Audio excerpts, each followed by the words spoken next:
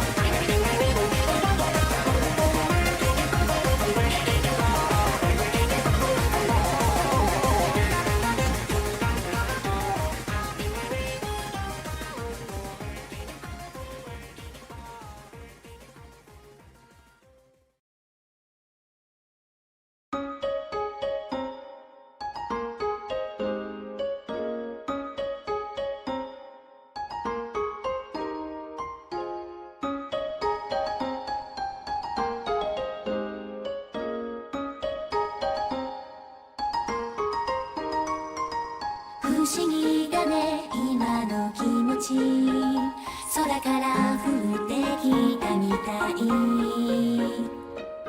特別な季節の色がときめきを見せるよ初めて出会った時が予感に騒ぐ心のメロディーすぐ駆けつけて抱きしめたくてどこにでもどこでも Fly high 届けて切なさには名前もつけようかスノーハレーション思いが重なるまで待てずに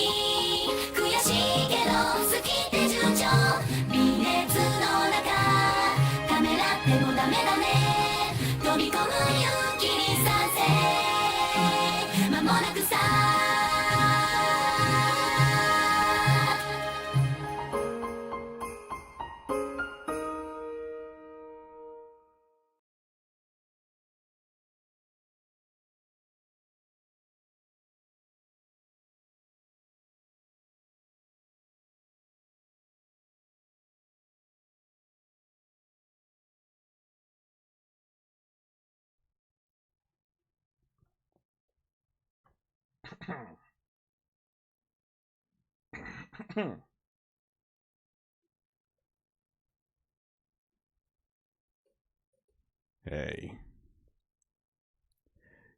Hey. Chad. Do you know what this stream is going to be about?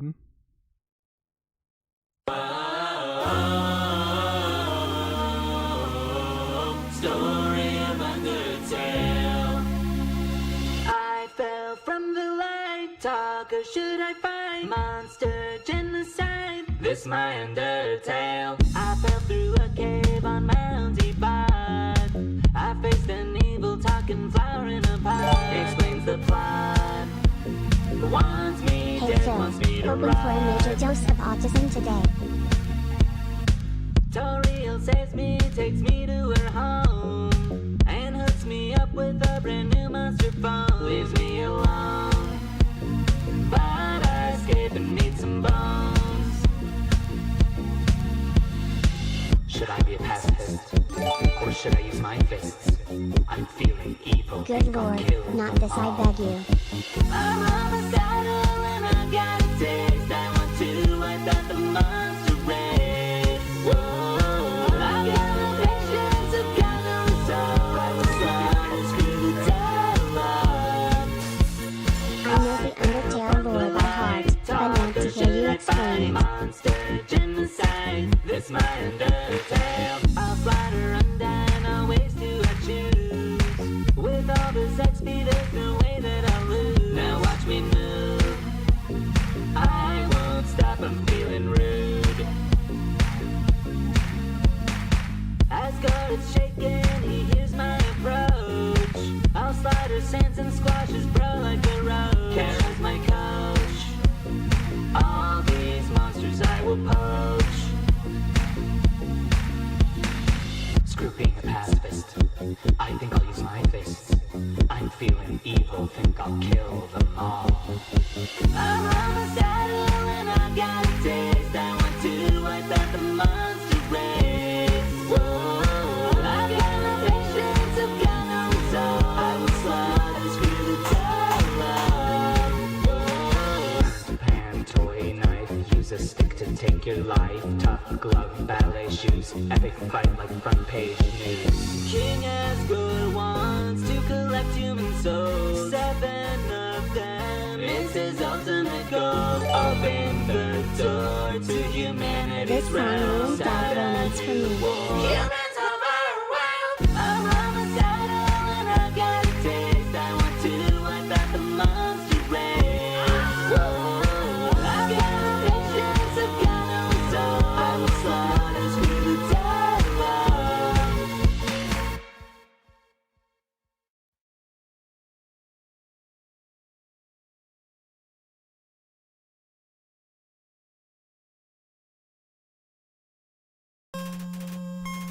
Long ago, 2 races ruled over the earth. Monsters and humans.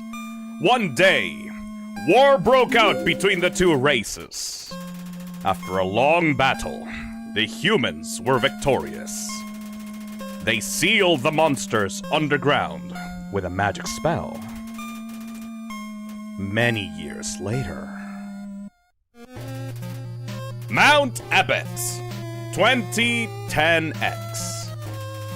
Legends say that those who climb the mountain never return.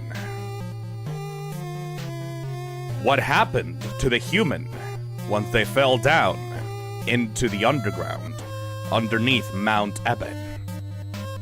Well, I'm here to explain all of that and more on today's Undertale lore stream. Hello, everybody. Welcome to 10 plus hours of my fucking hyperfixation. Hello. Hello. Welcome. Annie on the cartoon. Hey, GPS. Hey, Duel. Hey, Just a Shadow. How's it going, Izzy? Hey, Pyro Train Thing. Hey, Drew H. How's it going, Octa Joker, Addy Shine, Toriva Rise, Jivo, Dav, Docio. Hey, Arc the Green Wolf, Breadman, Okara. How's it going, Yume? Hey, Lassie. Hey, Kadu. Hey, Paradox. Hey, Skello. Oh my god! Hey, K's the Oathbreaker, thank you for the $20. Hey Fizz, did you know Papyrus is good at jokes only because he's made a funny boat? Thank you. Okay, we're gonna have a good time. You said dumb VTuber. Where's the VTuber? PNG tubers are considered a type of VTuber. Just like, Hey, Tamuji, thank you for the 19 months. Nice, not late. Love lore streams. Always my faves. Thank you. This is gonna be slightly different from the other ones that you're used to. Mostly because, one, I don't have a co-host with me to, like, rant. This is gonna be like a one-man show here. Second of all, we're actually gonna be doing a live playthrough of Undertale as I'm explaining this to you. However, we're gonna have the game muted and I'm just gonna talk. I'm so ready for a 10+ hour stream about one of my fave games. Yeah, Voidless Nick! Thank you for the 27 months. Like, I was struggling so fucking hard to come up with a proper way of doing an Undertale lore stream. Because, like, initially, I had a 45+ PowerPoint presentation for you guys, and as I was doing it in the middle of last night, I realized, hey, wait a fucking second, this is stupid! I'm gonna- Undertale:_file. Thank you, Purple Tangerine. Like, I'm gonna be here for so fucking long. It's gonna have, like, 100+ pages of PowerPoint, like, images, right? I might as well just show off the whole fucking game at that point, you know? Like, you gotta understand, but this game released in 2014 absolutely took over the internet and took over my heart as well. Like, I know that I'm, like, a horror guy, right? Like, I love, like, mascot horror, survival horror. I'm mostly a guy that is obsessed with horror games. This is not horror. Sometimes it has horror in it, but aside from that, it is just a good-ass RPG that has captivated my teenage mind and adult mind, and I cannot fucking stop talking about it. And every time that we go into a stream Undertale-related, I cannot stop talking about the characters and lore, and I just need to get this out, you know? Gremlin child falls into underground to befriend monsters and your mom. And fought a skeleton. No, okay, but which one though, Lori? There's multiple children that fell down. That's the thing. Like, every time that you motherfuckers, like, we have, like, an Undertale stream or, like, a Deltarune stream, you guys start talking about, like, hey, Phil, what happened to this? What happened to that? And, like, I go into, like, giant, paragraph-long, like, rants about, like, each parts of these games. So, I need this. You gotta understand. I need this for me. I know that you guys, like, this is a reward for you guys because you guys managed to fund the hoodies and the vinyls, like, back in October. Thank you for that, by the way. You guys did great. But I need this myself. Hey, Goopy. Station go BRRR. Got over 200 hours in it. How much hours do I have on Undertale, like, considering all the fan games and all the replays, playthroughs, and all the fucking, like, hours that I spent on modded versions of the game? Let's go insane, Toxic Madman. Ready for the ride. Thank you, Watermoon. Waiting for the hot sauce stream. I don't think I'm gonna be able to fit that on December. However, I will have that plus the FNF P stream, P-rank stream on at least January. I do promise you that. I have been waiting for the stream because I need to hear someone rant as much as I have to my poor friend who has no idea about this game. Yes, I was initially considering, like, making this a membership-only stream. Like, I was considering just making this for the members so that only the members can talk. But let's be honest here. You don't have to be a member to be fucking obsessed with Deltarune on my or Undertale on my channel, you know? Like, my stream started with Undertale, with Deltarune. Like, the only reason for why this channel fucking exists is because I wanted to record my first time, like, reactions to Deltarune Chapter 2. That's why we're here. That's why we've been doing this for 3 years! Are you going to discuss some of the AUs? We're gonna have to talk about that in another separate stream. That's gonna be, like, the Undertale fandom stream. Korak, because, like, there's already gonna be so fucking much with this one game, and I'm gonna then, like, do you want me to talk about, like, the AUs, like, fucking YOLO Sands, and, like, Underfell, and, like, the swaps, like, you have different swaps, like, the community for this game is fucking crazy, my dude! I'm gonna have to do that, like, a separate stream for, like, the Undertale fandom stream. I'm gonna do, like, a Deltarune lore stream as well. This is my favorite game of all time. Yeah! Once I get the money, I'm going to get a huge tattoo. It's so important to me. I personally don't feel like doing tattoos is a good idea, but if you want to, go ahead. I don't understand Undertale.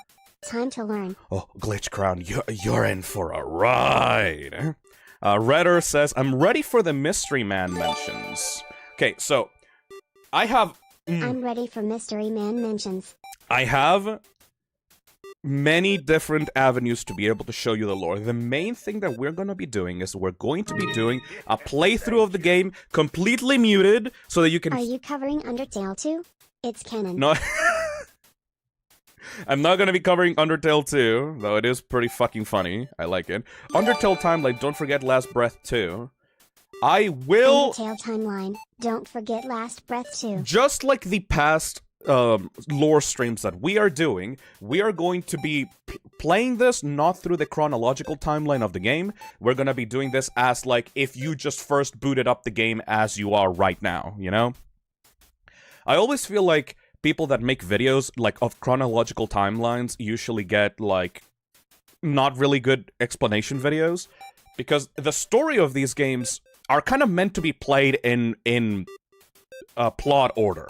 Like, from the first few minutes of the game down to the reveals and plot twist. If you put the plot twist and the reveals, like, at the start of chronological order, like, it's gonna get really confusing, and the pieces are gonna start falling down in not a really good way, because you're gonna start forgetting stuff, like, that happened, like, at the start of the stream, and then it's not gonna be, like, really relevant for the end, you know?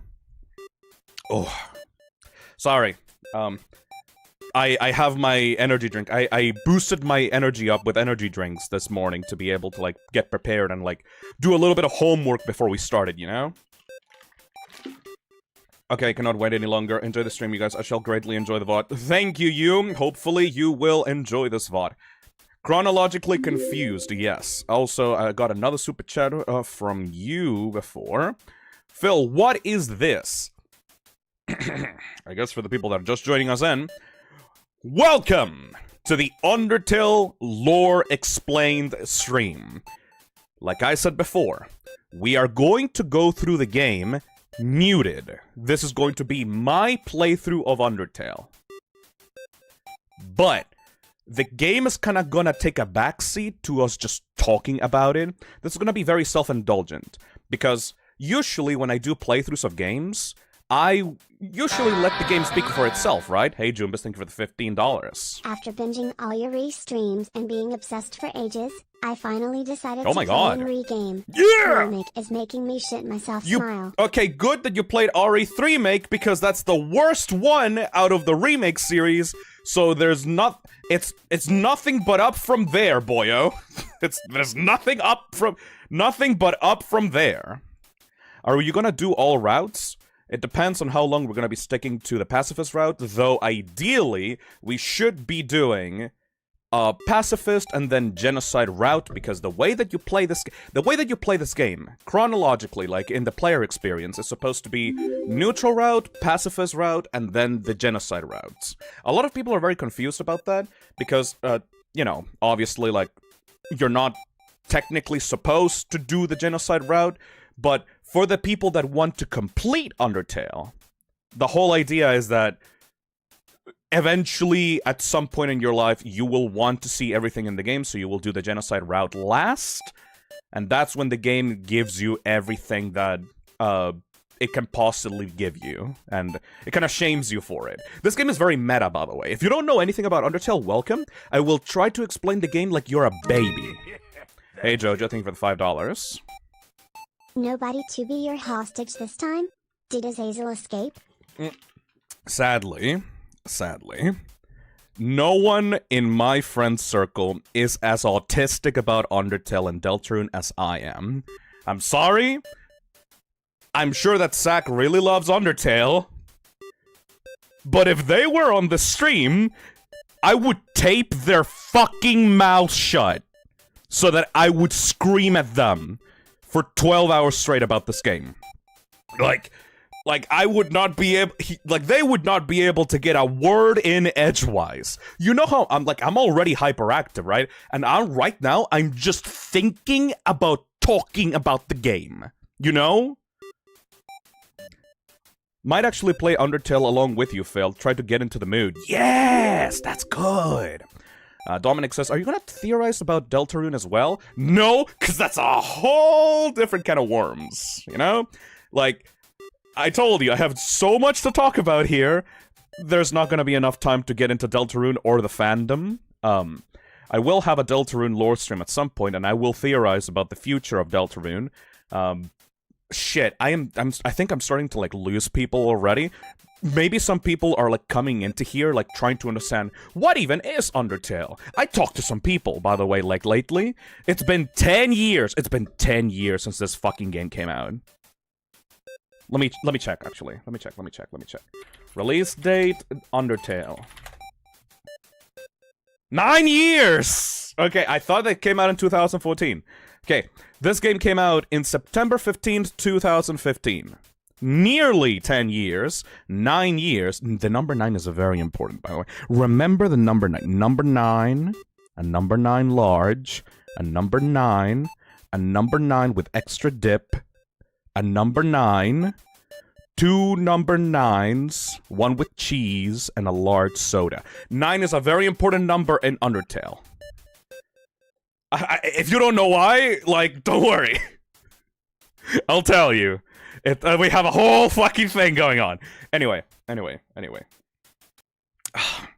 me calm down. Let me consume some caffeine. This stream. If you love Undertale, go to gamersubs.gg/toxic and 10% of everything on the store. Leventa says, the most ADHD stream of all time. Like, did you guys like it? Did you guys like it when I went off on about Undertale for like 30 plus minutes, like at the start of like every stream?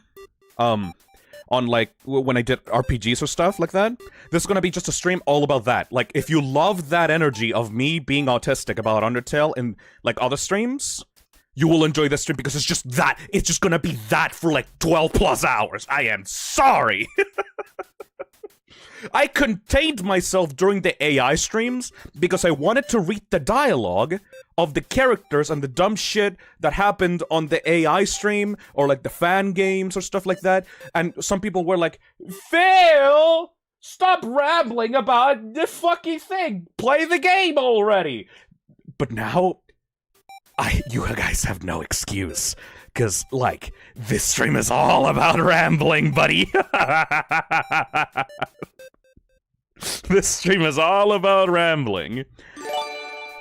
Hey, Metal Rose, thank you for the 13 months.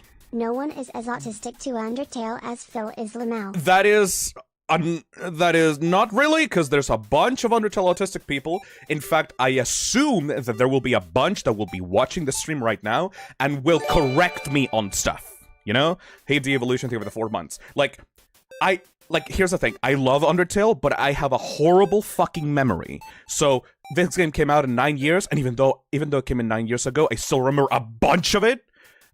But I know that there will be a bunch of Undertale autists in this chat that will correct me live on stream for anything that I get wrong. I totally get you, and in fact, you're invited to do that so that we can talk more about the game.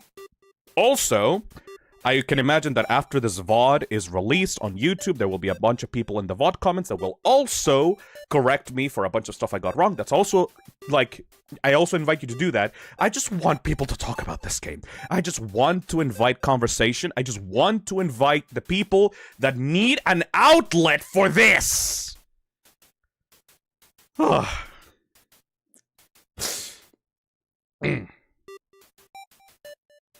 right. please ramble more. I want the chat to seethe. I mean, if I feel like I'm correct, like, I will be fighting chat, you know? I have some controversial opinions about this game, as you may know. I have some small theories about what is really going on. Don't worry, we're not only going to be covering the surface of the game, we're going to be covering the meta-narrative, we're going to be covering the Easter eggs, the unused content, we're going to be covering the whole, like, underneath purpose of the game as both a video game, a narrative, storytelling tool, the way that it subverts usual RPG expectations, and also Gaster. Gaster is ultimately not as important to Undertale as he is to Deltarune, but holy shit, that mystery boy! That motherfucking mystery boy is gonna get like a 2-hour section on this stream, because I'm obsessed with Easter eggs and like creepypastas and like secrets in games, and he is all about I'm that. stupid and somehow hit send without message. Hey, Devolution. Just wanted to say my anniversary hoodie showed up last night and it's super comfy. I love it. Fuck yeah! You guys deserve that. You guys deserve the hoodie and the vinyls, because, like, this stream would not be possible without your support. You guys enable my obsessions. And I am infinitely glad to you for that. So I might as well put on a good show for y'all. Alright. Does that make it clear? Is that okay? Are we ready to go? Does anybody have anything else to like get off their chest before we initiate the madness? Thank you. Hey, Hayden, thank you for the $5. I credit this game for getting me into cosplay since Sans was my first back in 2015. It was my hyperfixation for a couple of years and still is a bit. How can I explain this to you? You guys know that I came from the FNAF fandom, right? I was there in, like, the FNAF subreddit back in 2014, right?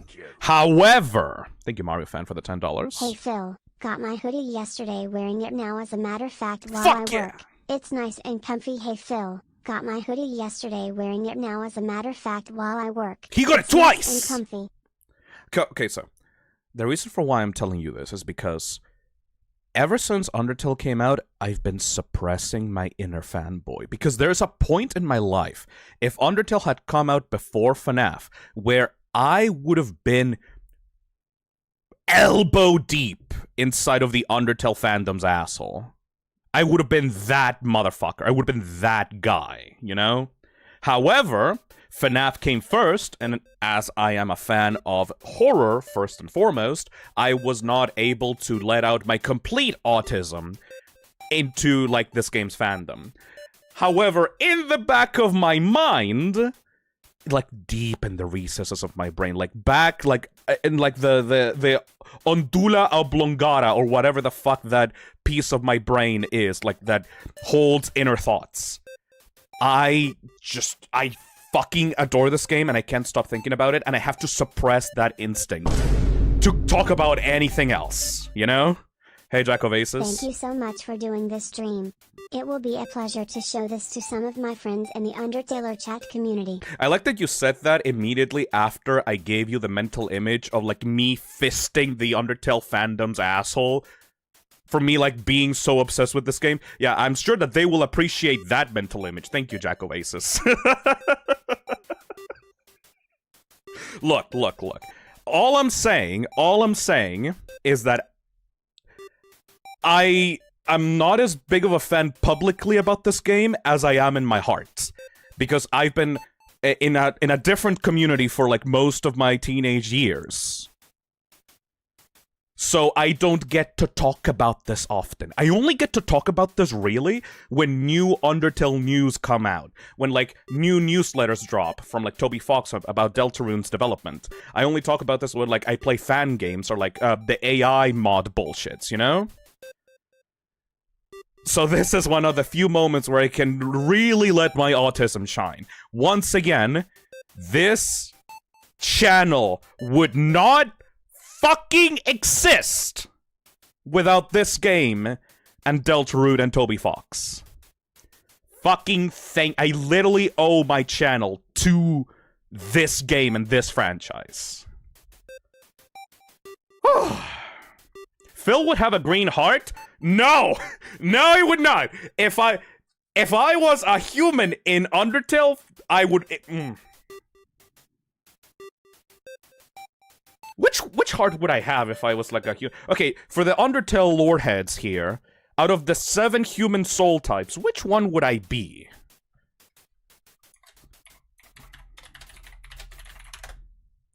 Patience? Not really. I have ADHD. I do not have patience. Because, like, there is patience, perseverance, integrity, determination, bravery, kindness, and justice.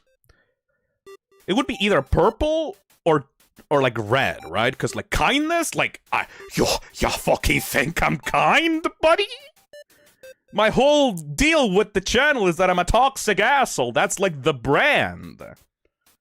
Patience, I have ADHD, so that would not work. Bravery, maybe, because, like, I don't give a shit. Like, I will just say whatever I want. Not because I'm brave, but because I'm too autistic, like, shut my mouth when, like, it's convenient for me. It's probably either red or purple, right? It's probably either red or purple. Yeah. Anyways, I'm sorry, you don't even know what that means. Like, if you came here and you don't know anything about Undertale, you probably don't even know what that means. So... Let's, whew. Bring it back, bring it back, bring it back, bring it back, bring it back, bring it back, bring it back, bring it back. Whew.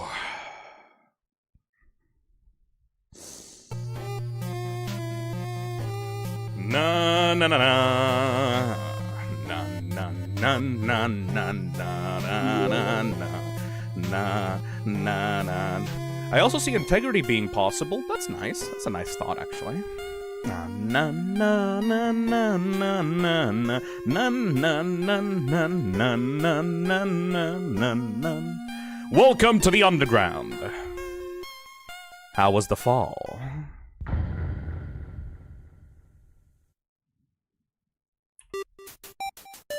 So, new timestamp. This is the new section after the Hangout timestamp at the beginning of every stream. Welcome to Undertale. I will be your guide throughout this game. We are going to be doing a playthrough of the game in which the game is actually just muted. We are not going to be reading the dialogue from the characters. I will just be showing off the game, and as I am playing it, I will be talking about the different sections in a deeper context, in like a more autistic context, you know? I will be going through the game, and I will pretend like you viewer, don't know anything about the game. We're not going to be starting chronologically, we're not going to be spoiling stuff at the start, we're just going to go through the game as it presents itself, and I will talk about the plot points as they present themselves. I will talk about more like the behind-the-scenes context, about like what the characters feel and what the characters are like as they get presented. So for example, when Flowey comes on, I will explain Flowey. When Toriel comes on, I will explain Toriel, and as we go through the game, we will have like a good... we'll have like a good presentation of what the game is. This is basically walking you through the game without you actually experiencing the game. It's so weird because I am going to be showing you the game, but it's just gonna be like a weirdo that broke into your house and it's just gonna tie you down and explain it to you, even though you could just actually play it yourself. Some people don't have the patience for that. Some people, like, are not interested in the visuals, like, they think the visuals are pretty shit, which is, like, fair enough. Like, one of the worst parts about Undertale is, like, the visuals at the beginning of the game, but then they get better. But whatever. I will be here to show you the game and talk about it, and we will pretend that it's new to us, okay? Have you done this with Deltarune? No, I will do it later, because, like, I also love Deltarune. Anyways, so, first things first. Welcome to the game. You get the legend at the very start. The legend is about humans and monsters. Very long ago, probably thousands of years into the past, lived two races on Earth. Humans and monsters. These two races coexisted peacefully throughout most of existence until a war broke out between the two of them. you can see in the intro, in the legend, that this war was won by the humans, and so the monsters were sealed underground. They were not, all of them were not killed. However, there is one way to enter the underground, which is through Mount Ebed. I cannot spoil what happened in the intro screen because there's a lot more going on in the intro screen than you may realize, but just to let you know, the main conceit of the game is that you are entering this dark underground place full of monsters outside of human society, thousands of years after the war broke out. After we see that intro screen, we begin the game, and we get to name the fallen human that we saw back at the cutscene. For all intents and purposes, you can name this fallen human anything, right? You can name him your name. In fact, it is kind of ideal if you name it your name, you know? But the true name of this character is... not D, what the fuck? The true name is Chara.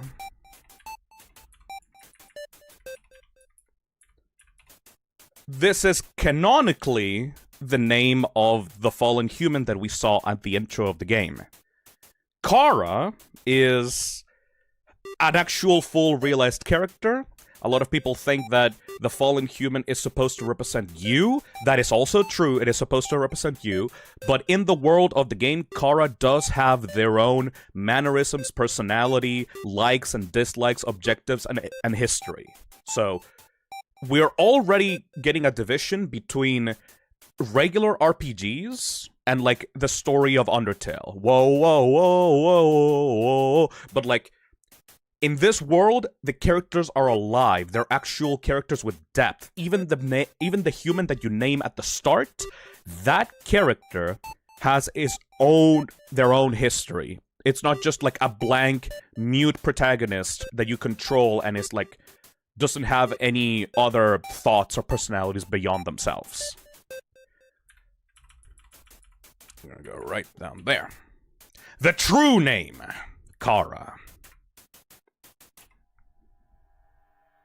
The genderless child. I mean, yes, Chara goes by they, them. I guess I have to spoil this right away. Thank you for buying the YouTube plush, by the way. I guess I have to spoil this right away just for, like, context's sake. We named the fallen human, but the character that we're playing right now, this one right here, the one that we're controlling, this character is not Chara. This character is called Frisk. Okay? I cannot explain to you why it's not the fallen human that we saw at the intro of the game, but just keep in mind, this is Frisk. There are two fallen humans that are, like, the most important characters in Undertale. This one is Frisk. They go by they, them. It's like a you know, gender-neutral protagonist. It's not a he or a she. Chara, at the same time, is also they, them. It's not really, like, an irrelevant thing. Like, their gender identity doesn't come into the story, but I kind of like that for these characters, them being gender-neutral is kind of, like, a part of their characterization. It's not just, like, a Pokemon thing where, like, you can choose if, like, they're a boy or a girl, you know? They're explicitly gender-neutral. Alright, we have muted the game, and we're just gonna start playing. Shit. Okay, we start immediately with this. This is the place where you fall down into Mount Ebed. This is a bed of flowers that cushions your fall. This bed of flowers is extremely fucking important! And we will be coming back to here many times in our playthrough, like at least 2 times. Wait a second, Chara is the main protagonist? No, this one is the main protagonist. This is Frisk. We are controlling Frisk. Well, chat, got 12 hours? You'll be here for a while. Yeah, you already know how fucking complicated it's getting just by the very start of this. But, like, yeah, this bed of flowers is extremely important. It just cushioned our fall, and now we're moving as Frisk throughout the underground. Holy shit. Ooh! Hi hyperfixation the stream. The Mind Goblin 1. Second screen of the game. Meet Flowey the Flower. Howdy, I'm Flowey, Flowey the Flower. This is such a good way to start your RPG because you don't know anything about what's going on in the underground. This is your first quote-unquote monster that you find once you fall down. This character is called Flowey. Shit. I need to restart the music. This character is called Flowey. It is a subversion of the typical tutorial character in RPGs. This character is very friendly, very nice, and he is supposed to be your guide throughout the game, right? You get a battle box scenario where, like, this is like your main, like, Earthbound type of, like, battle system, where, like, you're facing the enemy, it's like first person, you're looking towards the enemy. God damn it, I'm supposed to have this, like, looped. There we go. The thing with Flowey is that because Toby Fox loves to subvert expectations, this motherfucker that is very friendly is actually the meanest, most evil thing in the underground. Many of the fans have, like, labeled it as, like, soulless. When Flowey gets you, he presents to you the idea of kill or be killed, which is which is a statement that the game is trying to explicitly, like, subvert. In many RPGs, you're supposed to just go through the game trying to kill everything to gain XP, right? You have your level, which is represented at the bottom left of the screen, you have your HP, and you have experience points. This bitch is Toriel, the actual tutorial of the game. If you don't know the cheeky fucking idea with Toriel is that she is literally the manifestation of holding your hand tutorials in video games. She is a very kind soul. She is supposed to be the queen of the underground that is somehow, for some reason, stuck in the ruins, which is like an abandoned part of the society. Her whole deal is that whenever a human comes down from the Mount Ebed hole that we fell down into, she will try her best to take care of the fallen humans. For some reason, most of the humans seem to be children, you know? What happened to the humans that fell down that Toriel took care of? We'll talk about that later. So, we went through the first few minutes of the game. As you may have noticed, Flowey is, like, going to be our overarching main villain. He's a little shit. I fucking adore him. However, we don't know much about Flowey just yet. Flowey got moved over. Toriel protected us from Flowey, and now she's going to be taking us through the ruins. In this scenario, Undertale had a demo, like before its main release, and it only contained the ruins portion of the game. The ruins is like the kind of shittiest part of Undertale, honestly. It has like this weird purple, like, tint to it that, like, I personally don't like. You encounter very basic enemies here, and it's meant to represent just the general the general, like, tutorial area of the game. Wasn't the demo in Korean? No. Toby Fox's primary language is, like, English. I mean, he moved into Japan and is, like, knows Japanese because, like, he's such a fucking weeb, but he's, like, an American, just like 90% of you know? Purple. Anyways. Monster Society is very fucking funny because to protect themselves from humans, they've set up, like, these weird keys/fun diversion thingies called puzzles. The reason for why in most of Undertale there are puzzles that you have to solve is because these monsters essentially lock doors with puzzles instead of keys. You will find out later that the Royal Guard set up most of these puzzles in order to deter humans, and it stopped them from advancing throughout the underground. It is implied throughout most of this game that the humans before Frisk were not really friendly to monsters. So they had to set up these defenses to get them to stop attacking them. Perfect way for me to celebrate Hey, 2 years. Fartface. Undertale will always hold a place in my heart, _phi, okay. Thank you so much, Fartface, for the 24 months. Wait, is this? There we go. Anyways, tutorial brings you and tries to teach you how to solve puzzles and move through the underground and just teach you the rules of the game. As she does this, you will be presented with a dummy, and this is the first time in the actual game that you will have a choice, a branching choice. Essentially, this whole game is about trying to connect emotionally with these characters.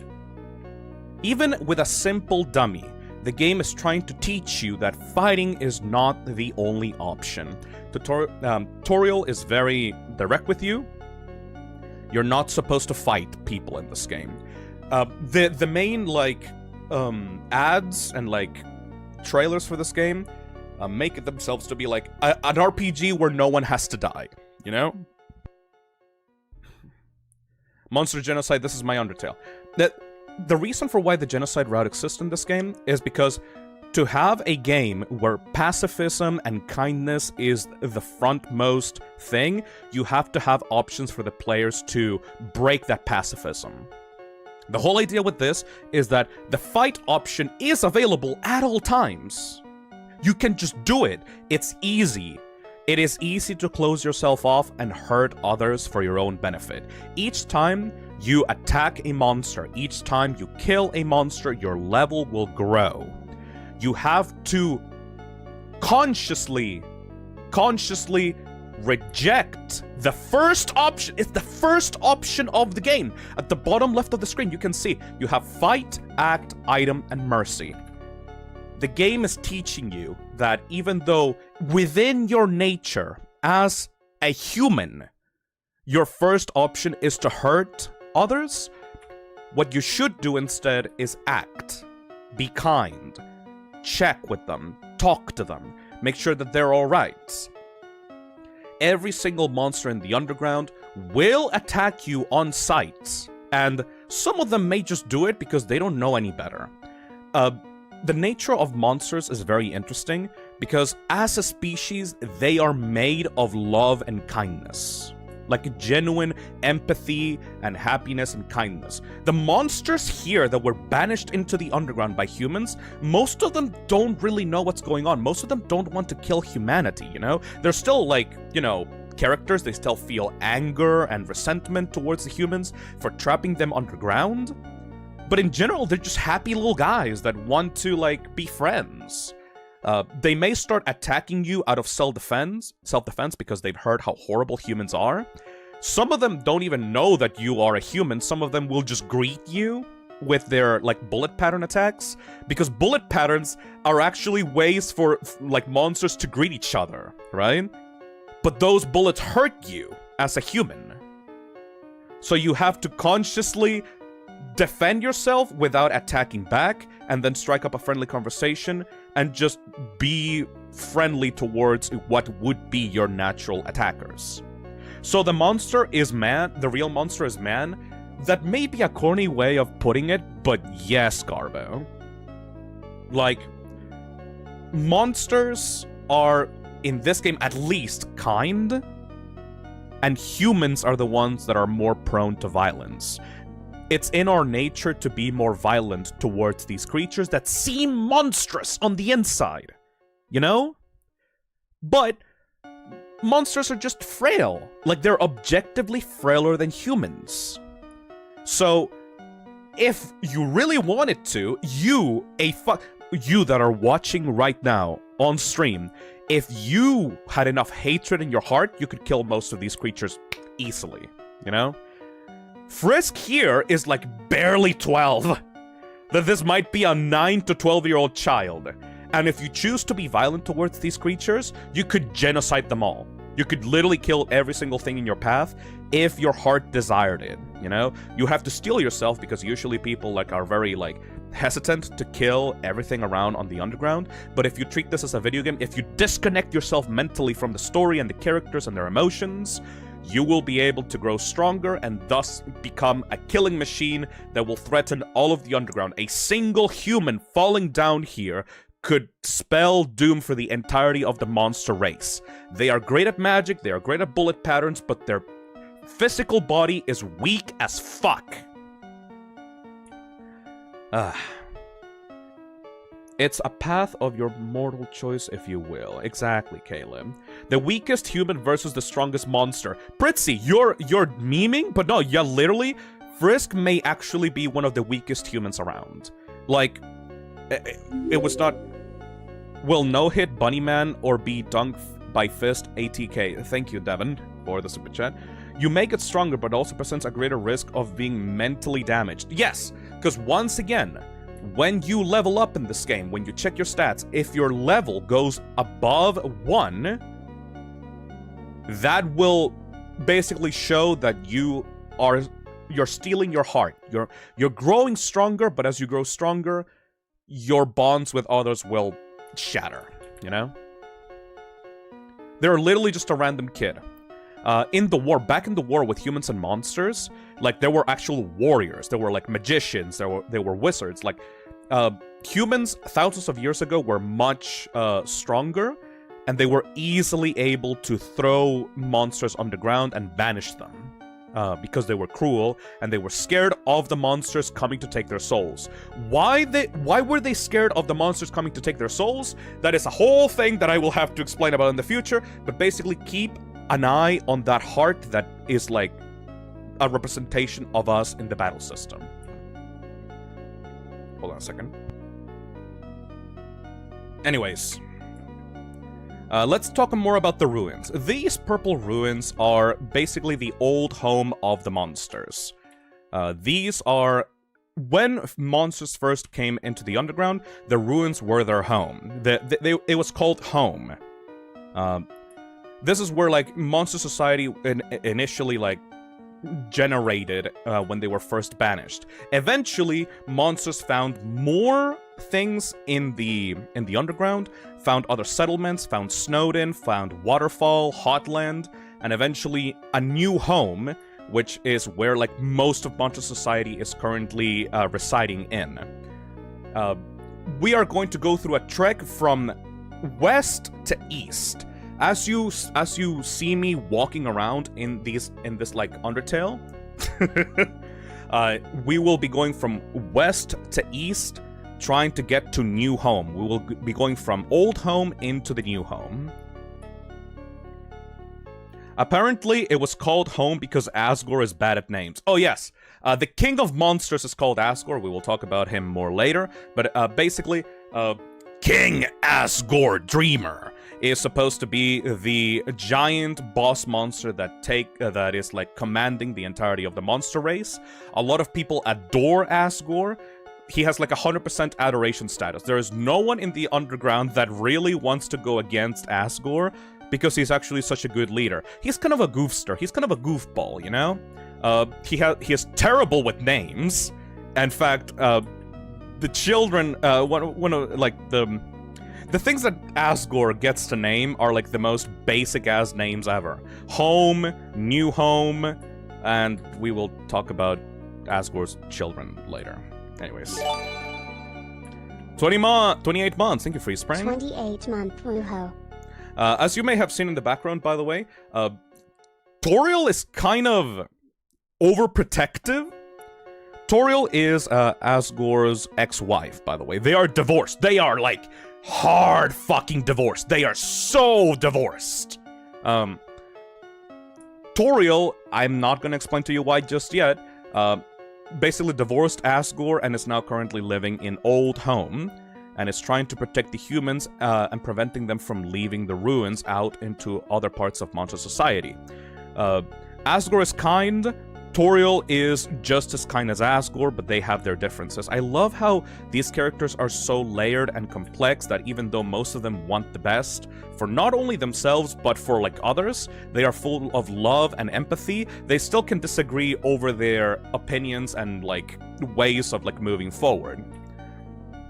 Toriel is extremely overprotective of you as a player and as a human, and just like every single other human that has fell in this place.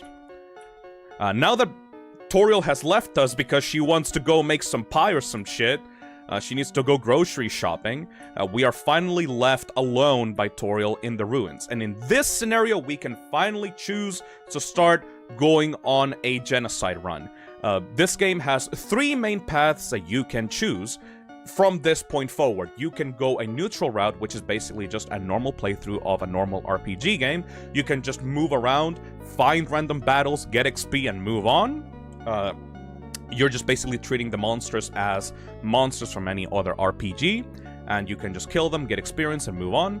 You can do a pacifist run, which means that you are actively engaging with the mechanics of the game and what the game wants you to do, wants you to achieve, which is a pacifist run where you don't kill a single fucking person. A single other human. Let me change this fucking... There we go. A single fucking person. Or, if you want to actively see what happens, you can engage in a genocide run. For this playthrough that I'm going to be doing right now, we are going to be doing a pacifist run first, and if we have enough time, we will be doing a genocide run. The genocide run is very interesting, because it actively makes the game look like a creepypasta.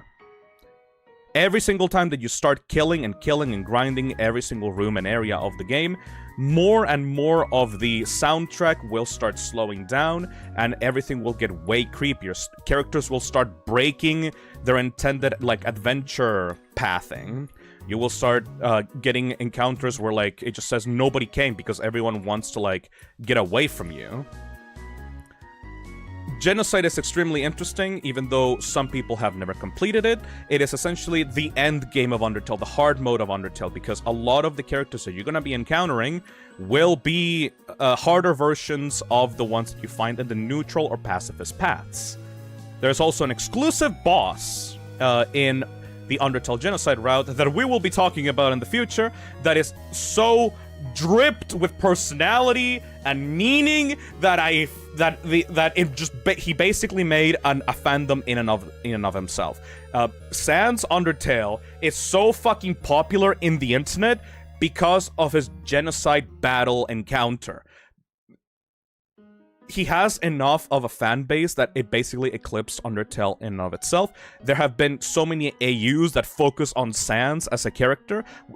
When we get to Snowdin, we will talk about Sans, don't worry.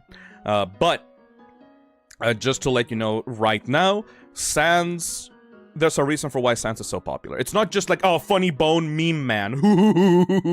He is actually, like, one of the best written characters in the game, and a lot of his personality and a lot of his, like, intentions are left unsaid. They're just, like, implied in the game's text.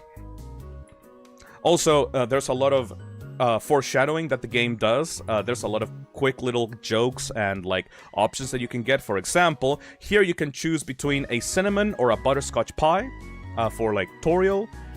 If you do this, you will eventually find a pie in whenever you meet her again, and it will be both a cinnamon and butterscotch pie, but I just love that it lets you pick which one you like the most. And then Toriel calls you again and says, hey, you wouldn't dislike the other option, right? Yeah, exactly. Immediately she goes like, hey, you wouldn't dislike if you like cinnamon, you wouldn't dislike having butterscotch in your pie, right?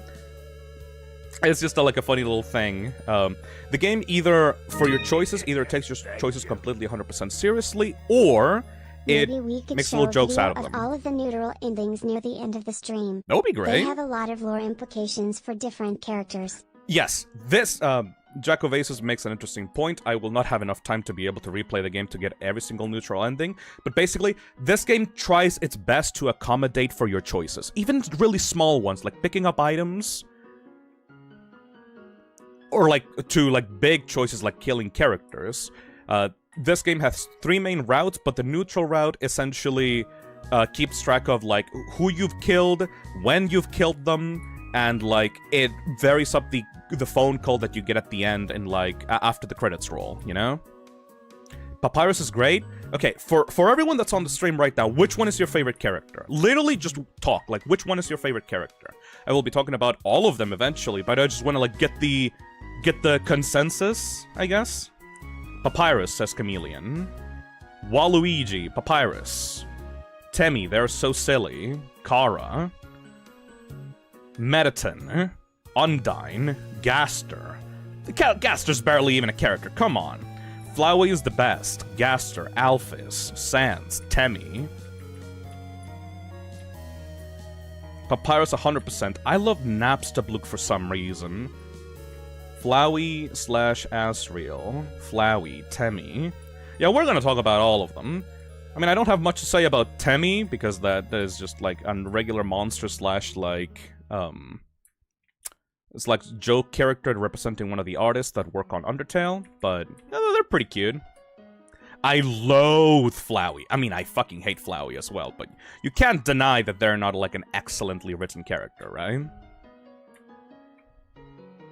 Temmie is clearly the most lore-relevant monster. Well, of course, obviously. Anyways, even down to this. This room, by the way, has, like, one of my favorite jokes. Hey, no, the Soviet Spy, thank you for the $5. People like the fun-owned version of Gaster. Canon Gaster doesn't have much. Yeah, it's... Gaster as a character in Undertale does not exist. It is just the concept of, like, a scrapped character that people go crazy for. Anyways, this room demonstrates, like, one of my favorite parts about Undertale. Even though this is just a simple room about moving rocks to, like, buttons, it makes these little jokes of, like, oh, this rock was, like, secretly a fucking monster and it's sentient, and it's like, you have to talk to it to get it to move, you know? Like, I love the writing to this game because it makes these little, small asides to just, like, fuck with your expectations. It's just a small little thing that it's not really that important, but I love, you know? Fuck, motherfucker. Move! You wanted me to stay there? You're giving me a real workout? Exactly. Also, for most of this, when you encounter the random battles at the start of the game, you can flee, and as you gain equipments in your stat screen, you can get different equipments for... Hey, Lanker. For the purpose of stream, neutral first, right? Well, neutral first, then pacifist, then genocide, yes. Fun fact. Even basic starting game weapons and armor have their purposes. If you take off the armor, for example, the bandage is the weakest armor that you have in the game. However, if you keep the bandage on throughout most of the game, you can actually escape 100% of the encounters, like the random encounters. You won't be able to escape, like, scripted encounters, like the dogs, or like Toriel, or like the bosses, but if you stay with the basic equipment that the game gives you, you can always 100% escape the encounters.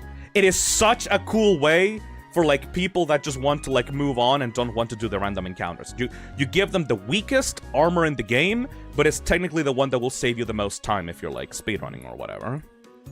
I need to correct myself. Muffet is my favorite. I will talk about Muffet once we get to her section. Me, who immediately took off the apron to find... Took it off upon finding the ribbon, yeah. I didn't know that, actually. Yeah, there's tons of little details here that I will be missing, because I'm talking about the main story, but, like, the tiny little details will kind of be left by the wayside. It's hard to pick a favorite of all of them. They're so good. Speaking of which... Oh my god. Where's the thing? There we go. So, first major character that we find aside from Undertale Toriel and Undertale Flowey, this is Napstablook. Napstablook goes by they, them. They're a gender-neutral, like, ghost type monster. They're so cool because they're technically kind of immortal, you know? Because they're ghosts, they cannot be physically damaged by humans. Ghosts are like a different monster type. There are different monster types. There are boss monsters, there are skeletons, there are animal type monsters, and there's ghosts. Ghosts are like the most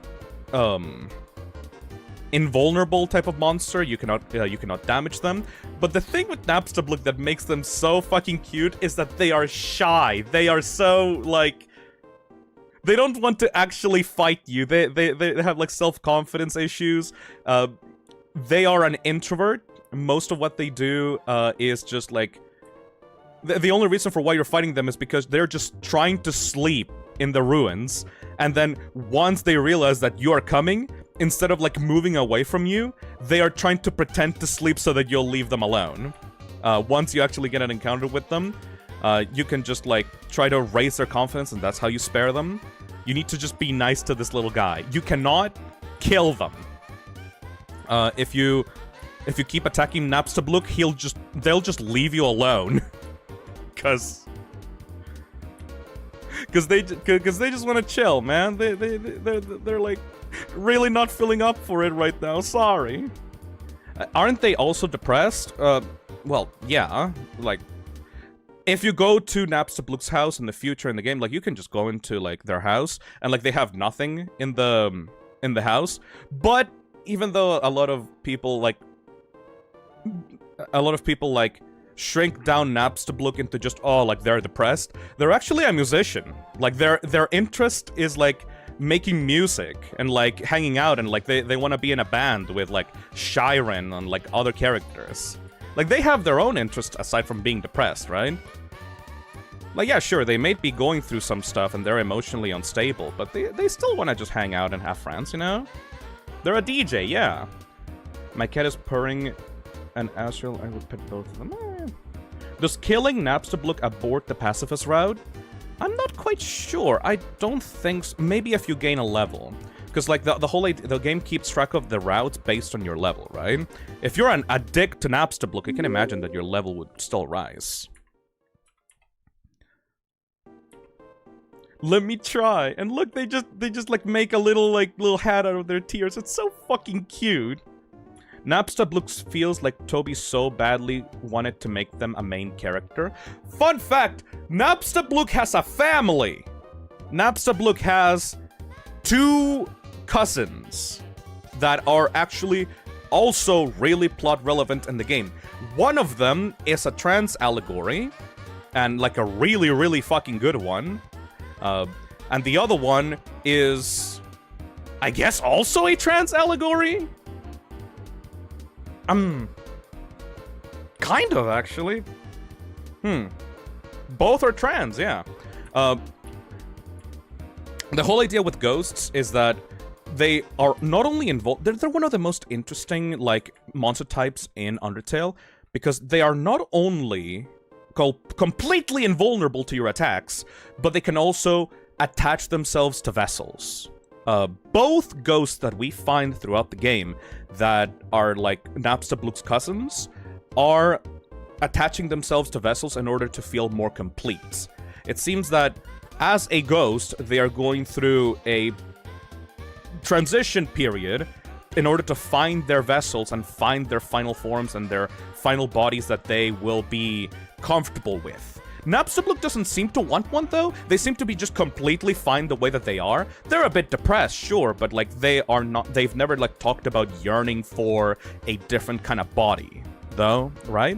But like the 2 cousins of Napstablook that we're gonna be finding throughout in the future, those talk about their quests for like trying to find new bodies that they will be comfortable with. It is like a really cool like non-binary / like trans like allegory. I'm fine, thanks. Aw, Nappy. Ghosts are very interesting. Oh, don't attack, don't attack. Anyways. I usually come to the ruins because there's nobody around. But today I met somebody nice. Oh, I'm rambling again. I'll get out of your way. Napstablook is so fucking cute.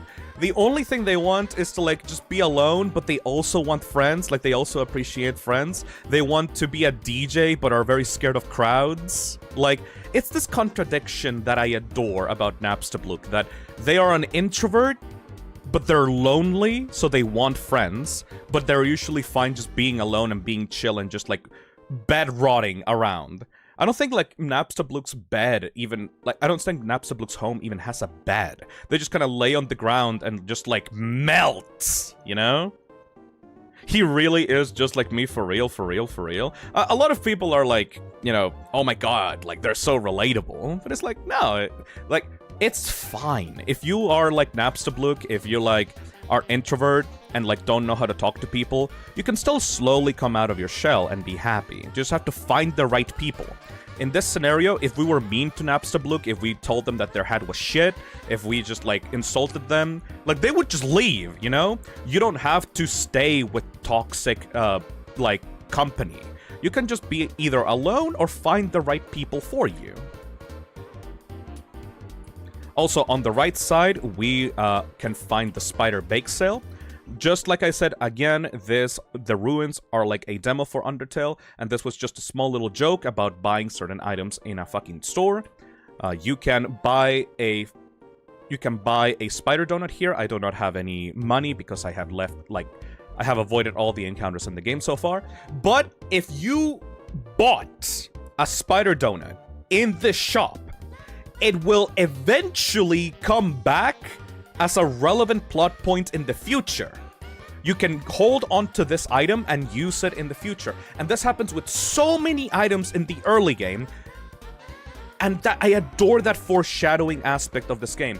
That take like small little items that you don't think are relevant and turn them into plot important items that you can use in front of characters to either get a reaction out of them, get them to leave you alone, lower their defense. It all depends on if, like, they remember the things that you are using throughout the game.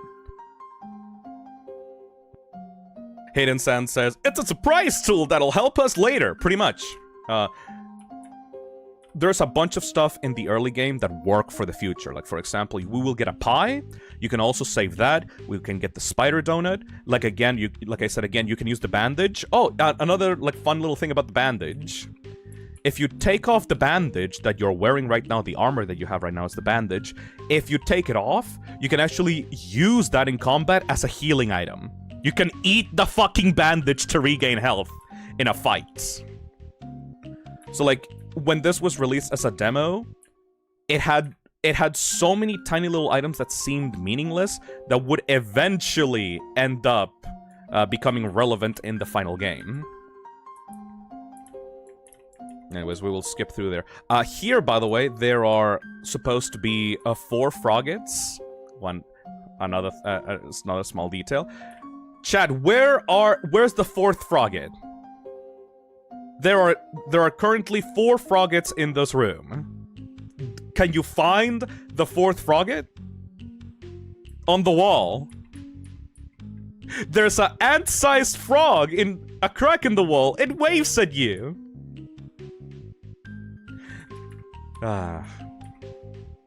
There are so many tiny little, like, inspection things in each of the rooms that you can find like that. They're just, like, small little jokes. Or they can also be plot important. After you leave the ruins, there is a bush that you can inspect that is actually extremely fucking plot important. I found that in the True Pacifist epilogue. I don't think we're gonna be able to, like, go through the epilogue of this. Doesn't one of the frogs disappear when you skip dialogue beforehand? I don't remember. Phil, talk about that frogget. It has foreshadowing. Which one out of the 3? Because there's 3. The epilogue will take so much more. Oh yeah, one of the things, if you finish the pacifist route of this game, the game goes into essentially an epilogue mode, where you can go through every single screen of the game once again, and you can talk to every single character again, and they will have post-game dialogue for you. Change the color text. Oh shit, you saw that?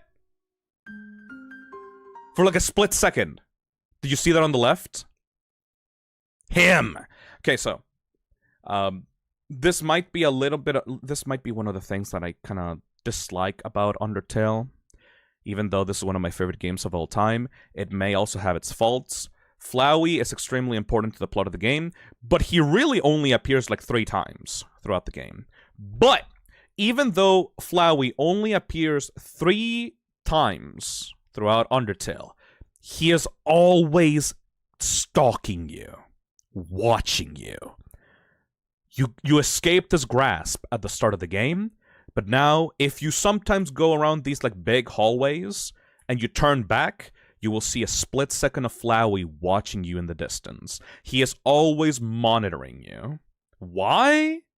You'll see, you'll see, you'll see, you'll see, you'll see, you'll see.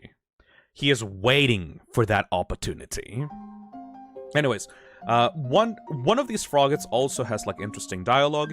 You can choose to change the color of the mercy command to be able to escape battles without actually killing a monster. You have to use the mercy command, which like after you befriended the monster, you can use the mercy button, and it's a big yellow mercy button on like the right side of the menu. You can change that color to pink if you really want to. That's an option if you like so desire. Not really that relevant, but still cute. He's kind of a dick too because of the way he treats you. Flowey is the most evil thing in the underground.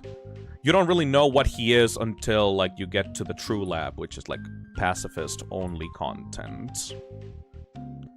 Thanks, Phil. Now I want to replay Undertale for the 5th time. That's what I'm doing. I think this is like my 20th playthrough of the game. Phil, the last room has lore that you missed. Which one? Also, hey Nappy, how you doing? I fell down a hole, now I can't get up. Go on without me. Wait, ghosts can fly, can't they? Oh well. Oh. Oh, of course. Didn't that thing confirm that it killed everyone in the underground several times? Kind of a spoiler, but yeah, we will get to talk about Flowey's abilities later. Currently, Flowey just looks like some just random monster that is like kind of a dick, but not really that powerful. Turns out, Flowey is one of the most powerful creatures in the underground. I might rewatch the AI stream for the 10th time tomorrow. This is putting me in the mood for it. I like the AI stream because it's funny as fuck, but let's be honest here, this game is so much more than just a bunch of jokes. Isn't he just the kindest? Yeah, sure. Flowey's totally the kindest. Oh, also, for all of these, each one of these monsters has a different way of pacifying them.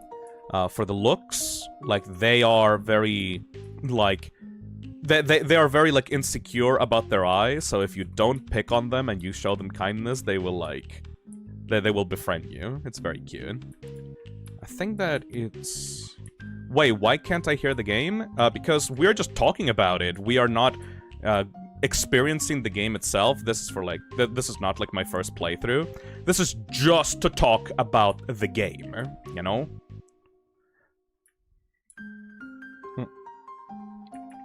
Let me just escape these. Anyways, we are about to get into Toriel's home. And this is where, like, the story of the game starts picking up again. Let me change the music.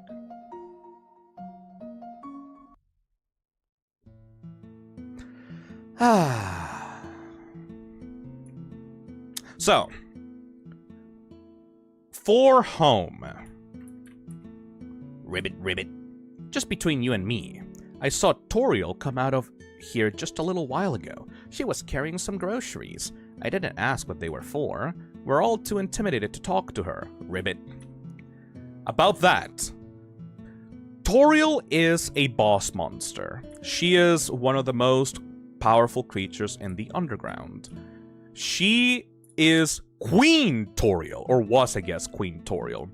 Was married to Asgore, was one of the creatures that led the underground in its early days. She is very kind, very motherly, but at the same time, she's kind of an asshole! Phil, people are yelling about the Frogget room lore. Sorry, but we already skipped it. She is kind of an asshole.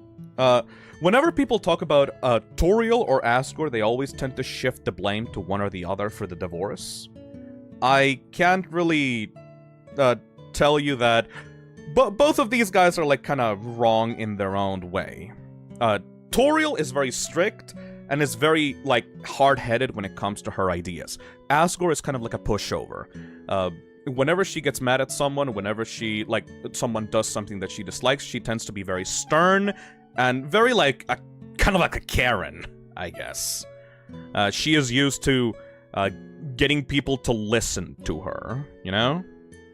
They both messed up in their own different ways, yes. She has like the vibe of like a really old, like, conservative lady. She tries her best to be kind, but her way is the only way that is correct. You know, it reminds me of, like, my grandma, honestly. She is someone that will show you kindness and love and affection and attention, but if you go against her, she will not be very happy about it, you know? Honestly, it was Toriel's choice to leave. Asgore yearns for her. Honestly, neither were wrong, IMO. Like, okay, if you get into Toriel's shit list, you will stay there forever. Her divorce with Asgore happened because of a single big mistake. Admittedly, one really big fucking mistake that Asgore still kind of, like, can't get over. But Toriel just completely cuts him off. If you get into Toriel's shit list, you will be an enemy. You will be someone that she doesn't ever want to talk to. Oh, look at that little fucking, like, little pat on the head. Toriel also infantilizes you a lot. She thinks that you are a dumb little shit kid. She projects on you a lot of the things that she wants to recover from her life. You can see, this is supposed to be the track that plays in this house, by the way. This is Toriel's home. It is very inviting and calming and nice. You can walk around here and see different items that belong to a child that is not explained yet. You're essentially Toriel's replacement child.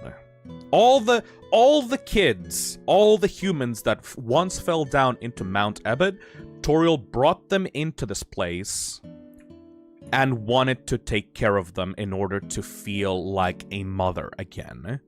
To be able to refill that void in her heart from the tragedy that happened to her many years ago. She is trying her best to raise another child to be just like the time that was before the incident that kind of ruined her life, you know? A lot of the characters in Undertale are filled with sadness because of past events, because of mistakes that occurred in the past.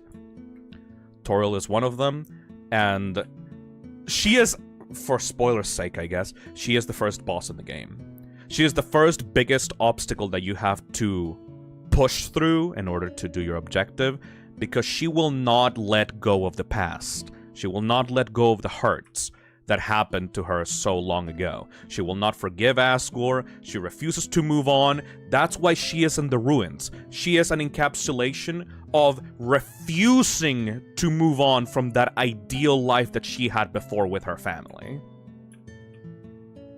Phil, are you gonna kill Toriel or spare her? What do you fucking think? It's you. This is what I love about Undertale. Even though the monsters are explicitly made of love and kindness and empathy, they still do things that cause conflicts. Drew H says, Tori also swears like a sailor when she's drunk. The Christmas party was bloody wild. We will talk about the Undertale alarm clock dialogue in the middle of the stream whenever it's appropriate. But yes, Toriel is just a jolly old grandma, but also she's a child kidnapper. Like, you understand the things that these characters do for love, right? They do kind of questionable shit for the good of everyone, to make everyone happy, to bring back that love that they felt so long ago. The best way that I can put Toriel's actions in this game is that she is a nice old grandma that wants the best for us, right? But if you put it in the wrong context, she is literally a monstrous child kidnapper that refuses to let you leave and go see your actual family. She doesn't know why you came into the underground. She doesn't know if you have a family outside of the underground, but she wants to keep you here. I just realized that Toriel's home has multiple children's bedrooms even though her actual children never set foot there. Ooh. I mean, no, not really. The children did set foot here, but whatever. Wait, fuck, she's a deconstruction of evil child hoarding witches and fairy tales. Yes, generic!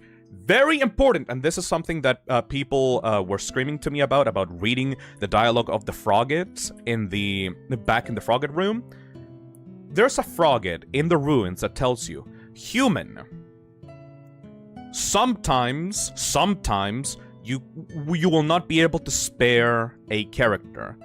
But what you can do is whittle down their health until they're weak enough, and then you can spare them. This puts the idea on many first-time players' heads that once you get to fight Toriel, you will have to harm her in order to get her to see your way, you know? This is kind of a trap. Should we do it, actually? Because, like, that's actually a really good way of showing, the meta-fuckery of Undertale's save system. Aw shit, we're still in the ruins, huh? Yeah, it's been 2 hours and we're still in the ruins. Nah, I'll just explain it. But yes, Toriel is basically a deconstruction of the motherly protector character. Just like the person in the chat said, she is like an old grandma fairy tale witch character. If you're very paranoid about monster kind, if you're very like, if you're like, oh, she's gonna turn out to be evil just like Flowey, because the character betrayed you at the start of the game. Flowey betrayed you at the start and told you, hey, it's kill or be killed. Monsters here will want to take your soul. You have to fight back. You have to kill them. I betrayed you. Who knows, other people might betray you too, because you have a very valuable soul. You, as a human in this game, are carrying a human soul that most monsters want. Why? I'll explain later. But you have a very valuable thing within you, and if you trust someone, they're gonna take advantage of you, and they're gonna harm you, and they're gonna take advantage of you, and they're gonna drain your literal soul. So now that you're in home, and you have trusted Toriel, you're getting this feeling of like, oh shit, wait. This can't be the end of the game. This is literally just the start. We just got here, and Toriel says, don't worry, you don't have to go anywhere else. You can stay here forever. Don't worry, my child. I will regale you with children's book stories, and you can sleep in the bed, and I will give you a fucking butterscotch pie. Like, you don't have to go. Your journey is at an end, my child. And it just brings you these feelings of, oh, like Hansel and Gretel. Of, like, the children that were lured away into the home of a monster, only for the monster to trap them and then kill them and then turn them into food, you know? Toriel obviously doesn't want that, but it gives you that paranoia, you know? Any chance for an Undertale Yellow lore stream? I don't know nearly as much about Undertale Yellow as this game, but it will be cool. But yes, at this point in the game, once you go through it expecting this to be just a regular RPG, you think, oh shit, I need to get out of here. This bitch will probably betray me. That is the mentality that this game is built upon. An overbearing parent, a grandma that only accepts her way of doing things because her way of doing things is the correct one, a monster from, like, old fairy tales that, like, lure in children in the forest into their house and then they eat them. That is what Toriel is supposed to represent. A tutorial, a possibility of betrayal, an old witch, things like that. Like, that's what she is, like, meant to give the vibes off to, like, new players. Especially here, once you get outside of the homely environment and you get into, like, a weird dungeon basement, creepy dungeon basement thing. It's like, oh shit, what's going on here? Toriel comes through behind you, like, almost like grabbing you. Hey, Lunar Storm. Can we get SCP into chill reads? That could be a good idea. And then drags you back home. She doesn't want you to see the basement. What is in the basement? Oh my god, does she have children's corpses in there? She's saying it's dangerous to play around here. What is she hiding? It gives you that paranoia in your head of like, this thing is gonna fucking kill me. This thing is gonna fucking kill me. So the only way to be able to escape this scenario is by talking to Toriel and begging her to fucking leave.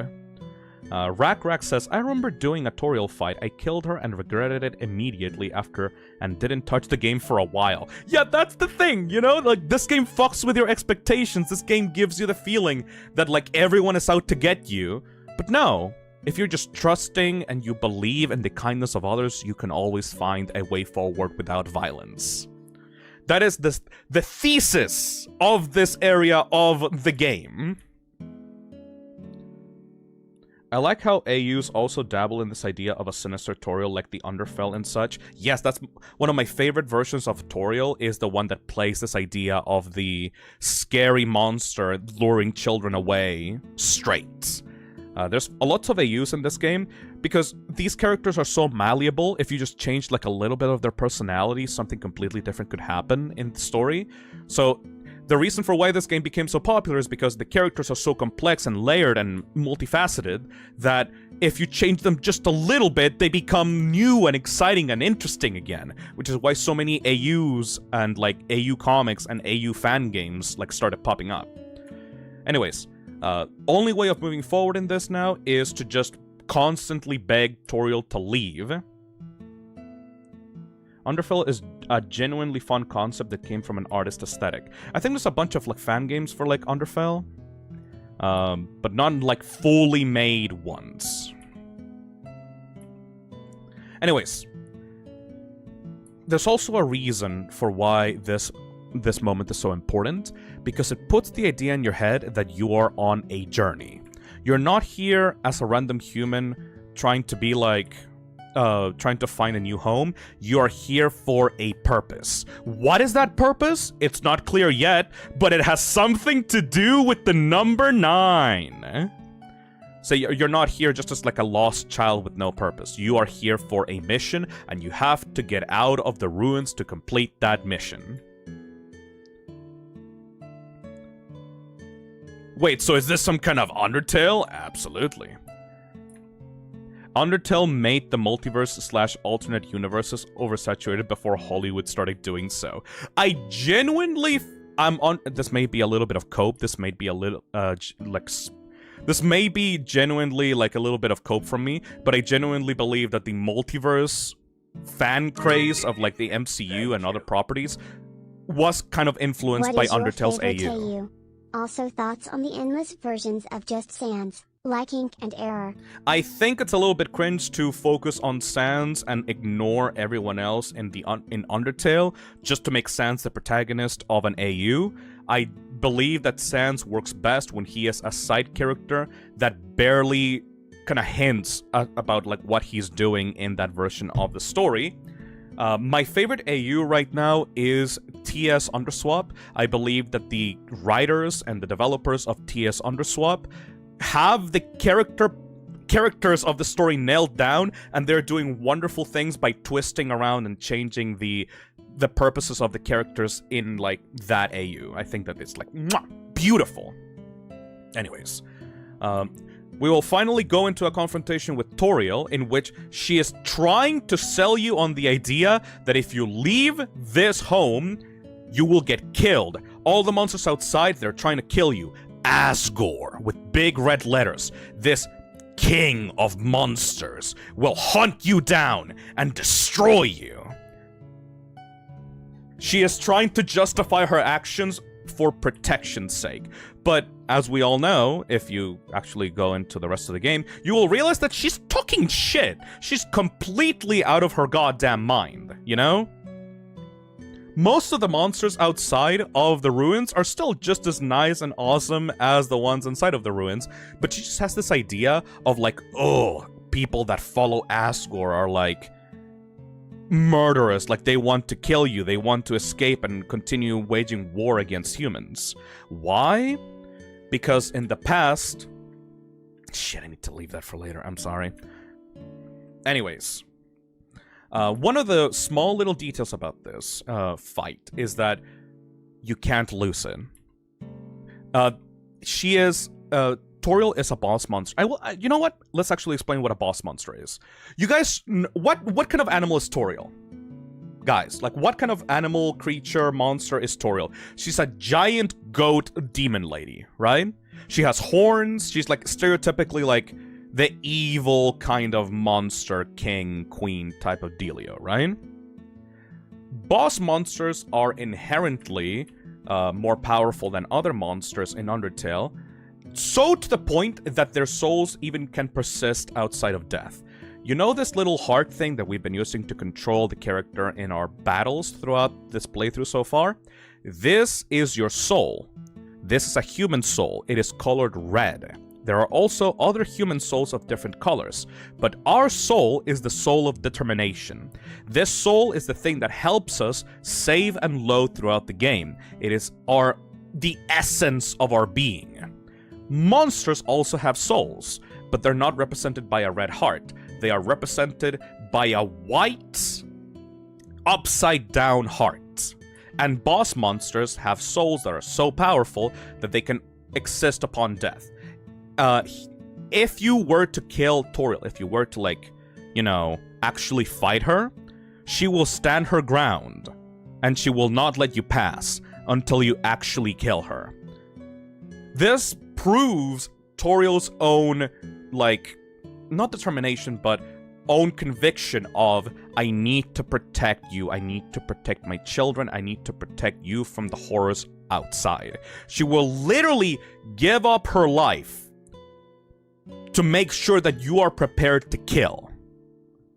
Heartache, please. Oh, yeah, right. The soundtrack is Heartache, by the way. This fucking piece is mwah, lovely. Anyways.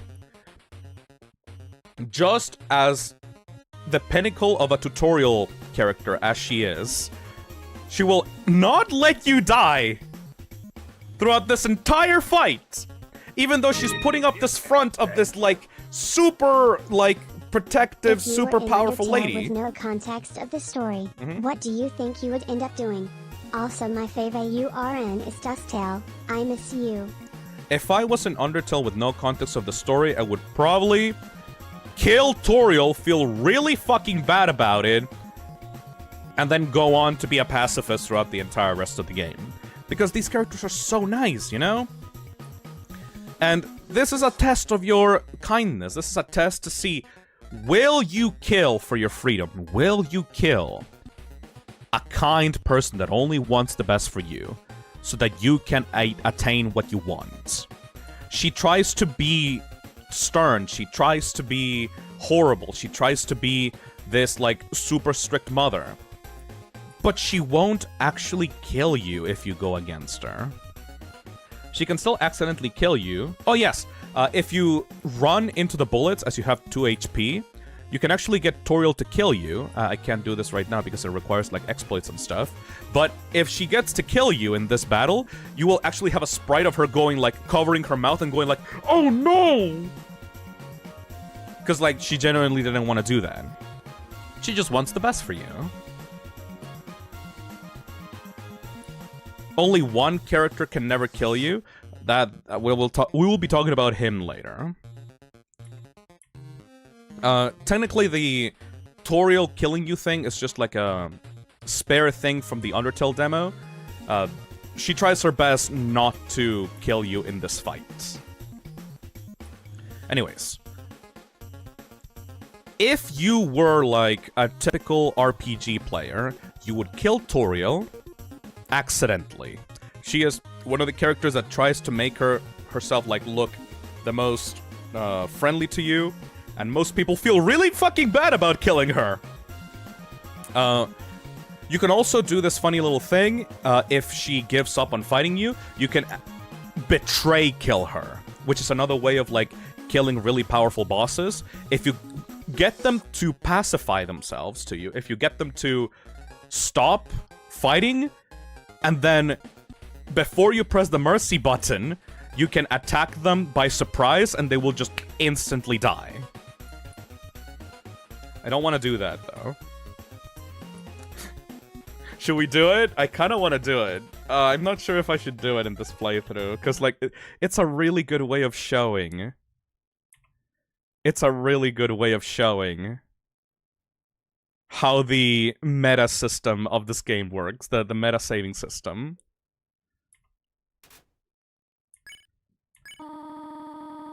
Why are you making this so difficult? Please, go upstairs. Haha. Pathetic, is it not? I cannot even save a single child. No, I understand. You would just be unhappy trapped down here. The ruins are very small once you get used to them.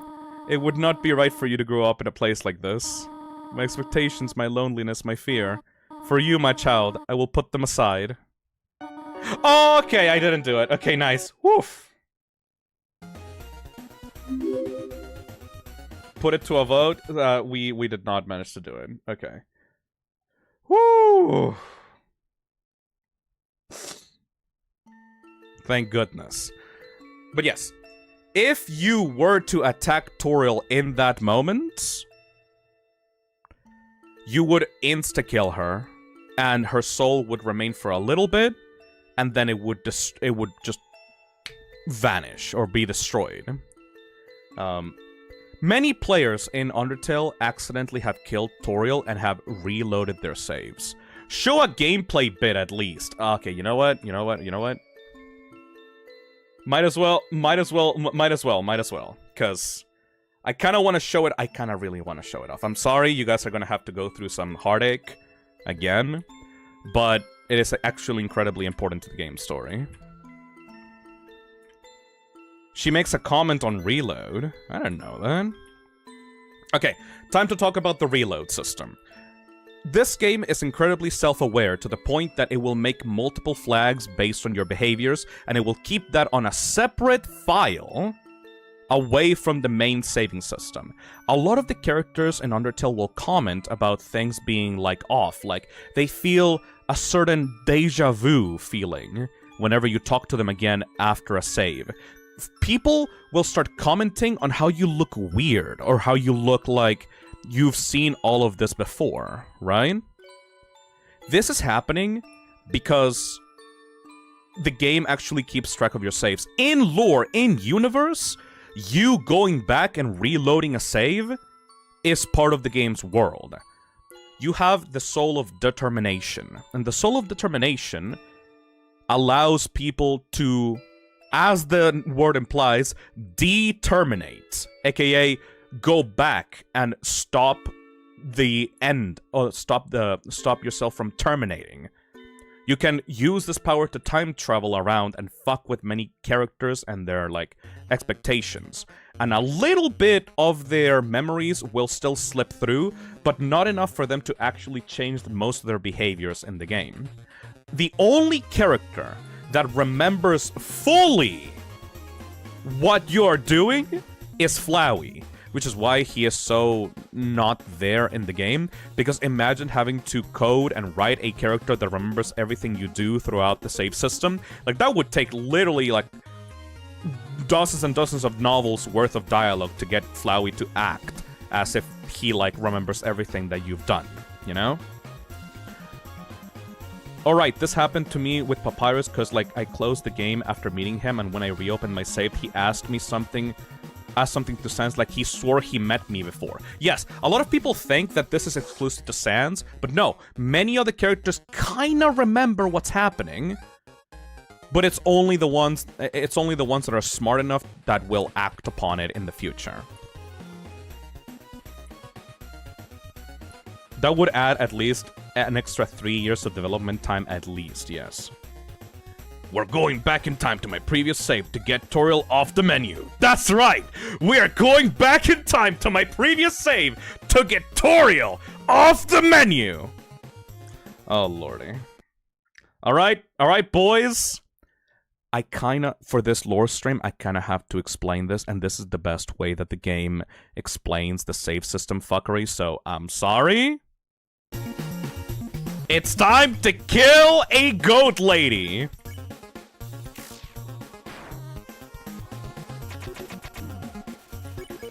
once again, even though we are actively fighting her, her attacks will get slower and slower as we continue throughout the fight, because this sweet, amazing, beautiful old lady, this child kidnapper that will not let you pass her house, is still so full of love for you that she won't actually kill you even if you're actively trying to attack her. It's violence time, boys. Imagine being a first-time player. Imagine getting to this point, meeting all these wonderful characters, meeting, like, every single normal monster, meeting Toriel, having her help you throughout all of this. Toriel looks through you. She is so powerful compared to you right now. If you were a real enemy to her, she will just kill you in a second. But she can't even look at you. Look at the sprite. Look at the sprite right now. Look at it. She's not trying to look at you. She is a boss monster. She is one of the most powerful characters in the game. But look at her attacks! If she was, like, prepared to fight you, if she was, like, cold and determined to fight you, this fight would be so fucking difficult. But no. It's barely an inconvenience for you. Because you are out here to hurt her, and she's out here to protect you. This is what makes this game beautiful. This is like the thing that like tugs at my heartstrings. In any other RPG, this would be like a legitimately challenging boss fight. But because of her character, she is nothing.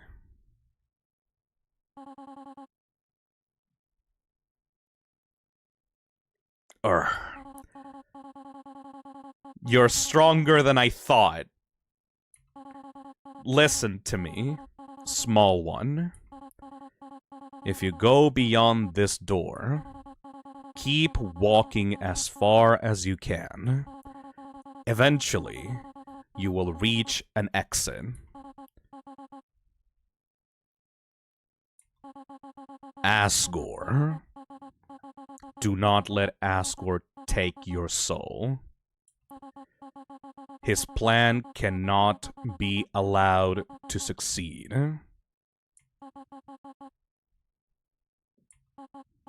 Be good, won't you?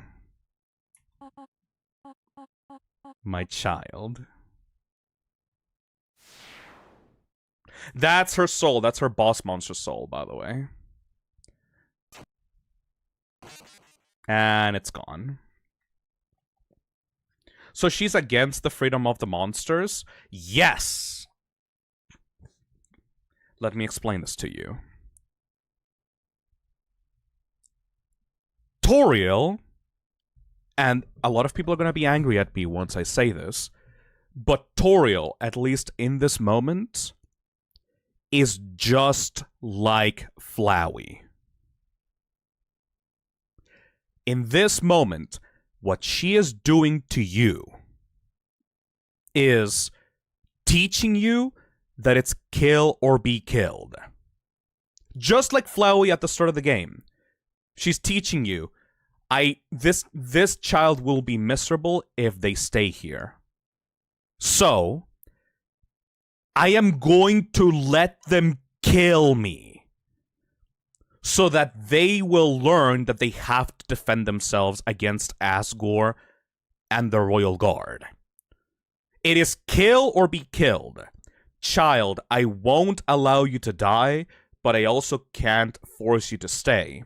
So, you will kill me so that you get enough experience, you will get enough level.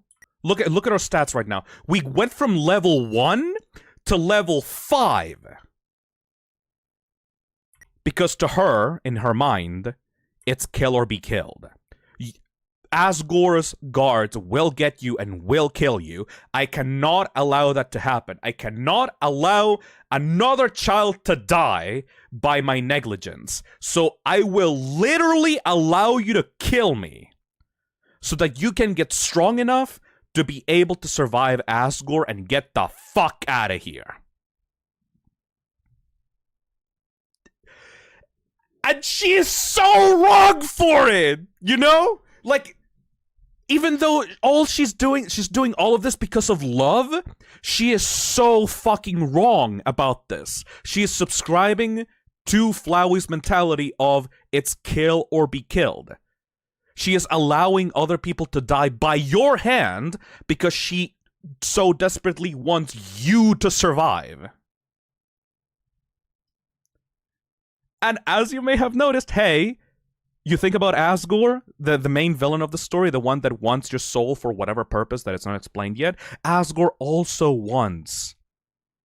thinks it's kill or be killed. Both Toriel, Asgore, and Flowey subscribe to the mentality of it's kill or be killed. Speaking of Flowey, I wonder why. Yeah, I wonder why, right? Speaking of Flowey, we won't reload just yet. I just need to show you guys something. I am going to show you the dialogue that happens immediately after this route. Wow, you're utterly repulsive. You spared her life. Then you decided that just wasn't interesting enough for you. So you murder her just to see what would happen. You killed her out of boredom. Hee hee. You naive idiot. Do you think you're the only one with that power? The power to reshape the world? Purely by your own determination. The ability to play God. The ability to save. I thought I was the only one with that power, but I can't save anymore. Apparently your desires for this world override mine. Well, well. Enjoy that power while you can. I'll be watching.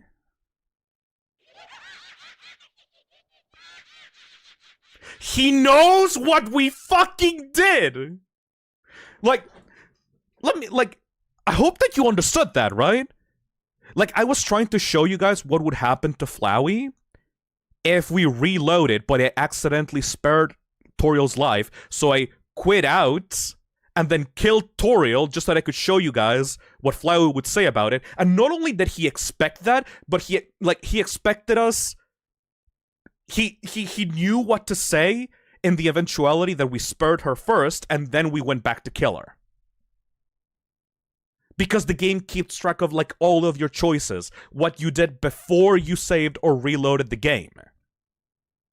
And as Flowey explained to us right now, the reason for why Flowey is the way that he is because he had this power of saving before us. But now that we have entered the game, we have started our story of Undertale, Flowey doesn't have that power anymore, so he's just constantly stalking you throughout the game, seeing what your choices do, seeing what kind of things you do, reloading, restarting over and over again, and seeing what your choices are up until the end of the game.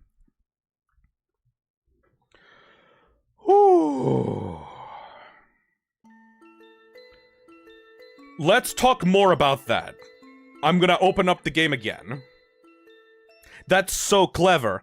Let's see what Flowey says now that we have reloaded for a third time. Hold on.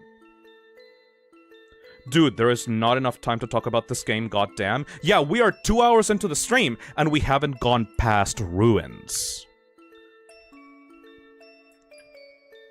What if he went back and killed her a second time? There is a point where, like, the game kind of gives up and just, like, Flowey doesn't appear to, like, talk to you again. Also, the dialogue of Toriel after you kill her becomes so much more, like, sad, because she keeps saying, like, hey, I'm really glad that there's someone else in here. I'm so glad that you're here with me, my child. I will give you a good life. I will tell you stories. We will, like, tell stories by the campfire. I will, like, give you food. I will, like, tell you bedtime stories. We will play together. We will explore the ruins together. And it's like, oh, she doesn't know. The only person that knows is Flowey. You know? Does Flowey remember that you killed Toriel if you spare her after? Absolutely! That's usually how it goes. Usually when Undertale players first play this game, they kill Toriel first, and then they reload and they spare her. We did the opposite. We spared Toriel first, and then we killed her. And Flowey still realized that and still commented on that action. By the way, in this one frame, there's a very specific bug. If you look at Toriel's mouth, she's literally talking like one frame, like 60 frames a second. Like, look at her mouth, she's going like... Me when someone asks me about Undertale. She do be a yapper, indeed. He also has different dialogue if you kill her 3+ times. Yeah, in the Undertale demo that was released, like, to match the Kickstarter of this game, the Flowey at the end was the last thing you saw before the demo ended. That's why Flowey is it has like so much dialogue choices for this one moment, is because that is the way for the game to essentially sell itself. Like, it's telling you, I will keep track of your choices, I will make sure that you are held accountable for everything that you do in this game, even the things that you do before you reload it back. I will keep an eye out on you. I will keep a flowy-ass eye on you. Undertale's code is held up by sticks and stones. Oh yeah, Blue Mask said something that I want to, like, also go on a tangent about. This game is very badly coded. If you're a game developer, and you are inspired by Undertale to make, like, your own kind of Undertale, your own game, your own masterpiece, and you are, like, just learning how to code, dude, don't worry about it. You don't have to do it perfectly. You don't have to make a 10 out of 10 masterpiece with, like, nothing to hide. This game is a shit brick house. Every single dialogue that you find in this game, the dialogue that Toriel is using right now, every single one of these dialogue pieces is held within a fucking if statement. Have you seen those memes about Yandere Dev, about, like, Yandere Dev making, like, the entire game out of, like, else ifs, else ifs, else ifs, else ifs, else ifs? Undertale is also like that, except it's just a good fucking game, you know? The entirety of the character dialogue system is just held within this giant else-if statement. Hundreds and hundreds and hundreds of pieces of dialogue held by this, like, if the character is doing this, say this, over and over and over and over again. I don't know much about coding, but isn't that makes it worse for time's sake and everything else? No, it's an objectively horrible way of doing, like, in-game dialogue systems. Usually, for your RPG, you would have, like, a fucking file that, like, has, like, an entire, like, collection of dialogue strings that can be called upon at any moment. A giant else-if statement is, like, the worst way of holding off dialogue. And, like, this game is... Like, I haven't seen the code. I should probably do a fucking stream where I just show off the code of the game or something like that. But even though it's so horrible, the game is still a masterpiece. Because if you're a burgeoning game developer that wants to make something, it doesn't fucking matter how horrible the game's code is on the backside. If the game is good on the front side and there is no, like, FPS drops or there is no, like, issues with memory, if you make it good, nobody will give a shit about how many if-else statements is in your game, you know? I think it's more Earthbound that inspired the young Toby Fox to make this masterpiece. Oh wait, everybody else knows that? Yeah, it's obvious, like, Toby Fox started making fucking Undertale, Deltarune fan games. Like, Toby made, like, the Halloween hack when he was, like, younger. And that was, like, one of his, like, first forays into game development. Fan games are an excellent way for young developers to get their start, because they're doing something that they're passionate in for a series that they are invested in, and it teaches them the basics, because usually fan games get a look at the code of the original game and use it as a basis and copy, like, mechanics and stuff. I am so glad that the Undertale community is full of talented people that want to make fan games for it, like Undertale Yellow, TS Underswap, all the different, like, single battle Undertale fan games. Like, this game's community is, like, insane with the fan content, you know? I do wish that they didn't take so long to come out, because if people are like obsessed with making fan games and like waste years of their life making fan games, they will never take that new step into the future to make original games of their own. At some point, you have to stop with the fan games and like make your own original things, you know, to like continue to grow as a developer. But as a start, it is incredible. It is incredible to be able to make something like this, like Undertale Yellow. Hey, Qual, thank you for the $50. Holy shit. Hey, Phil. I've been watching since the Flumpties stream. Thank you for being such a bright spot in my life the past 4 years. Aww. I've been wondering what program you use to store and switch Fi's emotions, since I want to get into streaming myself. It depends. The current one that I am using PNGTuber Plus, but you can also use VTUBER. I originally started with VTUBER, and if you want to have a proper VTuber model, you can use, what was the program that I'm using for that? VTuber Studio, hold on. Yeah, VTube Studio is the one for like the face tracking of my VTuber model. So those are the 3 programs. You can use PNGTuber Plus, VTube, or VTube Studio. Slim the Hedgehog says, yup, the difference between Undertale and Yandere Sim is that one is 2D and the other is 3D. 3D requires more memory to begin with, and he is not optimizing. Still better than Bam, but it's a low bar. I am glad that Toby Fox inspired himself to make, like, small, sprite-based RPGs, because if he wanted to make 3D games, like, oh boy, he would actually need to learn proper optimization. Because 3D engine games take way more, like, CPU and GPU usage and RAM usage than, like, Game Maker games. Game Maker is, like, limited to, like, 2 gigabytes of memory, so, like, games inside of it can still, like, run in a potato. But if, like, Toby Fox wanted to make, like, Undertale 3D, like, he would actually need to learn proper, like, optimization techniques and stuff for his games. Silly Guy says, fan games are great to practice and learn how to make games to later on put that knowledge on actual games of your own. Exactly.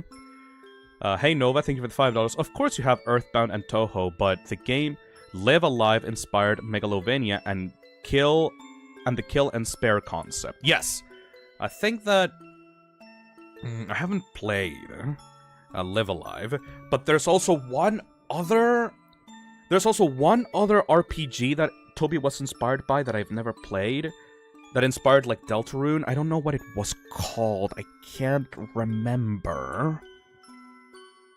Not Moon RPG, not Off. It was like a cowboy one, I think.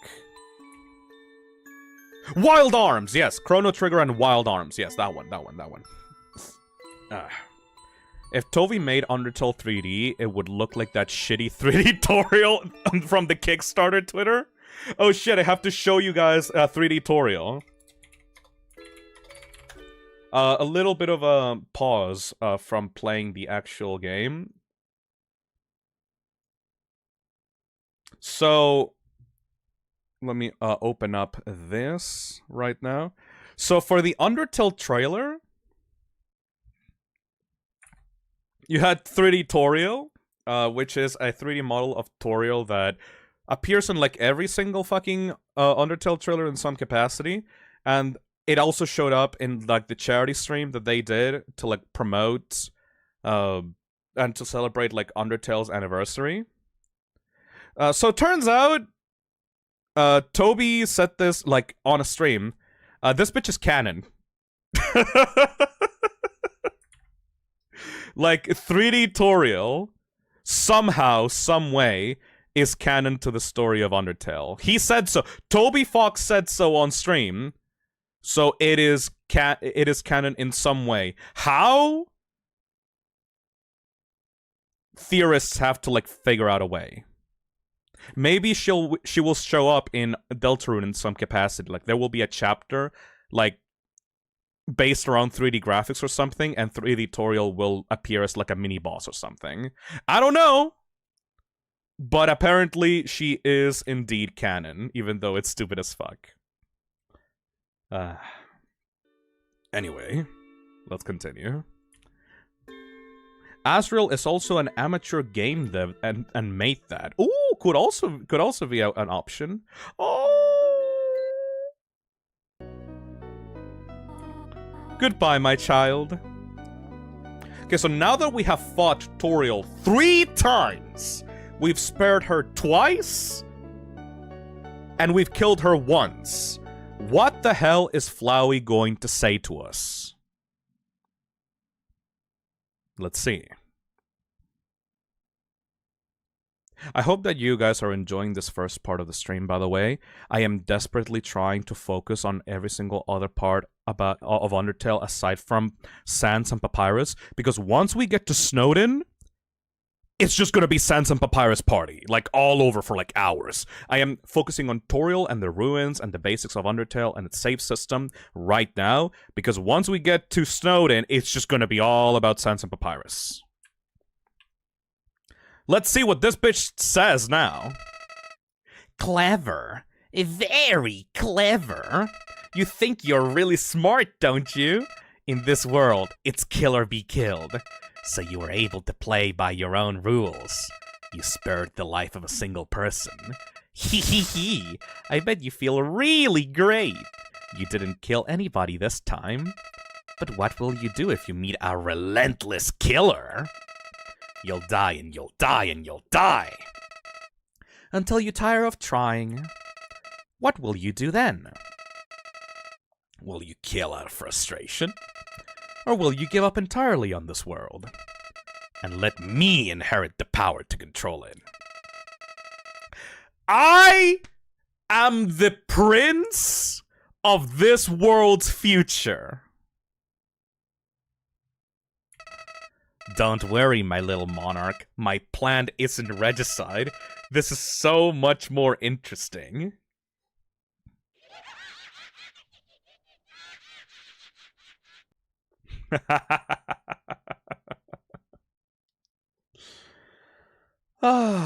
So, about Flowey.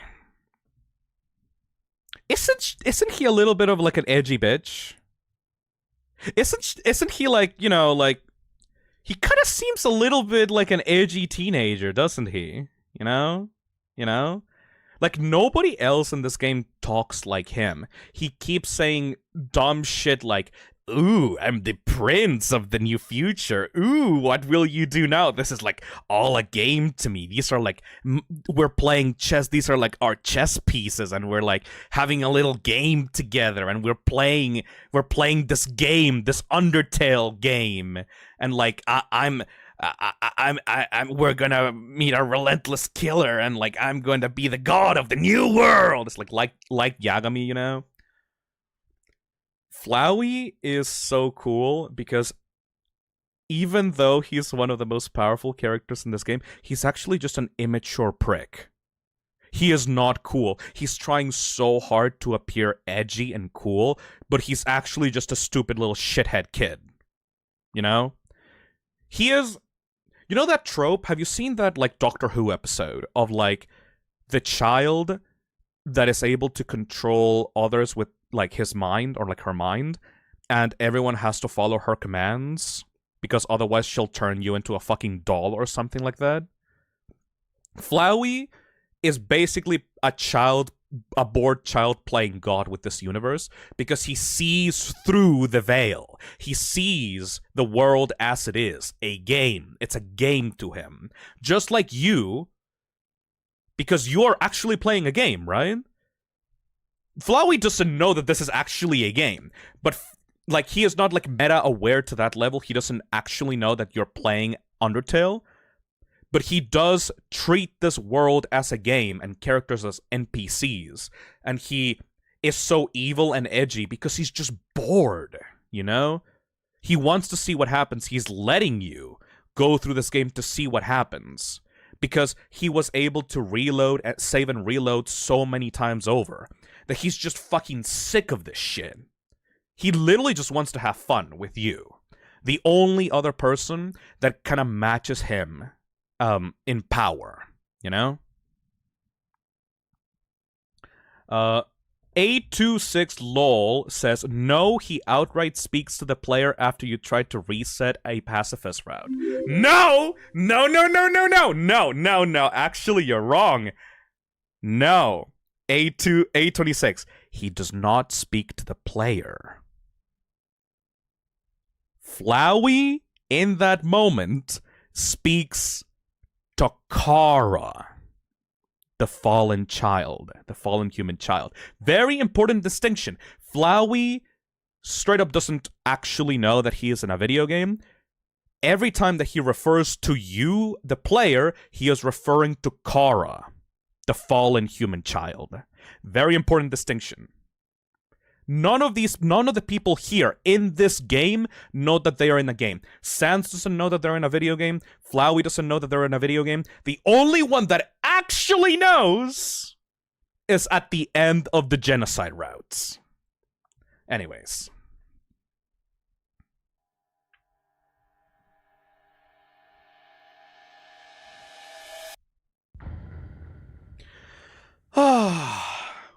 Welcome to the start of the stream! That we literally got through the main basic tutorial area. We literally just finished the tutorial.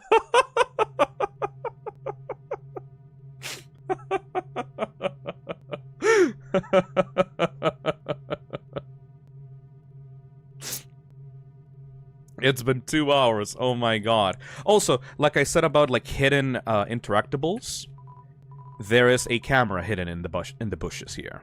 Why? You'll see in Hotland, but like that is another thing that we have to talk about. Glad to see I haven't missed a thing. Let's go through this. Let me mute this. And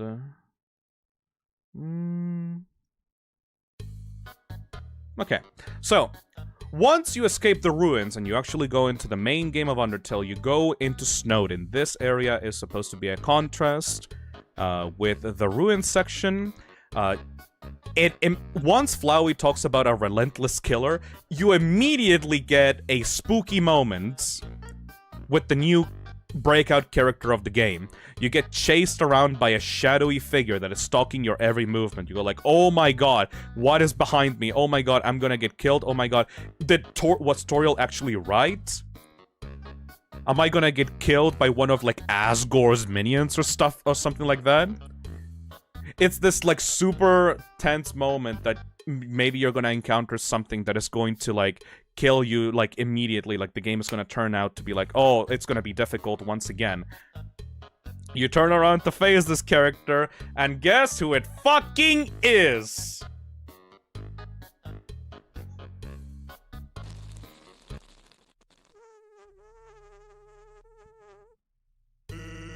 It Sans the fucking skeleton. This is the breakout character of Undertale. He is a funny bone man. He is the jokester, the comedian. Well, like, Snowy is also the comedian, but whatever. Like, this character has been a giant meme throughout the entirety of the internet, and it's because he is one of the best characters in this game. Sans the Skeleton is just a regular monster. At least, he appears to be a regular monster. He talks to you in lowercase, he jokes around, and in reality... Hey, Ori, thank you for the 28 months. Off topic. The hoodie arrived today. Very good quality. Thank you. This singular character became a pillar within the internet. Yes, Hammermania, to the point that he became more popular than the game itself. Some people know Sans, but they don't know Undertale. They know about Sans' whole deal. They know about Megalovania. They know about the genocide route, but they don't know Undertale itself. Why? Because Sans is just internet humor. Sans is comedic bullshit. He's shit posting. He is not taking things seriously. Even though he is in his own world going through a very serious situation, oh my god, it's the final human. Oh my god, we can take his, like, their soul and, like, set ourselves free. Sans doesn't give a shit. He is here just to have fun, and because of that, the internet has attached themselves to him like a fucking parasite. And aside from Sans, you also have motherfucking Papyrus, the second best character in the goddamn game. He is the big guy. He's the comedic foil to Sans. Well, they're both a comedy duo. They're like blue and orange. They're both brothers, skeleton brothers. They are the funniest fucking characters in the game. He uses fonts, like they are named after fonts, by the way. Sans is named after Comic Sans. Papyrus is named after the font Papyrus. God fucking damn it. The music.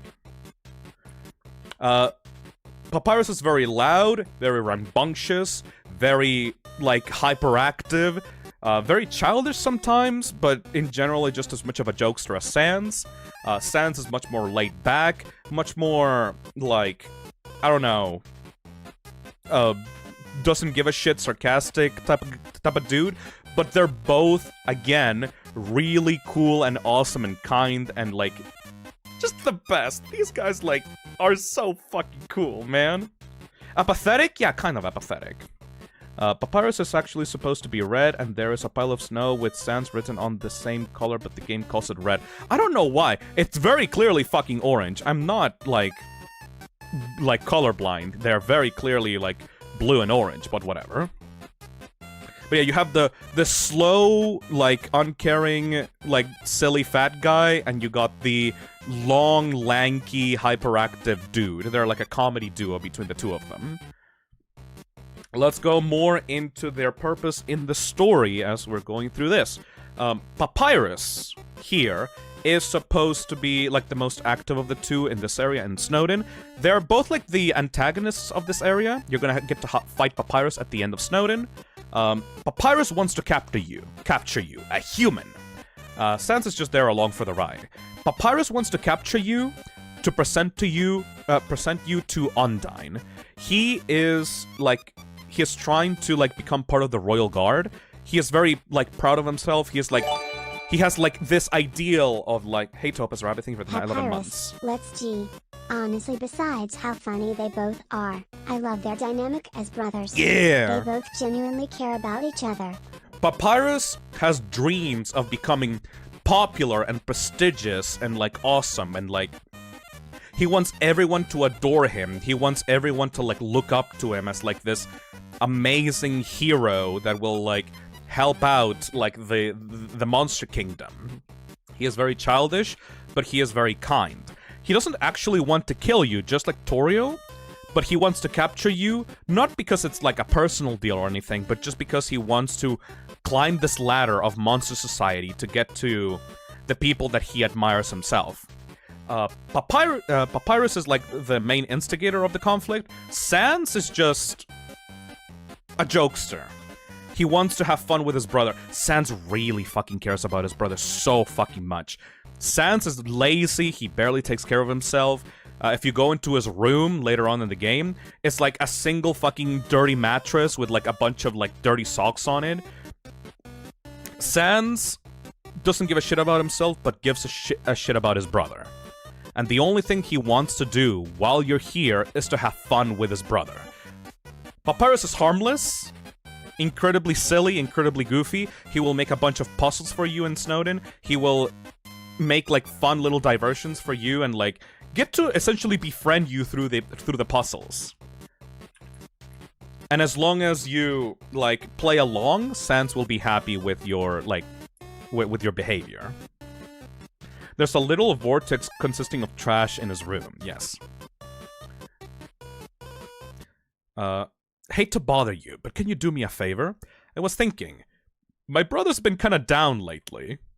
He's never seen a human before, and seeing you might just make his day. Don't worry, he's not dangerous, even if he tries to be. Thanks a million. I'll be up ahead. Alright, let's get into Snowdin. So, all throughout Snowdin, you're gonna encounter these two assholes. Fun development fact, by the way. Did you know that originally in the game's development, in the original concepts for Papyrus that Toby made for the game, Papyrus was actually going to be an incel? Like, he was going to be like an internet troll type of character. He was going to have a fedora. He was going to be like much more like selfish.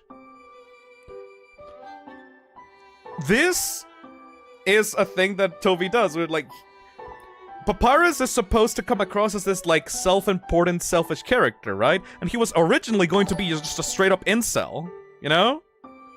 Oh god, not the one with the fedora, yes. But the thing is, that would have been really unlikable, right?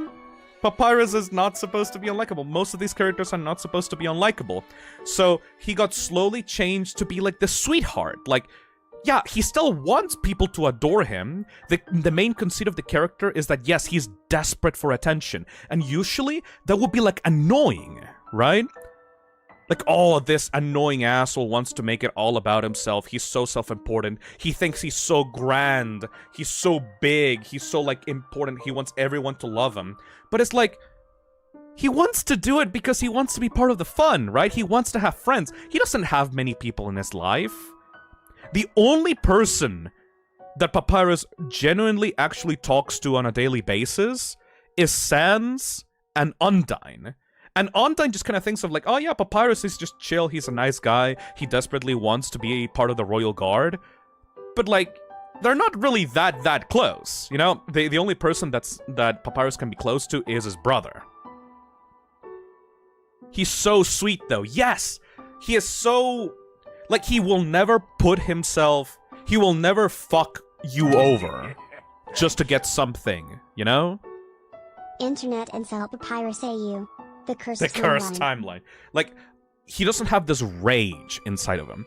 The reason for why people hate incels and hate self-important people and hate people that are, like, egocentric is because they have this, like, spiteful rage inside of himself. This inferiority complex that makes themselves... that makes them... forced to act out on others. Like, incels and, like, egocentric people will put down others so that they can rise above them. Papyrus never does that. Papyrus just wants to have fun, be friendly, and, like, try to hype himself up just to have fun, you know? Like, he wants friends. He wants friendship. He's never going to give you up. He's never going to let you down. He's never going to troll you. He's never going to, like, make you feel bad. He wants to befriend you. It's such a contradiction, right? Because this character is meant to be like this villain that is going to stop you in your hero's quest to get to Asgore. But he doesn't...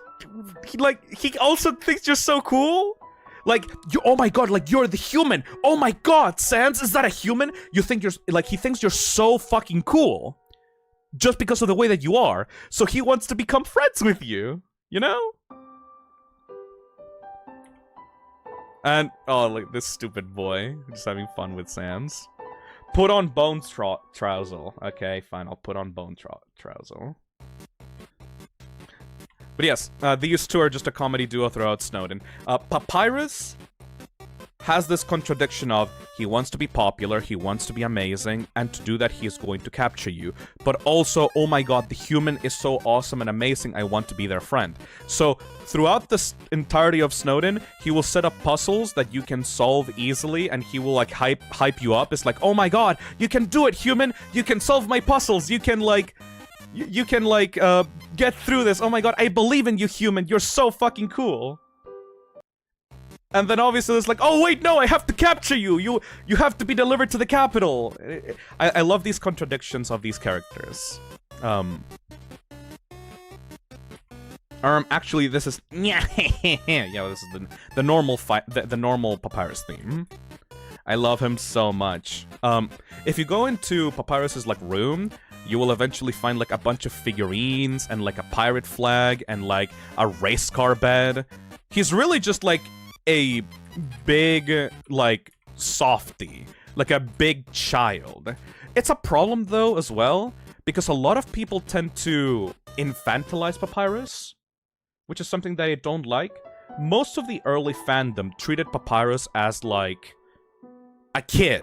Like a oh, this boy doesn't really know what's going on, and it's like this dumb little kid that we have to like baby, you know? And it's like, no, don't do that. Papyrus is an actual adult. Papyrus is like kind of a man-child, I guess, because of his interest, but he still knows what's going on, right? Like, he's smarter than that, yes. For example, a lot of people, when they do the genocide route, believe that Papyrus doesn't know what's going on. A lot of people think that even to the final battle with Papyrus at the end of Snowdin, that Papyrus doesn't know why everyone is dying, right? In truth, Papyrus, just like Sans, is smarter than he lets on. He knows that you've been bad, he knows that you've killed people in the genocide route, but he wants to pretend that you didn't, both for his own mental sake and also to be able to win you over. In the genocide route, when you actively show yourself to be an evil bastard that doesn't care about anyone else other than to raise up your level of violence, he will be there to help you be better. He believes in you. He believes that you can be better because you're just this powerful thing. He believes that the best people in the world are the strongest. Asgore, he admires Asgore. He admires Undyne as these heroes, as these powerful figures that will use their power for the greater good, for the betterment of everyone. That's why he wants to be as powerful as them. So once he sees a human go through the underground and kill everyone in their path, he thinks, you're just being confused. You're just like, you're doing this for some reason, but don't worry, like, I can befriend you, you can be better. If I can just show you kindness, you will be able to turn your ways around and, like, everything can be good again, you know? But he just pretends that you're not a monster, you know? He just pretends that you haven't done these things, because as long as he puts up a brave face, as long as he is able to befriend you, everything will be alright in the end. Aksarat says, there's this neutral route where you just let Papyrus live, and Sans lies to him, saying everyone went on vacation, but Papyrus doesn't believe him, he knows something is wrong. Yeah, even Sans, the smart boy, the smart scientist Sans boy, still tries to infantilize Papyrus. Because, you know, Sans is the older brother, he's been babying and, like, catering to Papyrus's needs all his life. He genuinely believes that Papyrus is just like this innocent boy. But when Sans lies to him, Papyrus just goes along with it, you know? He goes like, oh yeah, of course Sans, this is what it is. And it's like, he really knows what happened, he just doesn't want to disappoint his brother, you know? Also, Papyrus is cracked as shit strength-wise. Oh yeah, both skeletons are also extremely powerful. Just like Toriel, these characters are holding themselves back. You know that intro in Snowdin that I showed you at the beginning of the section of Snowdin in Snowdin where, like, Sans was, like, stalking behind you? That music, that spooky music, is actually relevant. Because Sans, if he really wanted to, if he spotted you at the entrance of the ruins, he could just kill you right then and there. But he doesn't. Why? Because Sans made a promise. I guess I'm gonna spoil it right now because it's, like, relevant. Sans made a promise to Toriel. Sans and Toriel actually have a relationship. No, I mean, have a friendship. They have a thing going on between themselves. Toriel, the only other person that Toriel was friends with during her exile into the ruins was Sans. Every once in a while, every single day, she went down into the basement of her house and went into that door that we went through and started doing knock-knock jokes with Sans. Sans was just, like, discovered that door when he was bored and just, like, started practicing knock-knock jokes, and Toriel was there and answered them. And both of them grew this friendship, this, like, I guess long-distance relationship, where, like, they just flirted with each other and just, like, made jokes and just talked about their lives. And they didn't know who the other one was. Toriel didn't know that it was just a random skeleton. Sans didn't know that it was the queen of the monsters, you know? A lot of fans ship Toriel and Sans because they have such a good dynamic. And you know what? I do too! I'm a Toriel Sans shipper. Because they're just so good for each other, though! Like they're so good for each other. Like, Toriel is so stern and, like, stoic and, like, protective and, like, she's a hard ass with everyone. But Sans is able to just immediately crack that tough shell of, like, the queen of the monsters from her. Like, Sans just is, like, joking around and having fun, and Toriel laps up that shit. She loves it! Fun fact, it might actually remind her of, like, how Asgore was before all of this happened. Because, the best things that Toriel enjoys about Asgore are the things that she likes about Sans. Asgore was, like, the friend to everyone. He was jolly and nice and played pranks and, like, was, like, a little bit of a rebel when, like, he was in his younger years. Both in Deltarune and Undertale, Asgore is, like, this big, fluffy, kind king with, like, that, like, throws in jokes and is, like, friendly to everyone. Sans is that, but he doesn't have the responsibility of a king, so he is never stern. And Toriel loves that shit.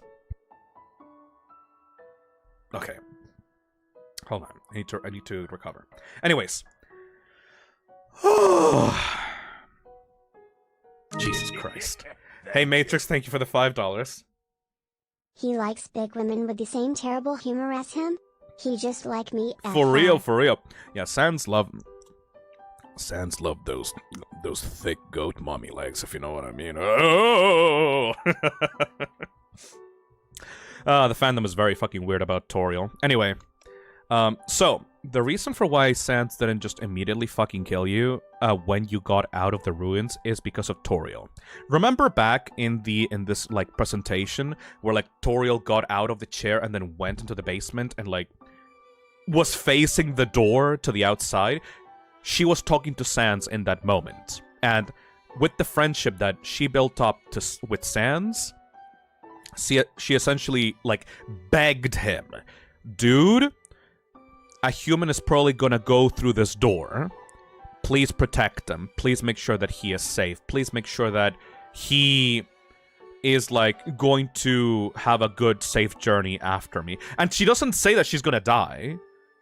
She just says, please protect them. So it doesn't matter if you kill Toriel or not. Sans will not know that. But he will keep that promise to Toriel, you know? Wait, I thought that conversation happened right after you left? How? The only way that Toriel and Sans are able to communicate is through that door. No. Like, it happened literally when Toriel left her chair and went to the door to talk to Sans.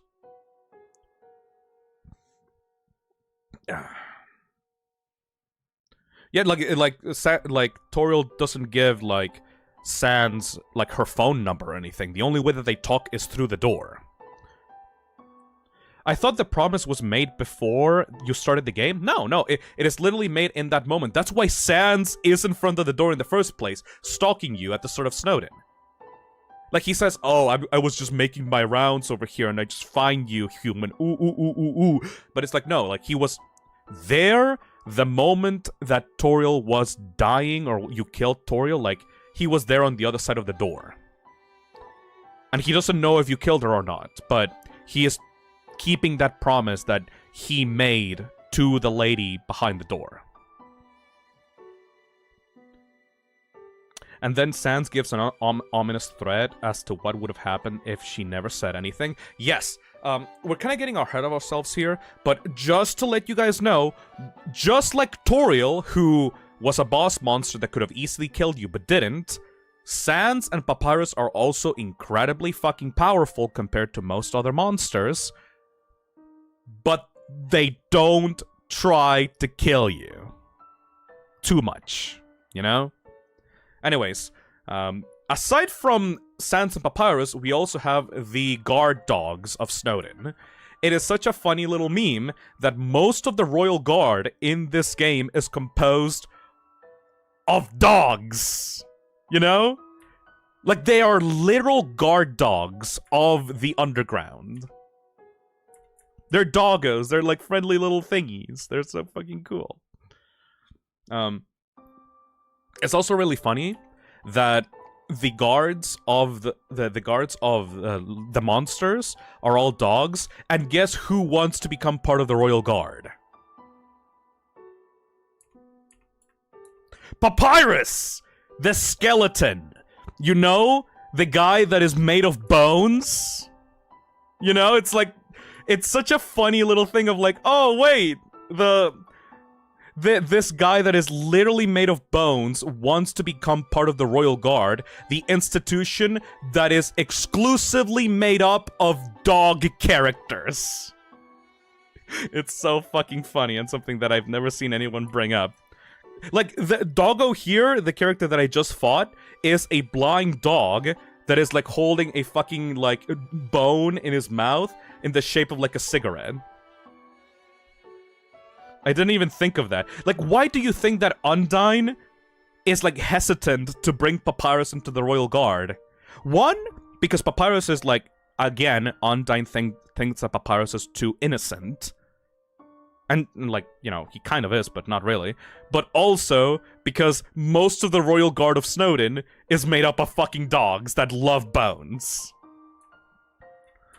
Sens will also explain you some mechanics.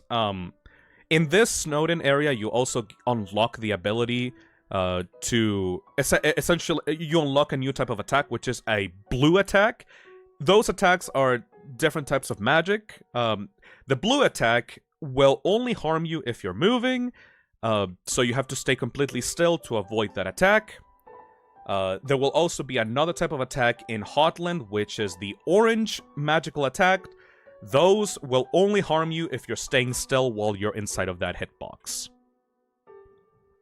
That's why the dogs are in jail in Deltarune. What? Anyways. Oh, there's this little snowy guy, by the way. This is another one of those items that you get at the beginning of the game that you carry with you all at the end. This snowman is a monster, and you can get a little item from him called a snowball, and he wants to see the world. He is trapped inside of Snowdin, but he wants to see the outside. He wants to see the surface world, you know? He asks you to take a piece of him and take it as far away as you can. And it's so fucking cute because if you because like, you can use it, you can eat the snowman piece and regain health from it. This is one of the few items that is like actually a full heal, I think. And you can use this as like a simple healing item if you want to.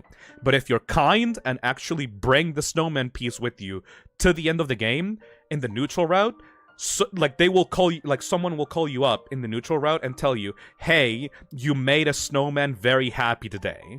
Because the game keeps track if you're still holding the snowman piece at the end of the game once you get out into like the real world.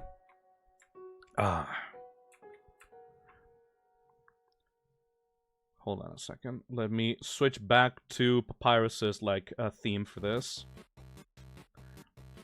Anyways, this is one of the many bits that Papyrus and Sans will have throughout Snowdin. These are fucking iconic bits that the fanbase loves. These are essentially just comedy duo moments that will endear you to Sans and Papyrus. Throughout these, funny little thing that you may notice is that Sans keeps trying to mess with Papyrus. Like, keeps trying to, like, not depower him, but show him as the goofball that he is. Because if he wasn't here, you would think that Papyrus was actually trying to stop you and trying to be evil and trying to, like, antagonize you. But Sans just kind of diffuses the situation by by being a goofball and, like, screwing around with, like, the puzzles that Papyrus sets up and trying to make bits out of them. That's what makes their dynamics so fun. Papyrus is like this determined character that wants to appear as like antagonistic as possible and tries to be like this, like, not evil guy, but like this... Hold on.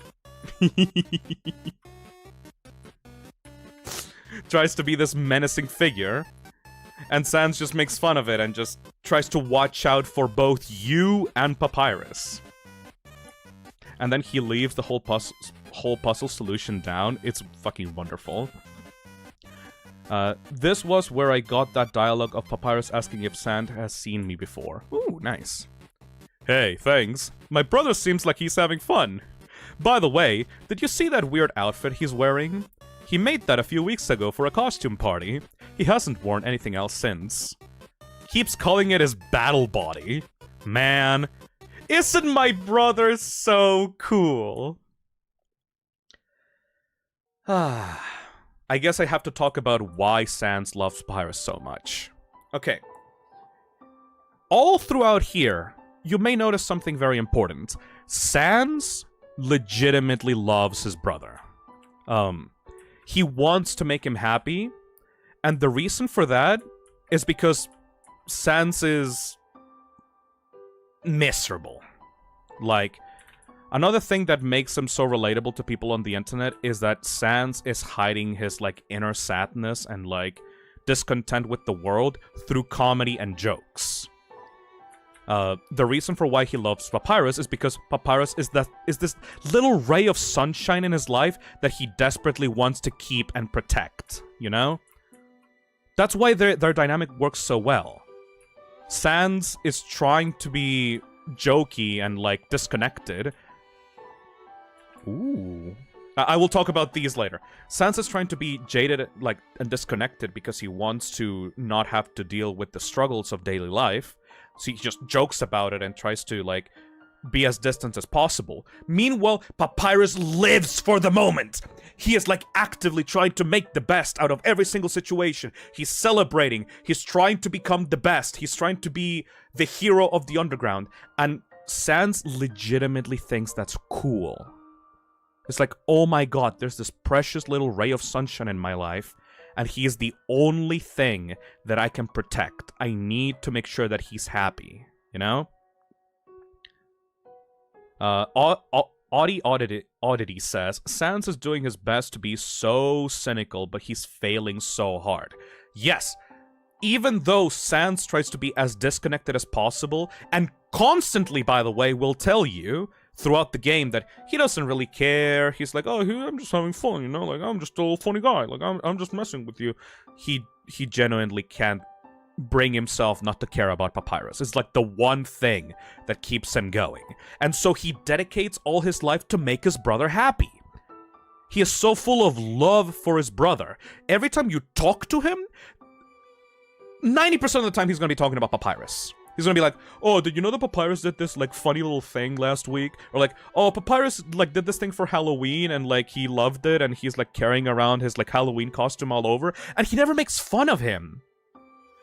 Like, like, every other, like, comedian type of character will be taking the piss out of Papyrus, or, like, any other character in the game. He will be like, oh, isn't he lame? Isn't he, like, cringe? Oh, isn't Papyrus cringe? Like, this is the thing about Sans, is that he is genuinely compassionate and lovely, and he never makes a joke out of the expense of someone that isn't a terrible person.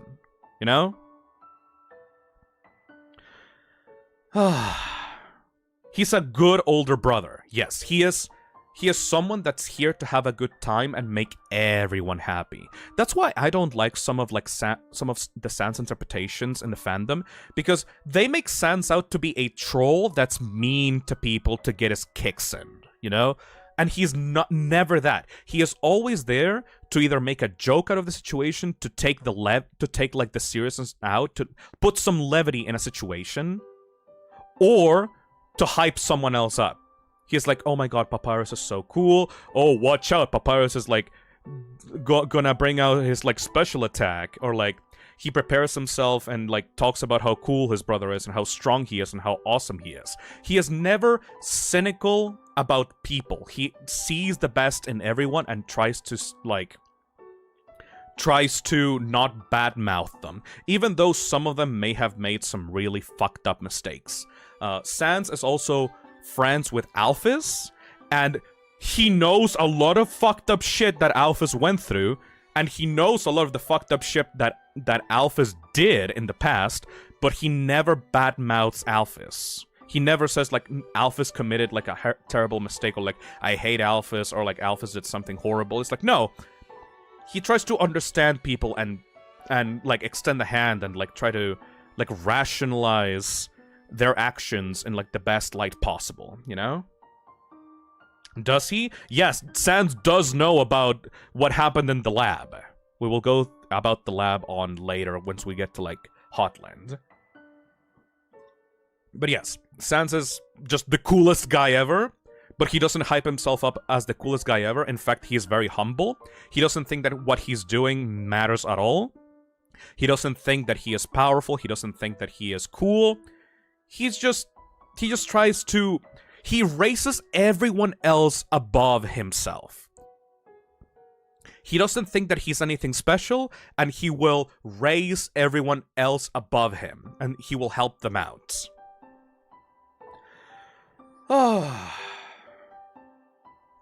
Alright, let's move on to this next thing, by the way, that I've been staring at for the whole fucking duration of this conversation, the flags.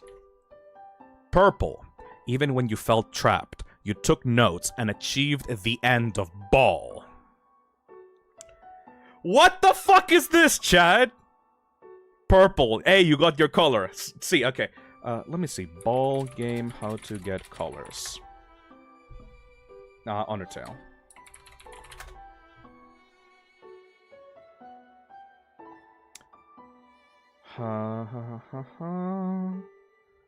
How do I get the ball game colors? Because this is very important to explaining.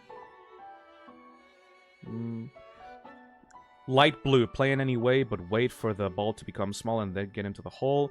Purple, get the ball in the hole after 20 seconds have elapsed. Green, get the ball in the hole between 15 and 20 seconds. Blue, get the ball in the hole between 10 and 15 seconds. Yellow, get the ball in the hole between 8 and 11 seconds. Red, earn the flag twice or more on the current save file. Interesting. Anyways, I need to explain this properly. This is a metaphor. This explains a little piece of lore of Undertale that not many people are very knowledgeable about, which is the different types of human souls. So, as you may have noticed throughout our game, we are playing with a red soul. The red soul is our soul, but you can find different human souls throughout the game, specifically at the end of the game. These souls have different colors. They have light blue, purple, green, blue, yellow, and orange. These are the 7 human souls that a different person can have, and they all explain different traits about humanity. Undertale soul colors. Hold on a second. There we go. Let me just take these images and then put it into a big... Not this. Put it into a big fucking diagram. There we go. So, about the human souls. Currently in the game, monster kind has 6 human souls. Have patience, perseverance, bravery, justice, kindness, integrity. Your soul is the soul of the red soul. A lot of people think that this is the soul of determination. I actually don't agree with that. This is like the fanon explanation of the red soul. I don't think that is the case. But the other ones are very, like, self-explanatory, you know? These essentially show a main trait that that human would have for themselves. So for example, if you're a very kind person, if you're someone whose main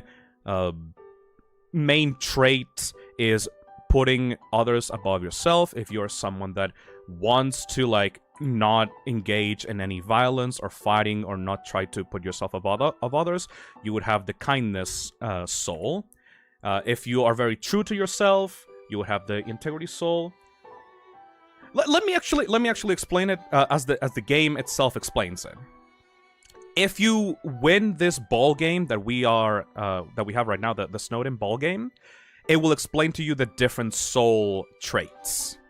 It all depends on your behavior throughout the ball game. So, the patience soul is explained thus. Light blue. Ball is small. You waited still for this opportunity. Then dethroned ball with a sharp attack. Patience is all about waiting for the right moment to take advantage. To take action. It would be explained through like sneak attacks. Hey Jumbas, thank you for the $5. I like the theory that red changes depending on the route. Pacifist equals love, genocide equals love. That is a good theory, but I don't agree with that one. I think we're gonna get into a fight with a lot of the chat right now for this, in this portion of the stream.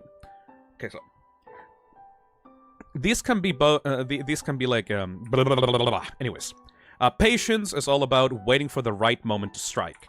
Purple is even when you felt trapped, you took notes and achieved the end of ball. Perseverance is about continuing to move even though things may look difficult. It's about being studious. It's about being like... It's about being like, not determined, but like observant, you know? If you had to like classify these as like D&D classes, like this would be like the thief classes of the game. These are about, one, waiting for the right moment to strike versus studying and analyzing and making sure that you understand everything about your opponent or situation. Green is described as your concern and care for ball led to a delicious victory. This is about gaining victory through your connections with others. If you achieve a connection with someone else, you will be able to combine both of your strengths to be able to win in the end, you know? Blue is described as hopping and twirling, your original style pulled you through. This is about individuality. It's like the opposite of kindness. Integrity is not... integrity is about being true to yourself beyond what everyone else thinks of you. Integrity is like, you are someone that will go against others just to show off, like, your own point of view in life, you know? Others may dislike the way that you act and talk and are, but if you have integrity within yourself, you can still be victorious. It's also a really controversial soul, by the way, because it is very much implied that the blue integrity soul was murderous. Like, the blue human soul kind of went on a rampage throughout the underground. The fan game Undertale Yellow, like,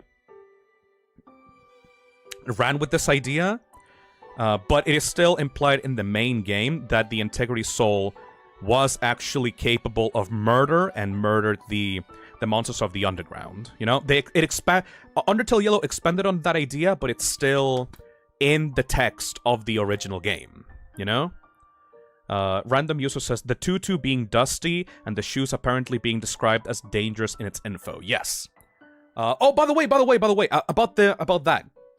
All of the clothing and armors that you pick up throughout the game are owned by the original humans before you.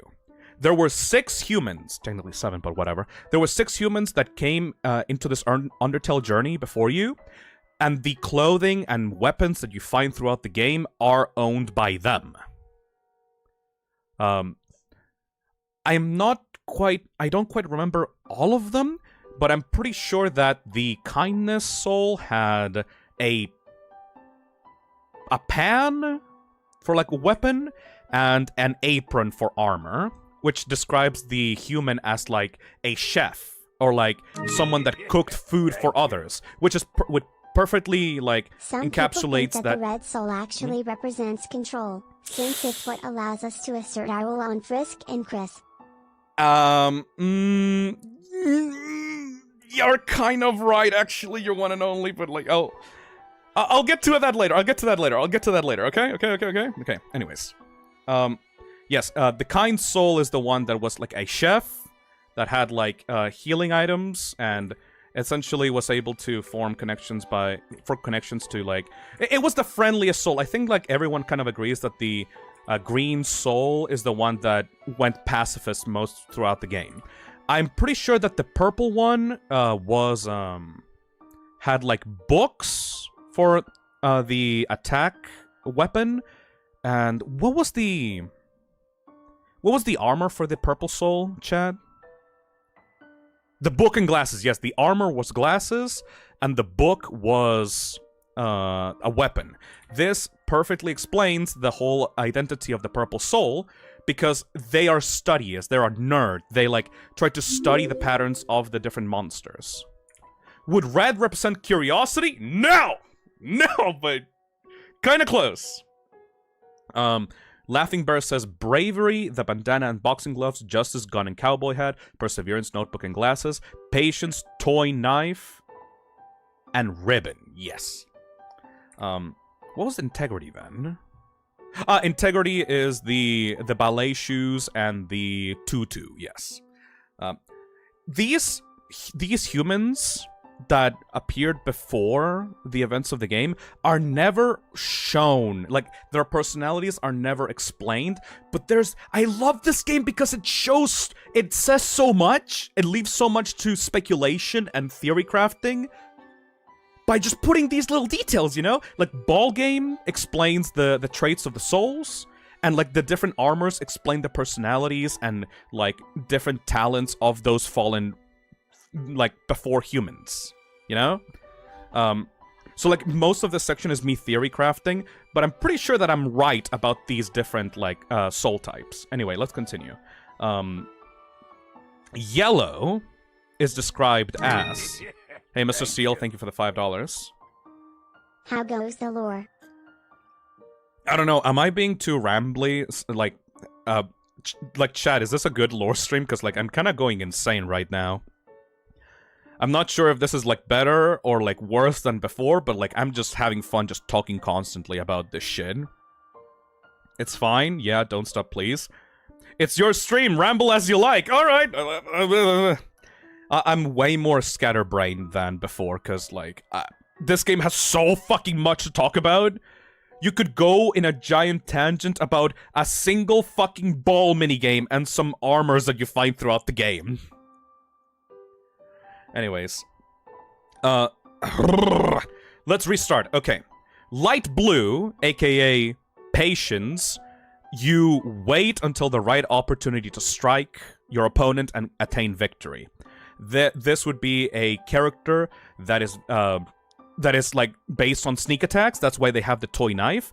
This would be a character that would appear friendly and kind, and once they gain your trust, they would stab you in the back and kill you instantly. Perseverance is very studious, is very it's a nerd. They have the notebook and the glasses. This is someone that through knowledge they would attain victory and overcome the situation. If we want to assume that they would be able to save and load, which probably they don't because, you know, Flowey never comments on the humans being able to save and load. Hey, Case. Guys, you're good. The rambling is perfect to listen to while building Lego R2D2. Thank you, Case. But, like, none of these souls, by the way, none of these souls are able to save and load. Only the red one is able to save and load. But In the case that this soul was able to save and load their game, they would use that to attain information on the situation. This would be a character that in a battle, their main method of attack would be to exhaust the check option. They would check the stats of every single character in the game. They would talk to them, exhaust every single possibility, dialogue option, and every option in battle to get as much information in order to get the ideal battle experience and battle attack to be able to gain victory over their opponents. Green is the kindness soul. They have the pan and the pan and the frying pan and the apron. They are kind, and the way that they attain victory is through forming bonds with others. They will not try to attack or kill anyone, but they will always try to spare their opponents and become friends with them so that they can gain victory in the whole Undertale game, I guess. Integrity is about staying true to yourself. It's about you being different and showing yourself to others without a care, without giving in to other people's demands, you know? You will stay true to yourself. Your original style, your original self will not be changed by others, and through staying true to yourself, you will attain victory. Has the ballet shoes and the dusty tutu, and this is the most violent soul in the game. Yellow is the Justice Soul. Yellow is described as your surefire accuracy put an end to the mayhem of Ball. I'm not going to go into Undertale Yellow because, it's a fan game, but I do genuinely believe that the developers of Undertale Yellow kind of understood what the Justice Soul was all about. This Justice Soul is about being accurate and just. Justice, fucking obviously. This is about carrying on your own version of justice. It could be either sacrificing yourself to benefit the people that have been victims of a crime or an injustice, or carrying out the justice carrying on the vengeance of what you believe is murderers or stuff like that. Undertale Yellow played around with this concept excellently, and I love it for it. Finally, Orange is described as you are the kind of person who rushes fists first through all obstacles. Bravery is about not giving a shit about self-preservation, about being about fearing that you may die or being being harmed. You will just rush on ahead and be and do what you need to do to attain victory. Also, stupidity. I mean, I guess if you are wrong about your assessments of stuff, you can be very stupid but can be very brave. The YOLO Soul, yes.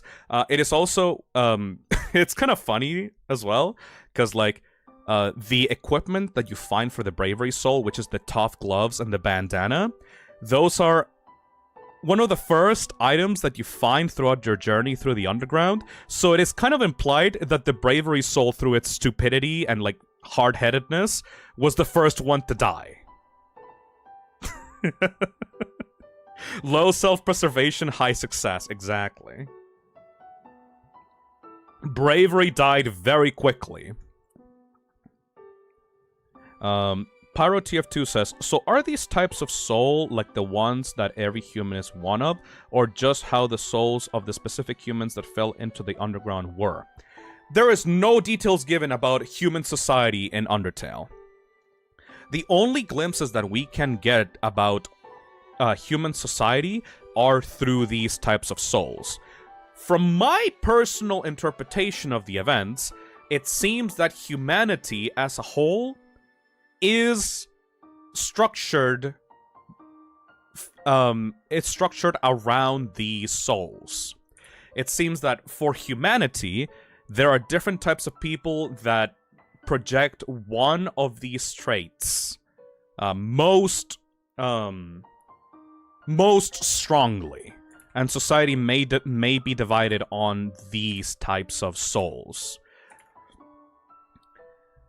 There is one more soul that is the most important one in the game, and that is the red soul. A lot of people believe that this is the determination soul, and I kind of disagree. 'Cause in the plot of Undertale, determination is something that all living beings have, including monsters, by the way. They have a little amount, like very little amount of determination, but they still do have determination. Human souls have the most amount of determination, and they can be extracted from every single one of these souls. The red soul has the most amount of determination, which allows it to save and load the game. It takes away that ability from Flowey just because of how fucking powerful it is. But that doesn't mean that it is the determination soul. If you get every single one of these flags in this minigame, you get the red flag.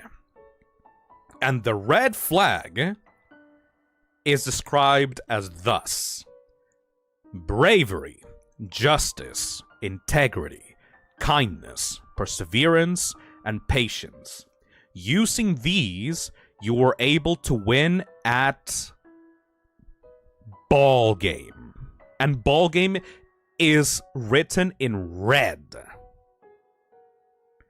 And then if you do it again, if you earn the red flag again, the red flag or the red soul is described as thus: red, try as you might, you continue to be yourself.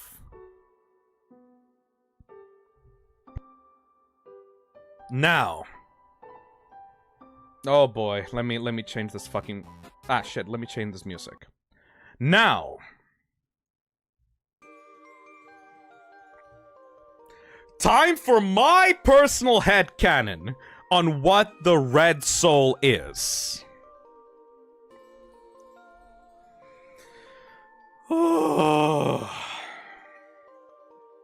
I believe that the red soul in Undertale is literally you.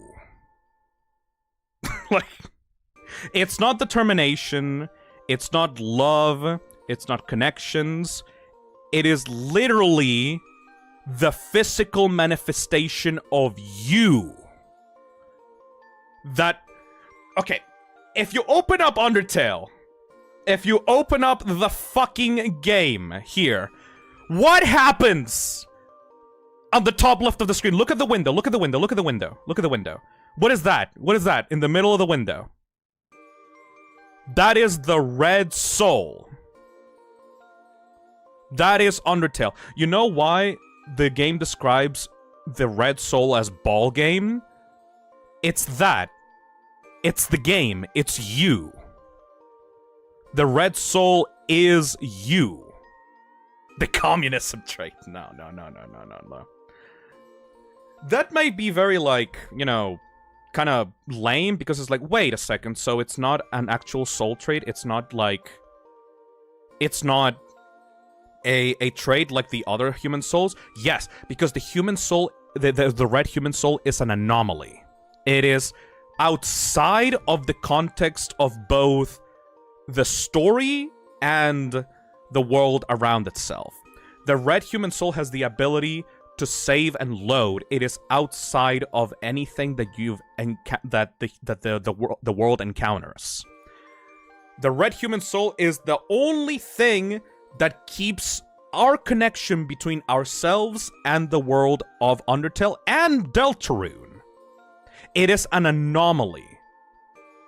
I fully believe that humans that have the red soul trait have so much determination inside of them that they're able to transcend the world of fiction and are able to connect with real human beings in the real world. You know? The red soul is how we control Chris and Frisk. Yes. What about Chara? Chara, in my personal opinion, is meant to represent you. Like, even though they're a human, right? But their soul is you. The only reason for why we are able to connect to these worlds is because of Chara, because Chara is literally you. We're going fourth wall now. Yes, like, that's why we name the fallen human, because Chara is you. That is the ability of the red soul. It's the ability to transcend fiction and transcend and connect us into Undertale. You know? It's not... If you really want to think about it, like, if you really want to, like, I don't know, assign a certain trait into the red soul, you can say, take a good look at yourself. Take a look good at yourself as a person and tell me, what is your trait? What do you most believe represents you as a person? Whatever that is, that's the red soul. That's why it's you, you know? Like, do you represent completion? Do you want to see everything that the game has to offer? Then you will be a genocidal red soul. You will go through the game and get everything and get to the end of the game and go through the genocide route. Are you someone that wants to engage with fiction as like real people? Do you want to have friendships with these fictional characters? Then you will be a kind red soul. You would be someone that will want the best for every single character and will want to get the best ending for these characters, and then you will stop playing the game and cut off that connection. Whoever you are is what the trait of the red soul is. Ooh, this is a really neat theory / headcanon. I think that's literally it though, man! That's why Toby has never directly referenced or talked about the main trait of the red soul. Because it's you! Whatever you are is what the trait will be. That's why it's literally, again, the fucking icon of the game. Whatever you make of Undertale, that is the trait. Whatever the game reflects, you reflect upon the game. Whatever you, whenever you act or... Hey, the lad, thank you for the super chat. Yes, ADHD the soul. Okay, yeah, but actually though, like if your main personality trait is being an ADHD motherfucker and like doing weird things and saving and reloading over and over again, like that is a representation of you in the game. It is the self-expression of the player inside of the video game. I always saw the red soul as individuality. If your one of your main core beliefs is individuality, then yes, it will be that. But individuality is literally integrity. You know? This integrity is the blue soul. This story is about having care projected onto them by people, and by playing as them we do the same thing. Their real name is only shown when you do what they would have done, if they had control. Yes. I will talk about Frisk's story and Chara when we get to the end of the game, but yes. Phil, what about the mirror? Oh, you mean it's you? It's still you? I will talk about that once we get to New Home, but yes. Anyway. That is what I truly believe the Red Soul is. The Red Soul is a representation of us, and whatever we make of Undertale is what the the Red Soul represents. A little bit abstract, a little bit bullshit, but I think that's the only thing that is like a good explanation for this, because Toby has not wanted to pin a trait to the Red Soul. Toby has never said, oh, this soul is about determination, this soul is about, like, control, this soul is about freedom. All these little tiny pieces of what people think the Red Soul means is the point of the red soul. If that's what you think the red soul is, that's what the red soul will represent in the game. Lucas says, seeing the obsession by most of the fandom, we can conclude that the red soul is the autism soul. Now keep talking about it, your hyperfixation, green man. It's amazing. Yes. Deltarune applied here doubly. Thanks, Mr. Wingdings. What? Yes! The red soul also means the same in Deltarune, because it's you! It's, in Deltarune, it's still you! Francis says, wait, I thought that the soul was already determined as determination, so determination was never confirmed to be its true trait? No! Because once again, whenever the red soul is mentioned, literally the only thing the game says about it is that it's you! Every single soul has determination in some capacity. That's why Alphys was able to extract determination out of the human souls before you came along. The true red soul was the friends we made along the way. If you finished the game in the at the pacifist route, that is actually literally it, though. Akra says, Deltarune makes this even more clear that the red soul is an anomaly. It ain't supposed to be there, and it's doing things to people. Yes. A lot of people wonder, hey, why is Chara so special? Why is Chara so weird and, like, so prevalent in the game?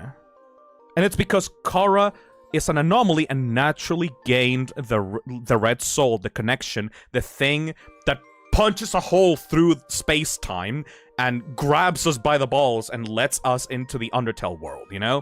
It's an anomaly. It's something that is completely outside of the normal human spectrum in this society. Miru Bear says, so the despite everything, you're still political bit can be canon if we represent us as political. Yes, if you play Undertale and you're a right-wing conservative Trump supporter, the red soul represents Make America Great Again. Get it? That's why the hat is red? Get it? Get it? Oh, I like that. The red soul is you. The red soul is change. Because we can determine where the story goes by our choices. For the best or worst. That's a pretty good way of encapsulating it, Topaz Rabbit. Oh. Jesus fucking Christ. Okay. Let's continue. Thank you. Hey Jumbus, thank you for the $5. I like that. The red soul has so much determination that it can't be nailed down to a single trait and is entirely dependent on who you are as a whole. Exactly. Alright. Whew, I need to take a little bit of a break from this one a little bit. Ball game really opened the floodgates, huh? Anyways, let us have a little bit of a relaxed time with the fucking Bone Brothers, I guess. I need to take a little bit of a breather right now. Can I just sit? Can I just sit down a little bit? Can I just like chill? That debate was ballin'. Thank you, ball game. I think that support my theory that red can still be considered a combination of all six. Well, yeah, because like it literally says that in the game. I mean, it could be the red sun over paradise. Oh shit! I need to talk about Junior Jumble!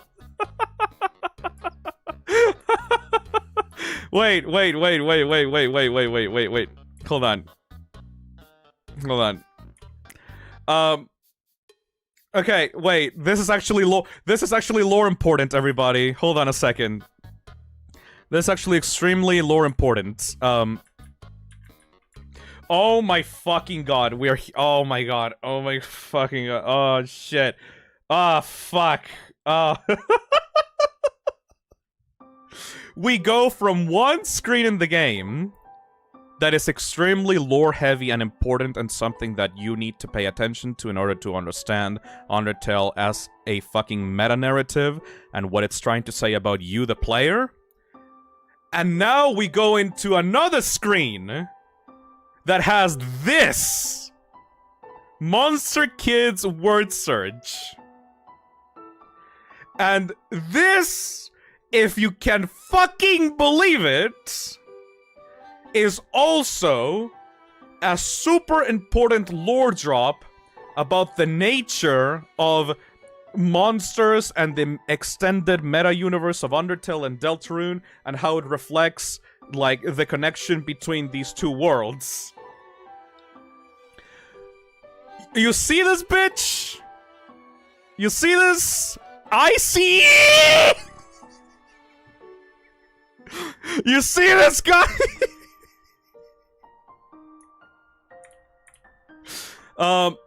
Icy is a mascot for a word search in Undertale. This guy, this is the only time he appears in Undertale. Literally the only time. Literally the only time that you see this guy is here in Undertale. But this guy's not from the Undertale world. Icy is real! He's not a mascot, he's actually from another fucking universe, Morty! Icy is a mascot in Deltarune. He is supposed to be this like Freddy Fazbear, Chuck E. Cheese type character that is like the mascot of a pizza restaurant where like monsters put ice on their pizzas. This guy is a super famous mascot that all the kids talk about in Deltarune, but nobody knows who he is in the world of Undertale. The only fucking remnant of Icy in the Undertale world is in here, and this piece of paper was put in here by motherfucking Sans Undertale. Oh god, so that implies Sans brought the crosswords from Deltarune. Yes, time to talk about the dimensional connections between Undertale and Deltarune. Sans is from Deltarune, not from Undertale. If all throughout this game it's implied that the Bone Brothers did not exist in Undertale until recently. Like, if you go into Snowdin, if you go into the town of Snowdin, we will get to Snowdin in a little bit. It's actually, oh my god, Lesser Dog! It is actually implied that, that Sans and Papyrus came here from another world. When you go into Snowdin, into the store, a store in Snowdin, you talk to a bunny person that is like one of the store people in the game, and you can talk to them about the Bone Brothers, about Sans and Papyrus, and she says that they just came out of nowhere and asserted themselves into Snowdin. Nobody knows where Sans and Papyrus came from. They're new monsters in the underground that no one has ever seen before. That's because they came from the Deltarune world, which means that Deltarune is a prequel to Undertale. However, and this is the most fucked up part about this shit, right?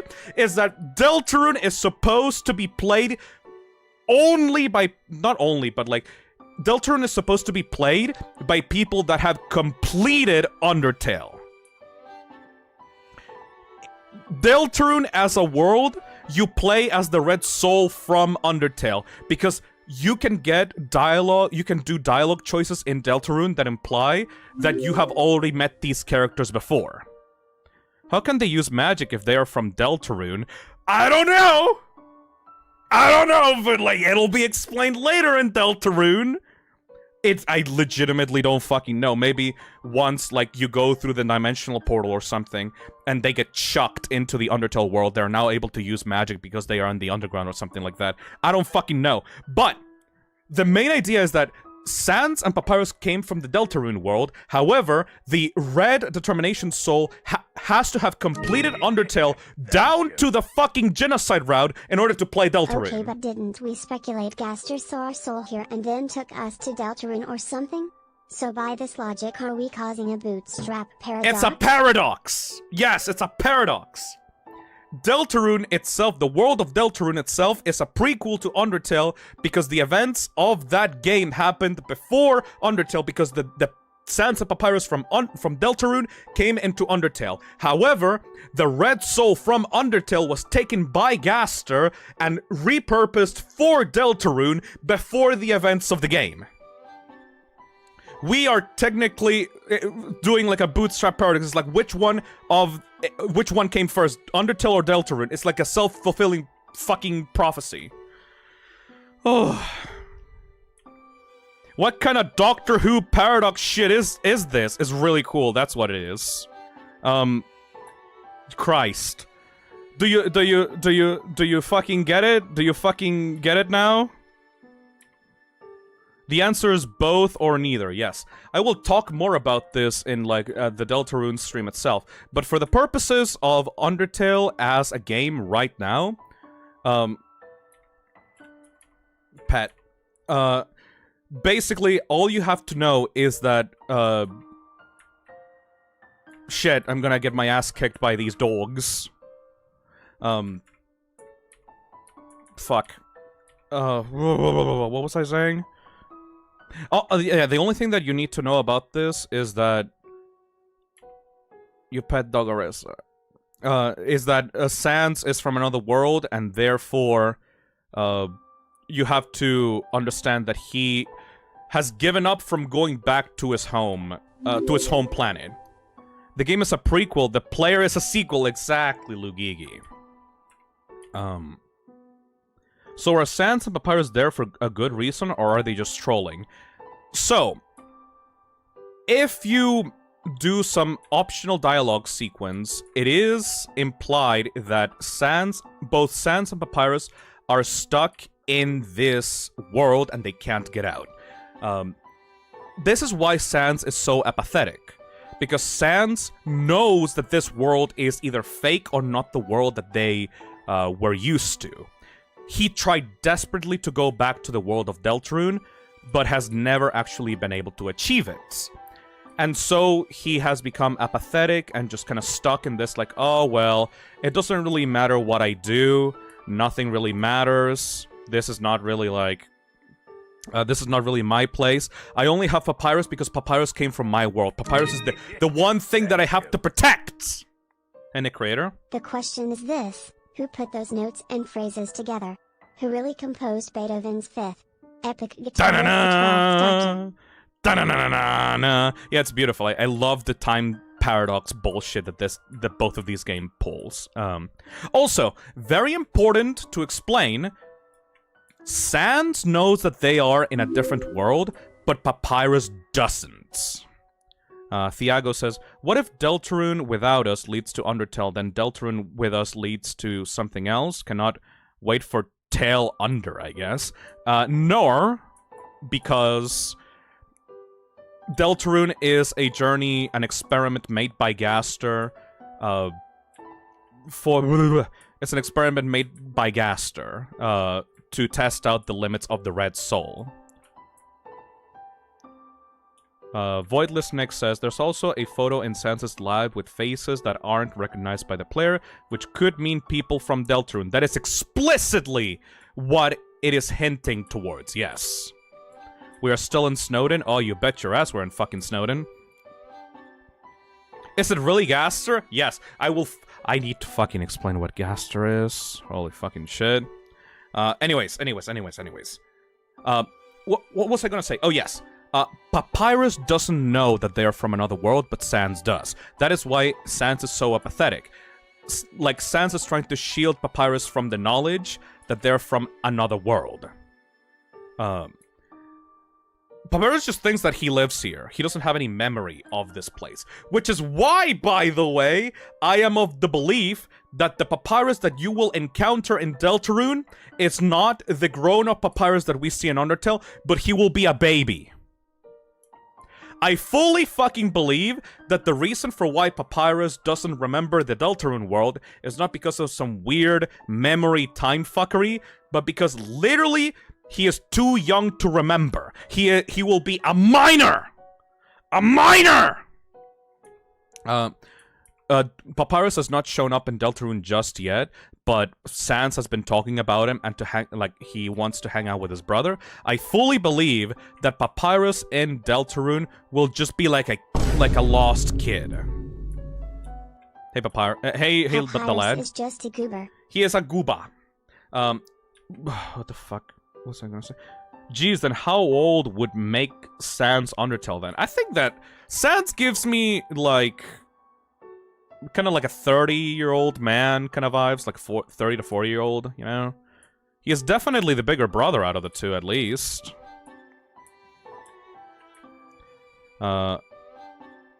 He has been referenced when knocking on Sans's door, nothing but a trousel of bones. Yes. I fully believe that once we encounter Papyrus in Deltarune, he will just be a tiny little baby. Okay, there's a newsletter. Okay, a newsletter happened, like, a long time ago. A Q&A for Papyrus. Like, Toby took in questions from people that wanted to ask Papyrus some questions. And those people asked Papyrus, hey Papyrus, do you remember anything from, like, your younger life? Anything before Snowdin, they said.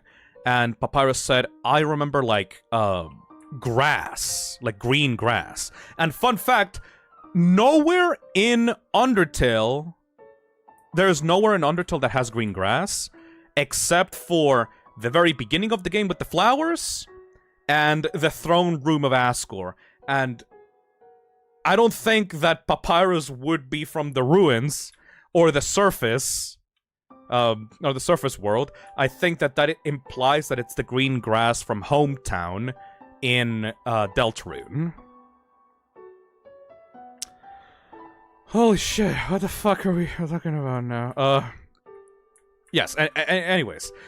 Also, and when that happens, when Papyrus gets asked that question, Sans comes in, distracts Papyrus, and then cuts off the connection. Like, Papyrus gives the phone to Sans and to answer the question, and Sans just says, like, goodbye, idiot, and just fucking, like, turns off the connection immediately. Because he wants to shield Papyrus from the truth. He thinks he cannot handle the truth! Can we chill for, like, a bit? Oh, yeah, I will chill for, like, a bit, you know? I will... Hold on. Let me take a little bit of a breather, okay? Because, like... Whew... Wasn't that a reference to the Kickstarter page? No. It was not. Take a breather, man. You sound kind of exhausted. Yes.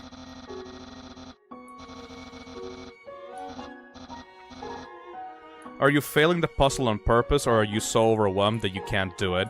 I did it! Don't worry. Fuck you, Sans! You multi-dimensional piece of shit. Anyways, how are we doing tonight, everybody? How are you feeling? It's only been like 3 hours and 30 minutes, but like I'm genuinely fucking out of breath talking about this game. Can we watch a small theory video to help? Oh, you know what we can do? You know what we can do? We can watch someone else talk about it. I know Cibles, like, I follow Cibles on Twitter. Does anybody know who Cibles is? Cibles and Shay have, like, excellent videos about, like, Undertale facts and stuff. I would like to watch those. Cibles Undertale facts. There we go. Let me show this off for people. Let's take a little bit of a breather. Please go subscribe to CiblesGD on YouTube. We will take a little bit of a breather by watching 10 minutes of useless Undertale information. This video is by Cibles. Please go subscribe to them. I have not yet subscribed. That's kind of stupid. I should. I already follow them on Twitter and Blue Sky. Also, yes, Tark says, Cibles created the AI Undertale and AI Deltarune mods. Yes. Now, let's watch a little bit of this video while I take a little bit of a break. You can interact with this random wall in Waterfall. You can't inspect anything in the first room of the game until you first meet Flowey. Once you meet him, you can go back and inspect the flowers. Golden flowers, they must have broken your fall. Oh, foreshadowing! If you press X or Shift 5 times on the title screen, you'll get an activity level. Activity level A appears if you have completed the neutral ending. Activity level B appears if you have completed the pacifist route, and activity level C appears if you have fought Sans twice or have killed him. If you don't have any data, no information will appear instead. And additionally, if you type in ball on the title screen, you'll get a unique sound that only plays here. I like that little fucking debug menu information. That's very fucking cute. I like that. Undertale has a total of 93 different endings that you can achieve. There exist 2 different dog error screens in the game and only appear if an error has occurred, such as loading a corrupted save. Deltarune was teased in the Nintendo Switch version of Undertale way before its announcement, where Clam Girl was changed to Goner Clam Girl. Oh, the Gaster followers. Oh, shit. We have to talk about the Gaster followers once we get into Waterfall. Meeting her neighbor Susie soon. If you unplug the controller on the Xbox version of Undertale, you get some funny messages. These messages actually differ from room to room. Additionally, the Xbox version of Undertale is the only version of Undertale that is yet to be data mined due that is untrue, but that was because this video was released a year ago. In fact, people have now recently been able to decompile the Undertale Xbox version after many months, and they haven't found much, honestly. The only thing that they managed to find is, like, the messages of, like, the controller disconnection, and it's not really that important, but it's cool that every single version of Undertale is now decompiled. Being on hardware that is extremely hard to do so on. The cursed 3D Toriel model that Toby uses a lot in Undertale marketing is actually canon, according to him on Twitter. Yeah! The 3D Toriel from the commercial is also canon. I don't know what that means, but just keep it in mind. This was back in November 25th, 2016. If you want my personal take on this, I fully believe that there will be a chapter in Deltarune that uses 3D Toriel in some capacity. Maybe it will be like a mini boss fight. Oh! You know what it could be, actually? Okay, this is Undertale lore stream, but fuck it. Chapter 3? 3D Toriel is the night! No, Luca. But you know what I think it could be? You guys know how Deltarune Chapter 3 is going to take place in a TV world? And, like, it's gonna have, like, a cowboy segment, it's gonna have, like, a chef segment, it's gonna have, like, different, like, mini-games based around different, like, TV tropes. What if we get a segment in Deltarune Chapter 3 about having to rescue Toriel or having to fight Toriel, and that segment is supposed to be a, like, 3D movie? Like, the main villain of the chapter goes, like, put on your 3D glasses and, like, experience this, like, cool 3D movie with us. And then a giant 3D Toriel appears, like, or, like, takes, like, replaces, like, the regular Toriel, you know? The Emerald Sword says, TV commercials did have an era of having really primitive 3D in the 90s. That could also be that. I think that the main storyline of Deltarune Chapter 3 is going to be the TV villain, the main TV guy, or, like, the antenna, is going to kidnap Toriel, and is going to, like, keep her hostage in this, like, TV world, and it's going to force you into doing these different bits and like mini games for his own entertainment, like essentially blackmailing you with your mother's safety, like, hey kid, this is show business, you better do what I say or your mother gets it, or something like that, you know? Because, like, Toriel was so close to the TV guy when everyone fell asleep when the Dark World was created. I think like the main storyline of Chapter 3 is going to be rescuing Toriel from the TV guy and doing whatever he wants to like increase ratings for like the show, you know? A Mettaton Redux? Something like that, maybe. Kedu says, it makes you battle different Toriels, one of which would be a 3D Toriel. That would also be really cool. According to him on Twitter, there is unused code. What about the weird routes? Oh, let's get into that later. Like, we're currently in Undertale land. We're not gonna get too much into it. You know what else? Oh, shit. I can't fucking contain myself. You know what also would be really fucking cool? If there was a romance show in Chapter 3, and the actors of that romance show would be acting out, like, a drama TV episode about like two parental figures like getting a divorce, you know? Like the TV man is trying to like make fun of Chris or is trying to bring up Chris's past by making a whole drama romance TV show about two like like a married couple either trying to get back together or split up or like getting a divorce, you know? Like, oh, drama! Something like that.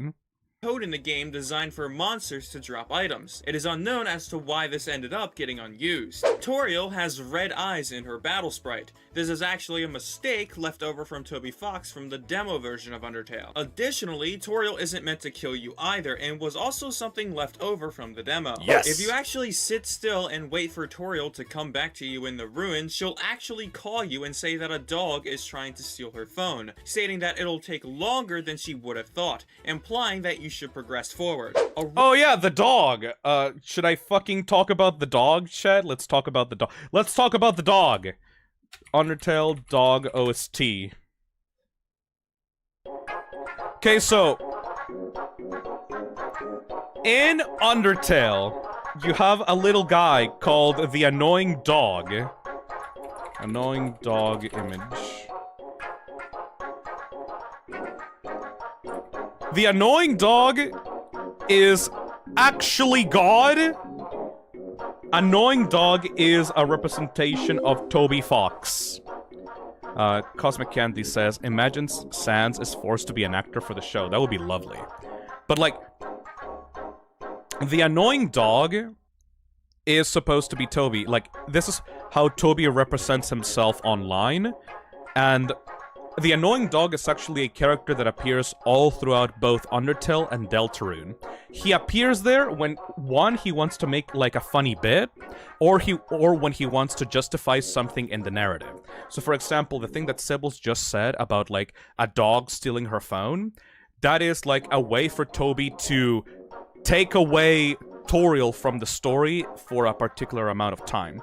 In Deltarune Chapter 2, there will be, like, cones that like pink like traffic cones that magically appear when Susie grabs like Ralsei to go away from Chris, and like 3 magical pink cones will appear with the Annoying Dog's face on it. Pulls up video to relax, his voice proceeds to talk more. Sorry, I'm just very fucking autistic about this game. The Annoying Dog is both used as comedic relief and as a way for Toby to represent himself throughout the game. There will be many times that you'll see him as we play through the game. He appears like twice in Snowdin. And... no, 3 times. Yeah, 3 times. He appears 3 times in Snowdin. And whenever, like, you need a plot contrivance or, like, explain how a character ended up the way that they did, it's because of this motherfucker's fault. He is also shown to be a fucking game developer as well. Like, there is a bit in Deltarune Chapter 1 in which you can see a dog in the computer lab working on a video game. And that video game is very explicitly implied to be Deltarune Chapter 2, because in that same room, in Deltarune Chapter 2, is where the cyber world is created. Also, this also happens in Undertale itself. There is a room in Undertale that you can go into where the dog is, and you can find an item that the dog made that is a video game, and that video game has the cover art of Undertale, like really pixelized, like zoomed out in there. He is literally the creator of Undertale as a video game. Wait, I never connected that detail. Yeah, the dog is an annoying asshole. Toby presents himself as an annoying dog in his games, and it's super fucking cute.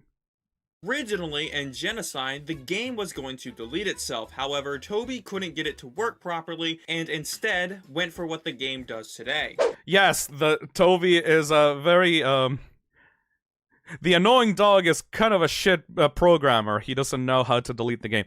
At the end of the Genocide route, the game was supposed to delete itself, and you can see in here, like, if you don't know how code works, I can essentially explain it to you. That the code here says, if global OS flavor equals 1, which is basically if you have completed the Genocide route, then if this file exists, which is undertale.exe, then delete undertale.exe. And that didn't work, so he did multiple versions of this, like one with like the exe is capitalized, one where like the first word is capitalized, one where like the entire name of the game is capitalized, and that never fucking worked.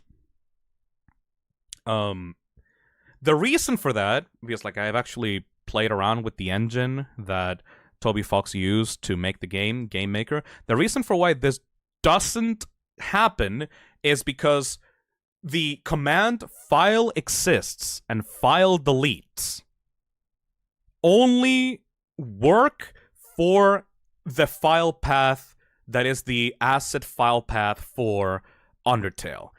There is an exe, and then there is a folder that contains all the assets of the game, and the game is trying to look for undertale.exe inside of that folder.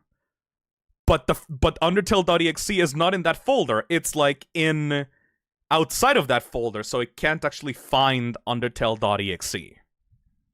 Game does today. We all know that this is what Chara looks like, but there's an unused version of Chara in the game's files that looks like this. YouTuber Yes. Oh, MatPat, I'm the Pope! Does everybody know about Undertale and the Pope? MatPat? Okay, Matt. So, funny thing about MatPat.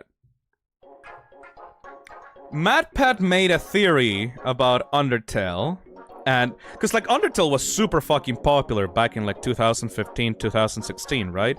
MatPat wanted to capitalize on the success of Undertale just like he did with Five Nights at Freddy's a year before.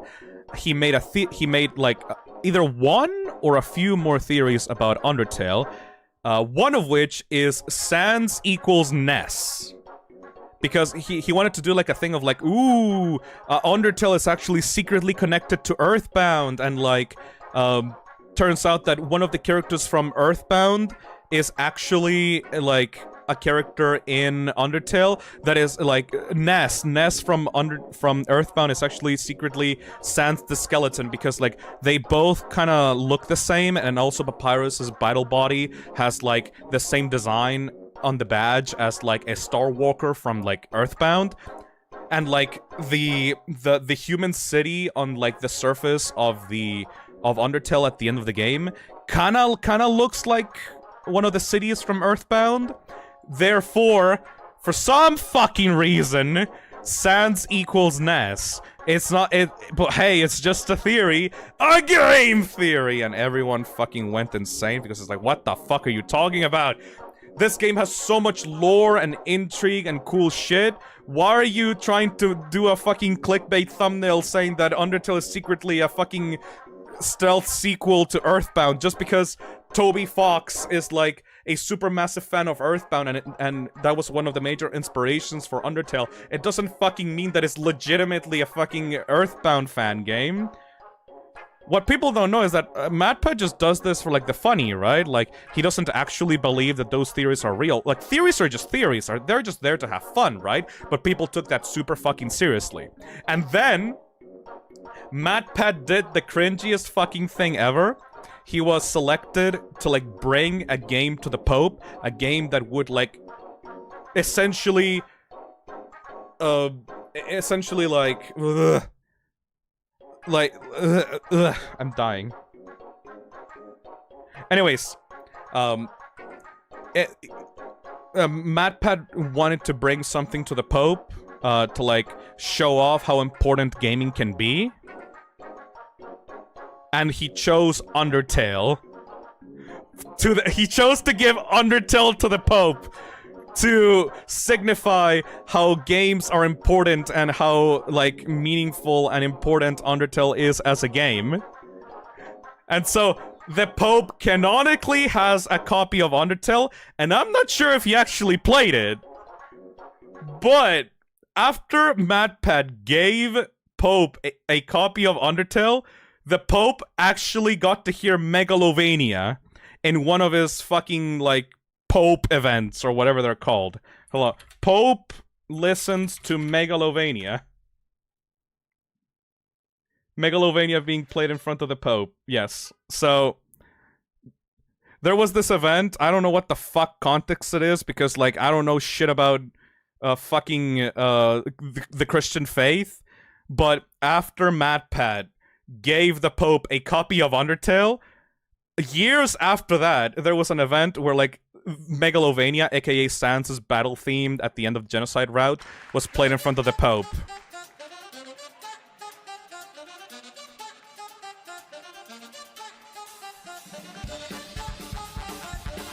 Look at them go!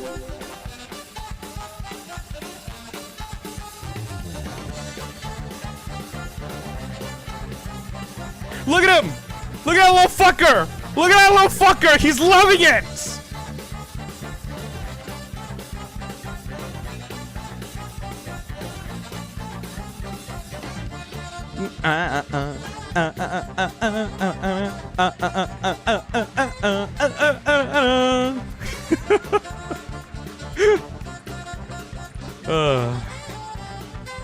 And they had, like, fucking dancers and, like, jugglers and shit. It was awesome. This cover slaps. You think anyone in there in the crowd knows? Like, I don't think any of these people are gamers, man.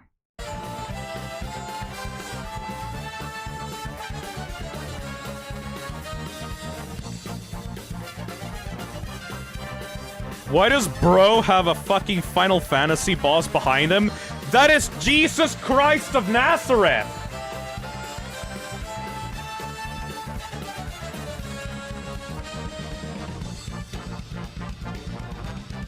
It does actually look like a Final Fantasy boss, though. E questo momento così...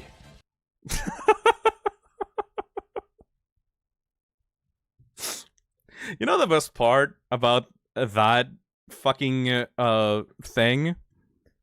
If we go through the timeline and we analyze this from the point that MatPat gave the Pope a copy of Undertale, and then we go to that moment where, like, the Pope is, like, seeing a bunch of jugglers and shit while he's listening to Megalovania, and he ordered that, it means that the Pope canonically went through the genocide route.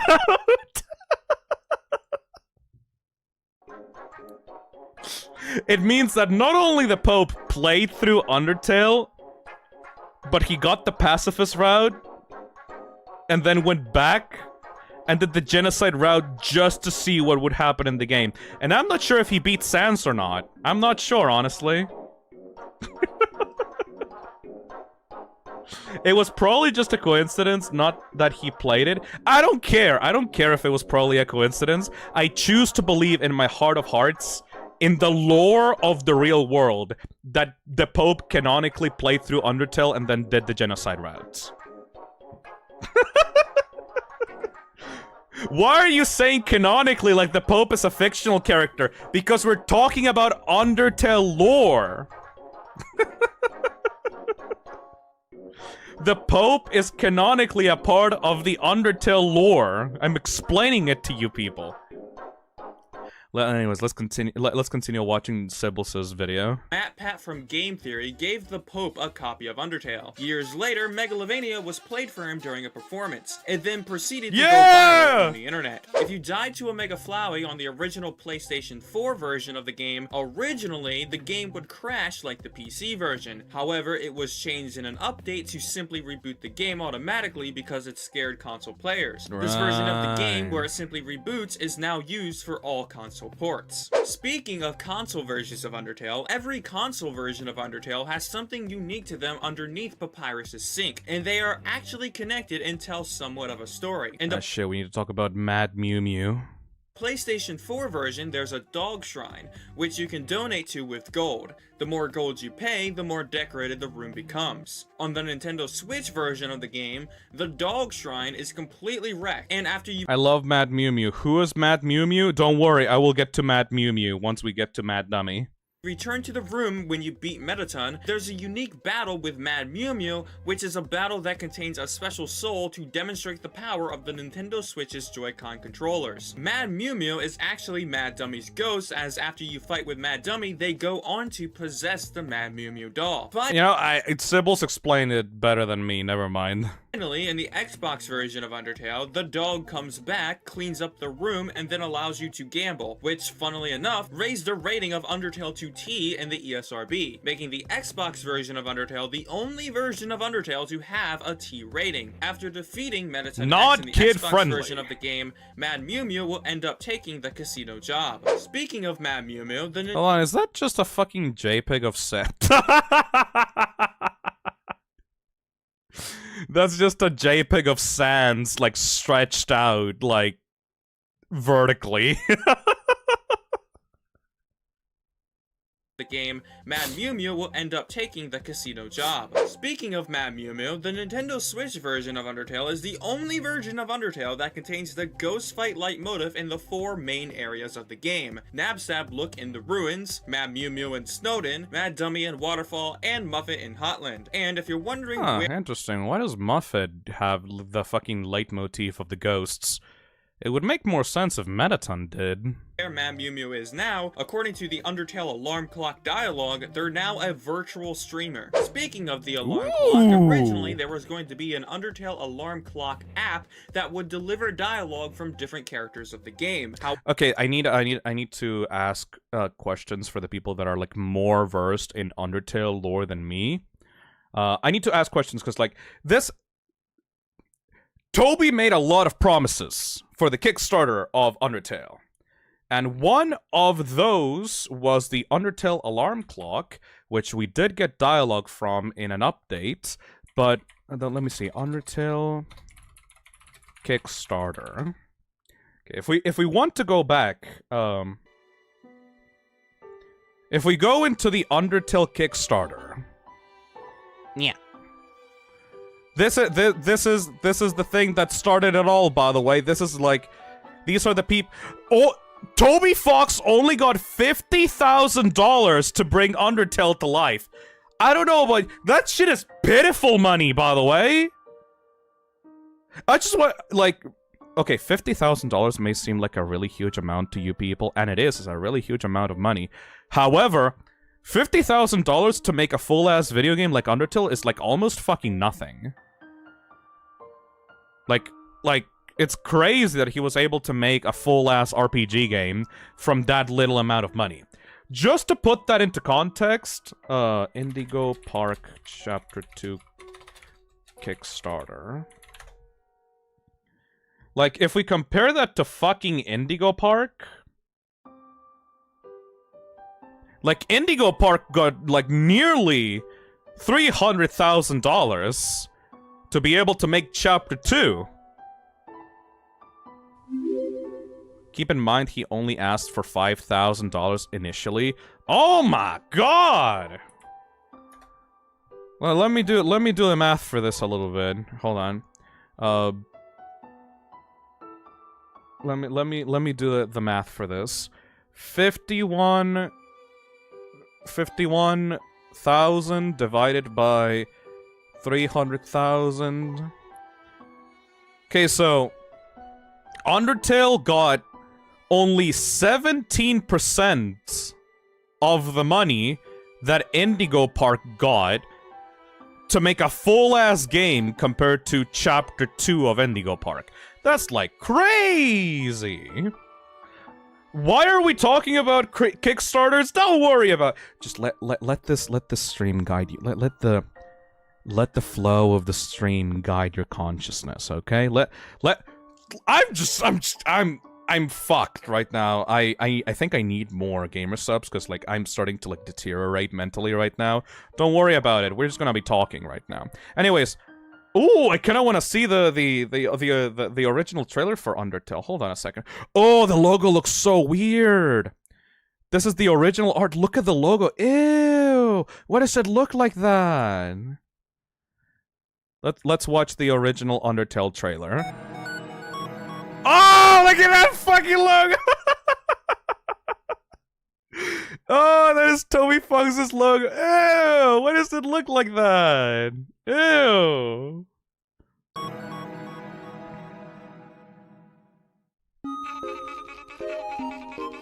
Hi, I'm Toby Fox, Oh, creator no! of Undertale. Undertale is a unique role-playing game with a sense of humor. If you haven't played it yet, I'd love it if you check out the demo below for Windows and Macintosh. Oh, Toby. Rough. You'll be sure to have a ball. Oh. Your contribution- Was that Pepis? Beepus? Wait, is that Beepus? Hold on, wait a second. Was that Peepus? Hold on a second. Wait a second. Wait a minute. I think I found someone that no one has ever found before. That's Peepus! That's Peepus! The original ball for the Undertale Kickstarter, like, that's just, like, the circular version of Peepus. Oh my god!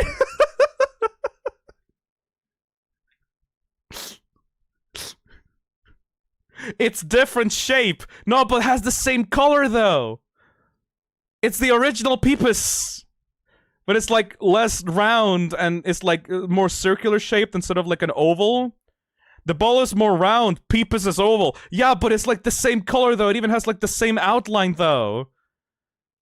I think this is, like, Toby Fox's, like, default, like, MS Paint color for, like, a circle. In my heart of hearts, it is Peepus. Your contributions will make the continued development of this project possible. Game development sure is tiring. Dreams of you playing the game.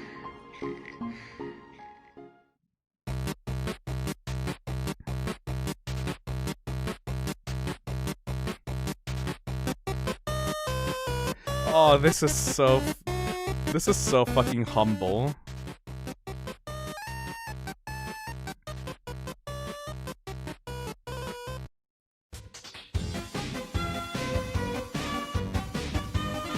Aww.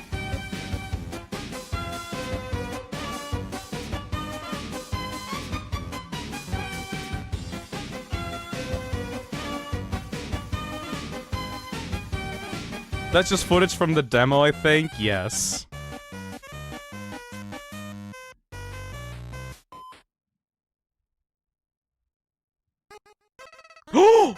Howdy, I'm Flowey, Flow the Flower. Undertale is a role-playing game. You control a lost child on an adventure through the world of monsters. Of course, you can fight all the monsters you run into, but in this game, there's also the option to spare them.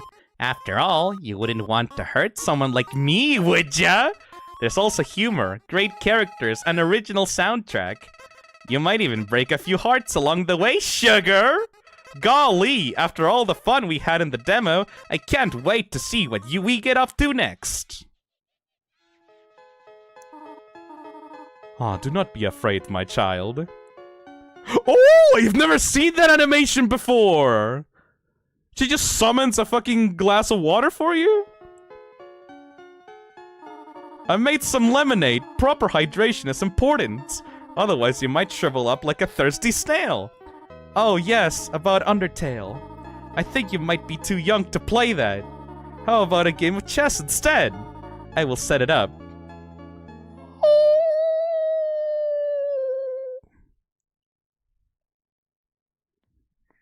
I've never seen this video, by the way. My child! Do not let Asgore take your soul. Oh, the big bad Asgore man! That's a beta Asgore. Oh my god, the trident looks so fucking thin and, like, brittle in this version. Holy shit. Summer 2014.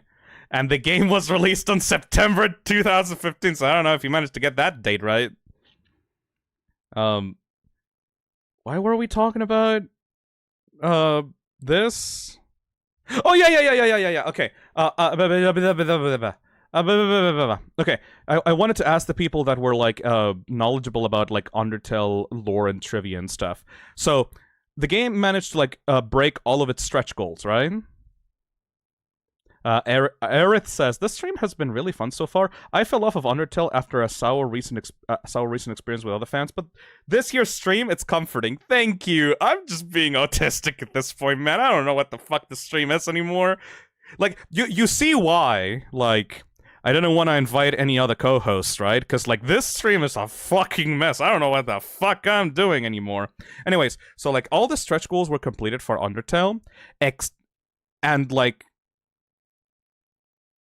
wait, Kickstarter exclusive Undertale remixes by Coda and Fleshy Goodness? I don't know. Are these real?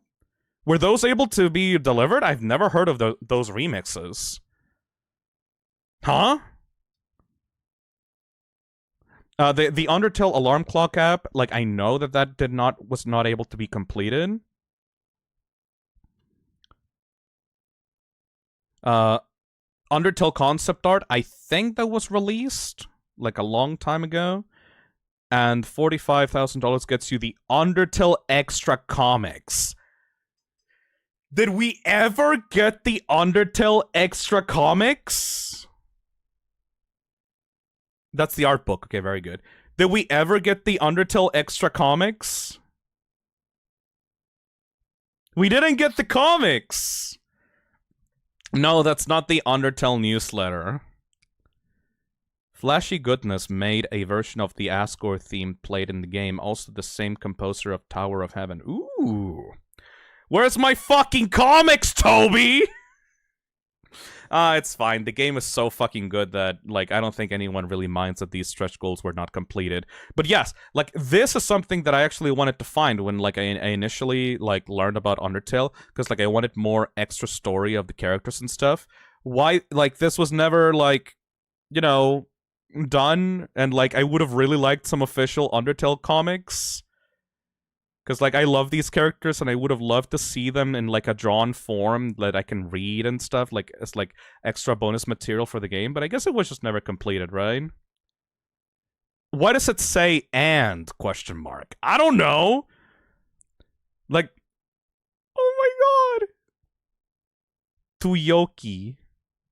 Wait, this is Temmie! Oh my god, Temmie has a dog form!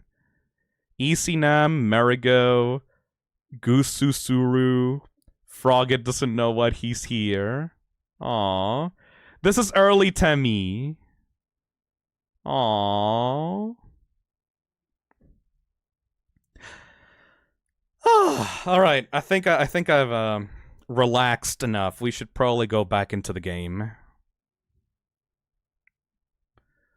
Jesus Christ. Okay, that was a good... Was that good enough of a relaxation period for you guys? Time for more lore? Okay. Okay. Now that we're back into explaining the lore of the game, does anybody here have, like, a suggestion for what we should do next? We were only at Snowdin? Yes. Anybody here have a suggestion? I didn't want to finish the video, but sure. Oh shit, right? We needed to finish the video. We're less than halfway through the Cibles video. Game. However, development of the alarm clock app has stopped due to a variety of different situations, including the development of Deltarune. So instead, Toby Fox posted parts of the dialogue on the Undertale website. Funnily enough, there's dialogue from Undyne stating that Sans did a finger point Autism ADHD, the stream. I'm sorry. the arm crossing dance, implying that Sans has canonically done the default dance from Fortnite. Speaking of weird things, Sans What? the default dance from Fortnite, stating that Sans did a finger-pointy arm-crossy dance, implying that Sans has canonically done the default dance from Fortnite. Speaking of weird things Sans has done, Sans won the ultimate Tumblr Sexyman after beating several characters, and Oh, I remember that. That was like 2 years ago. Like, he fought Reagan from, like, Mob Psycho. enough, Toby Fox wrote a fan fiction about the event? Oh shit, I need to read this. Okay, everybody shut the fuck up. Time for me to read. This is important to the lore. I need to read this. I have never read this before. This is important canon lore for Undertale. Dramatic reading. Having cheated his way to the last round of the competition, Reagan finds himself face to face with Sans, who got there by doing literally nothing. Although Reagan has an early lead, he decides if he wants to cinch this, he's going to have to collude with his competition. He's surprised when Sans, who was entered in the contest unwillingly by his brother, he didn't know what the competition was for, is glad to help him win free of charge. They both run a series of debates where Reagan dismantles Sans by proving how utterly unattractive he is. As the debates continue, Reagan puts on boy band style makeup and works out to become extra attractive. However, mysteriously, Sans' vote only seems to be increasing despite this. Sans mentions that Reagan forgot that being unattractive is one of the key tenets of becoming a popular guy on Tumblr. Yeah, actually. Kind of. You also need to be really tall for some reason. Emotionally crushed that he possibly ever wasn't actually attractive at all, Reagan considers falling out of the competition. However, he's cheered up by Mob, who says that Reagan should remember what he taught him. He should have confidence regardless of what anyone thinks of him.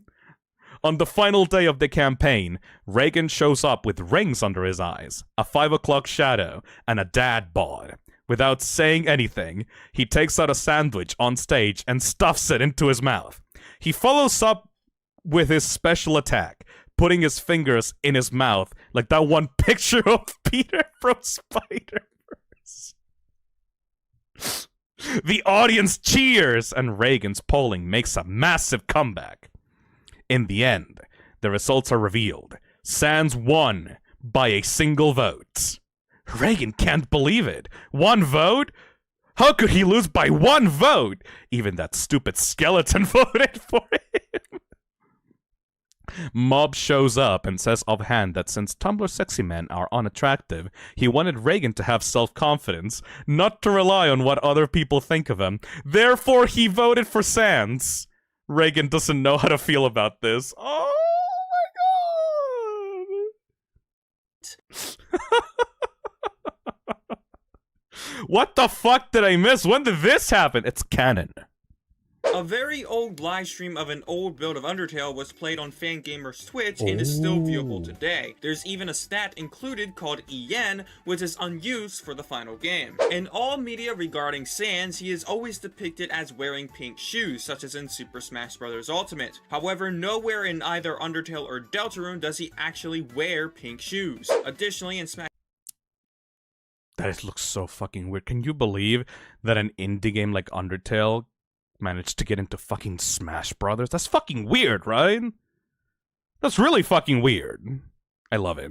Ultimate's unused textures, there exists a texture for Sans' blue eye in the game. And if you're wondering how Sans actually got into Smash, it was because he beat the creator of Smash, Masahiro Sakurai, in a match allowing him to put Sans in the game. Fuck yeah. Speaking of Megalovania, Oh, by the way, Sakurai in a match allowing him to put Sans in the game. so I don't know where I got this from, but I think this is like an official canon thing. Okay, I think that this was like part of the Undertale Deltarune newsletter Q&As. There was it was either that or the alarm clock. Like someone asked a question about Sans being in Smash Brothers, and Sans actually replied in character that he wasn't actually in the competition. He got the letter, the invitation letter to be in Smash, but instead of actually being in Smash, he just got someone else to dress up as him, like in canon, because Sans is way too lazy to actually fight anyone for real, seriously. So he just told a random me in the Smash tournament, hey, just like, here's a costume on myself, you can just go ahead and fight for me. Nobody could tell. Hey kid, wanna make $5? It was actually in the first Papyrus Q&A. Oh, it wasn't the Papyrus Q&A, but it was Papyrus who said that. Yes! Speaking of Megalovania, Because, you know, Sans is a lazy bone, so he wouldn't ever actually be a fighter in Smash. Megalovania had originated from an Earthbound ROM hack created by Toby, so the song getting into Smash was a pretty big deal because of said origins due to Nintendo's history of disapproving of people modifying their games. Smash's remix version of Megalovania contains light motifs from Asgore, Toriel's, and Papyrus' theme, meaning that Toby was able to sneak in a small chunk of the Undertale soundtrack in this one song. Hey Jack the Slayer, How thank you are for the you 3 today, months. Phil? I'm doing great. I'm talking about my fucking hyperfixation. It's been 4 hours and I feel great. Have a listen.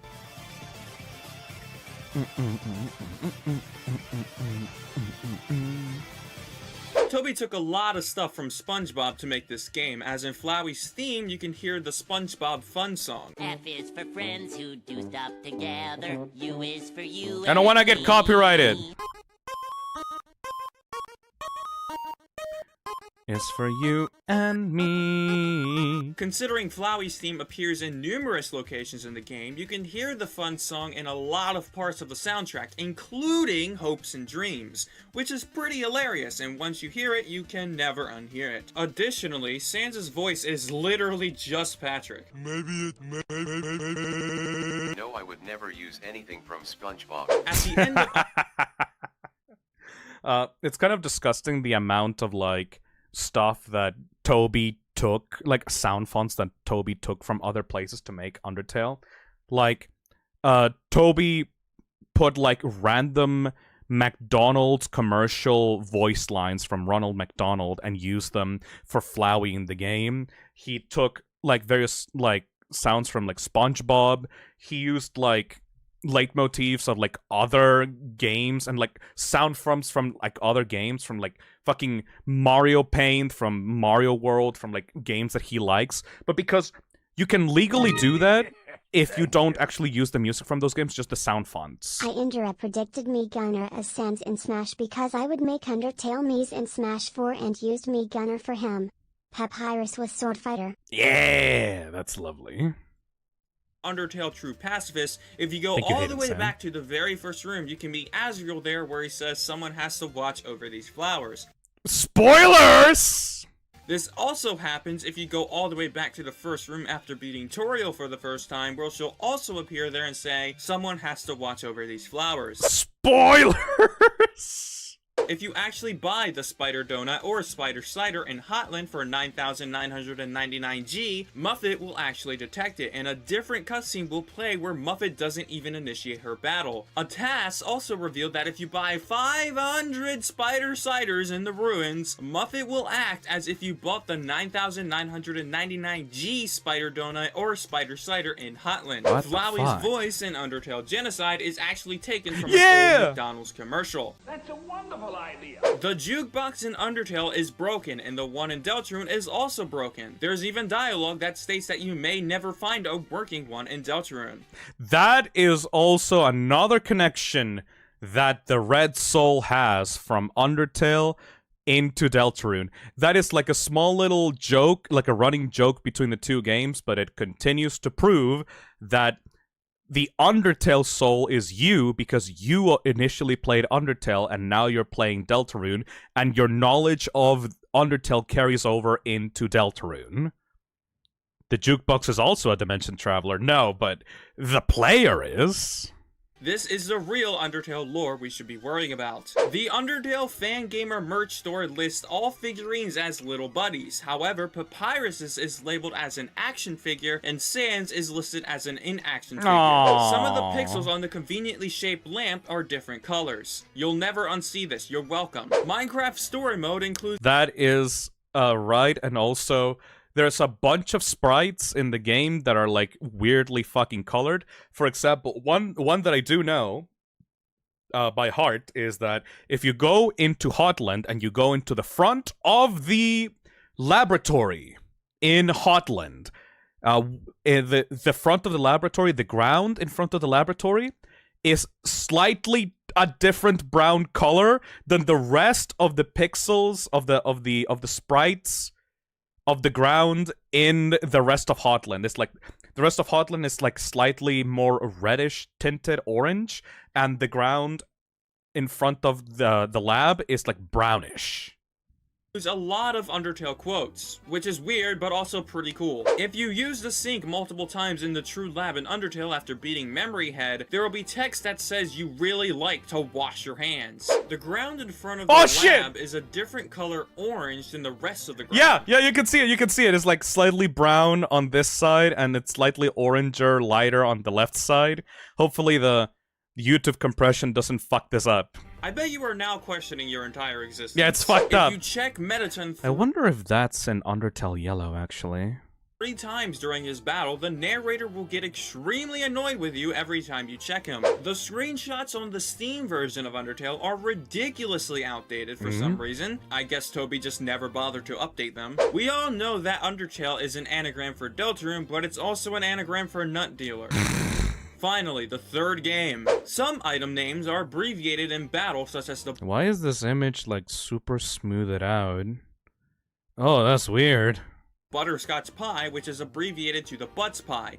However, there are times in battle when a serious mode is activated, so item name abbreviations change, such as when you fight Sans, the abbreviation for Butterscotch Pie is abbreviated to just Pie. If you name yourself MTT in Undertale, Mettaton says, "Oh, are you promoting my brand?" I didn't know that! The game actually allows you to play with this name. It is impossible for Asgore to age in Undertale due to him being a boss monster. This is because boss monsters do not age until their child matches their own age. Since Asgore's son is dead, Asgore is likely to never grow older than he is now. If you name the fallen human Papyrus, you'll get a text from Papyrus stating that I'll allow it.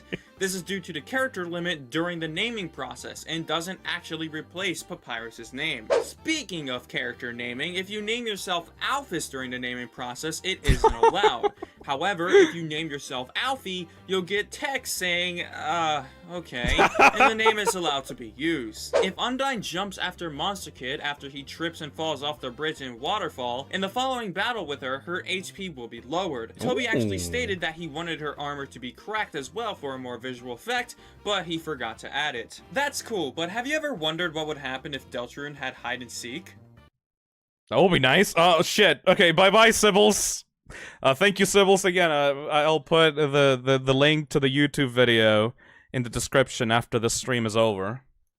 Alright, we managed to finish watching the video after, like, 2 fucking hours. Oh my god, this stream is a fucking mess. Anyways, let's continue talking about Undertale lore. Okay, I am so fucking lost by this point. Can anyone just, like, ask me a question on, ask me a Snowdin-related question on chat, and I will just go off from that. Part 2 when? I will finish this in a single stream, I promise. Okay, but this is the best kind of mess. Yes. Is there snow in Snowdin? Yes. There's even a monster that is made of snow that gives you a snowball that you can take to the outside of the human world. Why does Papyrus suck at making a jail? Papyrus sucks at making puzzles in general. The thing with Papyrus is that he is actually really incredibly fucking strong, but he is, like, a bit too dumb with puzzles. So, like, every kind of puzzle just, like, kind of blows up in his face, or, like, makes, like, a dumb joke about it. What about the flags and their meanings? We had a whole section about that, Acerton, before on the stream. Anyways, okay, one little detail that I can tell you about, this, is that this is Mettaton. You get introduced to Mettaton, like, early on in Snowdin before you meet them in Hotland. This is actually Mettaton's body. This machine isn't working. If, after you meet Mettaton in Hotland, this machine will actually vanish from this point. Which means that, in reality, this is not only just a random machine that looks like Mettaton, but it's actually just Mettaton's body being used for the sequence. It's super fucking cool. Also, this is Lesser Dog.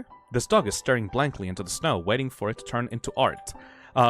We could have battled Lesser Dog back at the start of Snowdin, and if we had battled Lesser Dog and petted him over and over and over and over and over again, his neck would go so fucking long and shoot out into the sky because he would just be so excited to be petted by you that it would just go off the fucking screen, and then when you got into this room, there would be, like, massive statues of, like, dogs with, like, giant necks. It's that attention to detail that makes me love this game. Did we talk about the gold amount the flags give you that imply that the order that the humans fell in the underground, and also imply 2 fell together even? I didn't know that! Wait, what? That's a thing? 2 humans were in the underground together? I didn't know that. Hold on a second.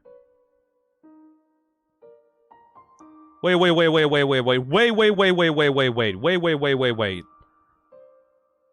That's actually a really cool detail that I've never noticed before. Let's go through these Snowdin puzzles. Okay, so this is the ball game puzzle screen. Like this is the description for the ball game flags. You were awarded 4G, 2G, 1G. Oh my god, yeah, they are in sequence.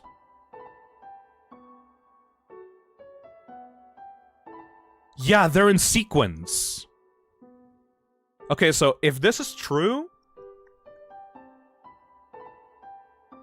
If this is true, then that means that the first soul to fall after the death of the first human was the green soul, and then it was purple, and then it was yellow,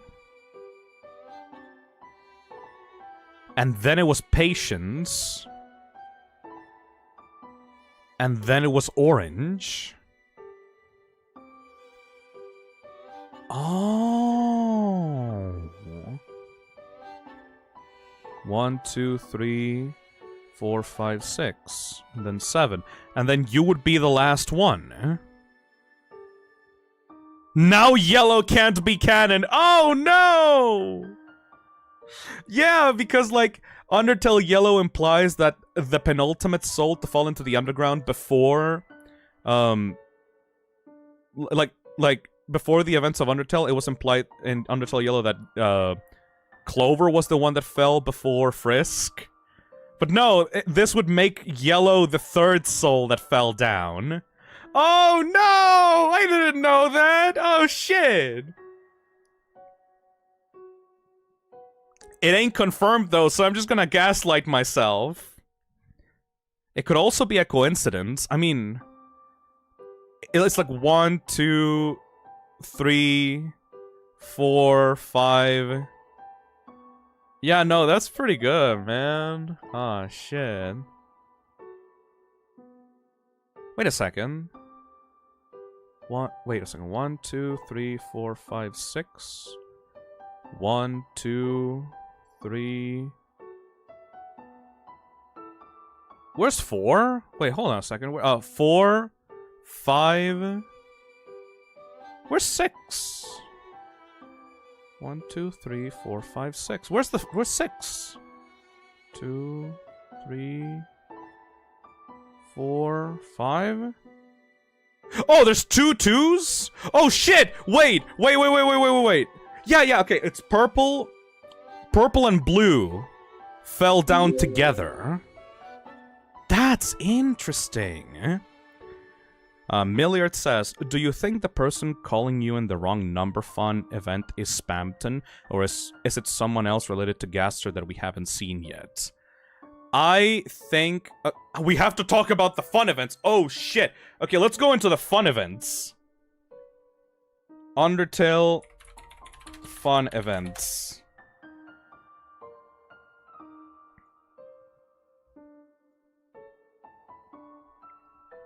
Fun values.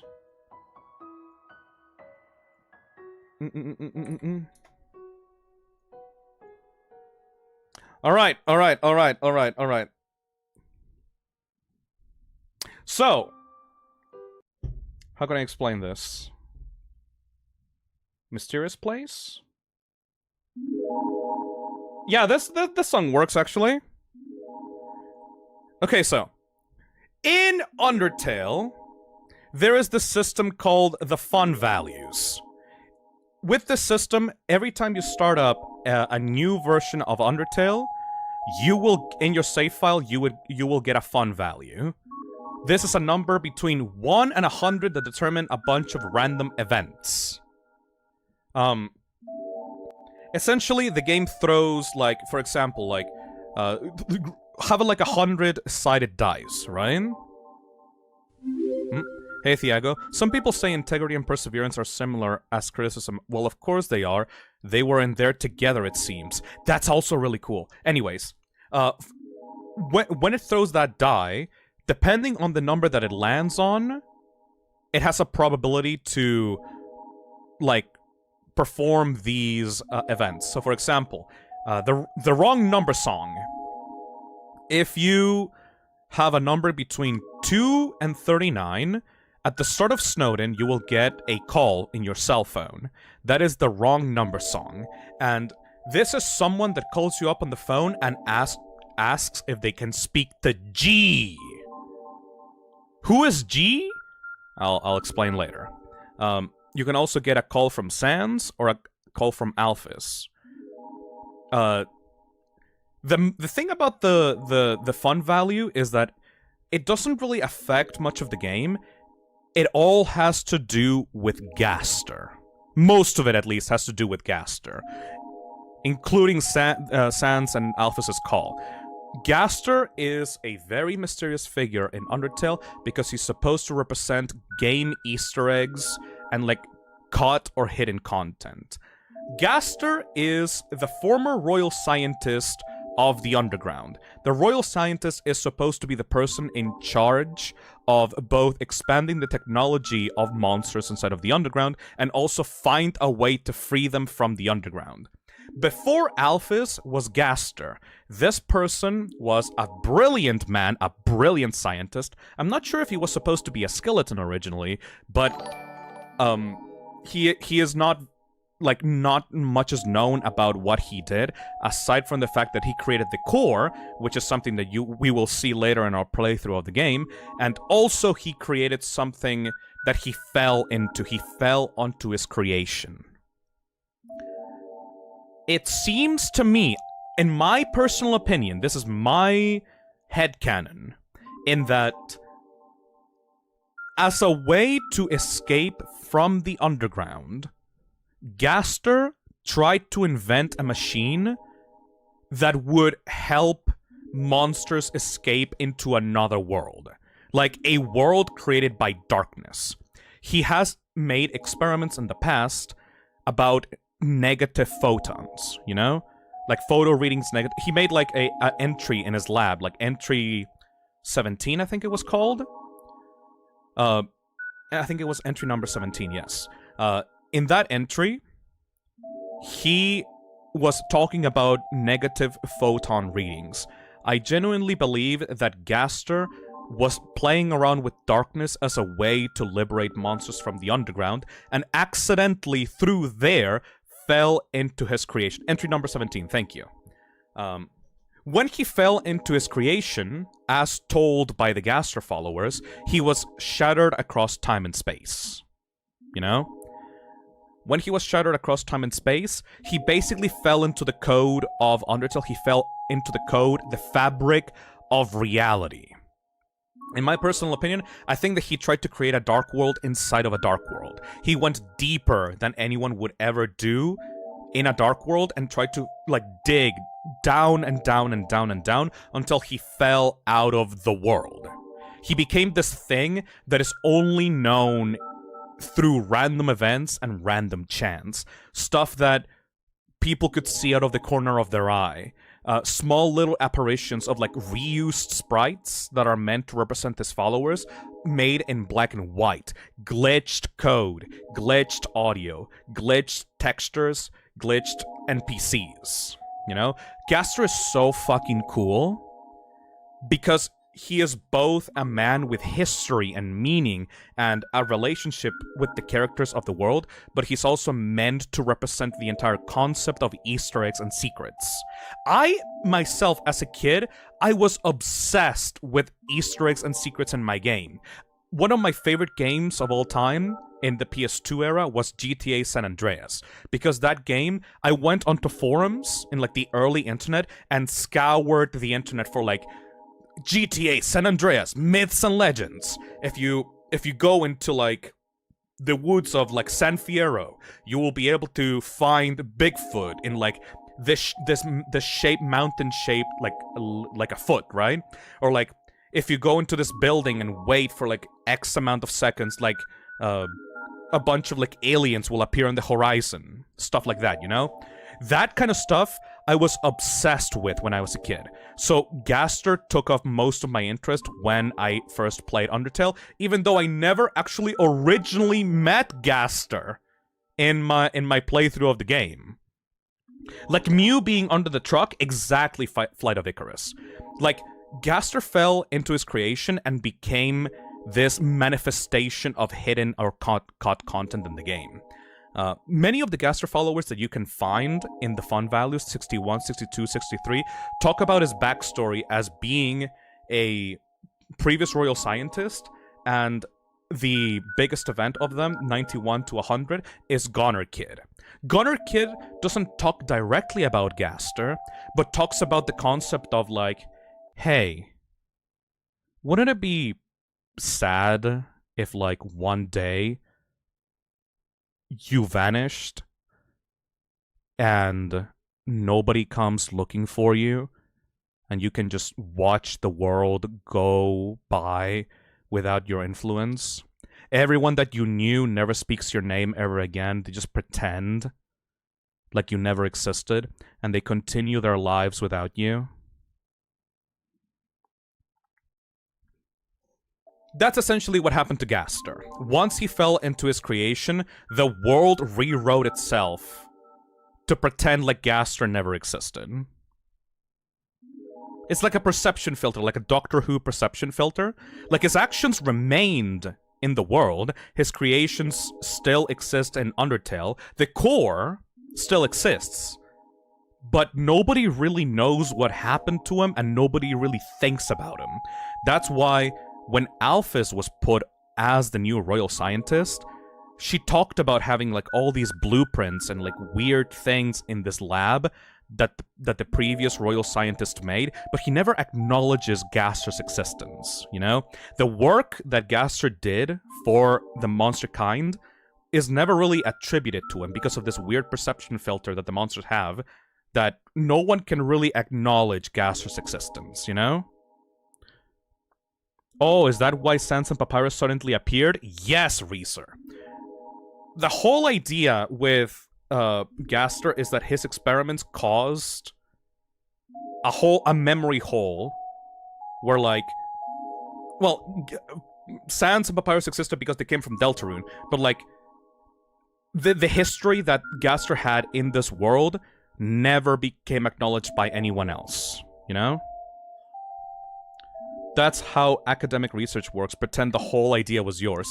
There's a machine in the lab area of Undertale that is called the Determination Extractor, and that machine is shaped like a tool called the Gaster Blaster that Sans uses throughout his fight in the Genocide routes.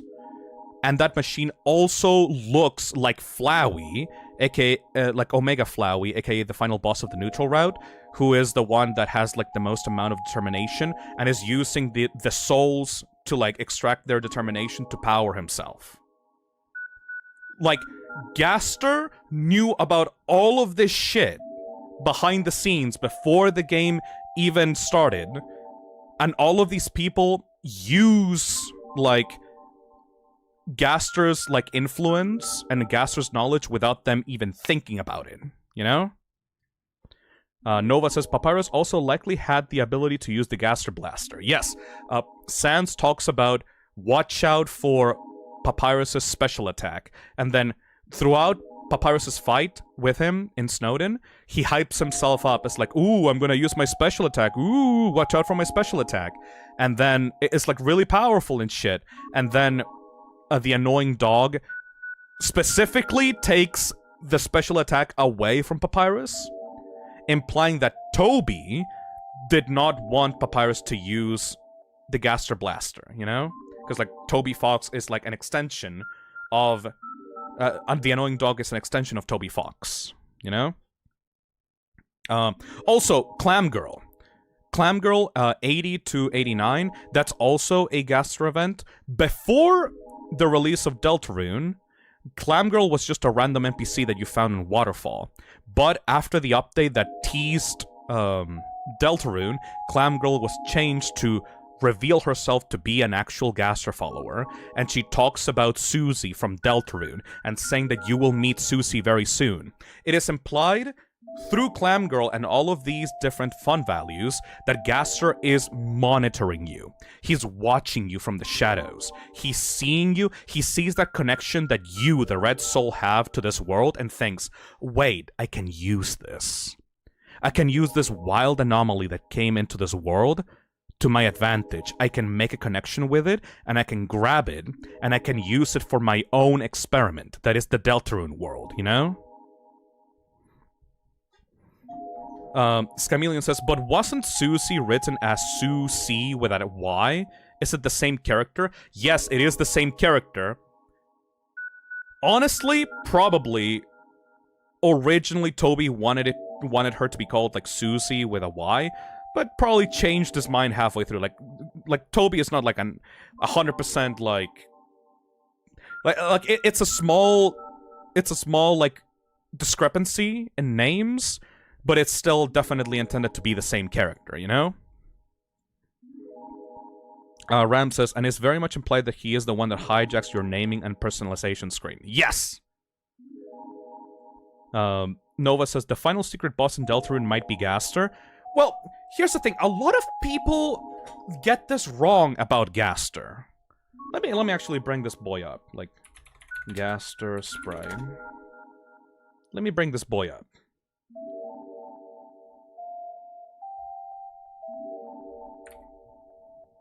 Hello there, mystery man.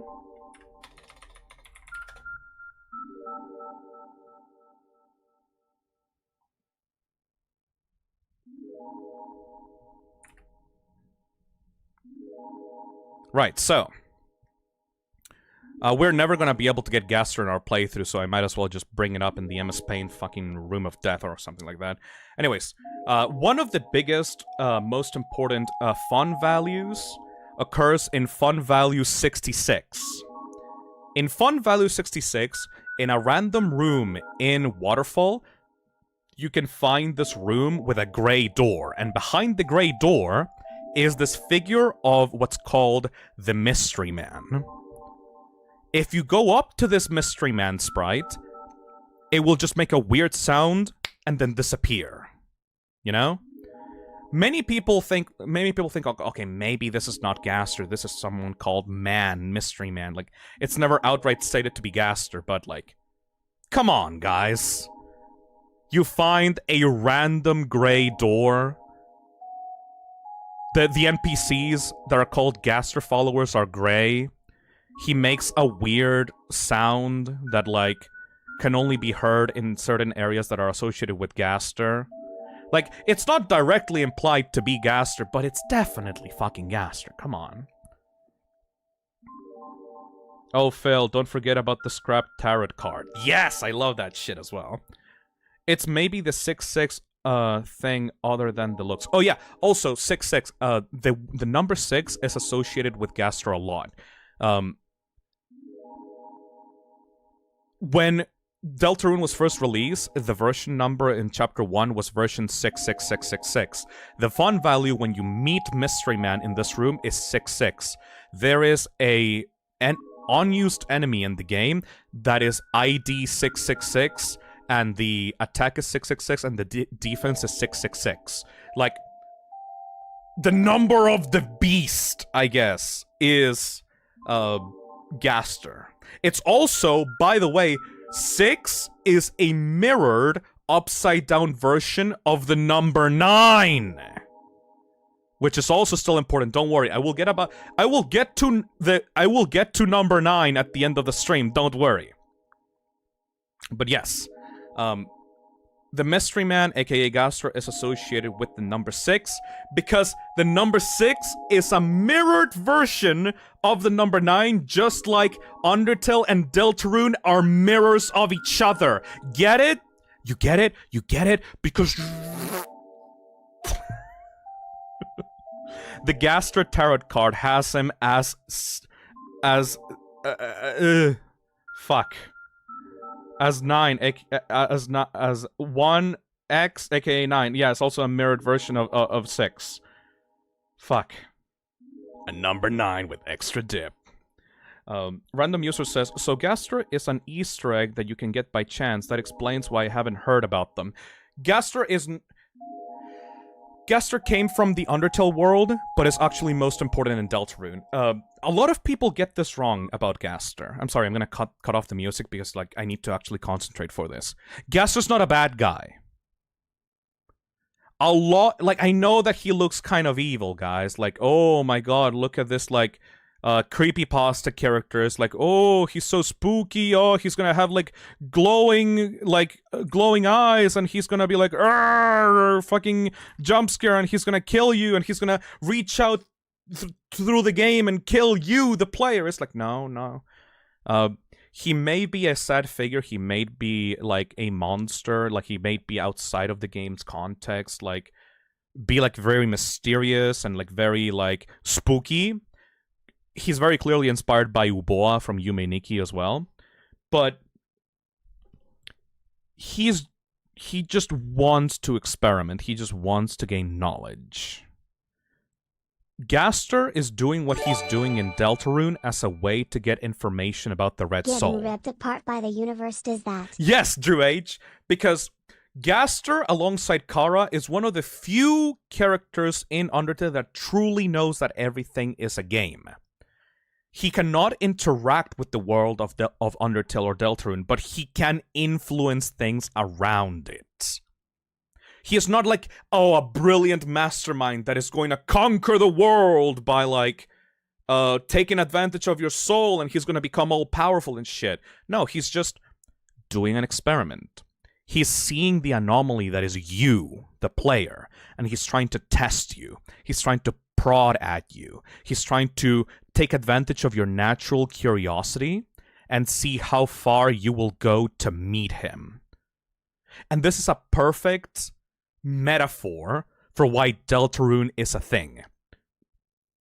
The reason for why Deltarune exists is because people wanted more to learn more about Gaster.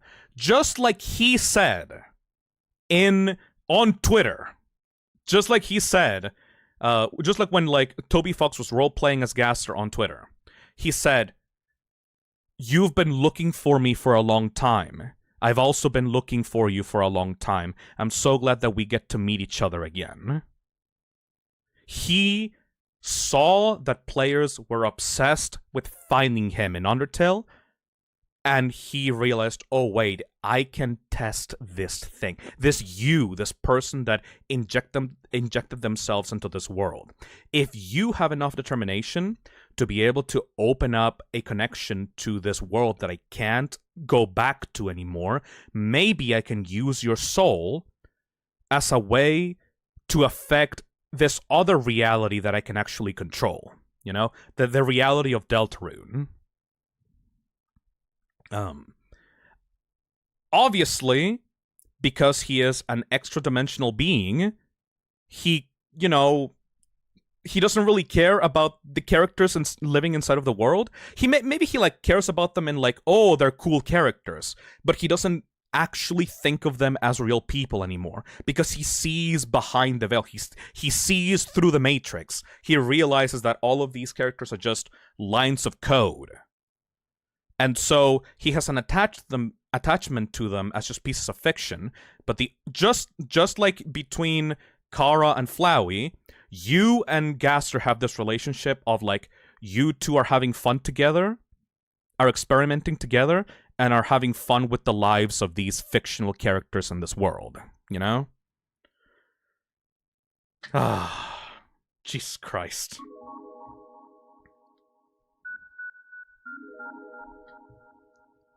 So yeah, that's what the fun values mean in this game.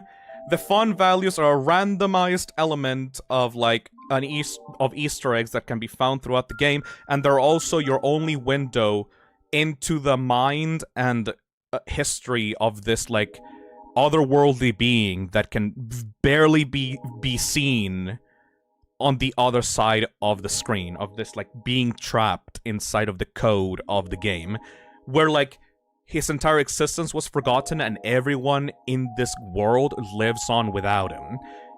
And he's not even sad about it, because emotionally he's like closed off, emotionally he's distant. He just sees this as the game that it really was from the very start, and the only thing he wants to do anymore is just test you.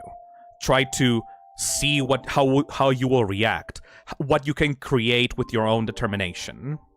It's all about you at the end of the day.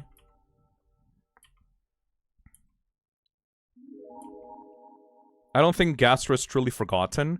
Well, his influence is still here, but the characters never mention him directly, sadly. Actually, no, I'm wrong. The only character that actually references Gaster directly is River Person! I don't think I even have time to go into River Person. But yes. Will you fight Glide and the Abomination So Sorry? Probably not. Beware of the man who speaks in hands. Oh, also Gaster. The reason for why Gaster is like usually the fandom thinks that he's a skeleton is because he has the same naming convention as Sans and Papyrus. Sans is, like I said before, Comic Sans. Papyrus is the font Papyrus, and Gaster is named after the font Windings and Aster. W.D. Gaster is his full name. W.D. is Windings, and Gaster is like the font Aster. Wayne Gaster, the royal scientist. Speaking of royal scientists, by the way, this is one of the most perfect ways of showing off Sans's weird powers. What's up? So you can see Sans is here, right? In this, like, location. Oh. Let me escape from here. If you go to the left side, he's there again! Say, are you following me? You sure? You sure do like to exercise. Are you lost? You sure do like to exercise. So this shows that Sans is both, you know, way more powerful than he lets himself, that he lets other people know, and also he's using his powers to screw with you. Whatever happened that brought Sans into the Undertale world from Deltarune also allowed him to have powers to mess with time and space. It seems that he was helping out Alphys. Why does Giftrot look like Omega Flowey, I swear? I actually don't know. That's a good question. Like, there seems to be a parallel between Giftrot and Omega Flowey, but like, there's no real any connection aside from like the visual similarity. But yes, Sans has powers of teleportation, powers that lets him like influence the world to make himself way more powerful than he should be. In reality, in his like real stats, he has like one attack and 1 defense, but he's still the hardest fight in the game because he just fucking cheats. He also has like a quantum physics book in his house that you can check, and that physics book has a joke book inside of it, and inside of that joke book it has another physics book. This also is like a reference to how Sans has a lot more power than he lets on, but he uses that power just to joke around and do dumb, like, bits. Does anybody know how to open this fucking door? I forgot how to open this fucking door.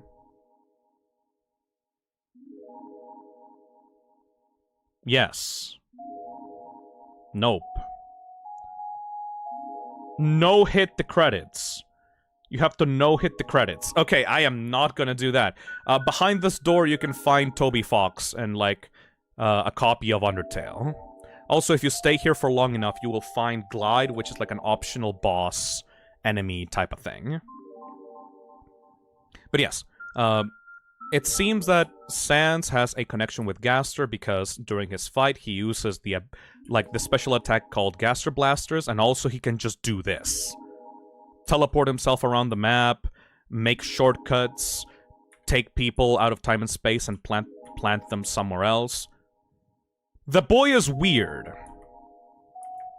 But he uses that power not for good, but just to screw around with people, because he genuinely doesn't feel like he is actually worth a damn.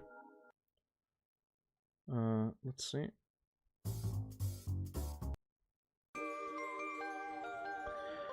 Oh. I guess we can talk about the dogs now, because, like, we've been fighting dogs for, like, a good while. Greater Dog! You sure we can do this in one stream? I'm sure. I mean, like, after Snowdin, like, we get to Alphys and Mettaton, and those, like, don't have nearly the amount of shit to talk about as, like, Sans and Papyrus. I forgot how to do this. You call the Greater Dog. It bounced towards you, flecking slobber into your face. But yes, something about the Royal Guard. These dogs are like a family. They're super fucking cute together. When you go into Snowdin Town, you get to go into Grillby's bar and they're all playing like poker together. It's super fucking cute. They're all a family. So it's really sad when you choose to fight one of them and they get killed. They get removed from the poker table and they don't know what happened to them, and it's super fucking sad. Greater Dog inches closer. Ow, I don't know how to defend myself against him. You skipped Undyne. Oh yeah, right, we're gonna go into Waterfall. Oh shit. Greater Dog is not excited enough to play with. Oh shit. Aren't the couple dogs related to each other? Yeah, but that's like a normal thing. Like, all dog monsters are related to each other, but that's like, don't worry about it! The Sans fight literally has him breaking the established rules of the game. He attacks first, he has dot effects, he puts hitboxes in your menu. Yes. A lot of people say that he has 1 HP, but that's not really, like... Pet. But that's not really, like... true. He has 1 defense and 1 attack. He's so excited. Which, I guess, it still makes him the weakest monster, but that doesn't mean that he will die to 1 hit. He obviously still dies to 1 hit in the genocide route, but that's just because you're so fucking powerful that you immediately 99999 him. Like, once you actually manage to get a hit in, you know? Sand survives 99999 type damage for a little while. That's one of the things... Okay, now this is something that I actually want to speculate with you guys, because I'm not actually quite sure. So, for monsters in the underground, they don't bleed, right? Monsters in the underground are made of magic. They eat food that is made of magic as well. Like, the food that you find throughout the game, it will replenish your health, but it won't actually feed you. However, there is one exception to this. Sans Undertale, once you actually get a hit on him, actually bleeds and manages to survive your 99999 attack. A lot of people, okay, on the chat are saying that it's ketchup, and you know what? I could agree with you. There is a GIF right above my screen, like right here, of Sans literally drinking ketchup. But then you go into Deltarune and remember that Sans came from the Deltarune world. And you think, oh wait, like the monsters in Deltarune do know what blood is. Like, it is not confirmed if the monsters of the Deltarune world are actually made of magic or not. Because magic is not a thing in Deltarune, right? Deltarune monsters bleed. Like, do monsters bleed in Deltarune? They know what blood is, though. Like, when you go into Chapter 1 and you talk to Lancer, Lancer talks about blood, and Susie, like, does not get weirded out by it, you know?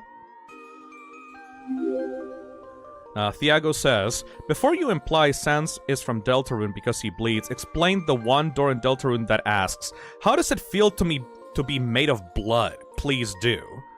I thought that was an Undertale, right?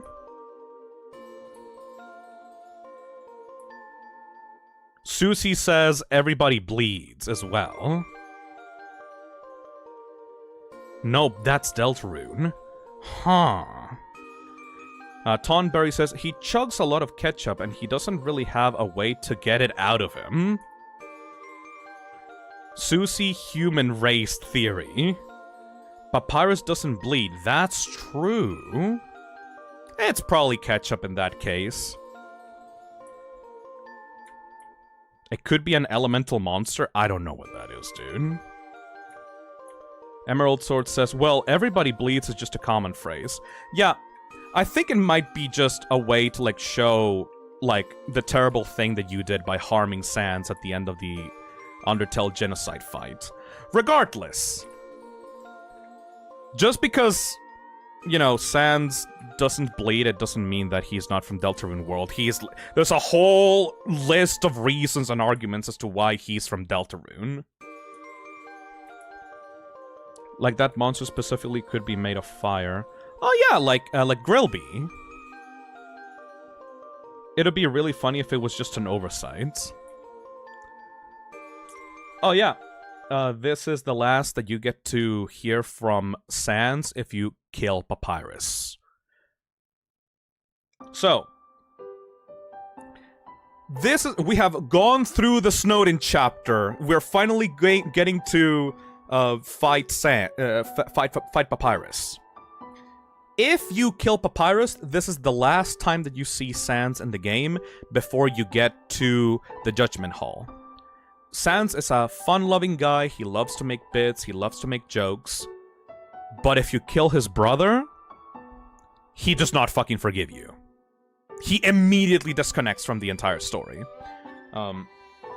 If you don't kill Papyrus and spare him, he will continue appearing throughout Waterfall and, like, Hotland. But this is the moment that he dips out of the story if you don't. He says, I don't know what my brother's going to do now. If I were you, I would make sure I understand blue attacks. Wait, I thought that... There's supposed to be dialogue here where he talks about, like, hey, you're about to fight my brother, and he just says, maybe don't. I think that's, like, Genocide Route exclusive, right? Yeah, if you're in a Genocide Route, and you pass this point, you can talk to Sans, and Sans will say, like, hey, you're about to fight my brother. Just a suggestion, don't. Otherwise, you're gonna have a bad time. And then he gives you, like, creepy, soulless eyes, and then he just disappears off the screen. Even while you're doing a Genocide route, both Sans and Papyrus are trying to show you a good time. Also, considering how long we've taken to get to Snowdin by this point, I think I'm just gonna do the neutral route and then just continue talking as I'm playing the game, because, like, I think that I may have overexerted myself on this stream. But look at the little dogs playing the poker! Look at them! I'm thinking of getting a spiked collar to show off my personality. It makes a statement like, attach a leash to me and take me for a walk, please? It's playing poker against itself. It appears to be losing! We're sentries, but we never get any respect. I wish those skeletons would throw us a bone. We love bones. I love this, man. Like, the towns in this game and the places where you just get to talk to characters are like so fucking full of life, and they're amazing and cute and great. Imagine the quote, Scott doesn't do jokes, but it's Toby Fox instead. Toby doesn't do oversights. Toby does so many oversights. Come on. Anyways, just like someone else. Oh yeah, if one little detail about Snowdin, there is this the library. Like this was just like a typo in the game. The library is actually like just an error that Toby made when he was making the sprite, but then he gave that actual meaning in the story, where like the characters in Snowdin mistyped the word library for their sign, and they just like decided to keep it for fun. It's library in Deltarune too. It's so fucking cute. Let's read some actual lore. This is where you get most of the lore for like monster kind and such. Time to read this. It's a school report about monster funerals. Monster funerals, technically speaking, are cool as heck. When monsters get old and kick the bucket, they turn into dust. At funerals, we take that dust and spread it on that person's favorite thing. Then their essence will live on in that thing. Am I at the page minimum yet? I'm kinda sick of writing this. This is foreshadowing. This is foreshadowing for something else. Shit. While monsters are mostly made of magic, human beings are mostly made of water. Humans, with their physical forms, are far stronger than us. But they will never know the joy of expressing themselves through magic. They'll never get a bullet pattern birthday card. Here I am, writing this book. A person comes in and picks up the book. They start reading it. Oh, sorry, I'm still writing that one, says the dinosaur-looking lady at the table. Because they are made of magic, monsters' bodies are attuned to their soul. If a monster doesn't want to fight, its defense will weaken. And the crueler their intentions of our enemies, the more their attacks will hurt us. Therefore, if a being with a powerful soul struck with the desire to kill, well, let's end the chapter here. Monster History Part 4. Fearing the humans no longer, we moved out of our city, home. We braved harsh cold, damp swampland, and searing heat. Those are Snowdin, Waterfall, and Hotland specifically. Those are the areas that we play through in the game after we leave the ruins, until we reach what we now know as our capital. Hey Delad, thank you for the super chat. If Sans bleeds, wouldn't it be from the bone marrow? Otherwise, it has to be ketchup. Bone marrow is like gray. It's not red, is it? Hold on. What is the color of bone marrow?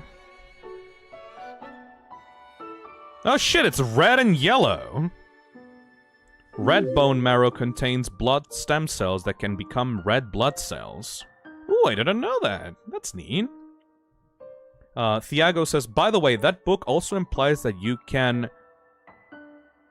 havel a Glock. If you don't want to really shoot, it will hurt less than a stick with desire to kill. Cool as fuck. Yes! This is really important for the game itself, because, like, you are like a 12-year-old child. However, if your desire to kill is strong enough, you can kill the king of monsters. Because the king of monsters is a pussy and doesn't actually want to kill you. Because, again, you're a 12-year-old child. It kind of makes, like, because, like, otherwise, the story of Undertale would be, like, kind of goofy, right? You're just, like, a random child that drops in and somehow managed to kill, like, the entirety of monster kind. But, like, it makes sense within the mechanics of the story, because the mechanics of the story specifically allow a being like us, an anomaly, that is able to, like, force this child to have killing intent, to give them the power to overtake and destroy monster kind. Until we reached what we now know as our capital. New home. Again, our king is really bad at names. Love, hope, compassion. This is what people say monster souls are made out of. But the absolute nature of soul is unknown. After all, humans have proven that their souls don't need these things to exist. Asgore probably named some of the Undertale soundtrack. I mean, definitely not his main theme, that's for sure. Why is Grelbees in Deltarune if Deltarune is before Undertale? Because Grelby also exists in the world of Deltarune. Like, I don't know what to tell you, man. Like, Grelbees as a bar was probably still open in Deltarune until he decided to sell it to someone else, and then Sans just came in and bought the place.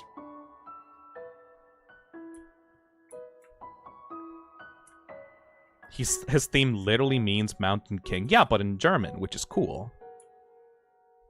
Asgore's main theme is literally called Asgore. Oh yeah, is this thing still, like, available now? It's locked! Time to talk about Sans' laboratory!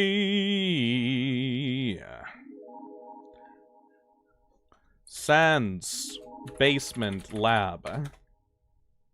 You should do the thing later. I don't think we're gonna have enough time. Copy image, paste it here. There we go. Alright, so there is a point in this game where you can talk to Sans in the final corridor of, like, the Judgement Hall. And if you were a pacifist all throughout that adventure, and then you talk to Sans multiple times in the Judgement Hall, you would be able to get a key. You would be able to get a password from him, and if you tell that password to him after you reload the save, you would be able to get a key to his room. If you go to his room, you'll get pranked across time and space, and it's really fucking funny. But in there, you can actually find another key, and this key is for this area. This is Sans' lab that exists behind this door that is locked. This lab contains this machine, and this is what I believe is where Gaster fell into. I think that this machine was designed to create dark worlds, and Sans has it so that he is able to either bring back Gaster or maybe more specifically, be able to rip a hole in time and space and get back to Deltarune's world, you know? There are many things here that are related to Deltarune. First of all, the blueprints that are, like, made with, like, weird symbols that is implied to be the handwriting of Gaster that people can't read. Why can't they read Gaster's handwriting? Because Gaster is split across time and space, and all his, like, memories and recollections are jumbled up or glitched up, so people can't recognize what he's saying. And if you search one of these cabinets, you can also find a badge that is a nondescript badge that, like, it doesn't say what it is. It's just like a weird badge. And you can also find a photo that is of 3 people smiling with the words, "Don't forget." If you know Deltarune, or you have finished Deltarune Chapter 1...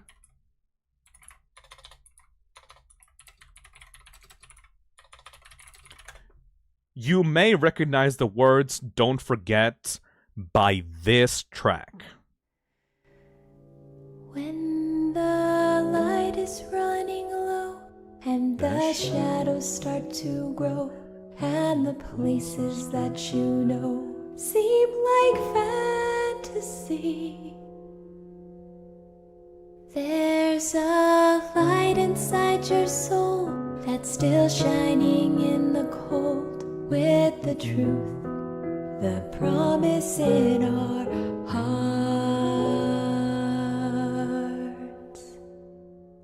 Don't forget, I'm with you in the dark.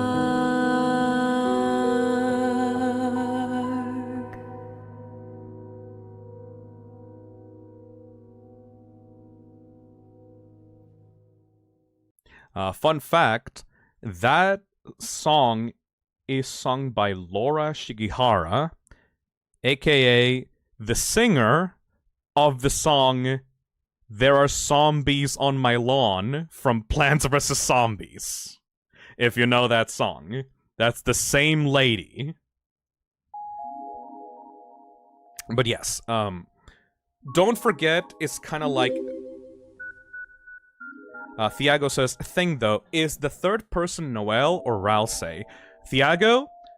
Okay, I guess we're gonna have to go into Deltarune territory for this. Don't Forget, and the song Don't Forget, is not for a specific character. It's a theme of Deltarune. Don't Forget is a promise about multiple characters. It can work in so many different levels. You can interpret it as one character talking to so many other different characters. For example, "Don't forget, I'm with you in the dark," said from Gaster to Sans, for example. Like, I am still waiting for you in the dark. Please don't forget about me. Please don't forget about the people in Deltarune. It can be about Des and Noelle. About how Des is stuck in the code of Deltarune and is waiting for her sister in the dark, and Noelle is trying to find Des somewhere in hometown. It could also be about Chris and the player in Deltarune. The light inside your soul that's still shining in the cold with the truth, the promise in our hearts. Don't forget, I'm with you in the dark. It's about the player and Chris, and about how the player is controlling Chris and how they are holding Chris's hand, and they're going to get through the story. They're going to get through the adventure together. You know? Like, this song, Don't Forget, and the message of Don't Forget can be interpreted for multiple characters, because that's one of the main themes of Deltarune. Deltarune is also about escapism, about how, like, we use fiction to escape our reality. It can mean you as a human being interacting with fiction in order to escape your shitty lives and shitty situations. So the game itself is with you in the dark. You are connecting to these games, to this fiction, to be able to have an escape from reality, So the game is with you in the dark. I am with you in the dark. I am here. I'm here to provide you with comfort. I am here waiting for you whenever you need me. You know? Device theory real? Oh yeah, if you couldn't tell already, I'm 100% of the belief that Molly Star's device theory is real. Please go check out Molly Star's device theory of Deltarune. I think that is just literally what the game is about. About fiction and the way how we attach ourselves to fictional characters and we are invested in them as like, and we believe them to be real through the power of our own like, what's the thing that she said? Through the power of suspension of disbelief. Gaster says, Toby Fox is gonna come knocking on Phil's door if any of this is true. Dude, I predicted Chapter 2! Back when Deltarune Chapter 1 first released, everyone was going crazy about like, oh my god, like Chris is being possessed by Chara. Oh my god, Chara is back. Chara's gonna kill everyone in Deltarune world. Oh my god, we have to stop Chara. And I was like one of the only motherfuckers that was like, dude, that's not Chara, that's just Chris. Chara's not possessing Chris's body. It's like... Toriel talked about the pie at the end of Chapter 1. So obviously, all that Chris wanted to do, because Chris is being controlled by us, the player, they wanted to just rip out the soul and take the knife and get themselves some pie. Chris was just hungry. And that ended up being 100% fucking true, and it was one of the first things that showed up in Deltarune Chapter 2. Because Chris is the Deltarune equivalent of Chara. And I fucking nailed that prediction.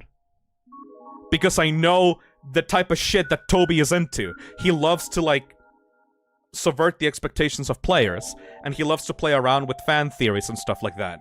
So I 100% knew that there's no way that murderous Chara was gonna kill everyone at the fucking start of the game in Chapter 2 out of 7, right? So I immediately knew that it was gonna be a misdirection. Are we force-feeding Chris moss against their will? No, Chris is just weird as fuck. Chris just loves moss, alongside Susie. Octojoker says, I also believe Chris went to the library that same night to create the Chapter 2 Dark World. That is also true, Octojoker! Okay, I need to stop, because, like, this is supposed to be about Undertale, but yes, I also agree with that. Anyway, don't forget it's also relevant to the story of Undertale, because that is something that Sans failed to do. Remember when, Sans is fighting you at the end of the genocide route and says, sorry lady, this is why I don't make promises? Sans failed to keep don't forget. There's a reason for why this lab is, like, abandoned. Why Sans locked it away from everyone. Why he only lets you see it after you've done your whole time and space fuckery.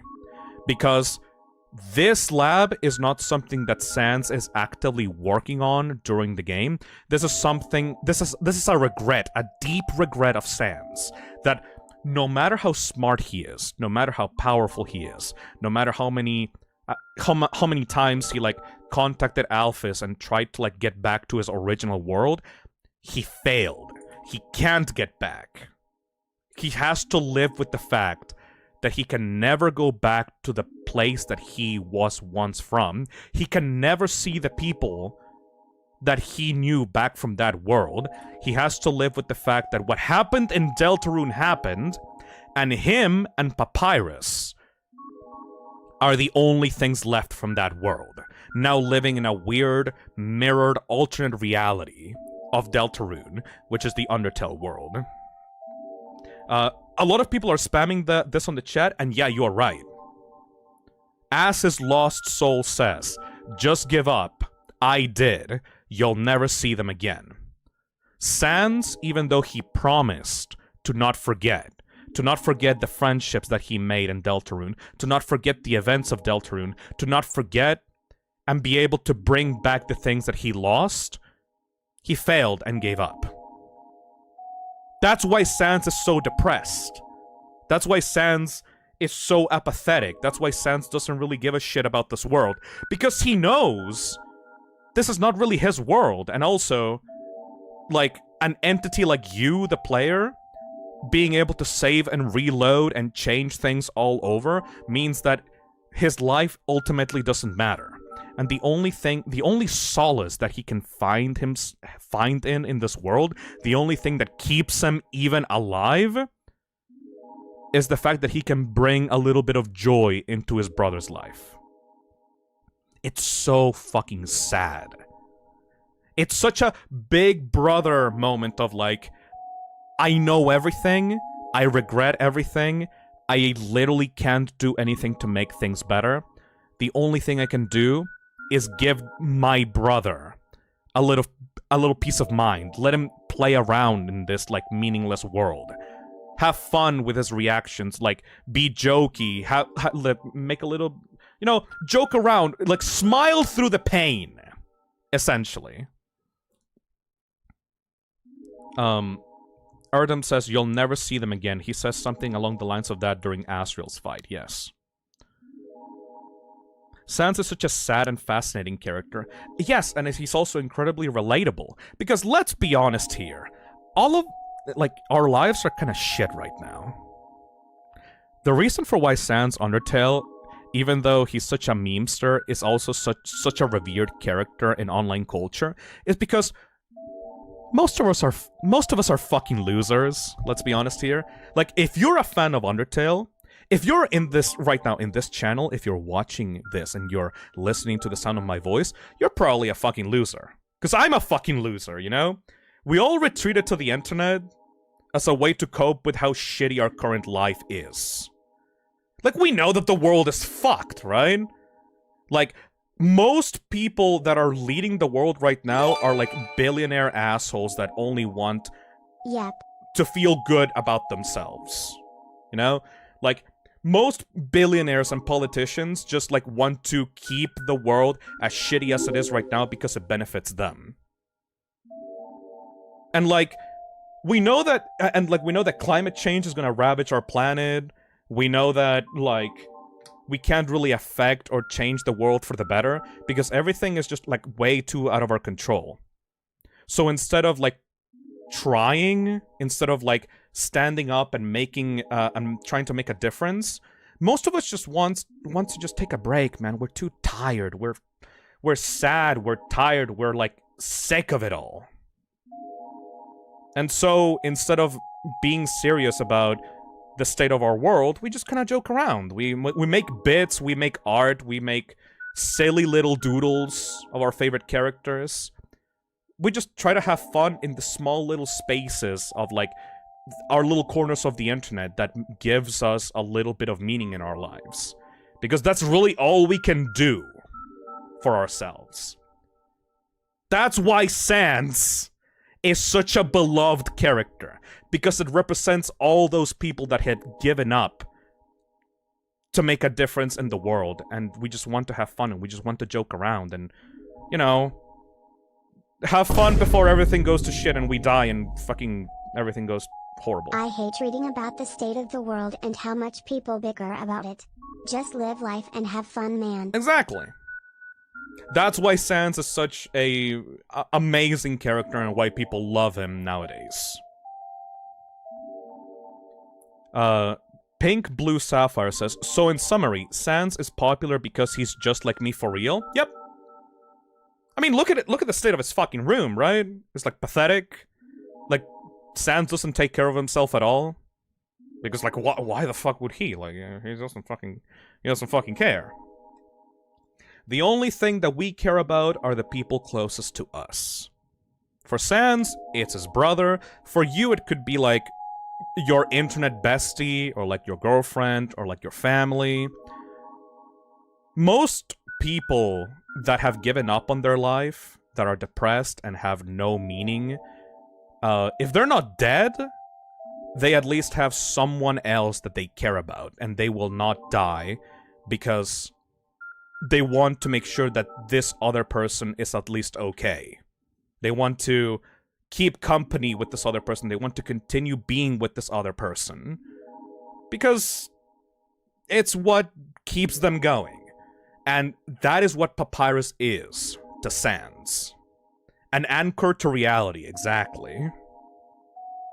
Foxen says, Phil, this got too dense! Go back to the funny skeleton, please!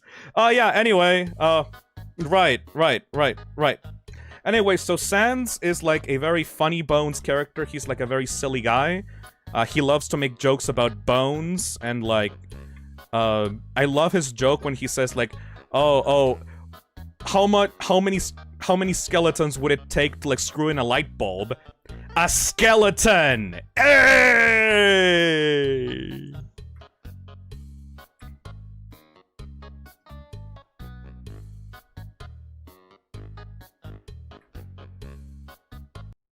Anyways, now we get to fight Papyrus. Human. Allow me to tell you about some complex feelings. Feelings like the joy of finding another pasta lover, the admiration for another's puzzle-solving skills, the desire to have a cool, smart person think you're cool.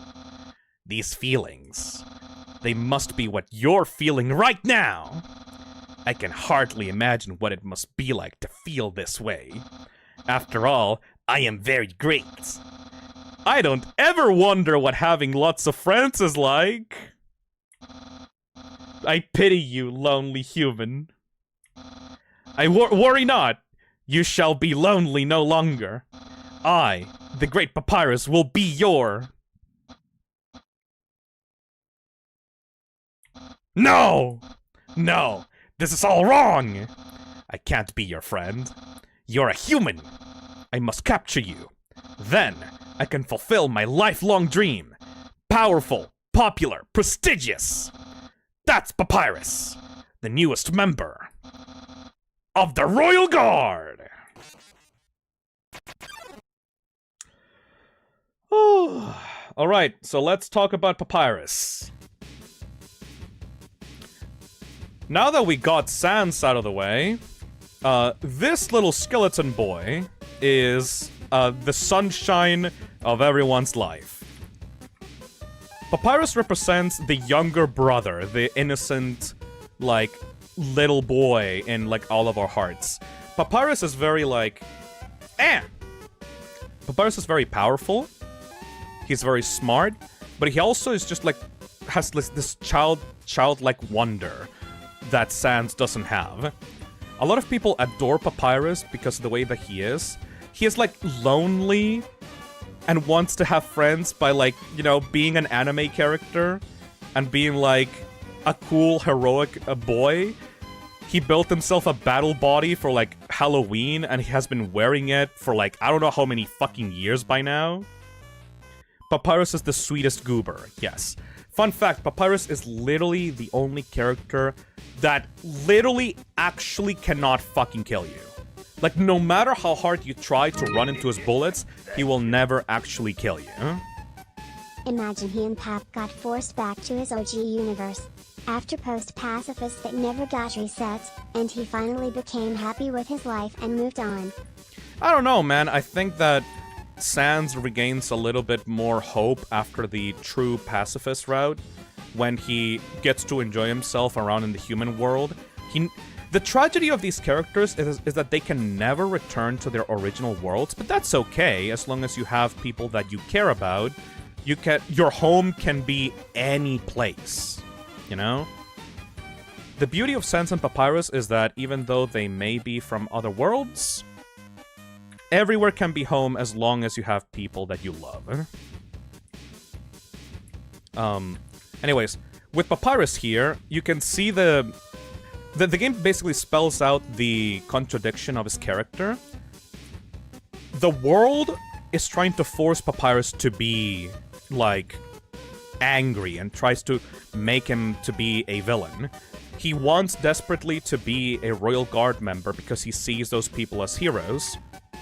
And in the narrative of the game, he has to fight you because he needs to get into the Royal Guard. But if the Royal Guard wasn't a thing, Papyrus would just want to be your friend because he admires people that are more powerful than him and he wants to surpass them. He's basically just an anime fucking protagonist, like I said. He's so fucking cheerful and nice.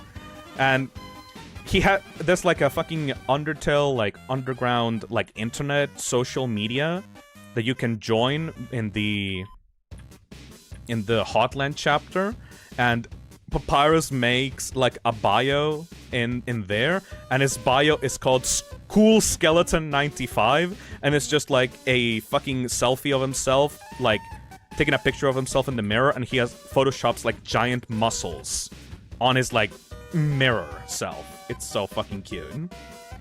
Don't diss Papyrus like that, and anime protagonists are annoying. Well, I meant it would really suck, like monkey paw shit. Ah, fuck. That's cruel, Cosmic Candy. Also, hopefully I don't die to him. Papyrus is actually the only, like, huge first blockade fight. Because, like, if you get to 1 health in his fight, he actually captures you and puts you in the capture zone. He, like, doesn't let you die, he just brings you over here. And you can try again immediately after.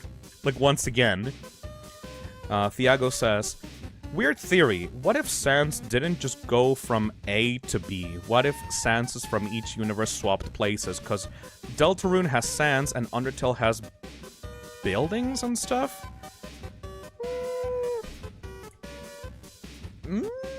That would be less tragic, I guess. I don't know, it all depends on how Deltarune shakes out. The magic of Deltarune that makes people theorize about it so much is that it is not complete. So a lot of people have like questions about Deltarune that I literally can't answer because we'll see what Toby Fox comes up with, like, in the end, you know? I saw that shed so many times for his fight because I was struggling for some reason. Well, Papyrus is like genuinely tough, like compared to any other fights. You actually have to pay attention to his attacks.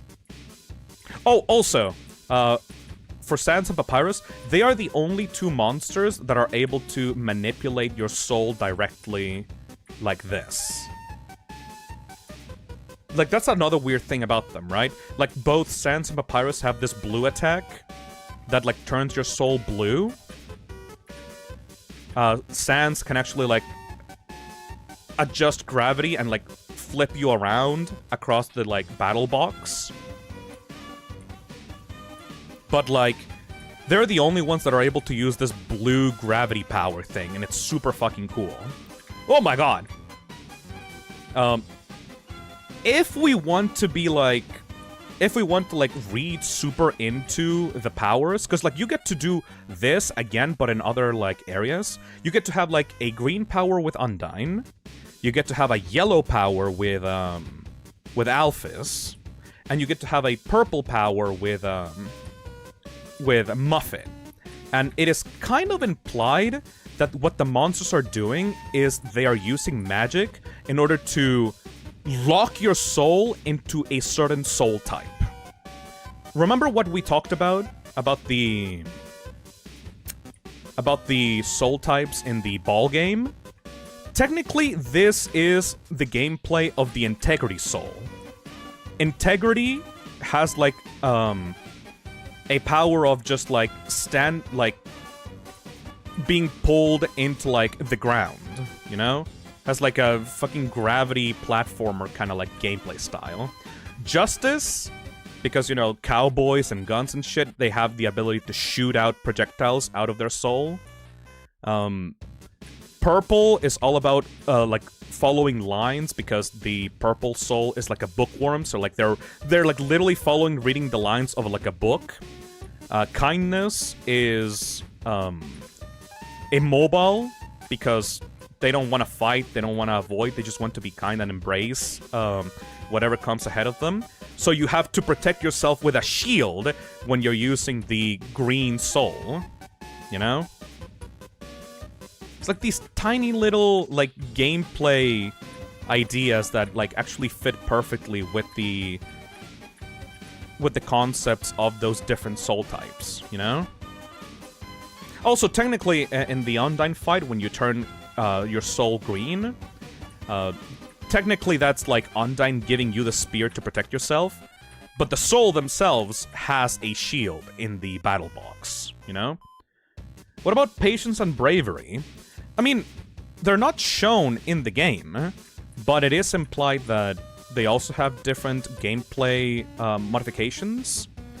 I've seen some fan games that actually use patience and bravery in like really cool context. Like, I played Undertale before this stream. Like the other Undertale stream that I've done besides this one is playing Undertale, and that one had the patient soul being able to teleport around on the map, on the battle box. Like the soul stays like stationary until you're able to like sneak attack and teleport into a different place by using the action button.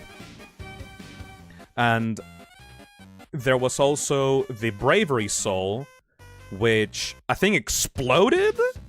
I'm pretty sure that one exploded, which like makes sense for like the fiery personality of the bravery soul. Do you have any healing items? Yes, I'm using them right now. I feel like patience is used in Mad Mew Mew's fight, since your soul during the fight is half red, half light blue. That could be it, actually. But that's more like a non-canon, like, Switch soul type of dealio. I guess I could talk about Mad Mew Mew as well, because, like, that is a fight that's only exclusive to the Switch version of the game. I guess I will wait until, like, Mad Dummy appears in our playthrough. Delta Traveler had a parry with the Patience Color Soul. I fucking adore the fan games, man. They're so fucking, like, inventive and cool. I've seen Patience being done like a Cuphead parry because you need to wait for your chance to parry. That's fucking genius! I think one of my only complaints about Undertale is that you never get, like, a proper explanation of the previously fallen humans, but there is so much here that, like, fan artists were able to, like, extend it by themselves, so, like, it's not really that big of a deal. I remember seeing concepts for what a human with a Nintendo soul would theoretically look like. Oh, they're just cosplaying as Mario or some shit like that. By the way, the bone attacks Papyrus uses looks different than Sans' bone attacks. Oh yeah! I think that you can see this here. Papyrus is getting ready for a regular attack. Yes, the bones of Papyrus are like much more... Ooh! They have like shorter, like bony ends. Meanwhile, Sans' are like more round. I'm pretty sure, right? Cool! Dude! He's so fucking cool. Oh!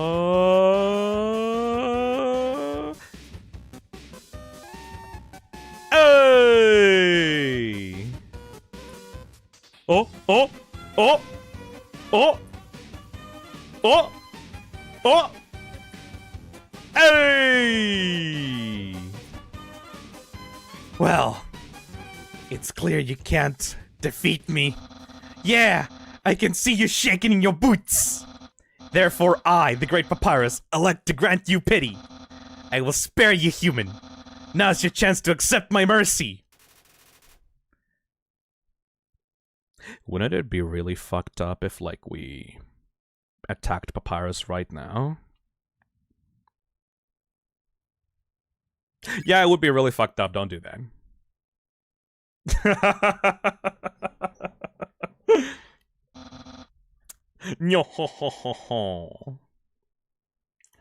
Oh well. What else can I say that I haven't said already? Hey, chat, do you have anything else that I should talk about for, like, the Snowdin portion of the stream? Because once we finish with Snowdin, we're gonna go into Waterfall, and we're gonna talk about Undyne.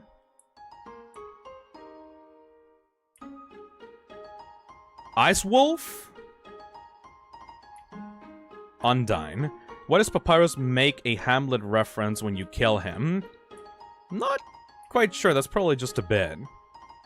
Is Spamton the wrong number guy?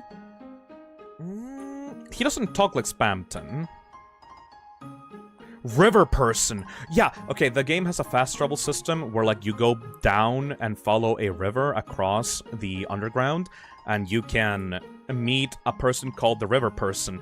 And that character is implied to have knowledge of the Deltarune world because they talk about shit like Gaster and the man that came from another world and the man that speaks in hands and stuff like that.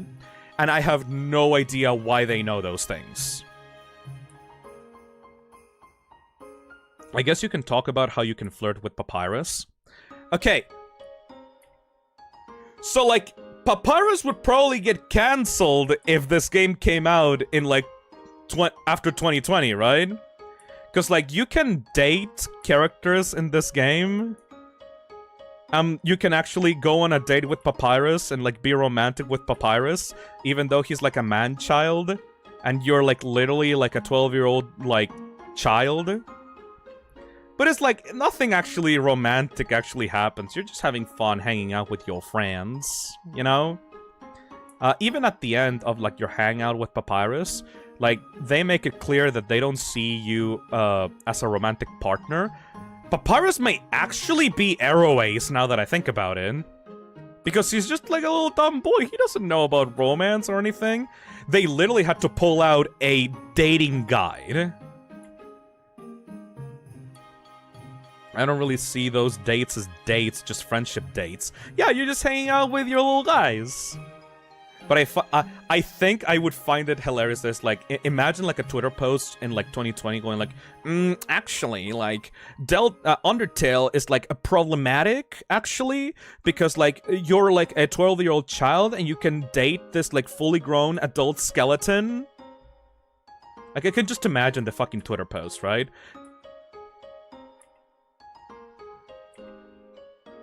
Think he might be gay with how he talks about Mettaton. A lot of people ship Mettaton with Papyrus, and I actually don't know much about that. In what parts of the game did, like, Papyrus talk about Mettaton?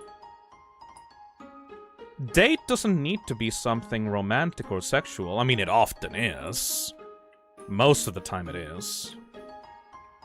The Mettaton ending? He just enjoyed the show. Papyrus calls Mettaton a sexy rectangle. I mean, yeah, but like... Okay. Guys, I don't know if this is just me, but like, I can call someone sexy without wanting to like actually fuck him, you know? I ship Mettaton with a mirror. You can call him before a sequence with MTT. Like, I can probably say, like, oh, this person is, like, genuinely attractive from, like, a physical description, even though I don't actually feel the need to want, like, to, like, have, like, sexual attraction to them, right? Yeah, but Leon, though. Yeah, but Leon, I genuinely did have a crush on Leon when I was a kid. Like, that, like, no, like, I actually had a crush on Leon. Like, Leon is my type of guy. Hey, Welk Lord. I remember seeing some people making a big deal about it, even though it really does feel like a friend date kind of way. Yeah, it's definitely a friend date. At the end of the date, Papyrus literally tells you, hey man, I literally don't see you this way. I've just been, like, stringing you along, trying to, like, slowly, like, reject you without, like, hurting your feelings. I'm very sorry that it got to this point. And it's like, oh no, Papyrus, no! You're such a dumb boy! Oh no! I thought Frisk was a girl for so long due to the majority of fanart showing them as a girl. Oh, dude, can we talk about that? Can we talk about how the fandom had, like, a period of time during, like, 2015 to, like, 2018 where, like, Frisk was purely drawn as a fucking big-titted, like, anime girl? Yes! Yes! Yes! Like, it still happens even to this day of, like, for some reason, like, the fandom had this obsession of, like, making Frisk, either Chara or Frisk, out to be, like, these sexy, like, anime women. And I'm like... First of all, dude, that's a child. Second of all, I know that you made them into, like, sexy women and all that, but it's like... What? My favorite version of Frisk and Chara are just like these little fucking potato beans, you know? Strider says, I've only ever seen Frisk drawn as a normally proportioned girl. Oh yeah, I have to like do this. Yes, okay. Says a lot about those people. Thiago says, and now we have overly muscled Chris instead. Pain. No! Most of the Chris fanart that I've seen has them be like a really lanky, edgy kid, which is like, yeah, that's pretty much Chris, alright? Chris is very edgy in fanart because of like the knives and the tendency to like hide their eyes and like be mysterious and cool, you know? Sam Cat says, I mean, gender doesn't really matter when it comes to Frisk. You can make Frisk a girl or guy or neither or and the same with Chara. Okay, can I actually talk about that? Because I'm not sure myself. For the people that are like on the Undertale/Deltarune fandom, has Toby ever acknowledged that? Because like I thought that Chara and Frisk were like their own specific characters and they were non-binary. Are they meant to be like, you can think of them in any way you like? Or are they just they, them? You know? Chris is just brooding teen. He was asked but chose to skip those questions. Toby never said anything about that, no. They are gender ambiguous. Okay, but that's the thing, right? You can make them gender ambiguous, but... Okay, let me talk about my character. You know Phi? The toxic slime at the bottom right that you're watching right now on stream? Like, Phi is not me. It's not my Sona. I don't look like Phi in real life. I'm just using Phi as my mascot to represent myself online, but they're kind of like their own separate character, right? And as a toxic slime, they're inherently gender ambiguous, but they are not hardline they, them. They can go by he or she or they or whatever, right? And a lot of people like are kind of weirded out when like I talk about Phi in like a female context. But I specifically, like, when I work with artists in the Toxic Cesspit, I specifically tell them, you can just do whatever you want with Phi. You know? You can make them look female, you can make them look super male, you can make them look ambiguous and not have any gender specifications, you know? And that's like, people can refer to Phi however they want. She, he, make them like a big tittied slime girl, make them like a big muscular slime guy. But, you know, that's up to you as an artist. You can fulfill whatever sick fantasies you want with the character. Is that the same for Frisk and Chara, or are they specifically meant to be they, them? Samcat says, not to my knowledge, they seem to go by they, them, and is referred to as a child, so you could see them as female or male, but that doesn't necessarily mean that they are male or female presenting. Yeah. Phi be like, my pronouns are fuck/you. Flight of Icarus says, I'm pretty sure that it's just whoever you interpret them as. Ace's Art Gallery says, I think a lot of people specifically chose to assign female to Frisk and Chara because of the tutu that's found in Waterfall was assumed to belong to Chara at some point. First of all, that's wrong. I mean, people probably thought about that, but first of all, that's wrong. There are many characters in Undertale that are like referred to as he, that are very feminine looking, like Mettaton, for example. So I think that Chris putting on a tutu does not immediately like confirm that they are like a girl, you know? Ikoski says, Toby only confirmed Chris as non-binary, if I remember correctly. Oh yeah, well, we were talking about this. Frisk and Papyrus had a whole fucking date, by the way. It was very fucking crazy. This confirms what I said about Papyrus, like, not actually wanting to date a child. Human, it's clear now. You're completely obsessed with me. Everything you do, everything you say, it's all been for my sake. Human, I want you to be happy too. It's time for me to express my feelings. It's time that I told you. I, Papyrus. Well, I'm flattered you care so much, but maybe cool it a little bit? You're a very nice person. I'm glad we're friends. But I think you can reach your max potential if you live more for your own sake rather than just for mine. Can you fucking understand the implications? Do you understand what Papyrus is doing right now? Do you understand who he's projecting onto Frisk? I know that this is a bit. I know that he's just, like, friend-zoning Frisk. But do you understand who he's really talking about, though? Do you understand who he's really talking about? Himself? No, he's talking about Sans. He's saying, hey, Sans, I think that you should cool it off a bit with babying me. I think that you should stop working so much for me. You should reach your own potential. You should live more for your own sake rather than just mine. Do you understand? So I left for a bit. Are we still in Snowdin? Yes. I have a lot to say about these fucking bony bros. I never thought about that, right? It's so fucking cool. Because like I told you before, Papyrus is not dumb. He sees how much Sans does not live for himself and only does stuff for Papyrus. And he wants Sans to be happy. He wants Sans to have a life for himself. It's so fucking... He's emotionally intelligent. Exactly correct. Hey, I know the solution. You should hang out with my boss, Undyne.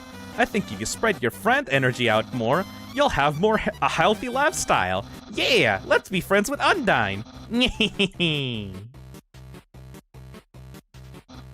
Oh, and if you ever need to reach me, here's my phone number. You can call me at any time. Platonically. Well, gotta go.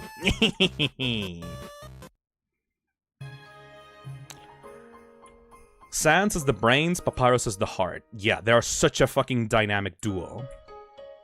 By the way, another reason for why I say that Sans is from Deltarune's world. You see this shit? You see this weird fucking, like, fire shit that's coming through his door? Like, right here, right now, look at that shit, look at that shit, look at that shit.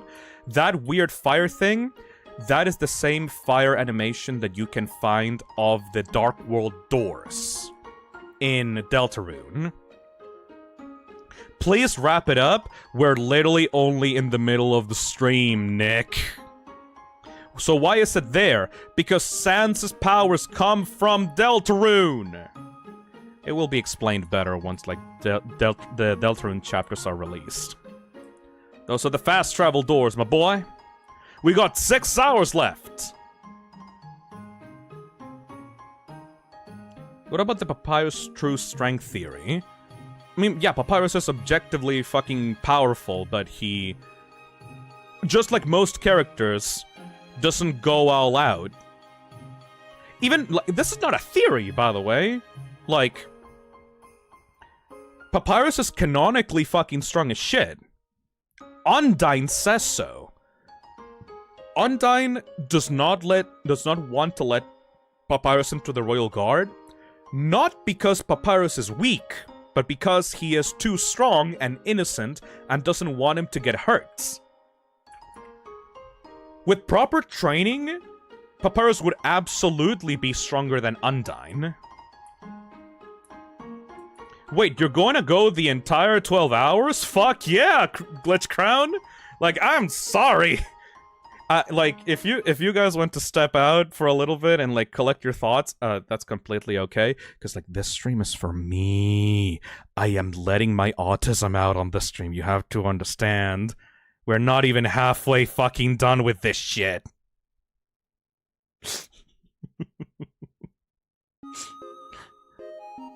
I left for 3 hours. Welcome back. I'm just making pancakes. Oh, time to talk about one of the most cool fucking sequences in the game. We're gonna talk about the hangout with Sans. What? Haven't you seen a guy with 2 jobs before? Fortunately, 2 jobs means twice as many legally required breaks. I'm going to Grillby's. Wanna come? I think everyone knows about this cool trick, but like, if you say yes, you will follow Sans and you will go to the right side. Over here, I know a shortcut. And then you fucking teleport into Grillby's. Ace's Art Gallery says, hell yeah, 12-hour stream, let's go! Hell yeah. Fast shortcut, huh? Hey everyone. So this establishes that Sans is like a super liked person in this town. He has like a presence, he has history. Everyone fucking likes him, which is kind of sad because Papyrus doesn't. Nobody like really talks about Papyrus much. Papyrus desperately wants friendship, desperately wants friends. And Sans is like, yeah, Sans is just cool, and he just plays it off, like, super casually, and, like, everyone loves him around town.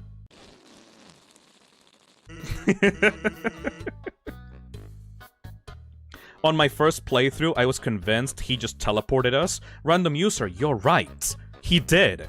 His whole thing is that he uses the metagame and mechanics of the story to, like, teleport around, like, seamlessly. Sans just doesn't care. That's one of the things that is like the juxtaposition between Sans and Papyrus. Papyrus desperately wants friendship, desperately wants people to like him, so he trains and tries to be cool and tries to be like the coolest cat around in town. But like he doesn't actually have any friendships. Sans has the most friendships out of everyone in the cast. He has friends with Toriel, he has friends with Alphys, he loves his baby brother. I'm pretty sure he's talked to the king at least once. Everyone around Snowdin knows about him and loves him, you know? But he just doesn't care. He's just casual about it. And you know what? That's actually like a really cool, like a really good, like, life advice, I guess. Hey Diamonds, thank you for the 13 months. I am right there with you, man. UT is my favorite game. Yeah! And these guys make me ill. Watching this has just fueled my own autism and I'm living for it. Thank you, I'm so fucking happy, because like, this stream is so self-indulgent from me, honestly. But I'm glad that other people are also having fun with me. And also, this is genuine life advice for you.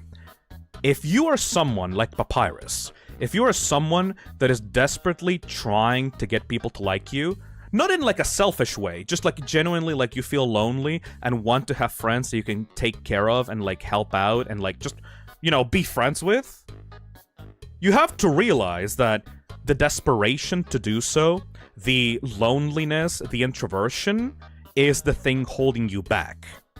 Sans has a shit ton of friends and everyone loves him, but that's just because he is himself. He is unapologetically himself. He tries to help out, by the way, a lot. Sans has multiple jobs. He is everywhere. Sans has like jobs as a sentry in Snowdin. He sells hot dogs in Hotland. He goes out and talks to multiple people. He's usually seen just hanging out, having fun, making sculptures. Like, it's not like if you desperately want friends, if you desperately want connections, just, you know, go out, be yourself, help others. There's no science to this.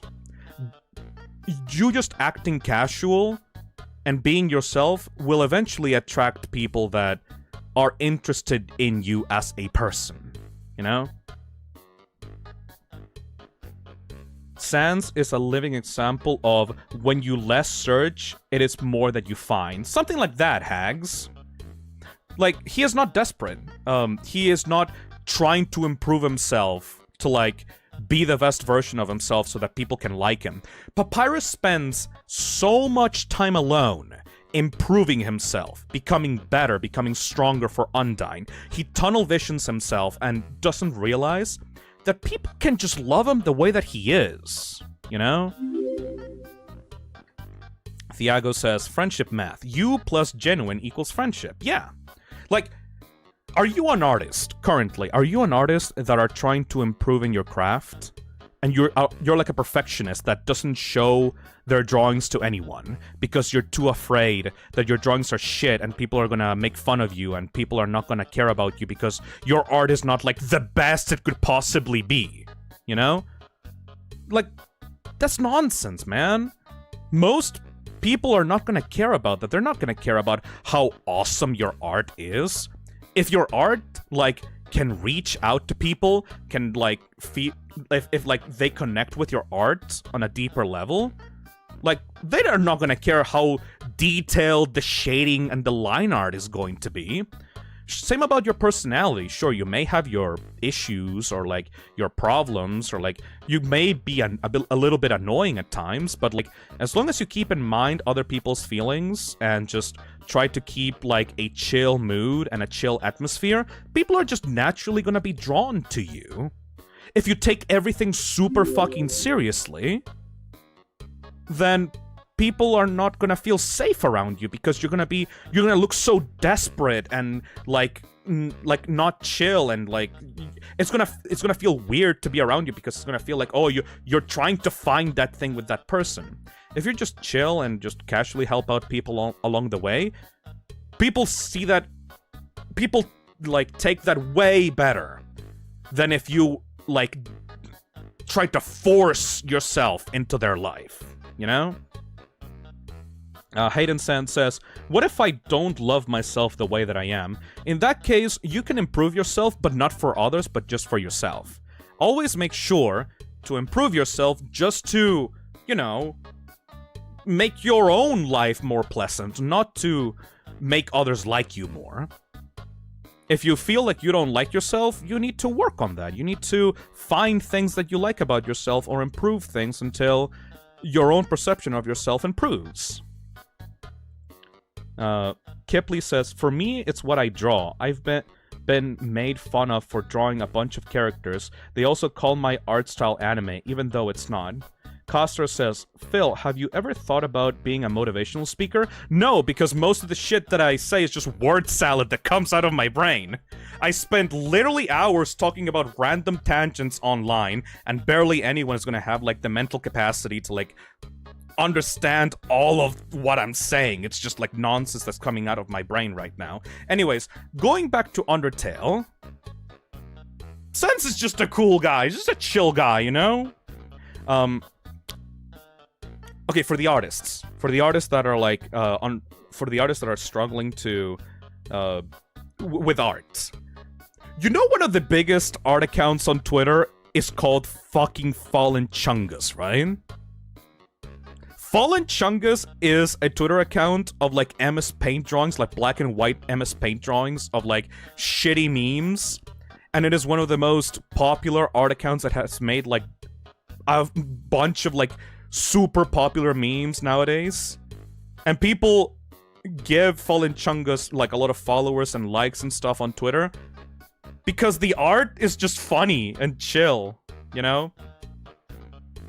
Like, you don't have to have, like, hyper detailed drawings to get attention for your art. Sometimes forcing your art to be as detailed as possible and putting a ton of effort and time and, like, love into every single drawing can be detrimental. Sometimes just having fun and drawing whatever the fuck you feel like really quickly and being loose with your art will make you improve way more than if you put 100% of all of your effort into your artwork, you know? Anyways. Phil, can I really say in-depth can say a really in-depth, heartwarming story, then immediately say, like, 12 swear words because he died to Freddy Fazbear? Something like that, Mac. Anyways, about this conversation that Sans has with you in the bar. This is Sans' moment where he sizes you up.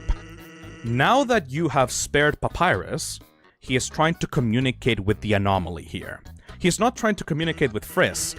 He is trying to communicate with the thing that's controlling Frisk, the thing that's like your heart, the anomaly that he knows you are.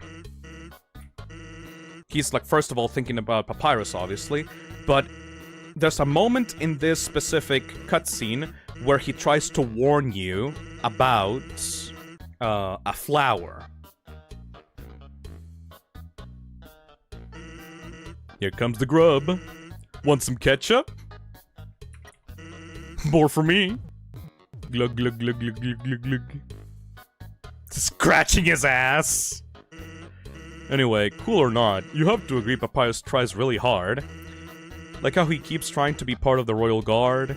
One day he went to the house of the head of the Royal Guard and begged her to let him be in it. Of course, she shut down the door on him because it was midnight. But the next day, she woke up and saw him, still waiting there.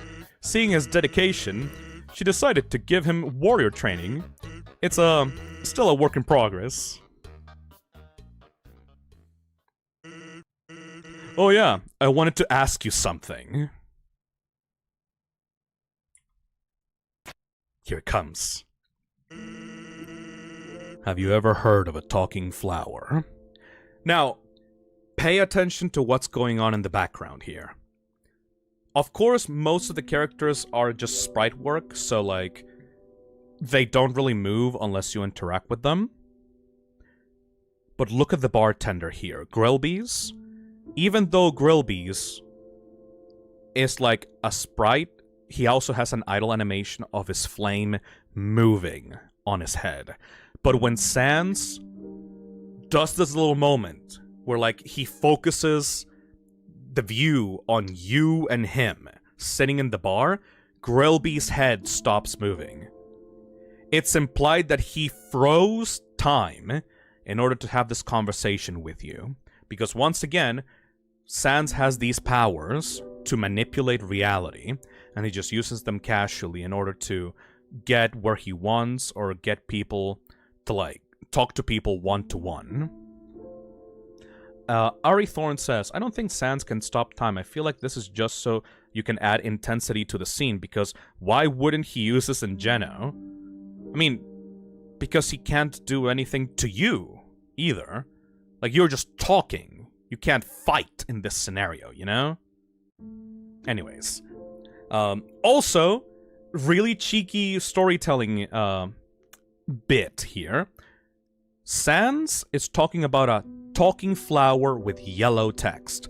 But when you say yes, so you know all about it, and you think you're going to talk about Flowey, but then he changes the conversation to the Echo Flower with blue text. And the Echo Flower is a flower that you can find in Waterfall. They're all over the marsh.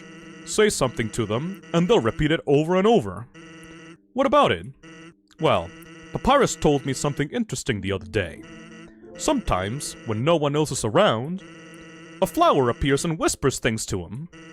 Flattery, advice, encouragement, predictions. Weird, huh? Someone must be using an Echo Flower to play a trick on him. I love this line, I love this conversation, because this is Undertale showing its hand.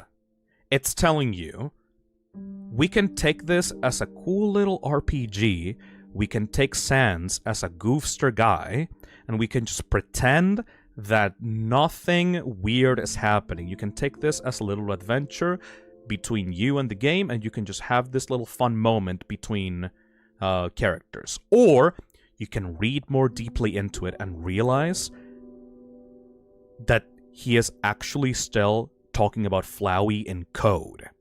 He is referring to Flowey being an outside influence and a character that has a history in this world and is trying to manipulate Papyrus. He knows that Flowey has been talking to Papyrus. And at the end of the game, you can see, like, at the end of the game where, like, the trap is sprung, you can see that Flowey talked to Papyrus to set everything up in the true pacifist routes. And Sans is just telling you, the player, hey, keep an eye out on this fucking flower. He is important. Don't let him out of your sight. He is trying to fuck with my brother, and I'm going to do my best to, like, stop it and, like, make Papyrus, like, protect Papyrus from him. But you also keep an eye out on this fucking flower. I don't know what it is. It's not a monster. It's something else. Keep an eye out on Flowey. Keep an eye out, okay? Thanks.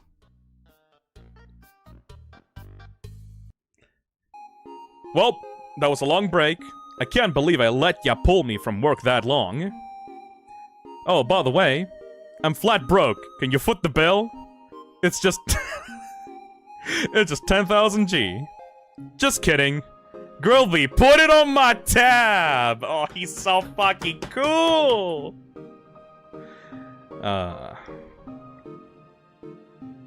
I wonder if that's because it's the only way Sans is able to transmit that to the player. Well, it's more like Sans doesn't know how deep your knowledge of the game goes. You could either be a normal human, or you could be the anomaly that they've been trying to deal with for the longest time, you know? Alright, everybody. It's been around 6 hours, and we need to start talking about Waterfall. And also Undyne, and also just that entire chapter of the game. Artie Airithorn says, Sans knows Flowey is probably watching and doesn't want him to know that he knows. Yes. Specifically because of how much of a pain in the ass Sans gave Flowey, like, all those timelines ago. Will this get a two-parter? No, boy! This is a single stream! This track is such a banger. Yeah, I love it. So, in Waterfall, I love that the transition between the snowy, icy world and the hot, bright, warm, like, volcano of Hotland is sandwiched in between these two areas is this really, like, cool, watery swamp area, you know? It's like a perfect transition. You're going from the cold-ass place down into the hot, like, volcano area of the underground. And this place is so beautiful. It contains, like, a lot of nature and plants and, like, tons of, like, mushrooms and glowing rocks and crystals. It is actually the most beautiful part of the game, even though it is, like, the least plot important of it. You just get to meet Undyne and have to, like, survive Undyne. It has, like, the most calming music, the most beautiful moments with, like, Monster Kid looking out into, like, New Home and Asgore's castle, and, like, has my favorite palette in the game as well. In my opinion, Hotland is kind of a mess visually. Hotland is, like, this ugly, orange, red, like, volcano, Bowser's castle fucking area. I don't really fuck with it at all. My favorite areas in this game are Waterfall and the core. The core is also super fucking cool. Diamond says, Waterfall is my favorite area. The music, the characters, the lore drops, the implications, the dread. It's so good. Also, meet Monster Kid, by the way. Monster Kid is... he doesn't have much going for him, really. He is just a little monster kid that, like, runs around and, like, thinks that you're cool because, like, you're both kids and, like, follows you. And, like, he is basically there for Undyne to protect. Monster Kid looks up to Undyne, thinks that she's cool, and, like, Monster Kid is just, like, a plot device to, like, you know, kind of, like, give Frisk a way to escape Undyne in, like, those few moments. He probably has other lore tidbits, but overall he's pretty useless to the story, in my opinion. He ain't got no arms. Oh yeah, also that. He tends to fall on his fucking face a lot because his weird fucking gigantic head is too big, and his tiny little legs just, like, makes him trip around, and he just falls a lot and, like, eats shit a lot of the time. Haha, no arms. Oh, another cool Papyrus moment in this, by the way. Papyrus calls you in this moment and asks you what you're wearing so that you can then, so that he can then say the opposite thing to Undyne, but he ends up, like, saying the right thing anyway. So you're wearing a gross bandage. Got it. Wink, wink. He thinks that you are trying to lie, and he will give false information to Undyne, but in reality, you are actually wearing a gross bandage. Diamond says, their main role comes in the Geno run, yeah. In Pacifist, they just make a nice contrast to the dread TM of Waterfall. Yeah. If you change, he will say whatever you're wearing. It's really fucking stupid, I love that bit. But look at how beautiful Waterfall is. Like, it's implied... Like, these are not stars, by the way, because we are still underground.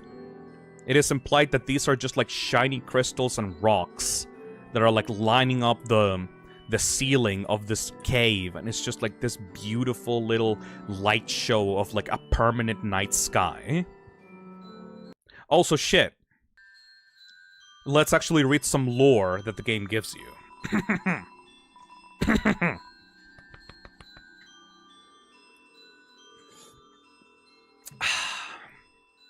Alright, let me put on my reader voice. Ancient writing covers the walls. You can just make out the words. The war of humans and monsters. This is the moment in the game where it actually gives more context to the intro legend at the beginning of every playthrough of Undertale. Why did the humans attack? Indeed, it seemed that they had nothing to fear. Humans are unbelievably strong. It would take the soul of nearly every monster to just equal the power of a single human soul. But humans have one weakness. Ironically, it is the strength of their soul. Its power allows it to persist outside the human body, even after death. If a monster defeats a human, they can take its soul. A monster with a human soul, a horrible beast with unfathomable power. By the way, in the beta of, in like COD content for Undertale, this specific note had a, in the beta, like, I think it was like in the art book, there was originally going to be a artwork of Omega Flowey here. The beast of unfathomable power was originally, like, I don't know, set to look like Omega Flowey. And it was cut out because, one, they didn't want to ruin the shock of Omega Flowey. And at the end of like the neutral route, and also it kind of really didn't make sense because Omega, the reason for why Omega Flowey looks the way that he is because he is like a monstrous like version of a flower. But it was kind of like, you know, a cool detail of like, oh, originally you were supposed to get a glimpse of Omega Flowey like in this like legend like scribble, you know? It's an illustration of a strange creature. Yeah, this one was supposed to be like Omega Flowey here. There's something very unsettling about this drawing. It didn't really make sense for the story, so they just like cut it out and just replaced it with a generic like text box, you know? Photoshop / Omega Flowey is just Asriel's monster that he made using random JPEGs. Super fucking cool. I never knew about that. Yeah, it's in the Undertale art book. What about the abandoned quiche? I think I skipped that. Sorry about that. I'm really skipping a lot of the healing items and stuff for this game. I hope that doesn't bite me in the ass later. Usually in my playthroughs of this game, I get stuck on the fight with, like, Undyne. Because guess what, motherfuckers? Undyne is actually a monster that is trying to kill you. She genuinely wants to kill you and take your soul. She doesn't give a shit that she's fighting a child. and she's not doing it because she's cruel or evil. She's doing it because she thinks that will save monster kind. Let's actually talk about Undyne now. Undyne is a fish. Undyne is so fucking cool. She is the most determined monster in the underground.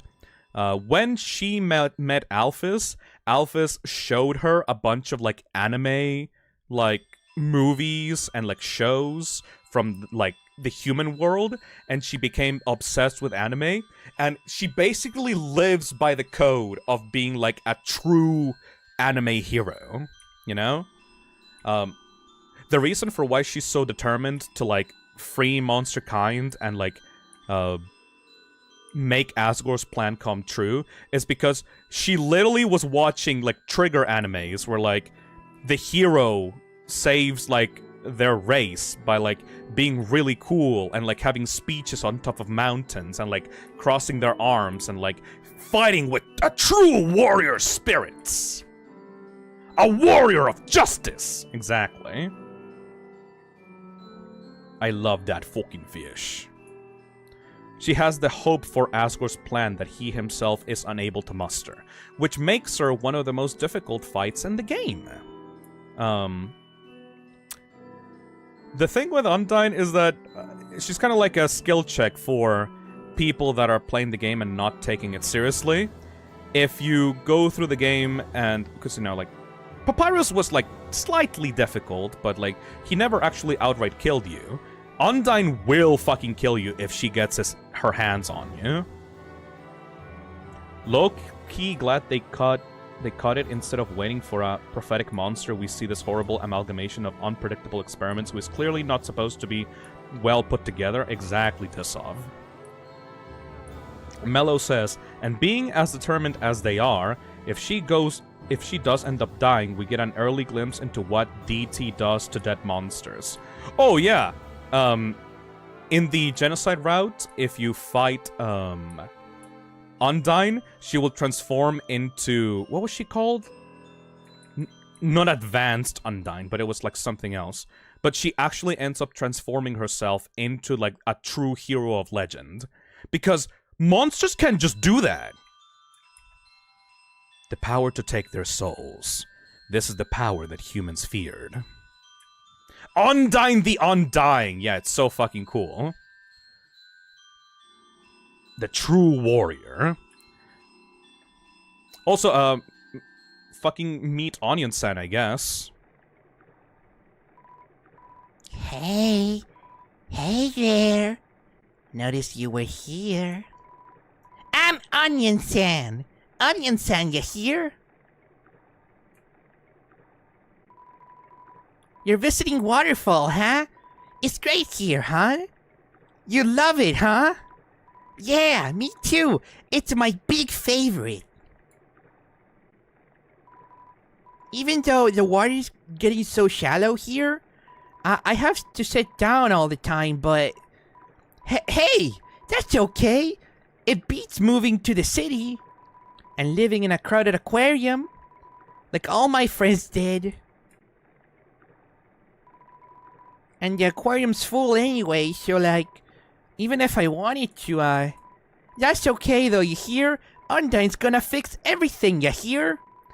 I'm gonna get out of here and live in the ocean, you hear?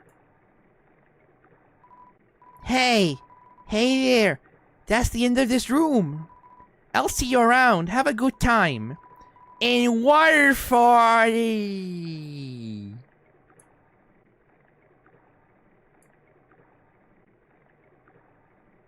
Anyway, that was just there to show off how, like, all of the monsters' hopes reside within, like, Undyne. Oh shit! Shiren. So this is technically two monsters.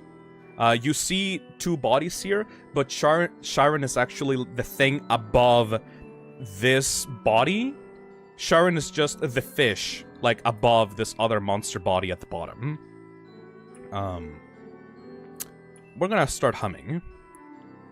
So, there is this little super cool sequence that you can partake in this fight, where, like, you get to see that not only is Gaster following you, not only is Flowey following you, but also Sans is, like, following you and watching you in the dark, making sure that your path is clear, because he's gonna judge you at the end of the Judgement Hall.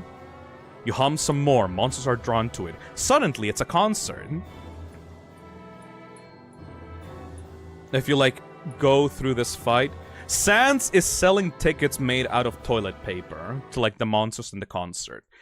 If you had killed Papyrus before in Snowdin, and you got to this point, and you were singing along with Shiren, this would not be Sans is selling tickets made of toilet paper. This would be a hooded figure is watching in the distance. Because even though you killed his brother, Sans is still there watching you, and he's just waiting for you at the end of the Judgement Hall. You know? It's such an ominous detail. Anyway, sorry, Shiren. We'll have to spare you. The northern room hides a great treasure. Oh, we're gonna do that weird sequence. This power has no counter. Indeed, a human cannot take a monster's soul. When a monster dies, its soul disappears, and an incredible power would be needed to take the soul of a living monster. There is only one exception. The soul of a special species of monster called a boss monster. A boss monster's soul is strong enough to persist after death, if only for a few moments. That's why when we killed Toriel, you could see that her heart was still there, even after her body crumbled into ash.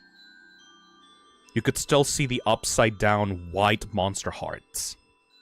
And then, after like a few seconds, it just like poofs, cracks into nothingness. A human could absorb this soul, but this has never happened. And now, it never will. Will you do the piano puzzle? Yes, because this is one of my favorite sequences in the game.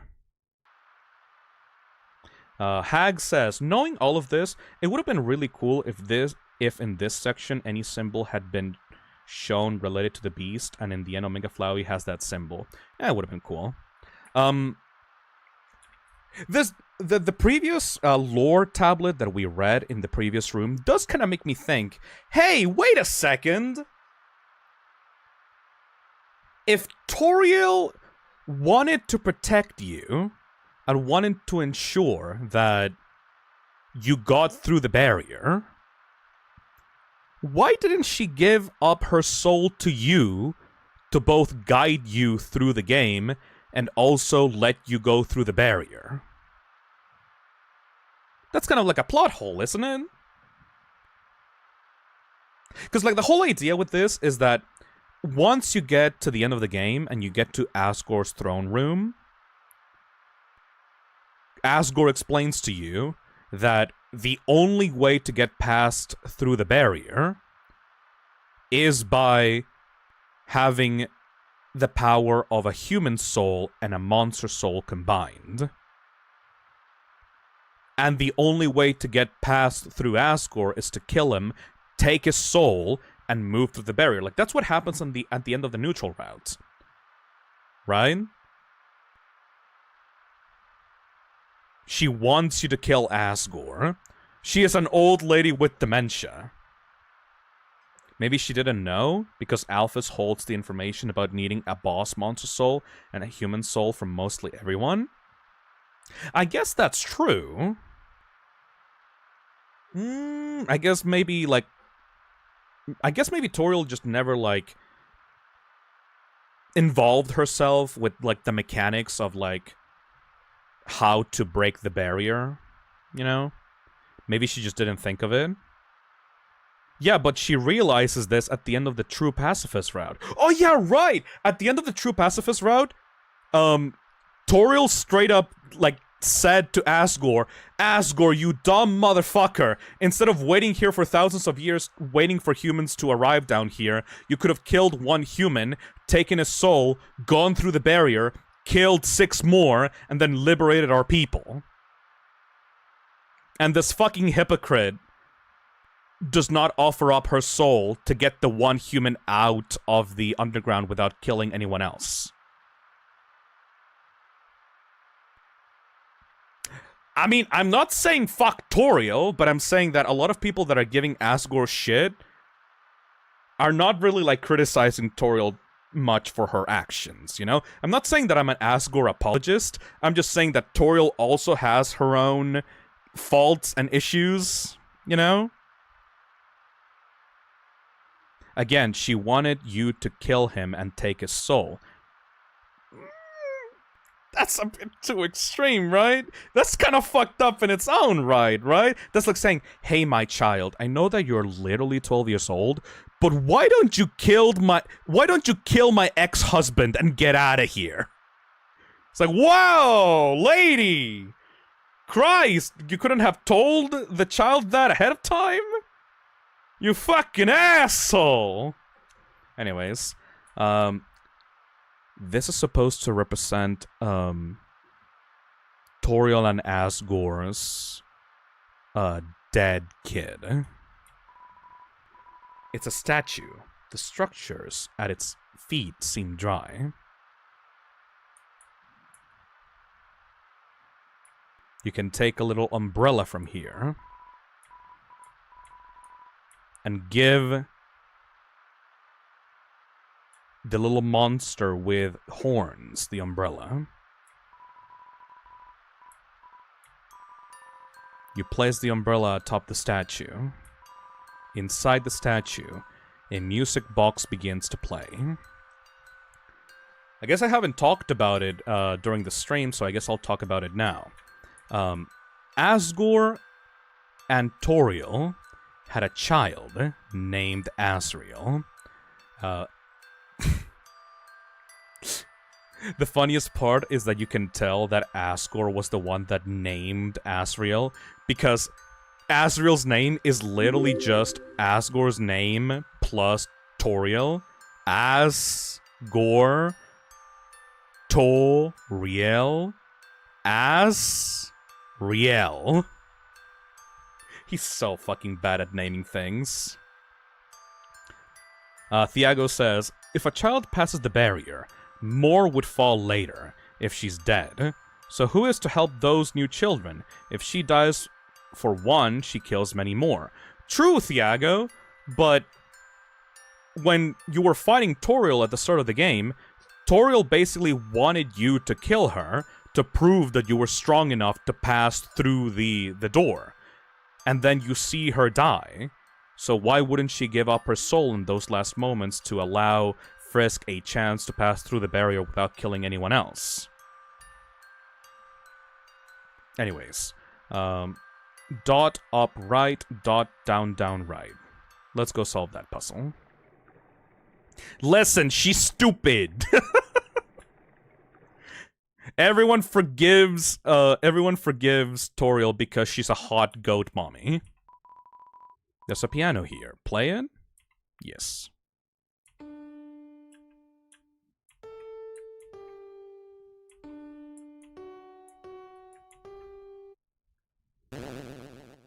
So, for some reason, the melody that the statue gives you allows you to enter this weird-ass room. And if you enter this weird-ass room, you get to have, like, a little ball. It's a legendary artifact. Will you take it? You're carrying too many dogs. Wait, what? The fuck you mean by that? Annoying dog. Annoying dog. A little white dog. It's fast asleep. You put the dog on the ground. The dog absorbs the artifacts.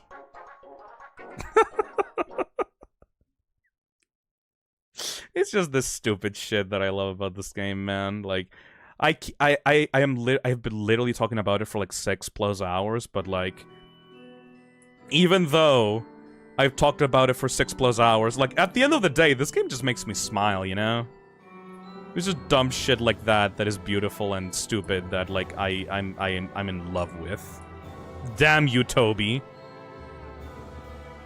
But yes, this statue is meant to represent Toriel and Asgore's dead son.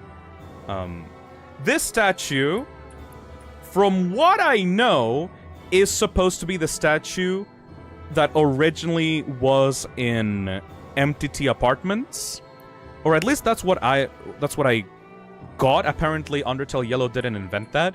This statue was taken out of the apartments in Hotland and just thrown out alongside all the other trash that you find in Waterfall.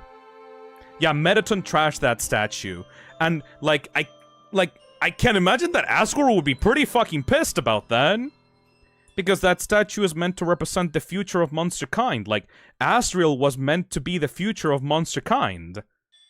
He literally says that Asriel and Chara were meant to be the future of their race.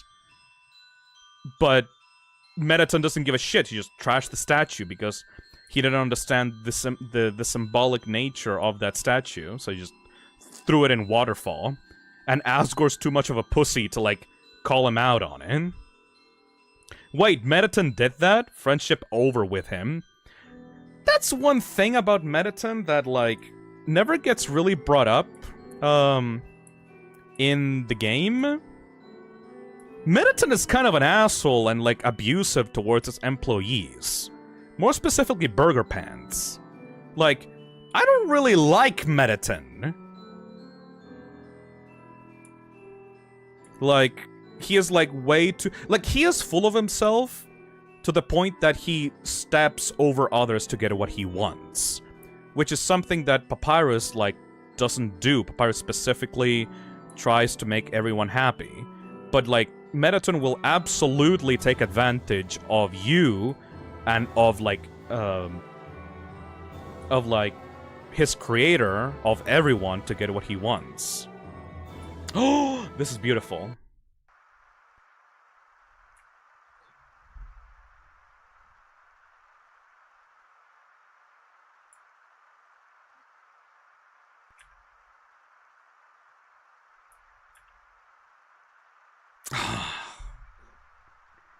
It's such a simple moment, you know?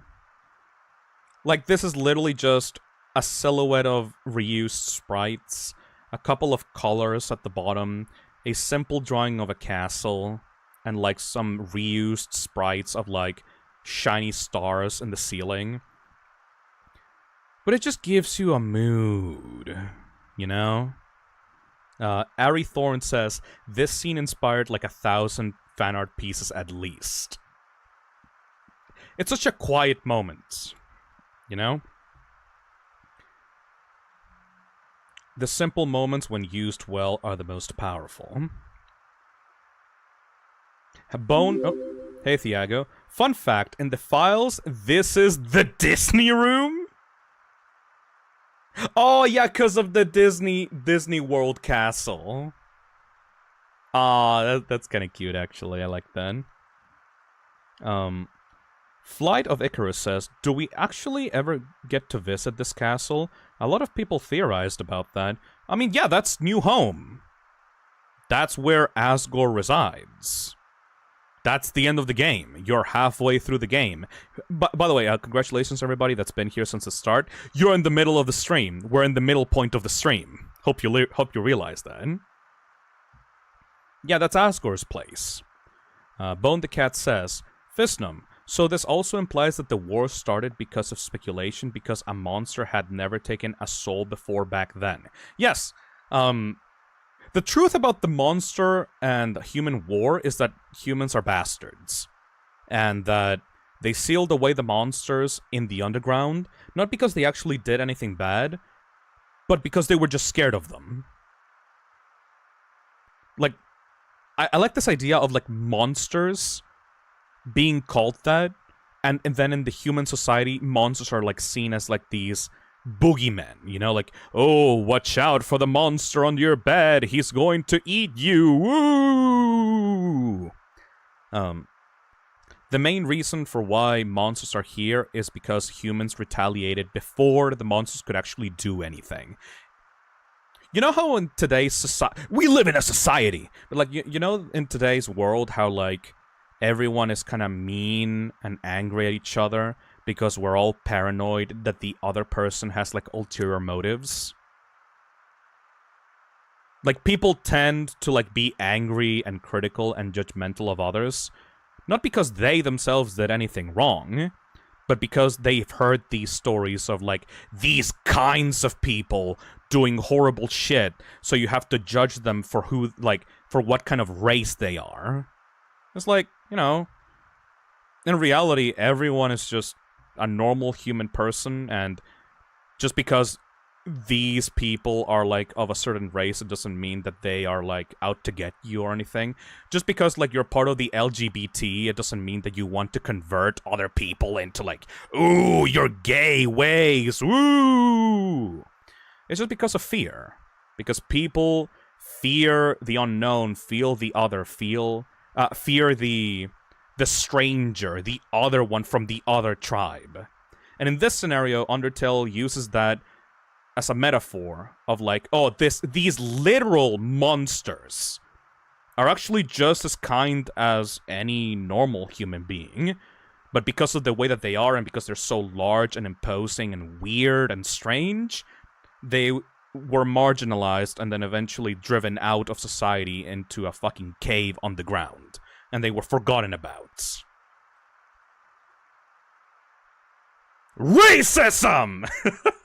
Undertale is about racism! That's about a whole different other things, you know? Diamond says, us versus them is a powerful tool when it comes to instilling fear and thus power over people, unfortunately. Undertale is woke?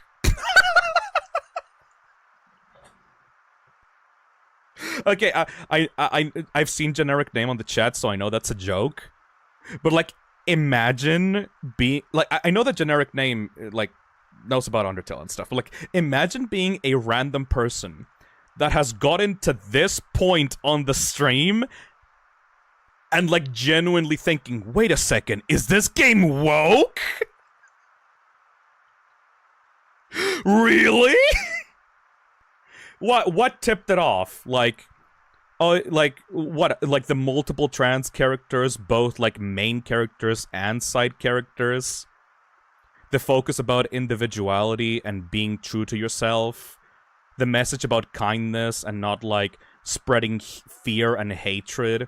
About not using others as, like, tools or, like, pawns for your own entertainment? Like, oh, this game is woke? Oh my god, it's such a fucking revelation! Oh, you mean to tell me the game whose only two human characters are not explicitly non-binary? This game is woke? Oh yeah, right, the lesbian fish, by the way. The main romantic couple in the game are two gay ass, like, the fish and the dinosaur lady. Yeah, no, this game is totally not woke, man. Random user says there is literally a lesbian relationship required to get the true pacifist ending.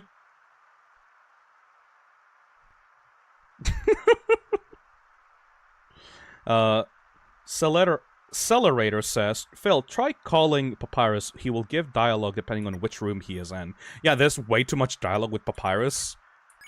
But, like, let's call him up right now and see what he thinks of this area. That's the king's castle. Thank you! Thank you, Pappy. Yeah, you're truing. You're very much truing about that, my boy. I genuinely think that Papyrus is Arrow Ace. Maybe I'm just projecting my, like, ideas upon him, but, like, Papyrus seems to be, like, not focused at all on romance. Like, for a character that desperately wants people to like him, you'd imagine that he would have some crushes here and there, right? But, like, romance seems to be a completely alien subject to Papyrus. And we know for sure this is not, like, a monster thing, because, like, there's multiple monster relationships in the game. And, like, Sans very clearly wants to fuck that goat lady. Dav says, homosexuality and gender ideology is okay. But I draw the line at racial equality? Cancel woke tail?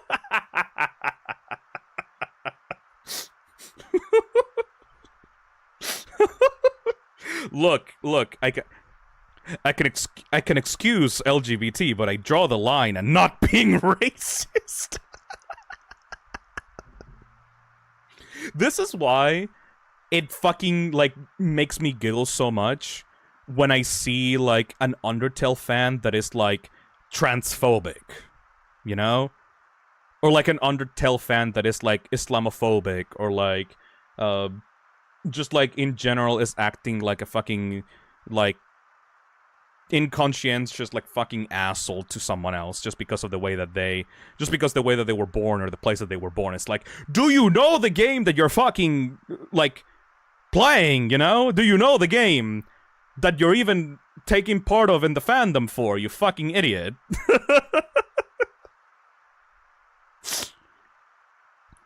Like, I've seen people say, like, oh, why are they putting politics in my Undertale/Deltarune? When, like, Chapter 2 specifically has an allegory about people like them. Like, in Chapter 2 of Deltarune, in the cyberworld, there are, like, two citizens of the cyberworld.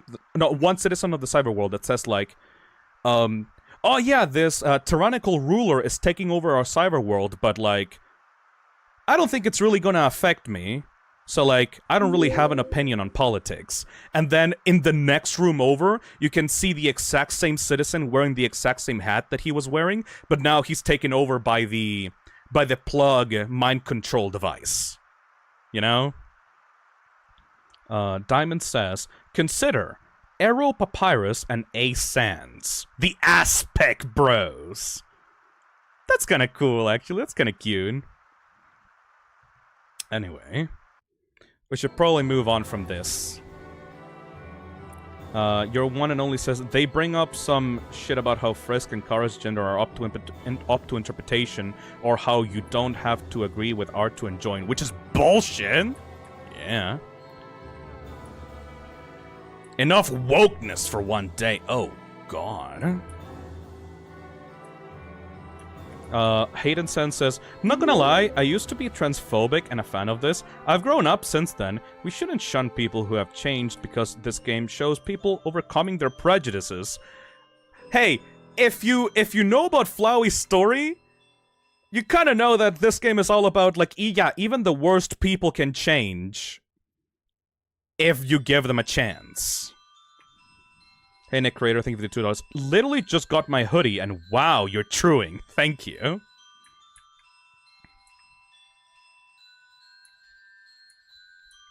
Also, is there more lore here? The humans, afraid of our power, declared war on us. They attacked suddenly and without mercy. In the end, it could hardly be called a war.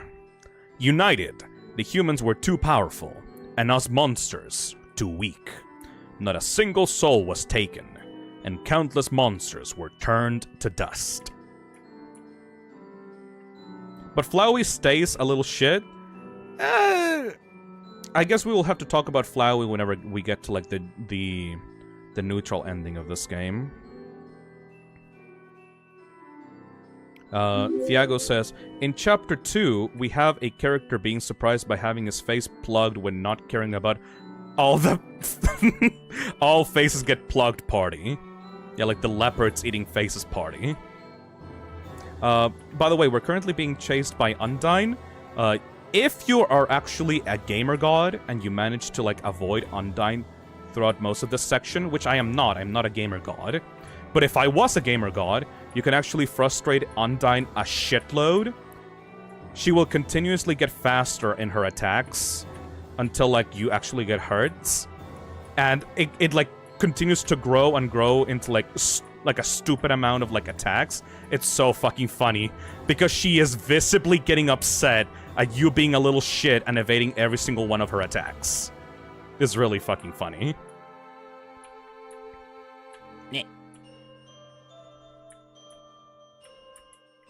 Alright, chat, I need to lock in to make sure that I don't get destroyed by this fish woman.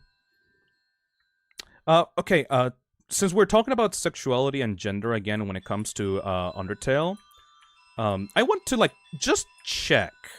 Alphys is supposed to be bisexual, right?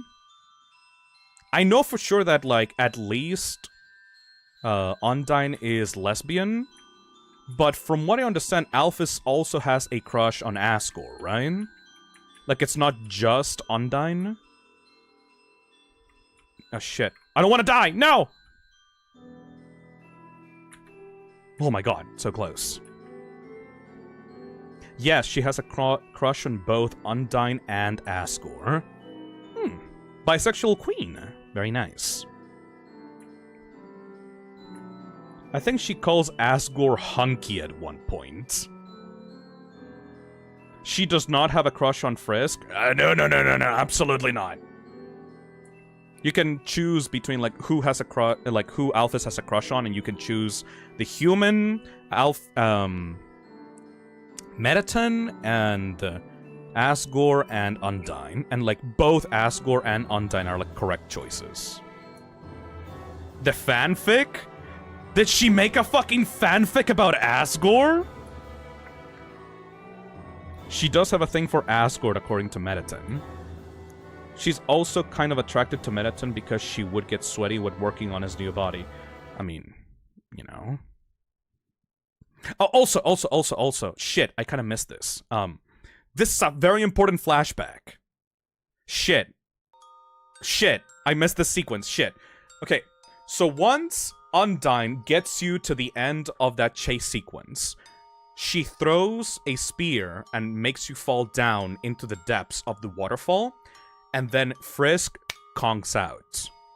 And then, during your dream, you dream of someone helping you up from a large fall. And that person says, "Oh, your name is Chara, huh? That's a nice name. My name is..." And it gets cut off. Ooh, we're gonna talk so fucking much about that person once we get to that section. Oh my god. Also, a bed of flowers cushions your fall once again.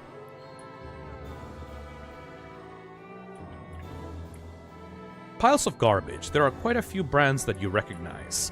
This is also important, by the way. Waterfall is the main lake and water area. It is implied that the water that is washing down on Waterfall right here, right now, is water that the humans are using for their sewage systems in, like, the surface. Which is why here you can see garbage that Frisk recognizes. Like, in that one little blurb, it says, there are many brands that you recognize. And that's because Frisk came from the modern human world, and there are modern human accommodations here. There are game consoles, there are TV screens, there are toys, there are figurines, manga, anime. All these things are things that Frisk knows from their childhood in the human world, and these are things that have washed up into the monster world, and Alphys, the royal scientist, has rescued from this trash heap because this is where she runs to hide whenever she wants to hide away from the world. This trash heap and all these items are things that Alphys scavenges and returns back to the lab with and analyzes and tries to make different, like, technology with, based on, like, old human tech. You're walking in poop water, yes. Even though it's really beautiful poop water. Frisk is a weeb too? Ha, fucking weeb. I mean, it really depends on you. Luca Sanguine says, damn, we're still going strong here. Remember to eat and drink something. I should probably pour myself a gamer sup, actually. You rest your hand on the rusted bike. Its horn wheezes a honk of despair. The reason that you get that memory from the flowers is because in a call from Papyrus and Undyne that hints that it's some kind of hive mind. Is it? I've never paid attention to those calls. It's a DVD case for an anime. Desperate claw marks cover the edges. Those are Alphys, by the way. Like, this is specifically the spot that Alphys runs to get the newest anime and shit that falls down into the underground. Also, time to meet one of the fandom's favorite characters.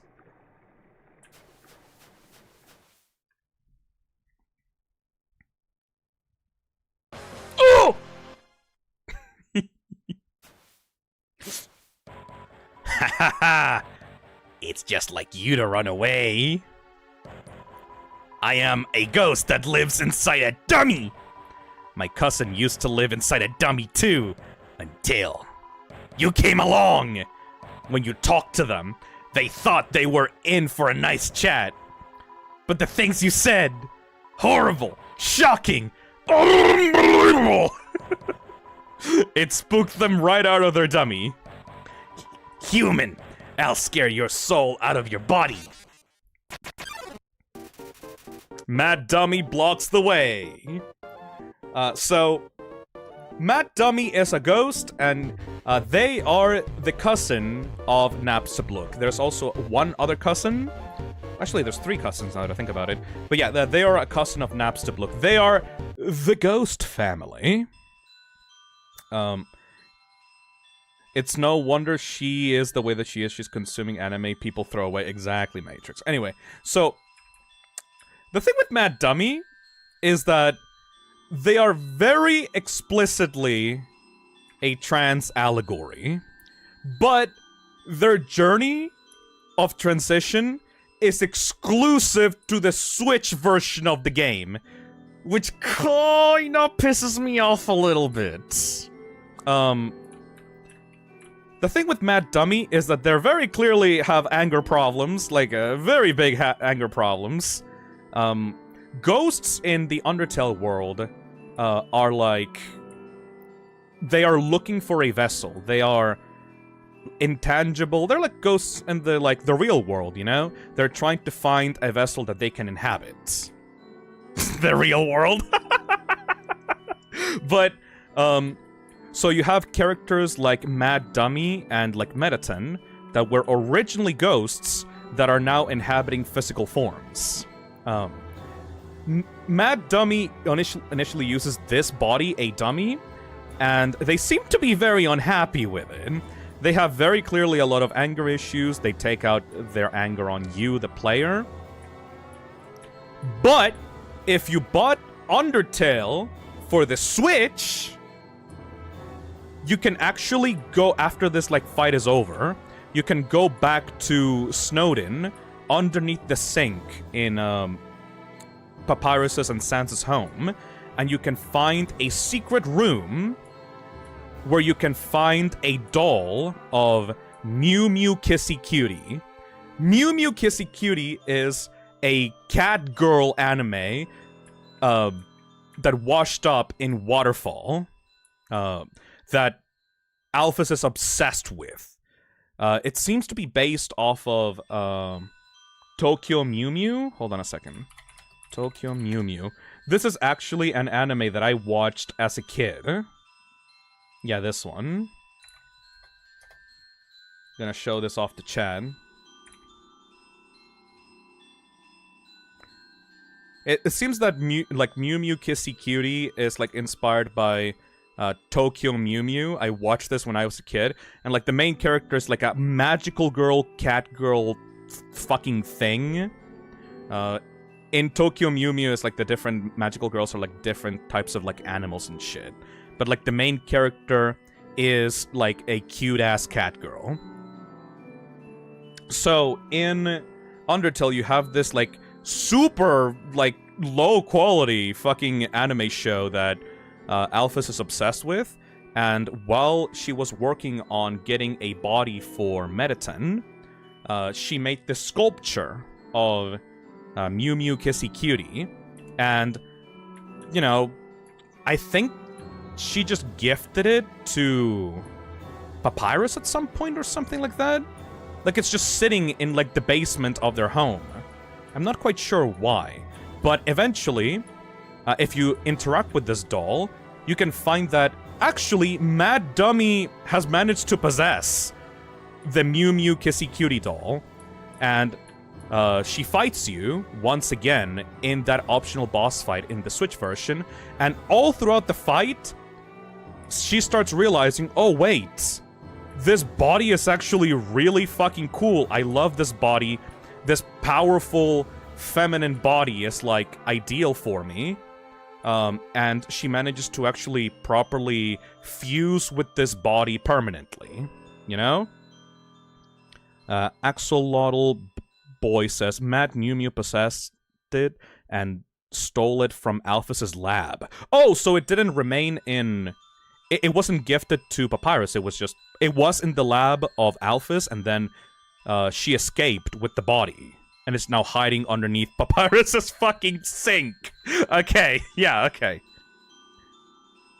I like this story because, like... As you may see from the fight that we're currently doing right now, Mad Dummy is not, like, a gentle character, right? They're not, like, a very feminine character. They're very angry, and, like the name implies, they're mad. They are fucking, like... They actively want to, like, kill you and get revenge on you. And, like, they're not, like, a typically female-presenting character, you know? So I kind of like this thing of, like, this trans character that is not simply just like, ooh, I was a girl all along, and I was, like, super girly when I was a boy, but then I found out that, on my journey that I'm, like, actually a girl and stuff like that. No, it's like they have an actual character beyond just the trans characteristics. The character that is produced from the transition of this ghost character into their vessel is called Mad Mew Mew, because it's not just the girly anime girl fucking kitty persona, it's still just Mad Dummy, but in a body that they are, like, more comfortable with. Like, she's more comfortable with. Oh shit, I might actually die here. Oh, fuck.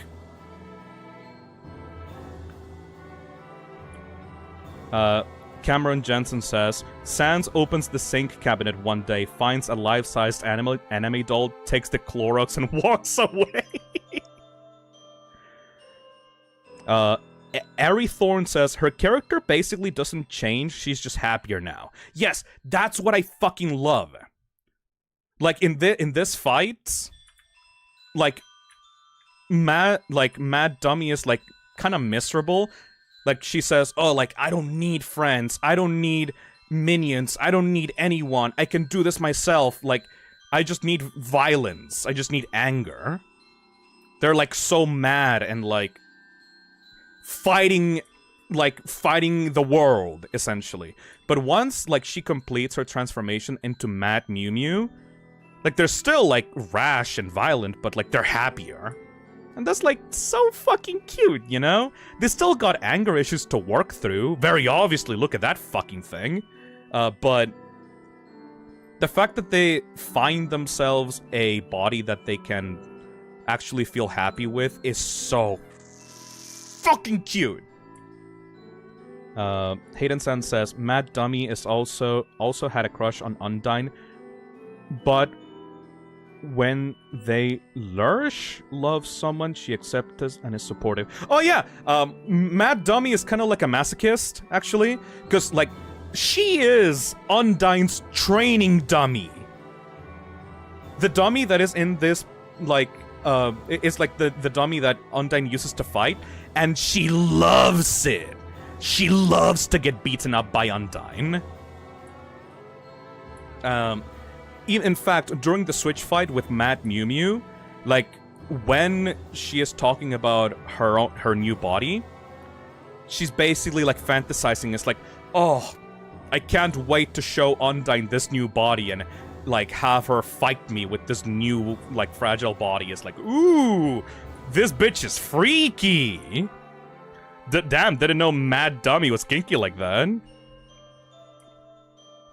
Oh, she freaky. Pickled Paint Palette says, I adore that she's the same as herself in this form, but happier. Transitioning doesn't change a person, it just helps people feel better in their own skin. I adore Mad Mew Mew. Yes! Which is why I'm kind of fucking mad that she is a Switch exclusive version, like, a Switch exclusive plot point in Undertale, you know? Like, I technically have a Switch, but like, why the hell would I buy the Switch version if I can just play it on Steam? Except for this one fucking change, you know? What? It's a living. That's Mad Mew Mew, by the way. You can recognize that that's Mad Mew Mew, that's Mad Dummy, because she has this, like, verbal tick where, like, they repeat things 3 times over in their dialogue. That's why people recognized, like, Mad Mew Mew, like, right away in the Switch version fights that you can find in Papyrus's room. Asher says, God forbid a woman have hobbies. Does this mean that Undertale is even more woke on the Switch? Dude, it's so fucking woke. I mean, a trans character already existed in, like, Undertale. It was the lion. Like, the lion was like a side character that was like a male lion that looked up to Mettaton, and then once Mettaton made like his debut with like a dress, he was so impressed with like Mettaton's ability to like express a wider or like range of gender than just like male presenting. And so at the end of the epilogue in the pacifist route, in the epilogue like backtrack sequence, you can see that same lion wearing that same dress that Mettaton wore to that episode of a show, and like the lion is so much more happier in that dress. And then when you go into Deltarune, you can see that same lion is now a waitress wearing a dress in Deltarune in like hometown. It's so fucking cute. I'm just glad that, you know, one of actual characters that you can fight in the game is also trans. Oh, by the way, I know that I've repeated it before, but like, a Mettaton is a ghost. Here, this is Mettaton's original home, and this is Napstablook's house. It is kind of implied that Mettaton ran away from Waterfall, ran away from BLOOKY, and ran away into Hotland to become a star. Mettaton was a ghost that wanted to find more purpose in life than just being stuck in Waterfall with, like, his cousin, you know? He wanted to be a star. He went to Alphys and begged her to make him a new body for himself, a new vessel that he could be comfortable in. Oh, also, let's just hang out with BLOOKY, because, like, they're cool. Oh, you really came? Sorry, I wasn't expecting that. It's not much, but make yourself at home. Oh, do you want to listen to some tunes? Or something? The computer's internet browser is open to a music sharing forum.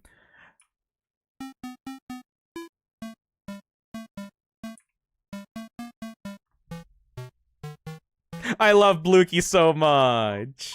Do you want to, like, listen to some tunes or something? How do you, lay down on the floor? I forgot how to lay down on the floor with BLOOKY. AVGN if he wasn't assertive. Aww. BLOOKY was my favorite character as a kid. Oh, are you hungry? I can get you something to eat. Because, like, they're so introverted, but they still have a personality with, like, they love music and sharing music and being a DJ and being part of a band. There's a ghost sandwich. Do you want to try it? Yes. You attempt to bite into the ghost sandwich. You phase right through it. Oh. Never mind. After a great meal, I like to lie on the ground and feel like garbage.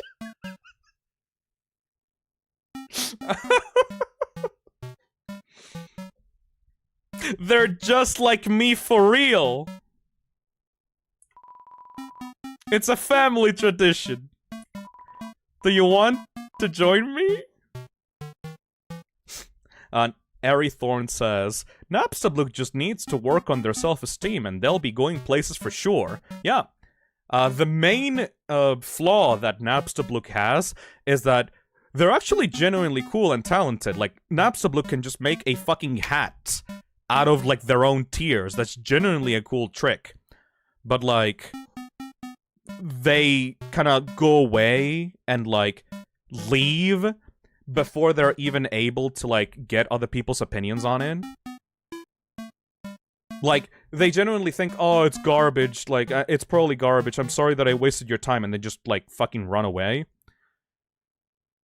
And it's so cool, because at the end of Mettaton's story, you receive a call from BLOOKY in the middle of the Mettaton fight, where BLOOKY is, like, trying to, like, hype himself up and try to, like, speak to Mettaton because it's the last time that they'll get to talk to Mettaton. And, like, right before he's able to, like, do the thing, he just says, oh, I'm sorry that I bothered to even call you, I'm sorry, goodbye, and just cuts off the call, and it's like, no, BLOOKY! Everyone loves you, please stay! It's like, oh, you're literally your own worst enemy, you know? Hey, Squeaky Squeak. Hey, Phil, I'm back. What did I miss? We've been talking about Undyne and Waterfall and, like, having a little bit more confidence in yourself, and also Mad Mew Mew as, like, a trans allegory being brilliant. Anyways, let's lay down on the floor like garbage. I will also take this time to go to the bathroom and get myself some more gamer subs. Because, like, I've been talking for 7 hours straight, and I need to finish this fucking stream. So, like, we will continue, but I need some time to, like, go get some gamer subs and get some, and go shit myself. Okay? So, like, chat. If you love to lay down on the ground and feel like garbage, go to gamersubs.gg/toxic to get 10% off of anything on the store, okay? Okay? Anyways, I will leave you lying down on the ground with BLOOKY. I'll see you guys later, right? See you in a bit.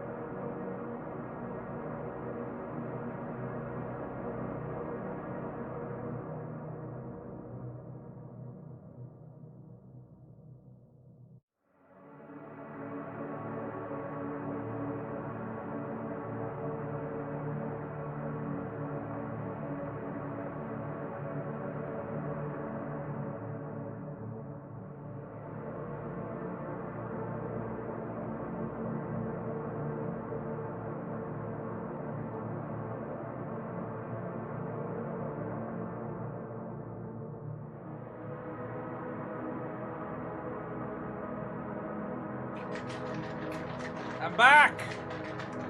Hello? Hold on a second. I'm shaking my game subs. Hello? Hello, hello? Hey there.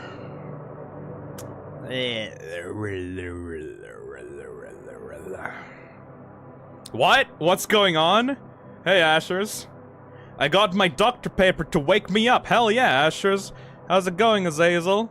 Oh, hold on. Let me pull myself up. Hold on a second. Yep. There ya go. Hello. I'm back. Sorry about that. I was taking a little bit of a break. I went to the bathroom, and I got myself some Gamer Subs anime girl thigh flavor. Non-caffeine. By the way, caffeine-free version. Because I already drank an energy drink, and I don't need more today. So I just got the caffeine-free version Gamer Subs. Because it's genuinely tasty, and, like, it hydrates me. Without the caffeine, this is, like, really good for hydration.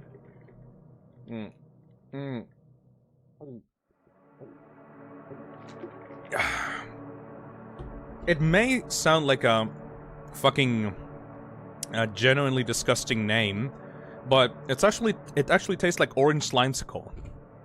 So it's like really cool. Anyway, let's get up from the floor.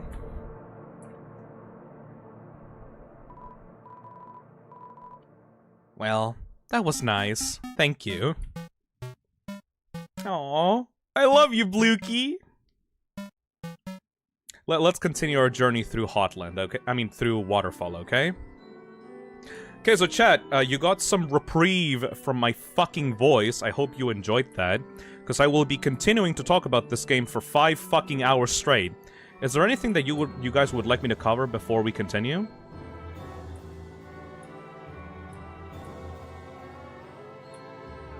This is probably pretty confusing then. Oh, once I start talking again about the story, like, it's gonna get real fucking confusing. The duck! The bird! Oh yeah, you can do a little thingy here if you guys want, like, a little extra break from my voice. You can go in here and get a ride from the ducky. This little bird wants to carry you across. Accept the bird's offer?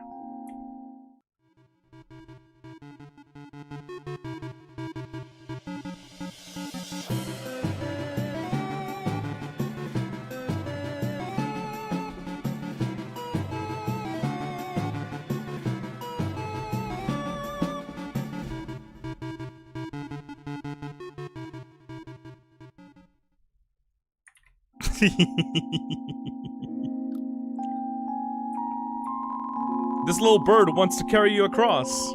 Accept the bird's offer? Again! Uppies!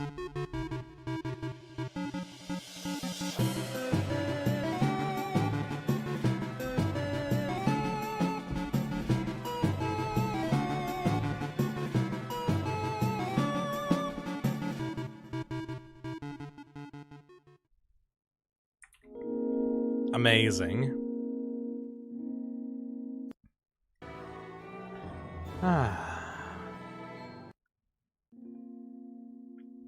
Anyways, yeah, what the hell were we talking about before? Honestly, would watch 10 out of 10. Seriously, what should we talk about next? Like, I'm kinda, like, lost at the moment. Oh yeah, Gerson! Right. I kind of skipped the first shop in the game. This is the second major shop in the game. This is Gerson Boom. Hey, Welklore, thank you for the $4. Mad Mew Mew is genuinely amazing trans representation, and I feel like there should be more trans rep like her. Trans people get attacked a lot these days, so it's nice to have such representation. Hell yeah! Okay, yeah, Gerson Boom. This guy, this old man, this turtle man, look at how fucking cool he is. He was a veteran of the human monster war. he was known as the Hammer of Justice. If you let him talk to you, he will talk to you all about the war. Should I talk about it, or should I let him just speak? Let's just let him speak. About yourself. I've been around a long time. Maybe too long. Studying history sure is easy when you've lived through so much yourself. Actually, yeah. We're talking about lore, so let's hear it from the experts. Huh? You don't know what that is? What are they teaching you kids in school nowadays? That's the Delta Rune, the emblem of our kingdom. The kingdom of monsters. Great name, huh? It's as I always say. All King Fluffy Buns can name for beans. Emblem's meaning. That emblem actually predates written history. The original meaning has been lost to time. All we know is that the triangles symbolize us monsters below, and the winged circle above symbolizes... something else. Most people say that it's the angel from the prophecy. The prophecy, huh? Oh yeah, the prophecy. Legend has it an angel who has seen the surface will descend from above and bring us freedom. Lately, people have been taking a bleaker outlook, calling that winged circle the Angel of Death. A harbinger of destruction, waiting to free us from this mortal realm. In my opinion, when I see that little circle, I just think about how it looks neat.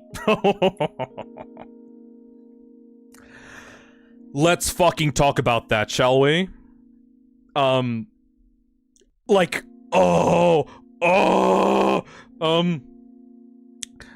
the Deltarune. It has so many more implications in Deltarune itself. Shit. Fuck. Shit. Okay. It's interesting how he is the one that name drops Deltarune. Okay, I am going to be talking about the Deltarune exclusively in the context of Undertale, okay? So that we don't get lost. Thank you, Pickled Paint Palette, for the $5. I make charms and pins out of shrinky dink plastic, and I'm gonna make some gonna make a Fi one and some Undertale ones.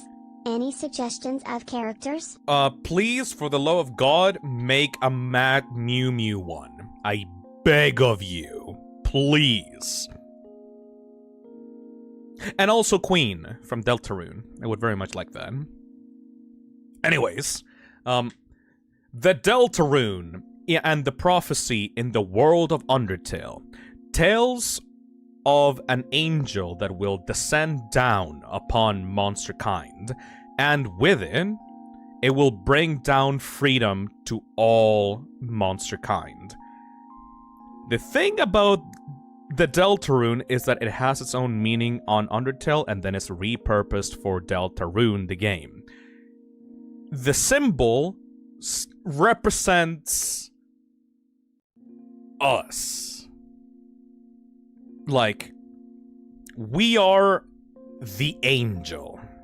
A lot of people may be, disagreeing with me. People may say, no, Phil, Asriel is the final boss of the pacifist route is the angel. But no, I fully believe that once again, the angel is you. Because of the double meaning of the prophecy in Undertale. The angel can either free monster kind by being a pacifist, reaching the pacifist ending, and then freeing all of us by, breaking the barrier alongside Asriel, and the true form of Asriel, which is the angel of hyperdeath, or something like the god of hyperdeath. Or, you can become the monster of the genocide route, kill every single monster, and then destroy the world. And that technically also brings freedom to monster kind. You know? I see where you're going with this. Yes, so I'm gonna take a little bit of Deltarune to explain why my theory is correct. Do you guys know what the Angel's Heaven is? In the Deltarune version of this prophecy, it says that 3 heroes will descend on World's Edge and banish the Angel's Heaven. The Angel's Heaven, in my personal opinion, is the window that we're playing the game on. The reason for why I think that the angel represents the player is because we, as viewers of this world, are literally looking down onto everyone in the underground and everyone in Deltarune. We are using the window of the Angel's Heaven to look down upon the creatures of this world, influence them with our power, and bring down death or freedom to them as we so choose. The Angel of Freedom is pacifist, the Angel of Death is genocide. We have the power of an angel. We are, as gods, looking down upon this kingdom and doing whatever we want with them. That's why we are an angelic figure in both the story of Undertale and the story of Deltarune, you know? Paradox Pilot says, this especially applies to me since I have my monitor tilted upwards. Like, I love the fact that both Undertale and Deltarune use the actual perspective of the game that we are playing to tell part of its story, you know? We are literally the angel looking down from heaven, and Frisk, or Chris, in the case of Deltarune, are our vessels that we control. They're literally the heralds of the angel's will, you know? With no context of Deltarune, this lore sounds like fucking nonsense. I know, but it, like, the mechanics of both Undertale and Deltarune are different, but it still fucking works, you know? Like, even without the context of Deltarune, you can still theorize that the player is meant to be the angel, because in the end, they still bring about the end of monster kind in some way or another. They can either end the imprisonment of monsters by breaking the barrier, by going the true pacifist route, alongside Asriel, or they can bring down an end to monster kind in the genocide route by killing all of the monsters. Also, one little fucking thing that I love about Gerson Boom is that he is actually super experienced with fighting humans, right?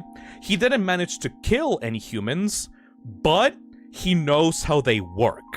And after he retired from being a fighter, from being a warrior in the army of King Asgore, they set themselves up as a little explorer slash shop storeman in Waterfall.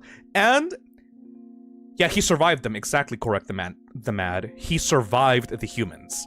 So, if you're a human that is doing a genocide run in Undertale, and you get to this point in the genocide route, he will know what you are.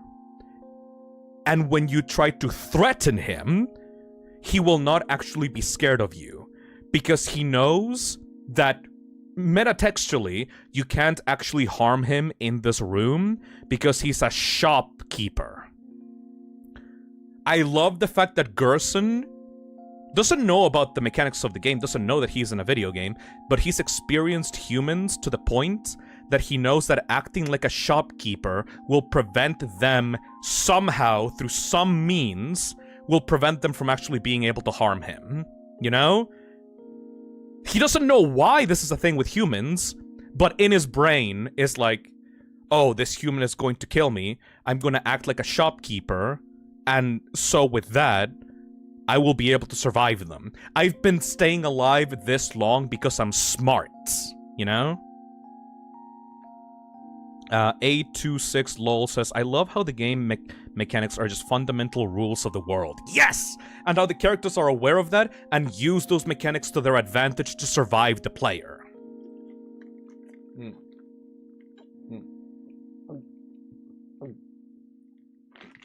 Sorry, I'm just drinking so that I can stay hydrated. Speaking of Gerson, his son. Oh yeah, his son is like another thing that, you know, that's for like Deltarune, the Deltarune stream. I want to focus on Undertale. Sorry about that. Yell says, I like to imagine that he has a tactical deployable shop he can deploy, then quickly beat the shit out of any human. No, it's like a fucking Halo shield. Like, Gerson runs away from the fight, and then he sets up like a tiny little lemonade stand in front of like the humans in the fucking conflict war that he was in, and he's able to survive the humans by like essentially activating this like shop shield, you know?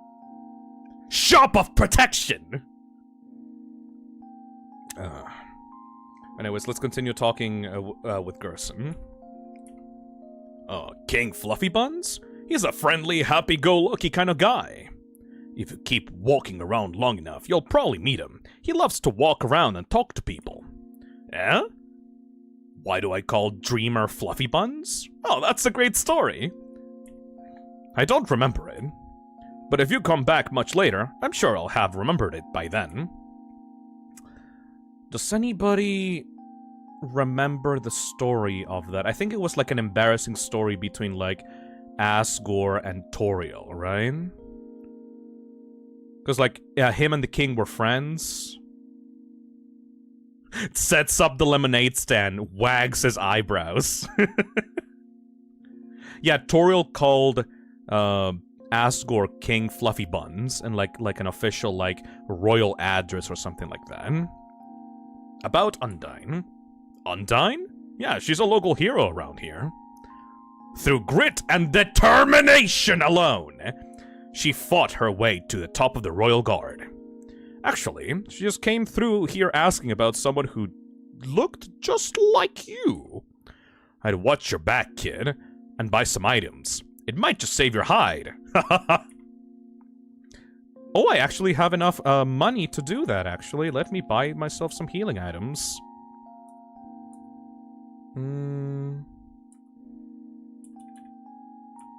Let me heal with some crab apples. There you go. Deploy the lemonade stand!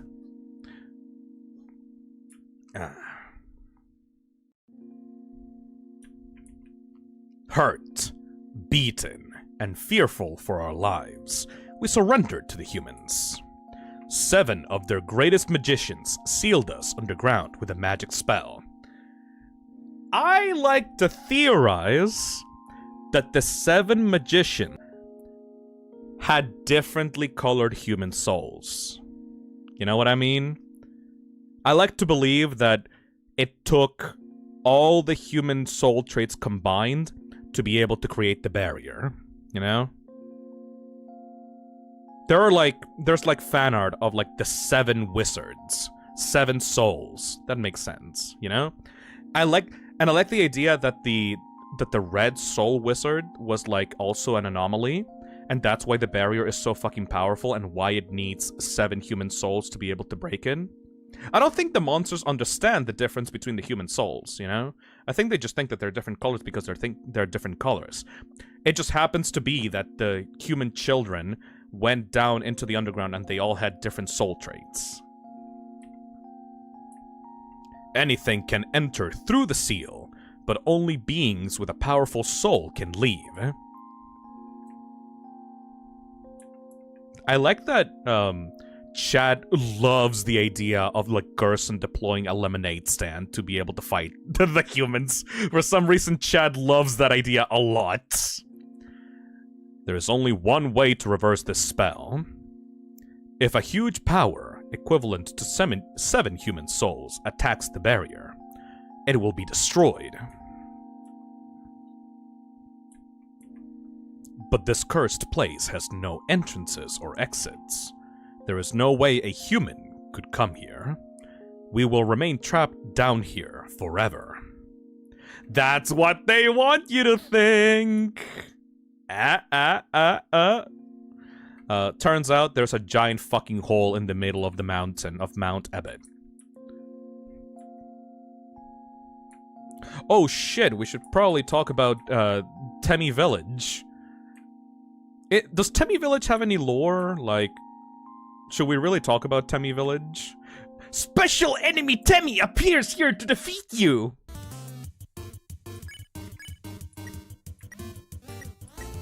Talk! You say hello to Temmy! Hoi, I'm Temmy! Hey Phil. Nah, you fucking asshole! Hey Phil, what's your favorite video game? Resident Evil 4 or Silent Hill 2? Yeah. Amazing. The Temmy lore is so rich. So to explain, for the people here that don't know what Temmy is, it's basically just the self-insert of Temmy Chang, the secondary main artist of Undertale. Like, she did a shit. Okay, think about it like this. Toby Fox is not a good sprite artist. He's a hell of a writer and like an acceptable programmer. But if you see anything in Undertale that is actually well drawn, it is being drawn by Temmy. In fact, when the art book for Undertale was released, there were a bunch of unused art for the game that was drawn by Temmy. And a lot of that art, Toby comments that, yeah, so like, this was really cool and all, and like, Temmy put a lot of effort into it, but like, I kind of wanted the game to look more like shit, so like, we didn't end up including it. It was scrapped for looking too good. And like, that sounds stupid, right? It's like, oh my god, why would Toby do that? Why would he actively hamper the visual style of Undertale? But in actuality, it's actually really smart. Think about this. When you're a game developer, you usually want the game to look the best it can be, right? You want the best game possible. But Toby is actually smart, because if he made a game that was visually perfect, it was visually like the most amazing pixel art it could possibly be, and one day Temmy falls ill and she can't draw anymore, how the fuck is he gonna continue the game, right? He's gonna need more outside help. He's gonna need to like hire more artists, and he was working on a shoestring budget for the game when the Kickstarter dropped, you know? Sometimes it's okay to have a game that looks like shit, as long as you yourself can continue developing it. A lot of developers tend to kneecap themselves by like relying on other artists to make like the best possible visuals, because they themselves can't draw. But Toby actually contributed a bunch of art into the game, like a bunch of like the basic sprite work for like the rooms and shit. Like, it all kind of blends together like pretty well. There's some moments when this game looks like absolute fucking shit garbage. Like, look at these signs. Like, these signs look like what the fuck? It's just like a square with some lines on it. Or like, look at the save icon. It's just like a weird fucking crooked star. Or like, what is this fucking chest even? Like, the perspective is all wrong. It's fucked up. It's weird. If you really look at Frisk, it's like, isn't this like the most unappealing character design ever? It's like this weird yellow child with no facial features and like mess of a hair. Has like a weird fucking baby jumpsuit. Look how fucking fat they are. I'm just casually dissing Frisk. Look at how unkempt their hair is. They're stinky, they're poopy, they look ugly, they're a fat baby. One of their legs is like thicker than the other one, you know? What a sad, ugly looking, shitty baby. But at the end of the day, it doesn't really matter. As long as the visual identity of this game is strong, it doesn't really matter that Frisk looks like a shitty-ass, fat, stupid baby. People will just accept the art direction as it is, you know? And that's okay. if this game wanted to look prettier, it would have taken so much longer to finish, you know? And at that point, people would have forgotten about Undertale. In fact, this is also why Deltarune is taking so fucking long. Because Toby doesn't want to cut corners like he did with Undertale. Toby's Deltarune is his passion project. The thing that he's been dreaming to make ever since he was a kid. Like, Deltarune's ending came to him in a fucking fever dream, and he hasn't been able to get the memory of the ending out of his head for years, you know? So, the reason for why Deltarune is taking so fucking long is, one, because Toby's hands and wrists are, like, kind of fucked up, like, he's actually kind of disabled, because his, like, the nerves on his wrists are, like, giving out, and he's had to go to, like, physical therapy to be able to, like, regain control of his arms, so that's kind of, like, really fucking shitty. But also because Deltarune actually wants Deltarune to look good and pretty and amazing and have all these sequences and events that are like visually appealing and awesome. But if you are a new game developer that are just starting out your game development journey, just make your game ugly. It doesn't matter. If enough people like feel connected with it, they'll draw fan art, and it doesn't matter if it has like the prettiest graphics ever, you know? Do you know how much fan art I've seen of this fat, idiot child? This ugly-ass baby motherfucker.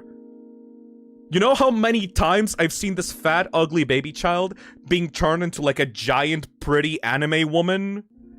You know how much shit I've seen on the internet? Dav says, Frisk is just a child with severe jaundice. But yeah, like, don't worry about it too much. Don't be a perfectionist. Just get your idea out there. The asshole nugget. Ew. But yes, I guess we ended up talking more about the development of the game rather than the Temmies themselves. I mean, they're just like self-inserts, you know? They're just cute little jokes. The one lore-relevant thing that they have is that when you're doing a genocide run, you can actually buy, like, the Temmie armor in the Tem shop, and if you die enough times, like, the Temmie armor in that game, like, becomes cheaper and cheaper and cheaper, and so you can get, like, a basic, like, a god-level armor for, like, the 2 hardest fights in the genocide run. But aside from that, like, Temmies are just quirky and weird and fun, you know? Random user says, is it worth mentioning that the shopkeeper Temmie somehow knows how many times you die? It's probably just a quirk of the game so that you're able to get the Tem armor for cheaper. Temmies are Temmies, and we love them for that. Yay!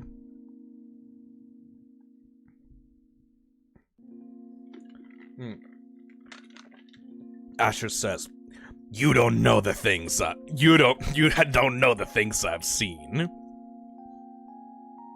Oh yeah, Undyne is trying to look cool again, by the way.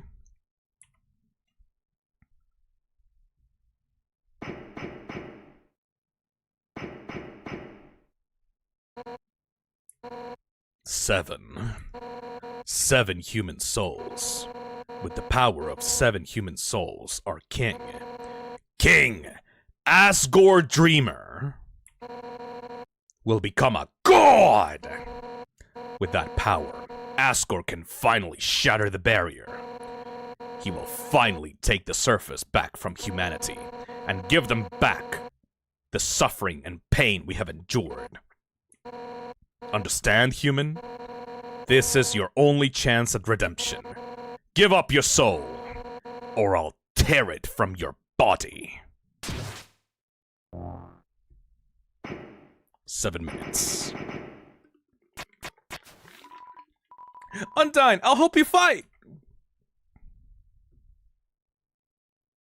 Oh? Yo! You did it! Undyne is right in front of you! You got row front seats to her fight. Wait.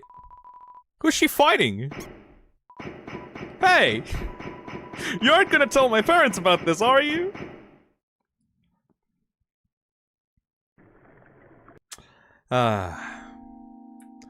So Monster Kid is the thing that, like, saves you from Undyne throughout most of the Waterfall journey.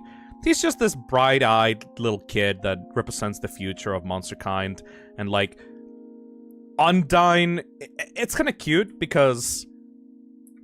Undyne is supposedly doing all of this for, monster kind's future, right? But the kid, Monster Kid, is actively trying to protect you from Undyne.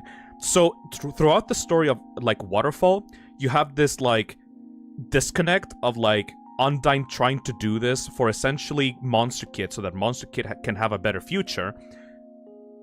But she doesn't want Monster Kid to see what she is going to do to you. Right? Because, like, even though Undyne hypes herself up as this cool hero of legend, of like, I will finally take your soul, and then we will all be free. I can feel the hearts of everyone beating in my chest. It's like, what she's essentially doing is just child murder, you know? She's trying to hype herself up as this hero, but she's actually just murdering an innocent child in the pacifist run. So, in her mind, she doesn't want Monster Kid to see this. Because it's like, what are you actually doing? Like, she doesn't want to think about it, you know?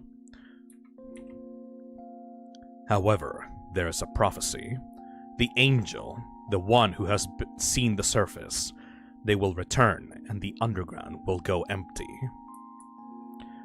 The Flowey Echo Flower, Phil! Oh yes, of course. You hear a passing conversation. Someday I'd like to climb this mountain we're all buried under. Standing under the sky, looking at the world all around. That's my wish. You hear a passing conversation. Of course, I won't laugh. You hear a passing conversation. If I say my wish, you promise you won't laugh at me? You have to go to the very end of the room to trigger it, of course. Should be like right there, right?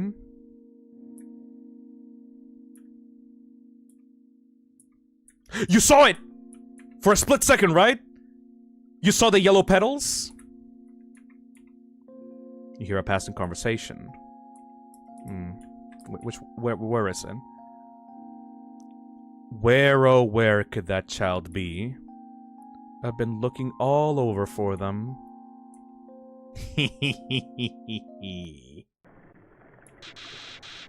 That's not true! She'll find another kid and instantly forget about you. You'll never see her again. He is projecting so fucking hard. Holy shit. He is projecting so fucking hard. I just got back, what the fuck? Oh yeah, that was Flowey. Flowey is still following you, by the way. I just find it hilarious, by the way. Just have this mental image, because, like, all throughout our journey, like, Frisk is walking around these, like, empty rooms, or, like, these towns, or, like, these, like, hallways around in the Monster Kingdom. And, like, behind Frisk, there are, like, 1, 2, 3, 4 people always constantly watching them. You have Flowey directly behind Frisk following them around. Then you have behind Flowey, you have Sans watching in the distance, trying to joke around, but like secretly still keeping an eye out and keeping tabs on the player, and seeing like if they murder anyone for the Judgement Hall. Then you have Gaster across time and space, watching the Red Soul, seeing our behaviors and taking notes, trying to see if like they'll be able to make contact with them, like, throughout the fun values. Then you have the player with the player window looking at Frisk from up above. This... Oh! I forgot as well, and Alphys! Alphys is also watching the humans' journey throughout the underground as well. And then you have Mettaton that also does that shit. Fucking gangstalk. Weird. Frisk is legitimately one of the few video game examples of genuine gangstalking. Oh yeah, and Undyne is also following you now. Let's show off this scene while we're at it, shall we? Yo!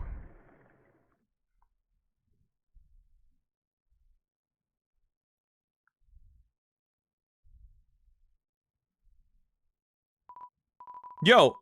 I know I'm not supposed to be here, but I want to ask you something. Man, I've never had to ask anyone this before.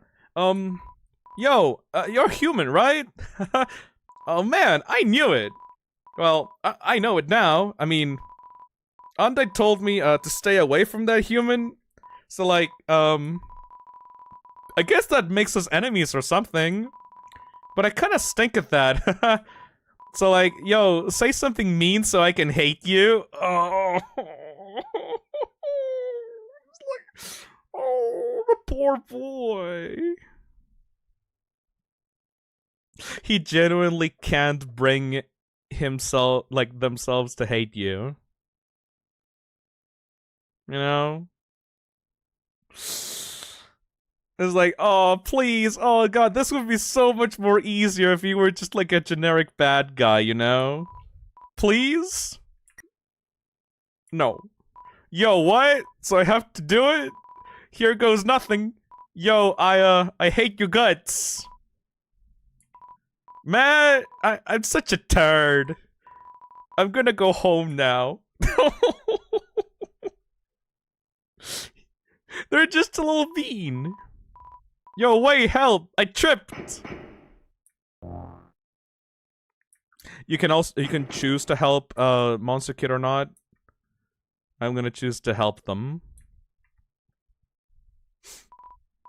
Yo, dude! If you wanna hurt my friend, you're gonna have to get through me first! Oh.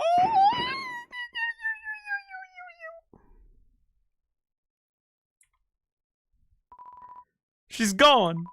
Yo, you really saved my skin. Guess being enemies was just a nice thought, haha. Well, I just have to be friends instead. Man, I should really go home. I bet my parents are worried sick about me. Later, dude!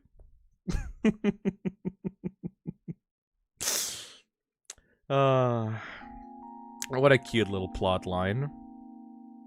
How were they holding onto the edge? With their teeth, obviously. Very strong teeth. Anyways, so this is the point where we actually confront Undyne. I'm just gonna speed up the pace because I just realized that I only have 4 hours to finish the stream. So let's just like properly fight Undyne now, okay? How many times have you derailed from the story? I don't know. This stream is gonna be a pain in the ass to timestamp, honestly. You sure you can do a one part? Yes, that'll be fine, don't worry. I mean, we still need to like have like at least 1 hour bonus left for like true pacifists and stuff. Anyways, Undyne is fucking cool. She is powered by spite. She has the power of God and anime by her side. And she is a very interesting character because in the genocide route, you can actually learn that her determination is not, like, made up. Her determination is very similar to humans. She can actually stay alive for way longer in the genocide route and transform into Undyne the Undying, the true hero of the story. And I really like this because it shows that monsters, even though they're made of love and compassion, they also have somewhat of a similar... They have somewhat similar stuff going on as humans, they just, like, have way less of it, because their bodies are made of magic instead of, like, meat, you know? Phil, play Spear of Justice. Oh, yeah, right, hold on. There we go. There you go. Undyne is one of the harder fights in the game, especially if you try to, like, tempt her. I've died many times to Undyne. Hopefully I don't do badly on this stream. This is the introduction to the green soul ability. And the green soul ability is genuinely fucking annoying because you can't actually move around and you have to use the spear that Undyne gives you in order to protect yourself. You can loop her around everywhere. It's hilarious. Oh yeah, this teaches you that Undyne can't be spared, by the way. Undyne can't be reasoned with. She is what Flowey essentially foreshadows. She is essentially like a relentless killer. She will not give up in her quest for vengeance to, like, free monster kind. It's like, what will you do if you encounter a relentless killer? Well, in this scenario, you can't spare her, but you can't just simply run away to avoid the encounter. It took me so fucking long to understand what to do here when I first played this game. Like, when Baby Phil was playing through this, not watching any walkthroughs, I was just constantly, like, going through the acts, trying to spare her. Essentially, I just thought that she was just a harder Toriel, right? I didn't know that you could just fucking, like, escape from her grasp. Random user says, Undyne even hints at this when she says that as long as you're green, you can't escape. Yeah, but I was, like, dumb, you know? I thought, that is just, like, a thing that she's saying to hype, like, the battle up or something. But yeah, you just have to, like, flee, and then you have to, like, fight her just a couple of more times and then just get away from her. Baby 16-year-old, yeah, of course. Voidless Nick says, oh yeah, it took me ages to figure out the escape mechanics for this fight too. It's genuinely cool, though. And, like, it teaches you so much about, like, yeah, sometimes you can't really reason with people, but you can always just, like, remove yourself from the encounter. It's a really valuable lesson for, like, today's world. When someone is being fucking unreasonable with you, you can always just choose to walk away. You don't have to confront these people. You don't have to, like, stand your ground and, like, rebuke their arguments or something. You can just choose to be peaceful by simply not engaging with them. Just flee from the haters. Yeah, it's like, you don't really need to listen to your ego. You, like, yeah, sure, you believe in your own stance. So you don't really have to, like, engage if you genuinely feel like what you're doing is, like, the correct choice. You don't have to defend yourself. Just be happy and, like, get away from the people that are trying to harm you. Almost literally. Hey, Scribble Games, thank you for the 5 months. Hey guys, I just saw some guy run from a fish woman. You've escaped from me for the last time, eh? Let me just get a crab apple. If they are arguing for the sake of arguing, just walk away, yeah. Or, like, if they're literally not listening to you. Like, if they're literally just, like, talking over you and not, like, and just simply not listening, like, yeah, you have all the right in the world to just simply walk away. Also, the reverse spears fucking me over so hard. This fight is, like, genuinely challenging. Oh god. I should have probably recorded myself playing this game before we start the stream, huh? Because now I have to, like, wait a second to explain stuff just because, like, I actually have to, like, be a gamer. A26 says, even when you ran away, you did so with a smile on your face. Sans Undertale. Yeah, it's so cute. Okay, I need to lock in. Oh!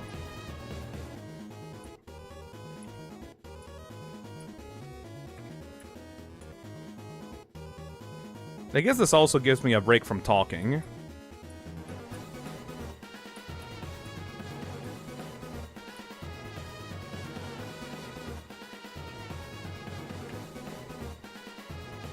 I think if you, like, goad her into, like, a challenge, like, she just, like, goes all out on you. Oh shit, here we go.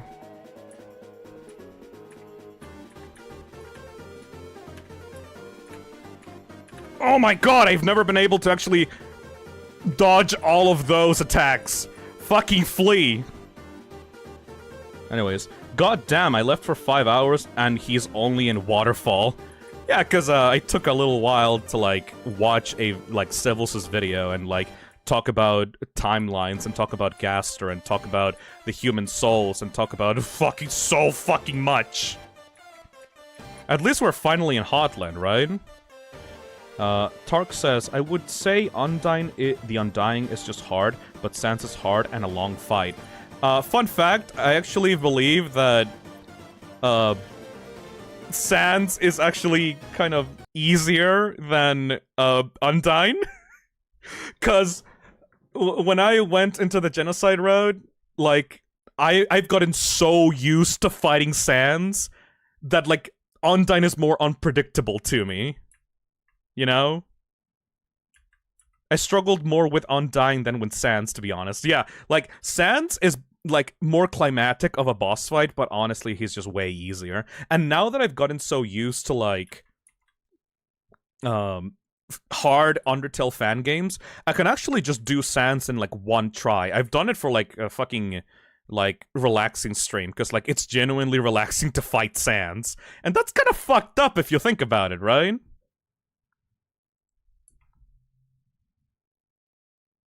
Bro, I'm more than 1 year trying to beat Undyne the Undying.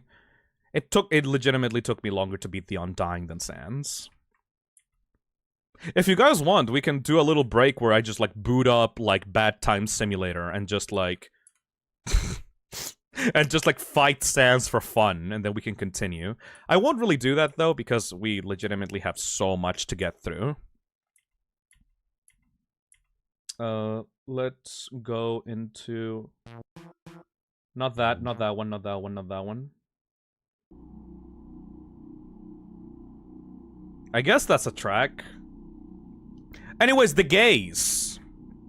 Sorry, Undyne, like, told us there was totally a human in the area. So, like, us royal guards are blocking off the elevators for now. Nyah, even if the elevators aren't working anyway, we'll do our best, Miss Undyne. And it's just like, fucking... What? These two are gay for each other. They're husbands. I love them. Let's talk about Alphys, I guess. Hey, Klaxonite, thank you for the 9 months. Phil, it's been 8 hours. How complicated is the lore of Undertale? Not really that complicated, honestly. It's not like FNAF lore where, like, it's just hidden on top of layers and layers and layers and layers and layers of, like, cryptic bullshit. The plot itself is actually pretty straightforward. It's just that all the characters are so layered and meaningful and awesome and great and have, like, all these tiny little interactions that I want to talk about that, like, I just literally can't stop myself from talking about them. You know? Hold on a second.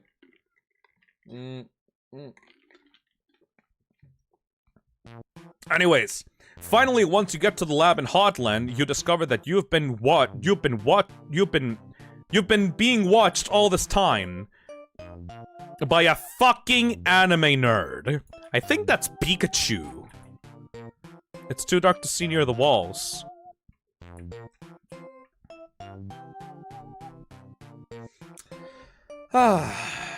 Welcome, Miss Alphys, the royal scientist. If you guys thought that, Sans was relatable, holy shit. Alphys is either make or break, because she is supposed to be a nerdy, introverted, gay-ass anime fan lover that struggles with social interaction, is obsessed and hyperfixated on her favorite shows, and spends all her time cooked up in this lab making weird shit. She is parasocial as fuck, chat. She's been watching you through her monitors in cameras, looking at your fights, looking at your friendships, looking at your cool-ass moments, and she wants to be a part of it. Fuck, not yet, Mettaton. Shut up. Alphys is so fucking relatable that some people hate her because of it. Because they see themselves in Alphys and think, oh shit, I'm not actually that pathetic of a nerd, am I? Oh shit, I don't like Alphys, I hate her. She makes me uncomfortable.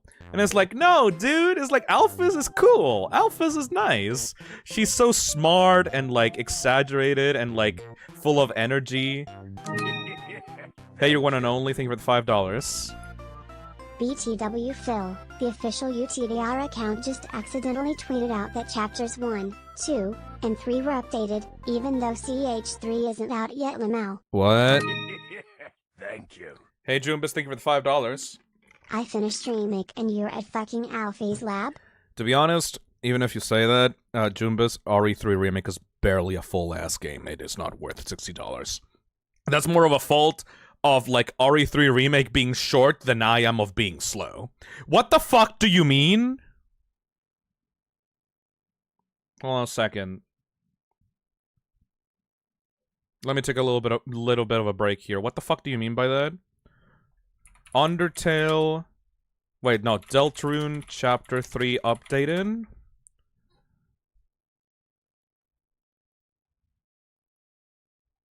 I'm not seeing... Where do you got that?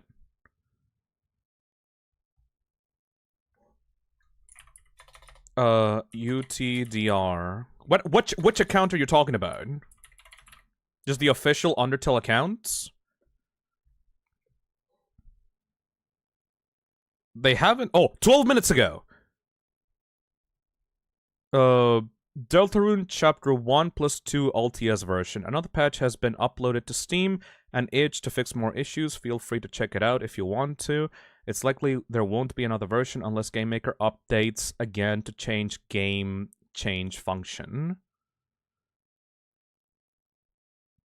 Oh, yeah, this is just an update for, like...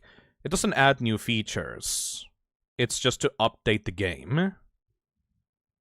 Yeah, that's fine. There's no new features here. It's fine. Don't worry about it. It's the LTS version. It changed the engine. Well, no, it's still the same engine. It's just that it's differently structured inside of the game files. You know how Toby is, like, shit at coding? GameMaker had to step in and give him a new function just so that the game could be, like, structured properly. Anyways. We were talking about Alphys, right? Tark says, I think the other reason for the hate is because of her constant message notifications during the entirety of Hotland, but I still find them enjoyable. Yeah, one of the reasons for why people hate Alphys is because she's very self-indulgent, you know? Like, her entire storyline in Hotland is that she wants to insert herself into your journey. She doesn't want to kill you, she wants to be alongside you as a hero and be part of your story, help you out, be like that wise mentor that, like, gives the hero one last boost to be able to, like, get out of there and become, like, cool and, like, defeat the evil king. Even though she's, like, the royal scientist and is supposed to capture you, to, like, bring you to Asgore, you know? Neon the Cartoon says, that person that's more autistic than you. Yes. Alphys is literally that fucking meme of, like, autistic people hating other autistic people because other autistic people are, like, 1% more autistic than them. Also, in this chapter, we also get to meet everyone's favorite rectangle masterpiece. It's fucking Santa. It is Mettaton. For the longest time, I thought that the face of Mettaton was supposed to be like a yellow thing in front of like a red background, but it's not. It's just a giant M on the screens. The sexy rectangle. My favorite calculator.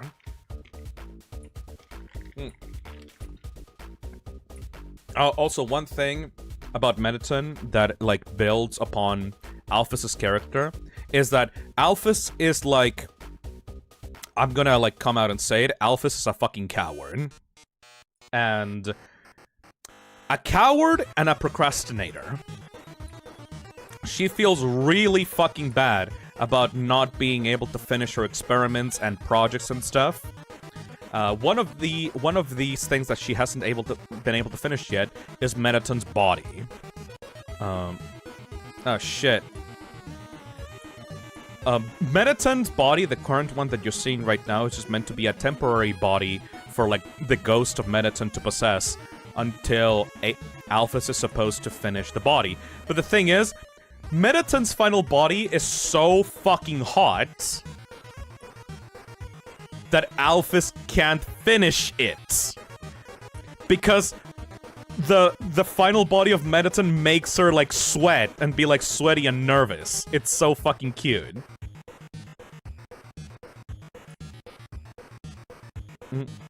Volpin Berry says, a bag of dog food in the background is such a neat detail. Usually you're too focused on everything else to think about why does she even need that. No dogs in the lab. Then you go into the true lab. Yeah, I'll talk about that later when we get to the actual true lab. Random user says, is that why she says in her entries that she feels sweaty when working on it? Yeah, because... It like, she's nervous and, like, she has the hots for, like, Mettaton's final body. And so she keeps, like, delaying, she keeps delaying finishing the body.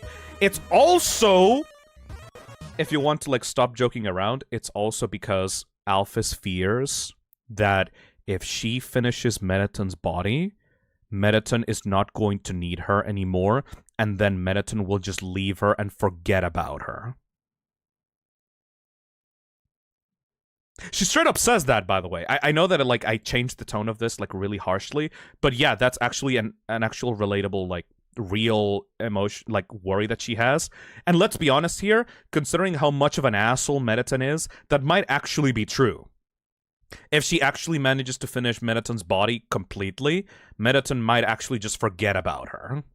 You know? Flight of Icarus says, given Mettaton's entire thing, yeah, I can see that happening. So... both of these characters have, like, this toxic relationship where, like, Mettaton is, like, wholly reliant on Alphys to be able to function as a robot, but Alphys will never give Mettaton the autonomy to be a real boy, like the real star that he wants to be, because if he gets what he wants, Alphys would probably, like he will probably just leave Alphys in the dust and be consumed by the glory and love of, like, his admirers, you know? Ari Thorn says, Mettaton misses Alphys in the neutral route where he takes over the underground, so not entirely. Yeah! But, like, out of all the monsters in the underground, like, Mettaton is, like, the most selfish, you know? He tries to kill you throughout the, like, Hotland chapter, and his reason for killing you is not really noble, you know?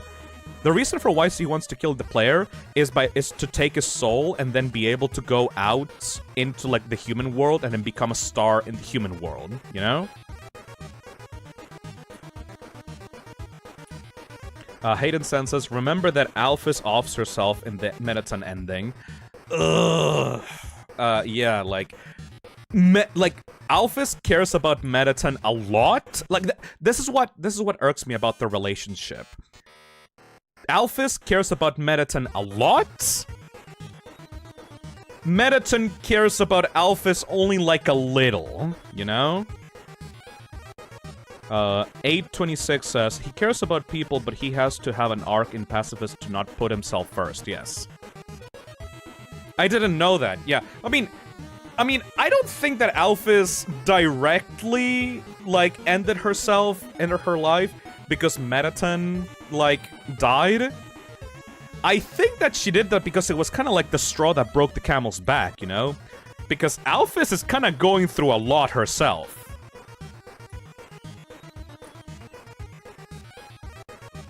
I just remember the thing that I purposely suppressed. Yeah, like, Alphys is supposed to be like this nerd character that's very relatable to people that are struggling with social anxiety, but the reason for why Alphys has social anxiety is actually like a very real fear. You initially think that Alphys is just like, you know, is going through like, I don't know, imposter syndrome, because like, it's kind of weird that the royal scientist, the head scientist of the kingdom, is this meek little socially anxious, shy dinosaur girl, right? It's like, why the fuck?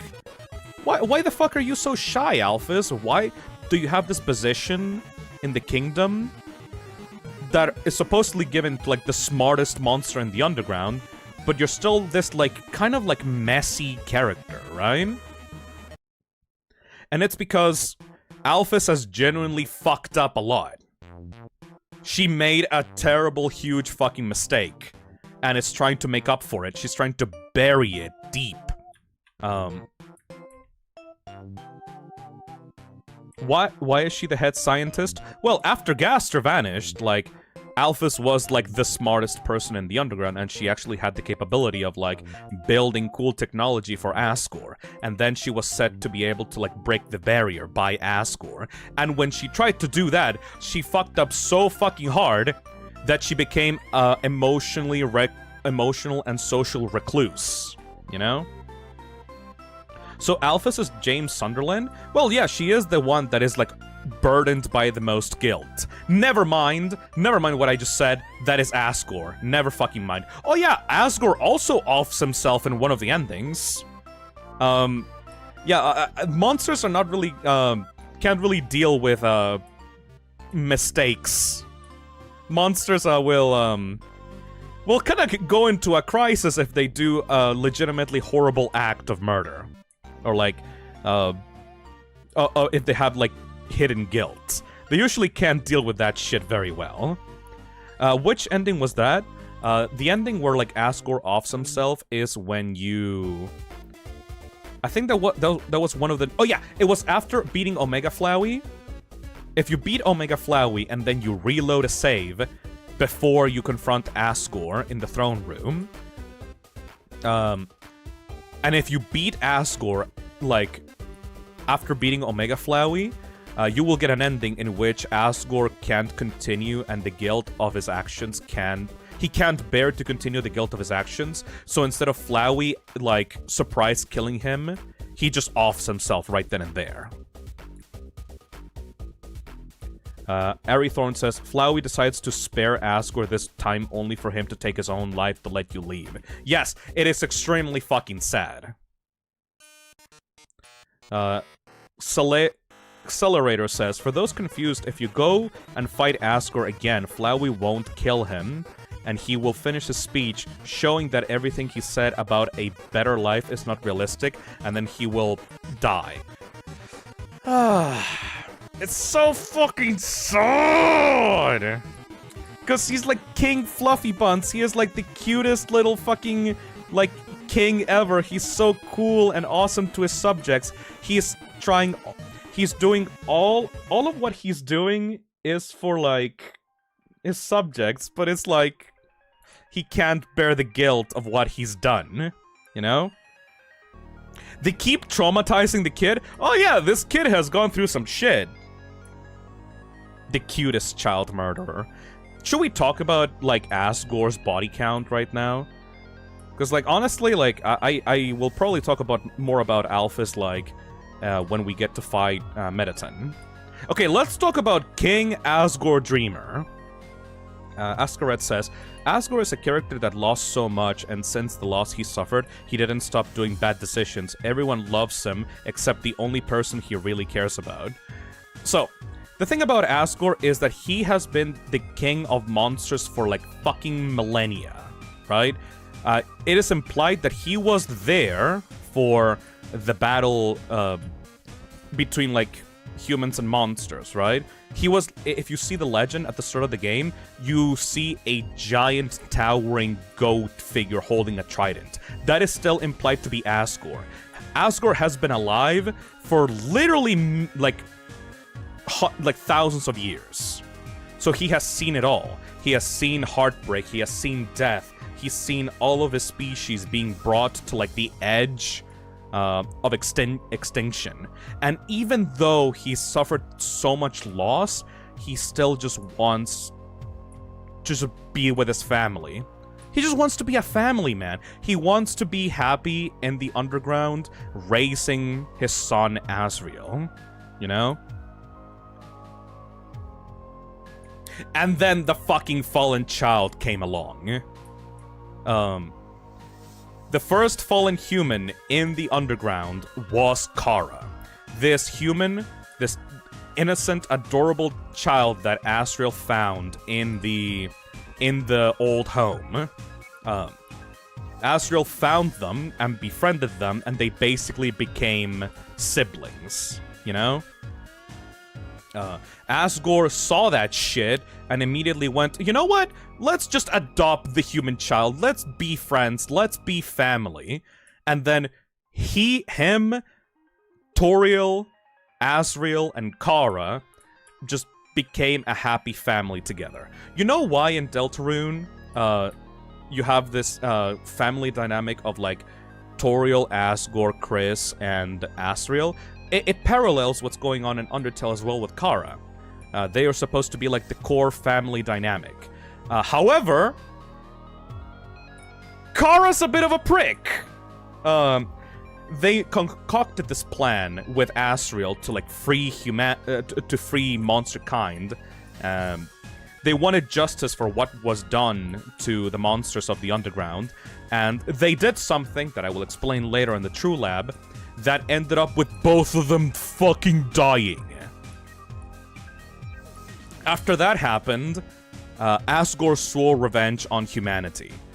He was, like, stricken with anger and, like, guilt that they somehow let the future of Monsterkind die again. Because Asriel was supposed to be the future of Monsterkind, because they were the son of the two boss monsters left in the underground. As the Lord tablets like said in Waterfall, boss monsters don't age unless they have offspring that they can then pass their magic into. So as Asriel grows up, Asgore continues to like grow old. But because Asriel died, he gets to be this immortal being watching over a like dying, despair-ridden kingdom. Vi says, the prince of the world's future. Exactly. So yeah, out of grief and anger, he basically announced to the entirety of Monsterkind, every single human that arrives in this kingdom will die, and we will collect their souls, and then we will break the barrier and have our revenge. Fun fact, Frisk canonically can't count to 10. Yes, every time that you count something in the game, Frisk will be able to count it up until 9, and then after that, the dialogue says, you did X amount of stuff, it was too much to count. It is adorable. But yes. Axolotl says, Asriel and Chara were supposed to be the future of humans and monsters as they showed that the two races could live in harmony. Yes, and then they fucking died. Frisk failed college? Dude, he's like 10! What do you mean? What do you mean Frisk failed college? They're literally a child. Dumbass kid. Dumb fucking fat baby. They failed baby college. Exactly. Anyways. So, like, once Asgore made that declaration to the rest of the monsters, that gave Monsterkind hope. Not hope of being able to befriend the humans, but hope for revenge. Hope for freedom. And the moment that he did that, Asgore pretty much immediately fucking regretted it. But because he's a pussy, he is not able to, like, willingly face his subjects again and say, never mind, we're not going to, like, kill the humans, actually, we just, like, want to be friends with them. I regret my decision. Asgore can't actually do that. And so now everyone in the underground lives with the idea that eventually 7 human souls will fall down into basically their laps and they will be free. I mean, you can kind of understand the situation though, right? Imagine if you had the weight of an entire kingdom on your shoulders and you were responsible for, like, bringing hope to them. If bringing hope to them meant 7 children had to die, would you let that happen? Genuine fucking question. Like, would you sacrifice the lives of 7 children so that your entire race could be free? Yes, says Correct the Mad. Like, think about it, though. Yes. Oh, by the way, this is funny as fuck. You can do this minigame where, like, you have to reach, this ingredient, otherwise you will die in Mettaton's cooking show. But in reality, you can just, like, let the sequence play out, and you will always win, no matter what. Because, it's just like, for show, you know? Is it confirmed that they were all children, though, says Vi? I mean, I guess not, but it kind of feels like they all were children, because it's kind of how the whole game works. It's like a game for kids. It's like a game of exploring caves and, like, getting lost and then finding this, like, monster society. I think it makes sense that they were all children, you know? It's never explicitly confirmed, though. It's a damned if you do, damned if you don't scenario. Fussy Goat says 7 versus like a billion is a fair trade. I would completely understand Asgore's position. But you know who can't? His fucking bitch of a wife! Toriel was absolutely fucking appalled by Asgore's decision to, like, take revenge upon humanity. Asgore's bitch wife, the moment that she heard that announcement, took the child's body and went into the ruins and locked herself up in the ruins. Essentially, she banished herself from the kingdom. And that is such a bitch-ass move from Toriel, by the way, because that means that in a single night, not only were the future of Monster Kind of humanity killed, but also the queen had disappeared. It's like, you're supposed to be like, you know, trying to reason with your husband. You're supposed to be like, you know, be there with him and, like, help him out and stuff. Like, you're supposed to be the queen. You also have responsibility on all these people. But no, she just said fuck it and abandoned everyone and just selfishly, like, secluded herself in, like, old home and tried to play pretend with a bunch of other children that she also let die. You know? Manga Mouse says, true, and I don't like the idea that Toriel thinks that he should have done either. It's like, what the fuck does Toriel actually expect from Asgore, you know? Asgore is a softie. Asgore is a pushover. Toriel said, hey, Dreamer, you could have, like, just killed one kid, gone outside, and gotten all the other souls. And it's like, dude, you really think that would work? Do you really think that that is the correct way of doing it? Because, like, what happens if Asgore gets killed out there? What happens if, like, this triggers a new war again that makes, like, all the monsters, like, enemies of humanity again? Random user says their child died by doing the exact same thing. It's like, I legitimately don't understand what Toriel wanted out of the whole situation. Firefly says, if Asgore was so blinded by rage, only someone like Toriel would have been able to calm him down, but she didn't. Plus, her plot of absorb one soul is literally what got Asriel killed. And then what happens then, you know? Oh, the king of monsters goes out to get revenge on humanity, and then he dies and never comes back? It's like, what the hell? The hell are the monsters supposed to do now that their king is gone? You know? Nunov's Business says, I just got here and the first thing I hear is Phil calling out Goat Mama. I'd subscribe again if I could. I feel like a lot of people give Toriel a pass because she's like a hot goat mommy and she treats you so well at the beginning of the game. But she's kind of an asshole, you know what I mean? Ultimately, though, I can still understand her as a mother, because obviously she doesn't want to see any children get hurt. And, you know, Asgore basically promising to become a fucking child killer is like, you wouldn't see your husband the same way again, right? The only reason for why Toriel was like into Asgore in the first place is because she was enamored by his jokey, soft side. But his jokey, soft side can't be also the king of monsters, you know? Hayden-san says, we even see how everyone copes with the king being gone. Yeah, the king being gone puts the fucking kingdom into even more despair. Everyone is much more miserable because Asgore is gone, because everyone fucking loves Asgore. People keep talking about how Asgore is like this gentle giant that wouldn't hurt a soul, and how like he keeps walking around the kingdom being nice to everyone. You really want him to be completely gone and be replaced by a fucking queen that doesn't give a shit about anyone except like small children? I'm hyping myself up right now, and I'm like being like, oh, holy shit, like fuck Toriel, right?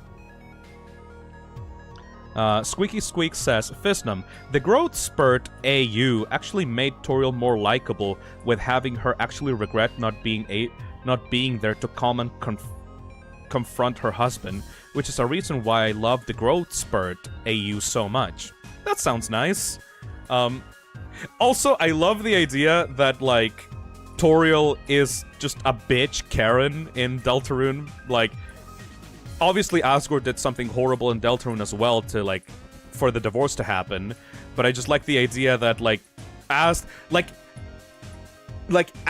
and Toriel will be bitter exes in all timelines. There's not a single timeline where both of them made it work. Because in the end, Toriel is not about that. She ain't about that shit. She likes the skeleton dick too much. She likes the jokey, punny skeleton dick too much, though. Bitch, my bitch, I looked into every single timeline of me and my bitch wife, and we are always divorced.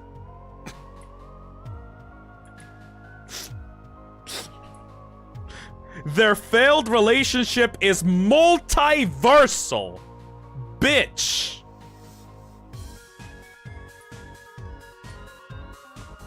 He checked literally every single universe. What did I just walk back in on? We're talking about Toriel being a bitch. I don't really resent Toriel though, like, come on, what else do you expect her to do as someone that is supposed to be, like, a teacher, a mentor, someone that, like, children can look up to, you know? Like, it's totally fucking understandable that she would take the actions that she did.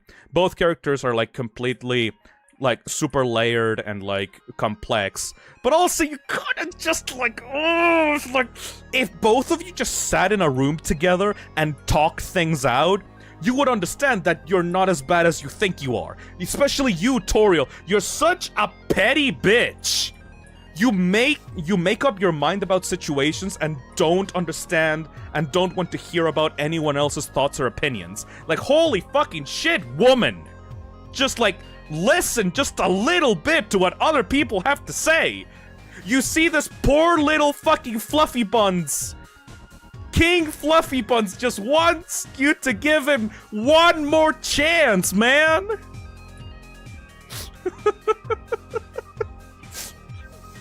If they just sat in a room together, the room would burn down. God damn it! The Undergun would have been better off if Asgore was gay. Oh, dude, if, like, fucking, like, if, like, Rudy and Asgore got together, like, that would be objectively better for the mental health of the underground. Nunov's Business says, honestly, the situation is so fucked up that either way, they can't work it out. I mean, okay. If you were Asgore, what the fuck would you do? Because, like, if you say, oh, well, our children got killed because of the humans above ground again, I guess we're just gonna be bitches and, like, take it. Do you think that your kingdom would accept that? Probably not, right? That's the point. They are both blinded by grief. Yeah. Like, I'm not saying that shit writing, by the way, Moonstone. Like, oh, shit, the gays. Hold on a second. Much better. Royal Guard 01 looks bothered by something. Whisper. You tried to tell Royal Guard 1 to be honest with his feelings. Time for gay moment. Time for Undertale to become woke, everybody. Dude. I can't take this anymore. Not like this. Like, oh, two, I like you, bro.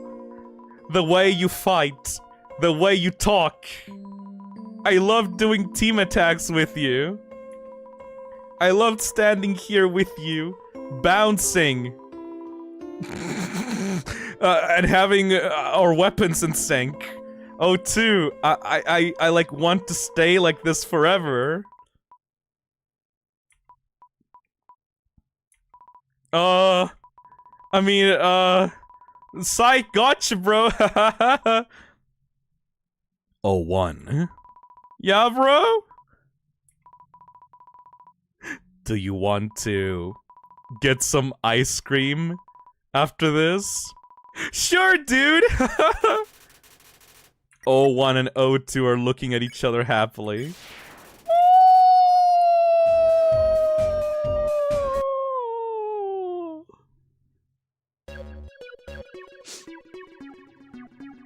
That's beautiful, man. I like that. Hey, Diamonds, thank you for the $10. It's one of those situations where, no matter what the monsters did, humans would hate them. Death was required to break the barrier, which was humanity's fault. They placed the barrier the first place. Exactly. Gay, homosexual, gay. I can't believe that they put this woke shit in my video games. I can't believe that they're putting this fucking gay agenda in my RPG game about love and compassion. Can you believe it, folks? Can you believe that they're representing love that's not between a man and a woman? I can't believe this shit, folks. We're live from InfoWars to fucking, report on the new woke video game Undertale released in 2015. Can you believe, folks, that someone that is trying to spread love and positivity around on the internet also made a video game where different kinds of love are represented and, like, hardships and relationships are seen through a more fucking complex lens than just the love between a man and a woman? That is so fucking cringe, bro. I can't believe it.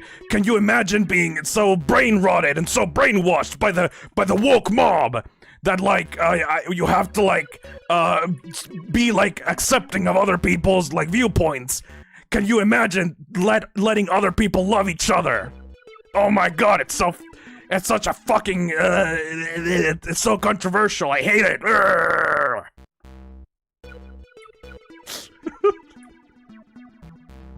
Are you alright, Phil? I am slowly decaying mentally as the stream continues. Oh, there's fucking woke gay juice in the water that's turning the monsters gay, Morty.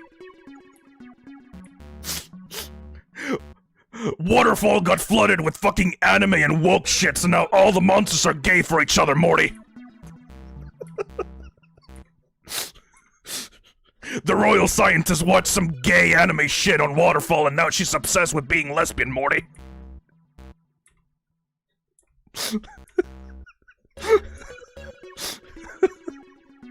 You've been streaming for 8 hours, Phil. Hey folks, it's me, Phisnom from InfoWars.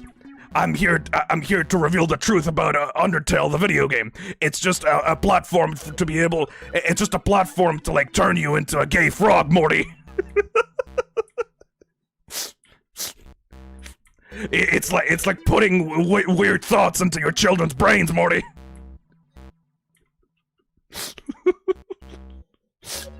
It's putting.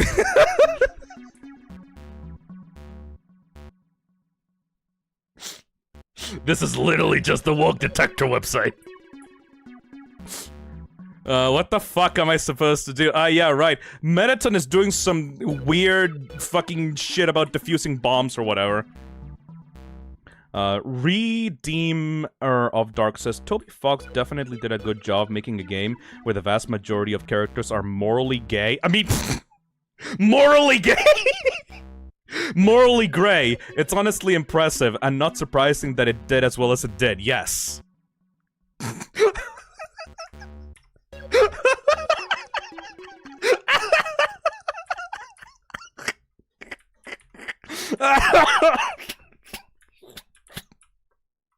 Yes. Yes, Undertale has very morally gay characters. Of course. Oh yeah, also the annoying dog is a bomb on this one. I don't know why. The wokes have taken over Phisnom's mind. Can you believe it, Morty? Give me that shit. Give me that book, motherfucker. This is what I'm talking about, Morty. They're planting the idea of being gay in your head. I love being moral. Can you believe these gay bitches being morally gray? I mean, morally gay, Morty. As opposed to immorally gay? Shit. Hold on, let me diffuse the script or some shit like that. Half the fucking characters in the game are LGBTQ, so I don't know. Is there anyone in the game that's straight? Let me genuinely think about it. Hold on a second. Sans? Asgore? Actually, no, Asgore is bi because, like, they have, like, him and Rudy have, like, some weird shit going on. I genuinely believe that, like, Asgore got some weird shit going on with Rudy, by the way. Asgore, Toriel, Sans. Asgore doesn't count. Toriel and Sans fucking... Yeah. They fucking. Absolutely. What am I supposed to do? Oh, shit, right. We are in a TV show, game show. Mettaton is holding the MTT show in which he, like, is the protagonist and, like, tries to, like, fuck around with the human for some reason. Everyone is Schrodinger's bi, honestly, unless specified. Okay, this is gonna come across as so fucking psychotic after I did the Alex Jones bit, but like, folks, hey folks, you wanna hear my opinion that's too woke? You wanna hear my fucking opinion that is like gonna cancel me on Twitter because it's gonna be like, oh my god, Phil is like, Phil is like too, like he wants to corrupt you or some shit like that. I honestly believe that it would be way cooler if bisexual was the default. Honestly. Like, as a bisexual myself, like, I feel like it would be pretty cool if it was, like, normalized that you can just like whichever thing you like, you know? It would be, like, way easier in, like, everyone's mental health if it was like, oh yeah, hey, are you, like, straight or, like, gay? Because, like, it would be, like, a default thing of, like, do you like both or do you do you like one specifically, you know? Either bi or ace, yeah. I think it would be way better on everyone's sanity if, like, bi was just the default sexuality. And I know that sounds very fucking weird coming out of a bi guy, but still. Also, that's the core, by the way. That's the thing that provides electricity to all of the underground. That's a very agreeable take. People should be free to choose. Yeah. Hayden-san says, I'm straight, but I can appreciate my fellow dudes and find them aesthetically pleasing.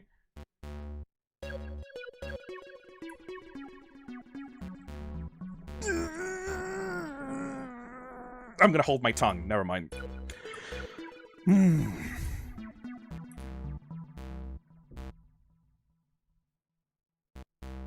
That's what I also said before I learned that I was bi. But whatever.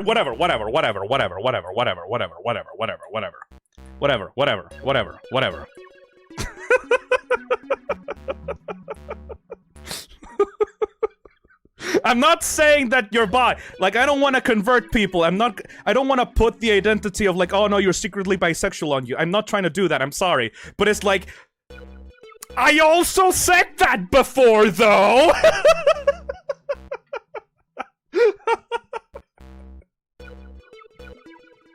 Before I found out that I was bisexual, I was like, you know, this Leon S. Kennedy guy, like, I'm not attracted to him, but like, you know, I find him aesthetically pleasing. It's like yeah, you know, like, I love how brooding he is, and like he's very fucking cool and awesome, and does these like hot guy things, and like he acts like he doesn't care, but he's like secretly so caring and amazing, and like he has like this pretty blonde hair. It's not like fake blonde, it's like a real blonde hair, and he has like these giant muscles, and like he takes off his like jacket, and he has like a fucking shirt that's like he's showing off his like pectoral, like his fucking pecs, and like his like giant biceps, but like in a tasteful way. And he has like the hot ass strap in front of him that is like covering his nipples with like the gun. And I'm like, I find this man very aesthetically pleasing. Yes.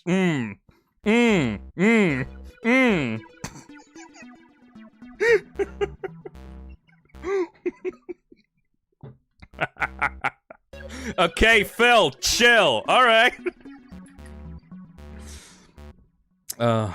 Spider bake sale. All proceeds go to real spiders. Oh yeah, we should probably buy one of these shits. Welcome to our parlor, dearie. Interested in some spider pastries? All proceeds go to real spiders. Buy a spider donut for 9,999 G. I can't. I literally fucking can't. This is the room that I teased about when we were in on the Ruins, by the way. If you manage to get a spider donut from the bake sale back in Ruins, you can take it all the way over here, eat it in front of Muffet, and then the fight is like 100% like finished, like right then and there. Jalapeno says, hey Phil, I have a theory, but it's kind of a reach. You might find that guy more than aesthetically pleasing. Oh, ya think? Thiago says, I love the idea of bi being the default, cause then more people would experience my high school, aka, I'm pansexual, I just only date men. Wait!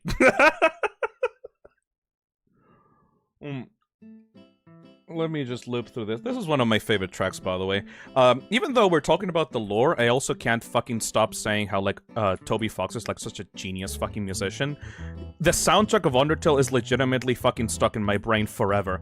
Every single track is either perfectly fitting for, like, the game, that it's the game's tone, or it's just like this goofy track that has like such a nice little melody down to it, or it's like the most emotionally moving fucking track ever made by a human being in their goddamn life. Hey, correct the man, thank you for the $5. As my grandfather once said after he found out my mom's friend was gay and laughed, saying he just found out now. We've known for years. Like, I feel like people are not... Like, some people just need to experiment just a little bit, if you know what I mean. Like... Okay, time to get political. Oh, you thought this was an Undertale lore stream? Turns out we're gonna be talking about politics, my dude. They're putting chemicals in the water to turn the toxic cesspit gay, motherfucker! So... I am not an American. I was not born in the US. I am not, like, from the English world. But one fun fact that I do know about the Conservative Party is that Grindr, the gay dating app, has a system where they can ping how many people are using the app at any one time, and apparently conservative events in, like, the US have, like, the highest amount of, like, gay hookups in there. Turns out that maybe, you know, some people that are, like, putting themselves as conservative, are actually just secretly, like, extremely fucking gay, but don't want to admit it to many people. There was this, like, figure of, like, oh, only, like, 6 or 10% of the population is gay. But I think that that's just a lot of people that haven't really explored their own sexuality, you know? A lot of people are fearful that if they don't conform to the norm, that they will be shunned or made fun of, or, like, in general, just, like, they will lose opportunities with the people around them. And that may be true if your society is built in fucking anger and resentment. But let's be honest here. I think that everyone is a little bit gay. Just a little bit. If you're attracted to someone, I don't think that your brain is going to be, like, 100% straight every time. I think that you will at least be able to find, like, your own sex is, like, aesthetically pleasing in some capacity. Maybe not to the point that you're actually attracted to your own gender, but it's like, come on, have you never seen your own gender depicted in movies and gone like, you know, oh, this protagonist is kind of hot though? Hey, Redeemer, thank you for the $20. Not sure if you saw this before, but just in case, I was trying to add to the conversation by mentioning I think it's implied Chara was suicidal/abused. Oh, yeah. I'm gonna use a second super chat to continue that. Alright. I'll be waiting for that super chat, Redeemer. Good way of, like, bringing the topic back to Undertale, I guess. Yale says, reportedly 80% of people say that they're straight. Take that as you will. I feel like if society just took, like, bisexual people as, like, the default, there would be way less of a stigma about coming out, you know? I'm just saying! I'm not trying to push an agenda here. I'm just talking words! I'm just a funny man talking words, you know? Just a little bit out of my funny little brain. I'm just saying! Come on! Redeemer of Dark says, I know it came late. Sorry if that came off as derailing the topic. Oh, no, don't worry. We're just having fun. Like, my ADHD brain doesn't know what the fuck the topic is about half of the time. Oh well. Can I fucking do this, though? Can I fucking do this? Yeah, hell yeah, I can do this. Blinded Journeyman says, those that protest the loudest are often hiding something in the closet. Sometimes actually literally, though. Oh my god, a cool cactus! You stop to smell the flowers.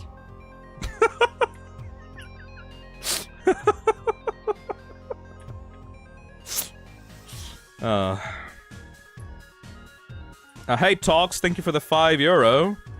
I need to, like, calm down a little bit, you know, because, like, I'm just fucking word salading right now. Bro was a bisexual man myself, that's kinda gay. Phil, I accidentally lost control of the toe sucker. He is coming after you now. Bring him in! Anyway. Where am I supposed to go? Oh yeah, a fun fact about this room. This room has been featured in almost every single trailer for Undertale, even though it's just like a stupid-ass vent room. This is the iconic Undertale, like, vent room. It's so iconic, in fact, that multiple fan games have made allusions or references to this fucking vent room. It's literally just, you're just literally walking around with these tiles, like, jumping around all over the place. But somehow it turned iconic, because I guess Toby Fox likes venting or something. I guess Toby was super proud of it. Yeah, he fucking programmed the shit out of that room, I guess. Undertale Yellow trailer has this. Yeah, even though it's not actually in the video game. It's funny as hell.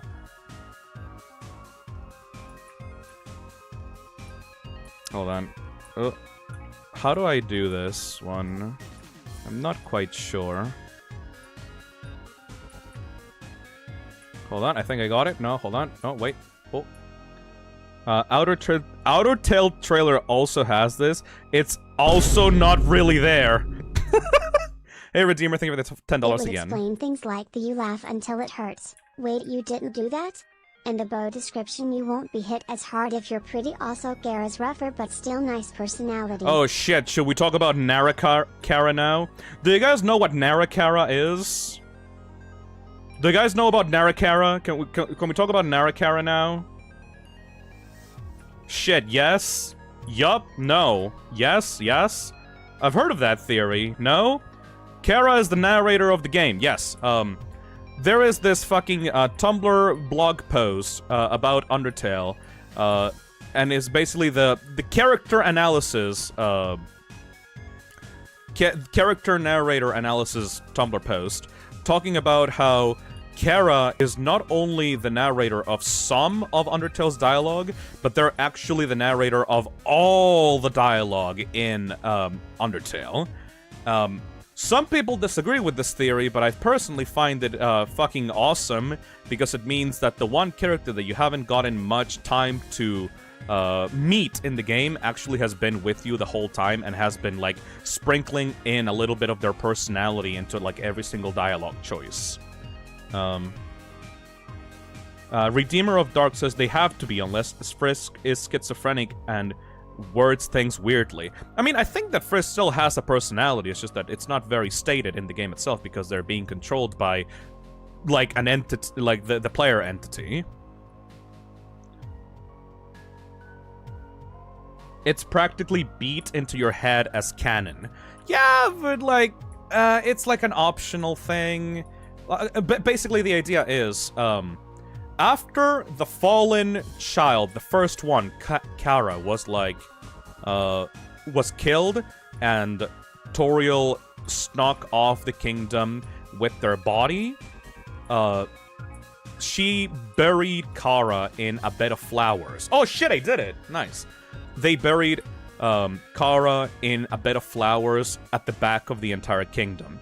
And that bed of flowers is the one that Frisk falls into at the start of the game. So, in the theory of Chara, it is implied that Frisk legitimately fell down into Mount Ebed, cracked his fucking neck in the pavement, and died. Not really. But, like, they died upon falling into the bed of flowers. And when they did that, Chara's spirit, like, attached themselves to their body. They're not controlling Frisk's body. You are controlling Frisk's body. But Chara is along for the ride, and they are the narrator of the game. You know? Twisted Myth says, it makes sense when you combine the narration towards the end of the normal and genocide routes. Yes. There are moments where Chara's personality shines in the narration, specifically when the narrator gives you, like, red text. I know if you're, like, a Yumineko fan, you think the red text means something different, but in the story of Undertale, red text usually means that the things are being said by Chara. The red text speaks about themselves in, like, first person and stuff like that. Meanwhile, when it's normal white text, it's, like, speaking to you as in Frisk. Redeemer of Dark says, I always heard that Frisk falls on the spot just above Chara's coffin, and their determination and the fall woke them up. And I think that Chara in Genocide even hints that. So no, that's not really true. Cause, like, it's not Frisk that woke up Chara. It was you, the player. The whole idea with Chara is that Chara is the demon that comes when their name is called. When you enter Undertale, the first thing that you do before you even see Frisk is call Chara's name at the start, when you're, like, are inputting the name of the fallen child. But you control Frisk, yes, but Chara is always alongside with you in your journey. Kind of dormant in the background, but as you continue throughout the journey, they start to wake up and they start watching you and they start watching your choices and learning from your decisions, you know? I was always under the impression that Frisk is a reincarnation of Chara. No, not really. Frisk is still their own human. They're still their own child. They have their own reasons for coming up the mountain. But it's never stated because they're kind of like a blank protagonist, you know? They have small little moments where, like, they laugh at jokes or, like, they recognize stuff from the human world back in the Waterfall garbage pit. So, like, they're still their own character. But they're just like, they just really don't have any control over the situation, you know? Hold on a second. There we go. Spider dance? Shit, no, that was wrong. I don't want this one. No, thank you. You know what? Let's just fucking walk into the... Let's just walk into the thing.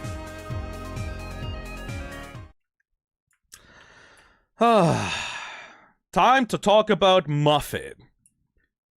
She is severely underutilized in this game, and in fact, I do genuinely believe that Muffet's character was way better explored in the fan game TS Underswap. But she's still a pretty cool character in this one. The reason for why Muffet is not really plot relevant in the game is because Muffet is actually one of the two Kickstarter backer monsters. Toby Fox doesn't technically own Muffet as a character. They are a monster that was put into the game by a fan from the Kickstarter campaign, you know? Hey, girly! I'm pretty sure that Zack would be a fan of this character. You think your taste is too refined for our pastries, don't you, dearie? I disagree with that notion. I think your taste is exactly what this batch needs. Oh yeah, like, the fandom went crazy for, like, Muffet. I mean, she's just cool. She's basically here just to, like, add gameplay variety to Hotland. But even then, basically her story role in this is that she is a mercenary that is, like, hired by Mettaton to, like, hunt you down in Hotland. Can I just pay her off? I would submit. Of course you would, you fucking bottom. Anyways, I really like Muffet's fight. It is the only time that you get to use the purple soul mechanic, and I fucking really love the soul mechanic because it reminds me of, like, grid-based, like, movement games. It's really fucking cool. I thought initially when I first fought her that this was going to be, like, a musical section, like a rhythm section, which I was, like, I'm really fucking horrible at rhythm games. I thought that I had to, like, move myself to the beat of the song. But no, it's just, like, you just move around like normal. Nova says, I still find it fucking funny that one of the backer monsters is a fucking hitman. Yes! And her whole deal is that you have to, like, pay her off to, like, leave you alone, you know? It's like a reference to the Kickstarter. It's like, oh yeah, it's like, she's, like, trying to raise funds for the baker sale. Get it? She, a Kickstarter character, made by a fan... Oh. Hold on a second. I got a message.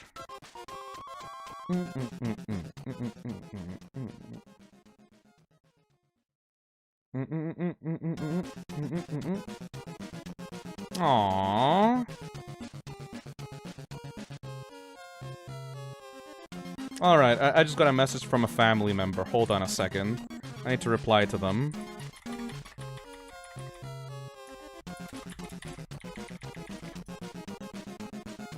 Alright, and now I'm gonna close Telegram, because I don't want that notification sound to pop again.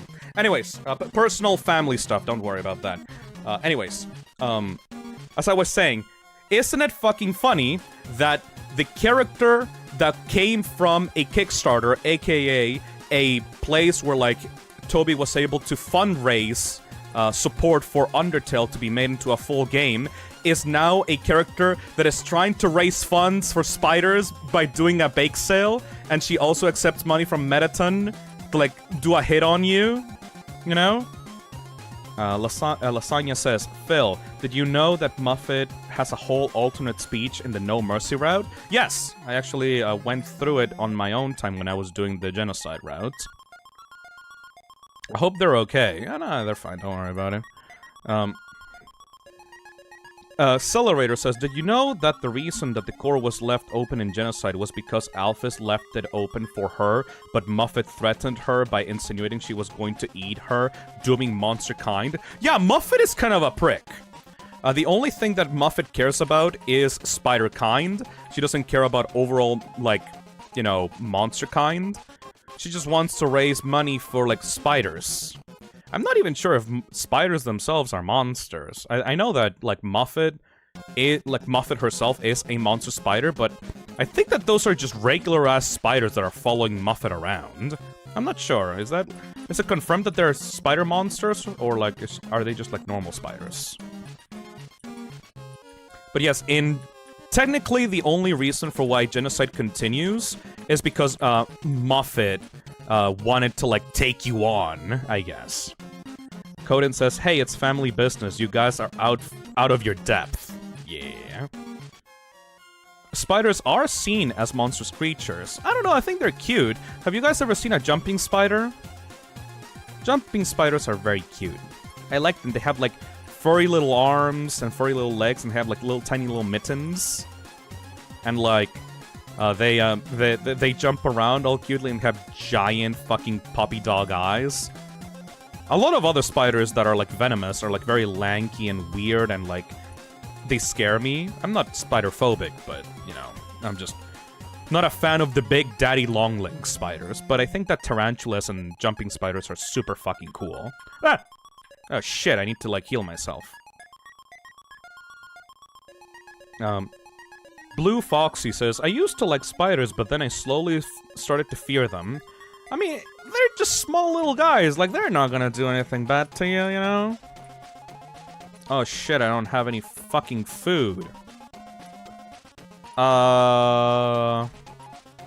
Yo, Muffet, can I pay you? Muffet reduces her attack for this turn. Thank you, Muffet! I love you! Daddy longlegs aren't actually spiders? Then what the fuck are they? What? If they're not spiders, what are they? Emerald Source says, you only really need to fear the Black Widow. She has a mean bite. Yeah, she'll fucking destroy your fucking hand if you leave that venom in there. You don't have to really worry about spiders unless you live in Australia. I'm more scared of roaches than I am of spiders, to be completely honest. Those things disgust me. Isn't it kind of awesome that as a species we learned to, like, hate roaches because they signified... Like, roaches and flies. We learned to fear them because they signify disease, because they're attracted to, like, filth. Oh, shit, I might actually die here. Hold on, let me lock in for a second. Ah, god damn it. Asgore says, Chilla has the corner spider. That bitch is super common and can kill you. Oh shit! Now that we die, can we talk about the game overs? Hold on a second. Let me turn back the game over music. Now that I have actually died in the game, guess who is the person that is talking to you on the game over screen? You cannot give up just yet. Chara, stay determined. So, fucking turns out, I really need some healing items, actually. That is Asgore fucking Dreamer. That is the king of monsters. He is telling you to continue, keep fighting, to, like, keep on living. And turns out that those words are not actually meant for you. Those are meant for Chara, the first fallen child, the son, I mean, the adopted kid of, like, fucking Toriel and Asgore. Those are the last words that Chara listened to as they were dying on the floor when both their parents, like, saw the dead body that came through from the barrier, you know? It is super fucking sad. And another reason for what— yeah, exactly, Twisted Myth. Another reason that the narrator Chara makes sense. I need to fucking pay off this bitch to get off my ass. I actually have healing items, I'm just stupid. Anyway. Redeemer of Dark says, meaning Chara's influence must exist on some level, cause Frisk would never have heard that. I mean, yeah, I mean, this happens even if you don't actually die in the game. Cause, like, when Undyne, like, cuts you off and drops you off the bridge in Waterfall, you also get a flashback of, like, Chara meeting, Asriel, you know? Random user says, I love that 2 things get revealed about this. 1, that the voice was Asgore all along, and 2, that this was actually Chara's final memories before dying. It's super fucking cool. Everything in this game has some sort of hidden meaning. Nothing is just what it seems. Everything has, like, a certain depth to it, a certain new layer to it that is undiscovered. Also, I just realized it's been like 9 hours since we started the game. We may actually have to end the stream at the end on like Omega Flowey. I don't think we're gonna be able to get to the true pacifist route. So sorry about that. Fuck. I guess we should just talk about like Asriel and like Flowey and like everything that has to do with them then, right? Because like we're probably not gonna get there by the end of the stream because we're not gonna be able to do true pacifist. Okay, so let's talk about Asriel and Chara. Time flies when you're having fun. Fuck yeah, motherfucker. Phil, please do a part 2. We're gonna do a part 2, but it's gonna just be the Undertale fandom in general. Because like I wanna talk about the fan comics, and I wanna talk about the AUs, and I wanna talk about the fan games. This community has so many fucking cool fan works on it, and Toby embraces all of them. Like, you know that Toby had to step in to protect the Undertale Yellow devs from, like, being fucked over by, like, Materia Collective? Hey, Tony Sonic, thank you for the $5. Speaking of Chara, here's a question that's totally not gonna make anyone angry. Did you see Chara as a boy or a girl? I personally see her as a girl. Well, mentally, the reason for why I always struggled to, like, I personally have, like, in my brain, I always default to, like, male, right? Like, whenever I talk about, like, a gender-neutral character, I always kind of fuck up my pronunciation. I just say, like, he, him by default, because in my brain, when I'm tired, I just automatically, like, switch to, like, male pronouns for, like, every character. So I'm sorry about that. But yeah, like, I initially saw Frisk and Chara as, like, male. It's just, like, the default that I go to, you know? But yeah, both, like, Frisk and Chara are, like, non-binary. Speaking of Materia Collective, Phil, it's late, go to bed. Nuh-uh, fuck you! Oh, my god! Oh, my god! Oh! I need to get better at this fight. Nyan the Cartoon says, I used to see them as a girl because of the blush. Oh, that's a really cute answer. Chara is confirmed NB because of Chris Deltarune. Chris is much more, like, gender ambiguous. You know the one thing that one tiny little detail that I love about Chris in, like, Chapter 2? When you fight, I think it was Viru-Kun in Chapter 2 of Deltarune, Chris turns into a, like, nurse, and Chris can turn into, like, a female-presenting nurse or a male-presenting nurse. Like, at random, there's, like, a 50-50 chance whether or not they have, like, a female nurse outfit or, like a male nurse outfit, you know? It's super fucking cool. De-Evolution says, I saw them as male because they felt like they were meant to be self-inserts of the player and I identify as male. That's also completely valid, I understand that. I never noticed that. Yeah, I never noticed that either. I just saw that in a fucking video and I thought, like, oh yeah, that was cool. Gender fluid! They're putting gender fluid in my water, Morty! Am I fucking rocking this fight or what? I used to think that they were a girl because of fandom interpretations, but now I obviously know. Imagine getting into Undertale through the fandom and then asking, hey, how come this character doesn't have huge anime titties, though? How come... I thought that this character was a woman, because, like, they have huge anime titties in, like, 90% of the artwork. What the fuck? Hold on a second. I need to get through this. I need to get through this. Rah! R! Thank fucking God that, like, I've played. What do you mean? Oh, there we go. What? Thank God that, like, I've played this game so many fucking times that I have, like, the fucking fight patterns, like, almost fucking memorized. Because, like, otherwise, I would be struggling to shit on this fight because I'm so fucking tired right now. I should have really used, the caffeine gamer subs instead of the free caffeine-free gamer subs. Oh shit, I might actually die again. Oh fuck, oh shit. That was me, but specifically for Sans, yeah, I was deep in there. What? Diamond says, Chris being trans-masculine but still using they-them is so important to me, to be honest. Like, they're non-binary but don't feel the need to be ambiguous. I don't know how many people agree with that, but yeah. This is okay, man. Hold on. Phil started to fizzle out. I need to get my groove back together. Quick, somebody ask me something that will trigger my autism again. Hey, Redeemer, thank you for the $5. Do you ever think about how much Chara had to suffer to die of buttercup poisoning? I've looked up the symptoms and they are horrifying. Yeah, actually. How many buttercup flowers do you have to ingest before dying? Hold on a second. How many buttercup flowers do you have to eat to die? Hopefully that doesn't fucking flag me as suicidal or some shit. Morbid questions. How many buttercups will kill you? Got bored, did some numbers. Given a huge amount of variables. Lab rat studies showed that it takes 190 milligrams per kilogram to kill them.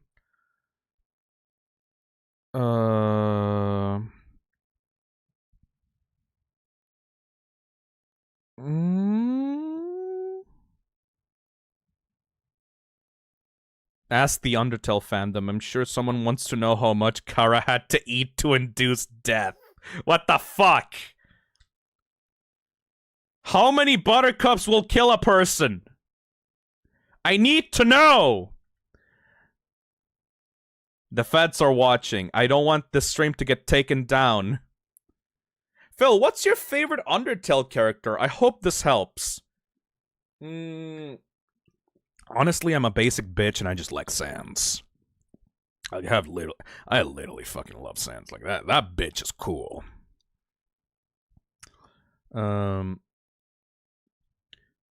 You would probably have to eat at least 600 of them to do any damage. To kill someone, at least 2,000.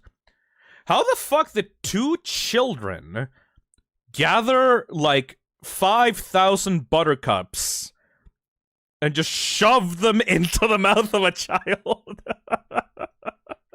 to induce instant death? Holy shit. Tony Sonic says, I'm a basic bitch too. Sans is the GOAT! I mean, he's going into some goats, if you know what I mean. Anyways, let's finish this fucking fight. I love Muffet still.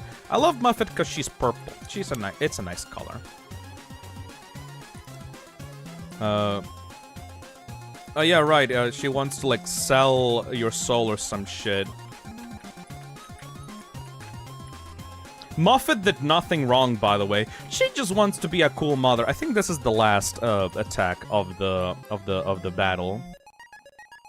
All buttercups are considered poisonous. Taking notes. Hey, Azazel, how's it going? Royalty, I guess, got them access to so many buttercups. Okay, I guess I have to actually fucking talk about Asriel and Chara right now, before I end the stream. So basically, Asriel and Chara are like brothers, siblings, and like, they hatched a plan to be able to escape the underground, because as you may know from what we saw in Waterfall, a monster with a human soul would be- oh no! No! Would be able to pass through the barrier and then go outside and take their revenge on humanity, take 6 more souls with them, and then break the barrier and free the monsters! Holy fucking shit. I fucking did it! Eat my shit, Muffet! But yes, But the thing is, you know who was the one that actually wanted to kill humanity? It wasn't really Asriel. Chara was the one that hated humanity. The reason for why Chara fell down into the underground in the first place was not really a happy reason. And Asriel themselves admits that Chara wasn't really that big of like a good person, you know? What? Damn, you locked in there. Fuck yeah, I did. This song is like wearing me down. Let me like adjust this one. There we go. So yeah. So these two hatched a plan to be able to get out of there, and they did it by essentially poisoning Chara so that they would die, and then Asriel would take Chara's soul, and then they would leave the underground, kill humans in like a settlement close to the exit, and then they would free monster kind. However, when they were doing that, because Chara's soul is the soul of determination, they were still in there even after like dying. So, like Asriel didn't want to kill the humans, but Chara desperately fucking wanted to. They had like an internal battle of the soul in the middle of the fucking human settlement. And also for some reason, Asriel decided to take Chara's body out into like the surface once again. Why did they do that? Chat, can someone like clear up that question? Like I kind of forgot why Asriel took Chara's body out into like into the surface. Nobody says Chara wanted their body taken up there to trigger the humans, of course. It was Chara's request. Oh yeah, right. Chara's last wish was to be able to see the surface again, right? To like feel the green grass on like their skin or something like that. So like Asriel took Chara's body, like dead body, and like wanted to plop them in a field of like flowers on the surface, and then they found a bunch of humans on the surface and saw this fucking giant goat monster holding like the body of a child, you know?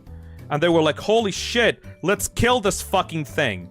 And Asriel technically had the power to be able to kill them all, but they didn't, so they just took the blows and just went back into the cave with Chara's body and collapsed and fucking died.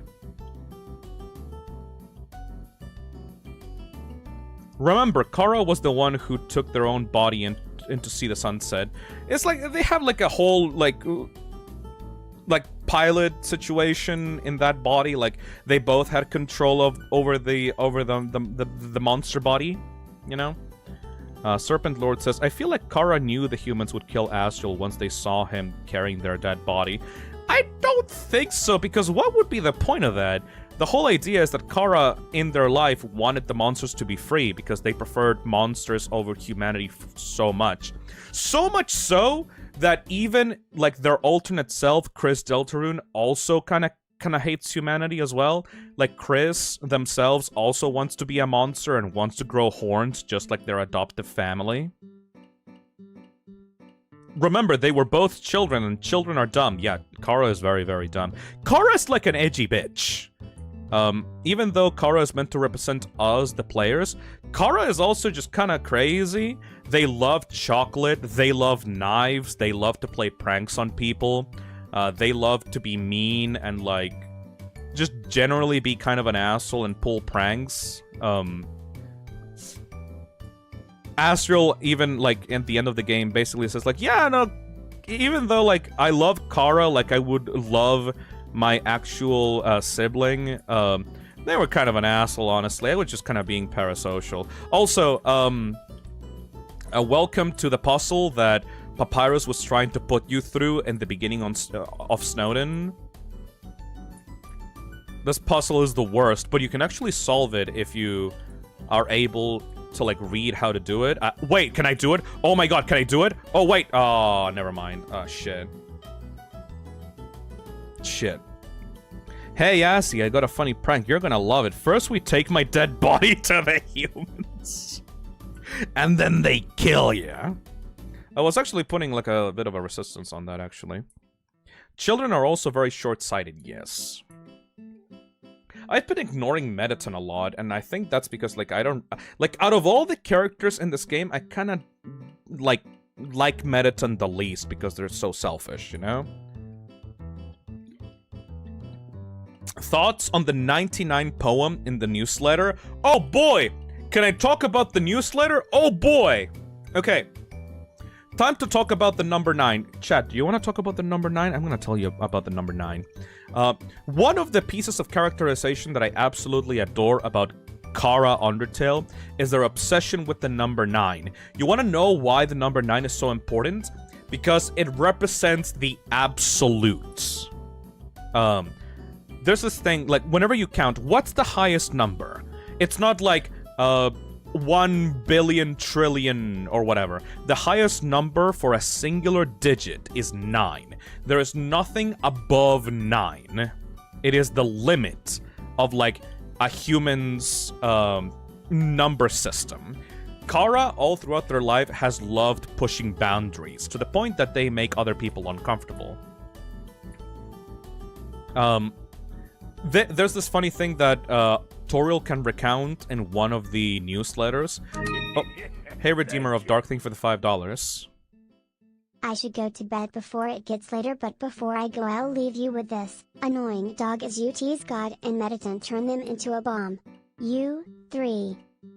Why 3? Anyway, thank you, Redeemer of Dark. Yes, we also... oh my god, I'm 5 health. Oh shit, I'm gonna die. Let's become Undertale Yellow! Except 7, because 7, because 7, 8, 9, but like, yeah, Chara is obsessed with fucking, the number 9, and also pushing things to the extreme. So you guys know, there's this funny little thing that Chara did, that, like, everyone in the Dreamer family ended up taking as, like, a habit of, like, pouring juice or water into a glass and, like, trying to get it, like, at the very edge of the glass, like, just before it breaks surface tension. Chara tended to want to, like, fill up their glasses to, like, the maximum. And that carried over into, like, the spirit of Chara that possesses, like, Frisk's body. Chara is interested in absolutes so that when you get to the genocide route of the game, Chara is awoken by the number 9, because your level of violence becomes like 9999, and your attack becomes 9999, and damage becomes a 9999, all that. And whenever, like, Chara decides to end the world, they strike against the entire program itself and deal 999999 damage to the world itself. It seems to have been an obsession from Chara ever since that they were a kid, and it seems to be the thing that makes them an outcast. Again, they seem to love pushing people's buttons, and Chara was the one that hatched up the plan to, like, escape the boundaries of the world of Undertale, escape the boundaries of Monster Society to be able to escape out into the real world once again. Vi says, Chara represents the feeling of wanting to experience everything a game has to offer, and treat Undertale as a game, and not as a world with actual persons in it. Thank you for explaining that, by the way, because I'm too currently mentally tired to be able to make that connection now. I would have been able to do that at the start of the stream, but at this point I'm kinda just rambling. Serpent Lord says, my OC is so powerful that they do 99 plus 0.99 damage. Yeah, it's kinda like that, because they're like a dumb kid. Oh shit. Hey, Sans. How's it going, buddy? Hey, Sans. Do you want to hang out a little bit and just talk? Hey, I heard you're going to the core. How about grabbing some dinner with me first? Yeah. Great! Thanks for treating me. Over here, I know a shortcut.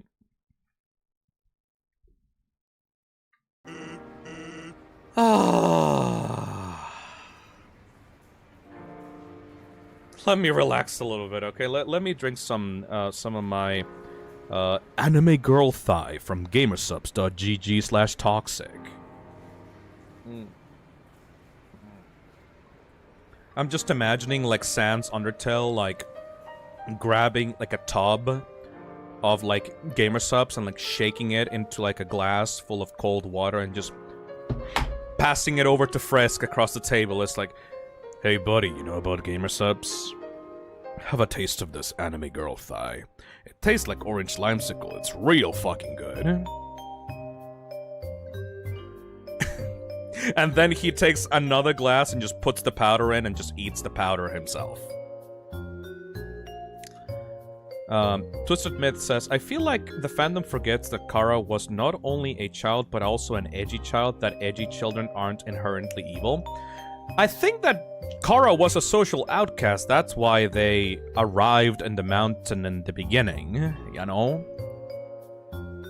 Tonberry says, literally returned to see that you weren't kidding about doing this all in one stream, and I just got here at one of the most iconic scenes in the game. Oh yes, we should probably talk about this scene. This is when Sans just lays it all out on the table for you, by the way. Let's hear him out. I'm kind of tired to, like, form thoughts right now, so let's just hear what Sans has to say about himself. I fucking love you, Sans. You're so cool. I love ya.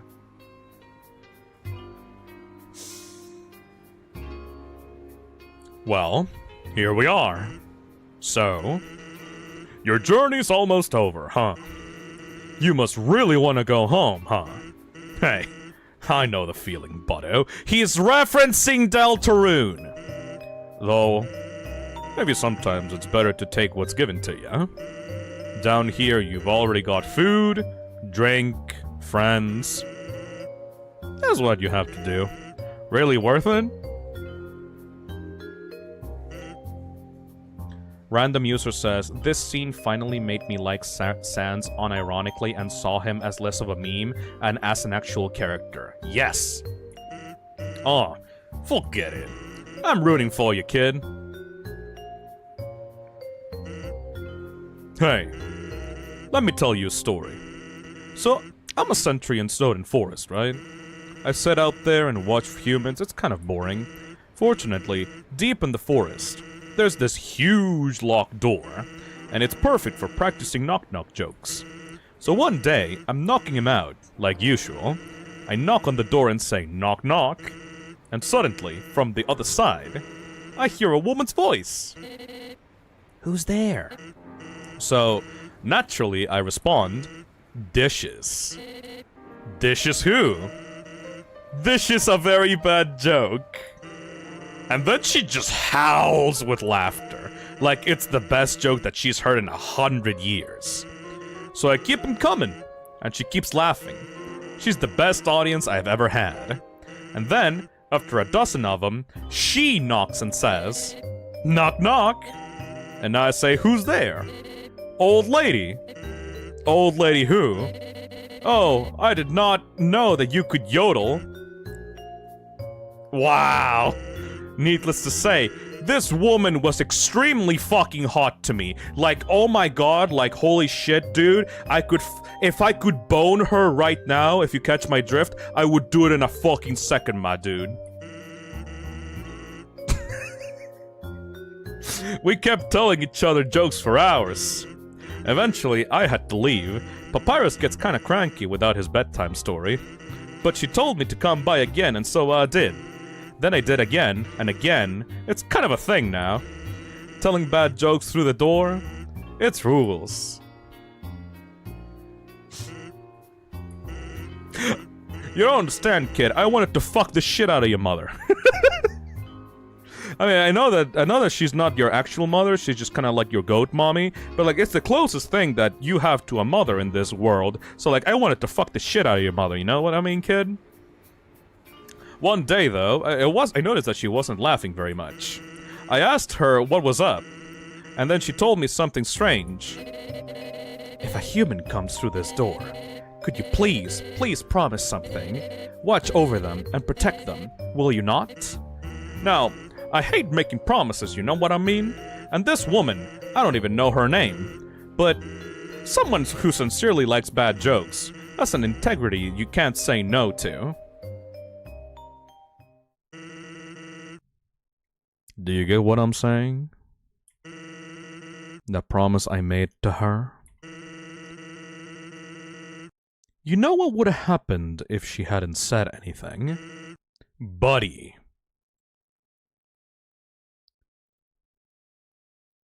You'd be dead where you stand.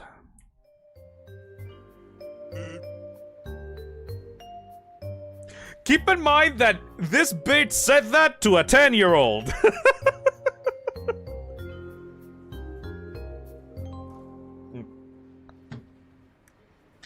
It's like, he said the thing, but it's like, dude, I know that you're dealing with a very powerful 10-year-old, but this is still a 10-year-old, man.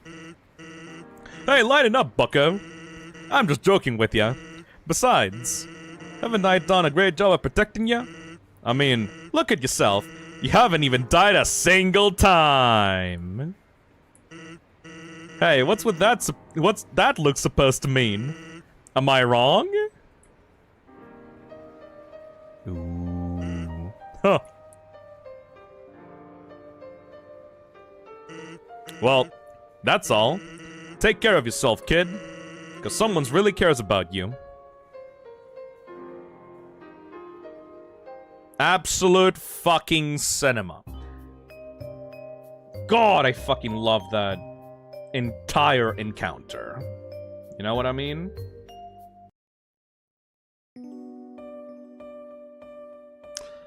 That's not the song that I wanted to play. Hold on. No, not that one. Not that one either. There we go. Can we talk about Sans again? Can we talk about my favorite character again? Can we talk about, like, how Sans has been looking out for you, but hasn't really done anything to stop you from dying, but still, like, tries to read your expression to see if you, like, were able to save and load?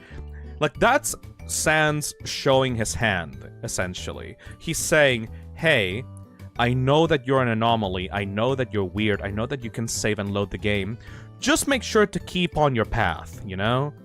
Like, just continue being yourself, continue being kind to others. Also, this is a secret that I never learned about until, like, a few months ago.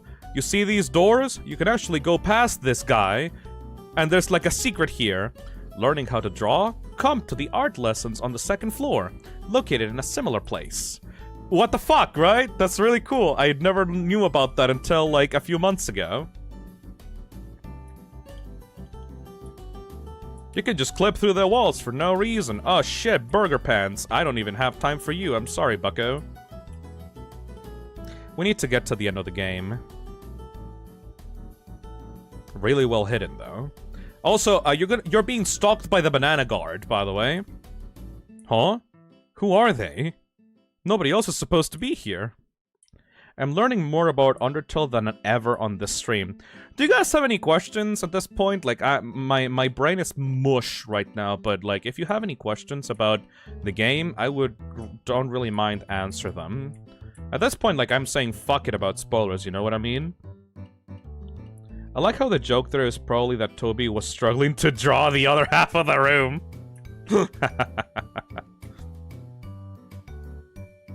Wait, Phil, you will not have time to talk about the true lab stuff. Shit, that's right. God, this stream has been a fucking mess, hasn't it?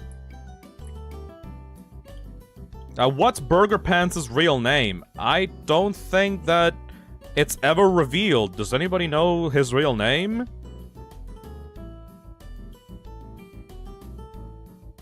No Wing Gaster? Yes, I did talk about Wing Gaster in the middle of Snowdin, actually.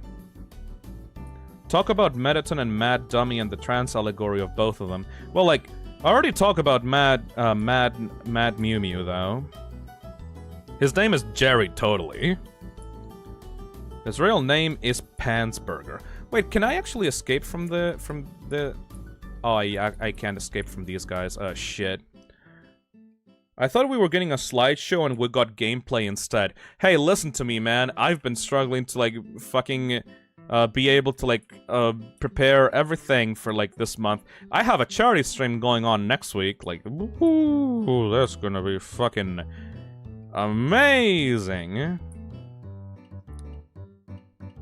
His name is Cheese Shorts. Oh. That would be nice. What's Burger Pants called in Deltarune, actually? The autism was too strong. And the spicy food tier list, I wonder what you're going to review exactly. I am literally going to go to every single South American store and buy every single piece of, like, spicy food in there and just shove it into my mouth and, rate it. I love spicy food because I'm South American, I guess.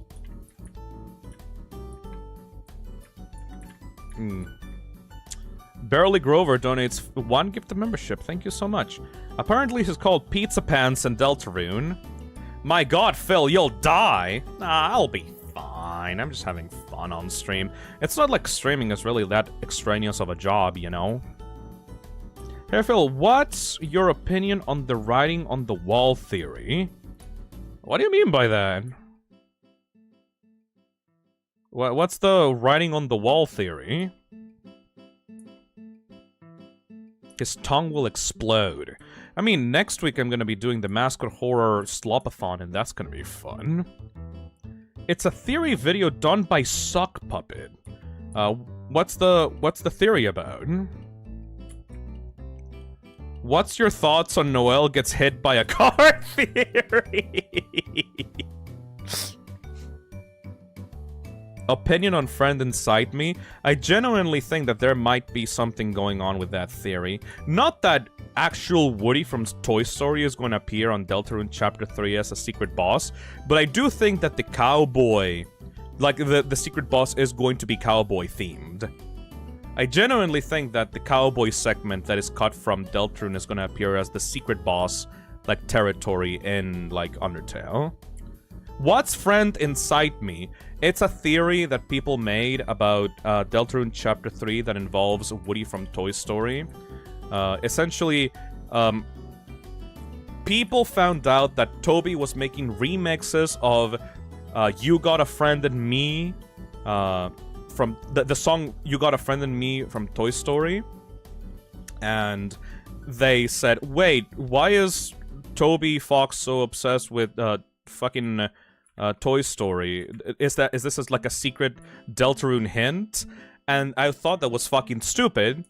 But then people revealed, wait, turns out actually Toby was talking about putting a cowboy segment in, like, Deltarune Chapter 3, but it got scrapped. And guess what?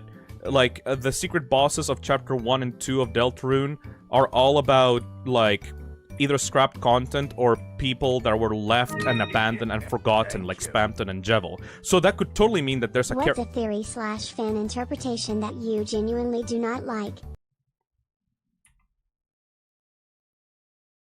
Is it cheating if I say Sans being able to remember your resets? Is that cheating?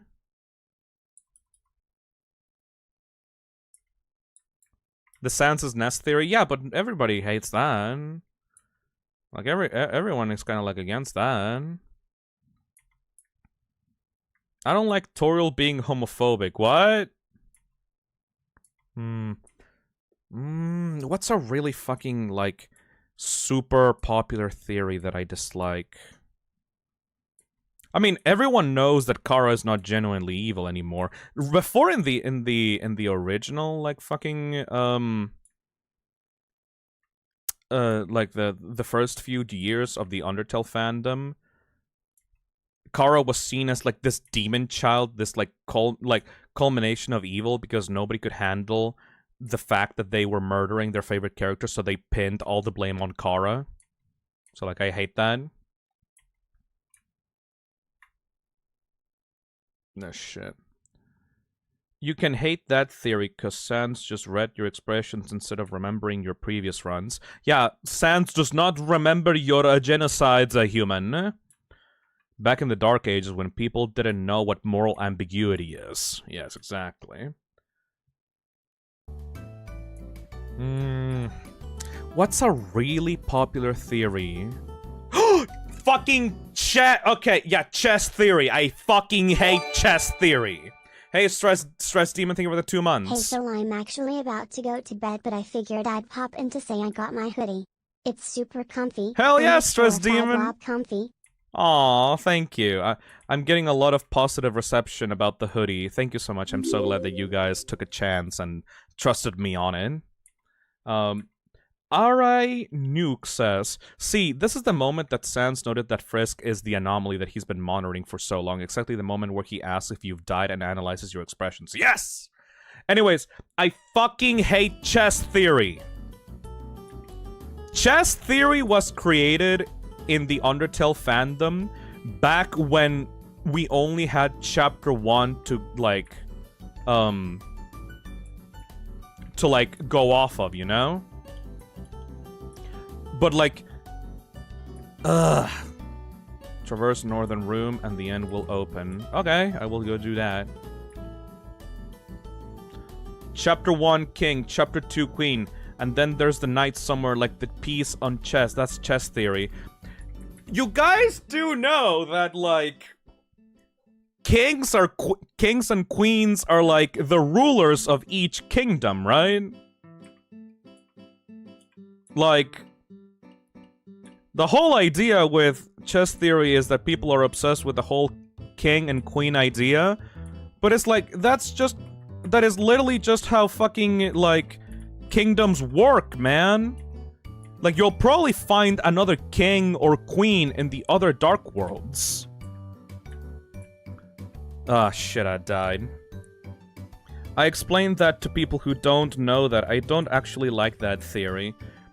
Okay, the thing with chess theory is that people think, oh, the game is going to be all about chess, all the characters are gonna represent the different chess pieces, but it's no, dude, knights and queens and, kings are all, fantasy tropes, you know? East is the end? I never really heard of this theory. Oh, hold on, wait. I cannot fight, I cannot think. Oh, it's just like me for real. But with patience, I will make my way through. Oh yeah, you could just stand here, by the way, if you've been having trouble with going through the core. You can just literally stand here, and the way will open to you eventually. Thiago says, "Wanna bet how much that chapter 3 will have a major rook?" And then Phil will be like, "Whoopsie! Ya think? Okay, let's make a bet. Okay, you know what? Between me and the viewers right now, do you wanna bet if there will be a rook in chapter 3? What will I do? What will I do? Okay, let's bet. Okay, what will you do if there's a rook, if there's not a rook? And what will I do if there's a rook in Deltarune chapter 3? Membership? That's just kind of giving me money, you know? That's kind of oh yeah, I got through, hell yeah.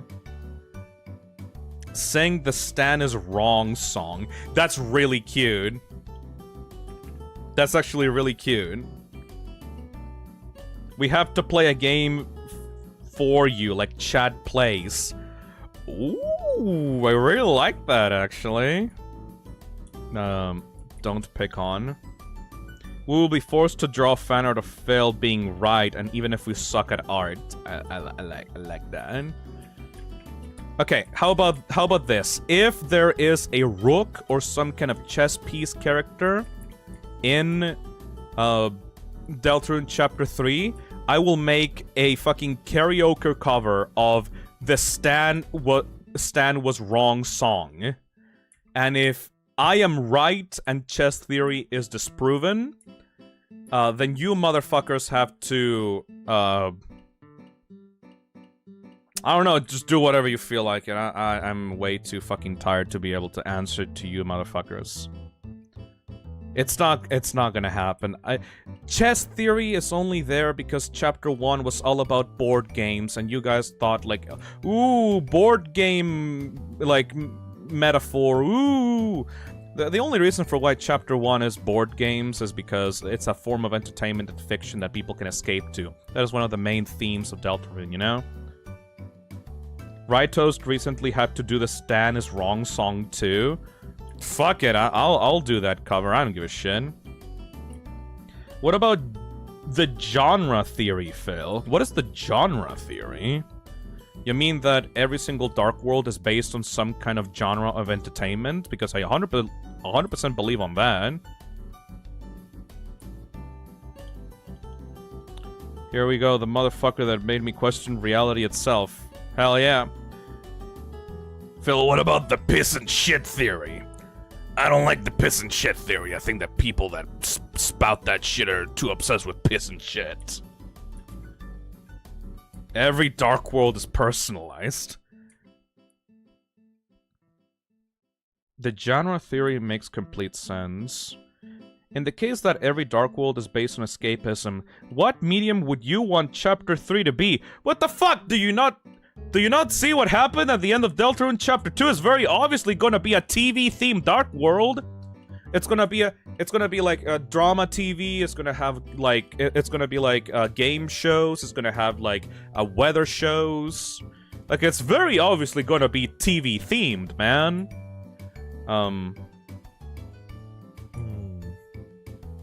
Question: does names like Rook E count as chess piece names, or how vague does it have to be? Yeah, no, if you can make a connection about chess theory in Chapter 3, be my fucking guest.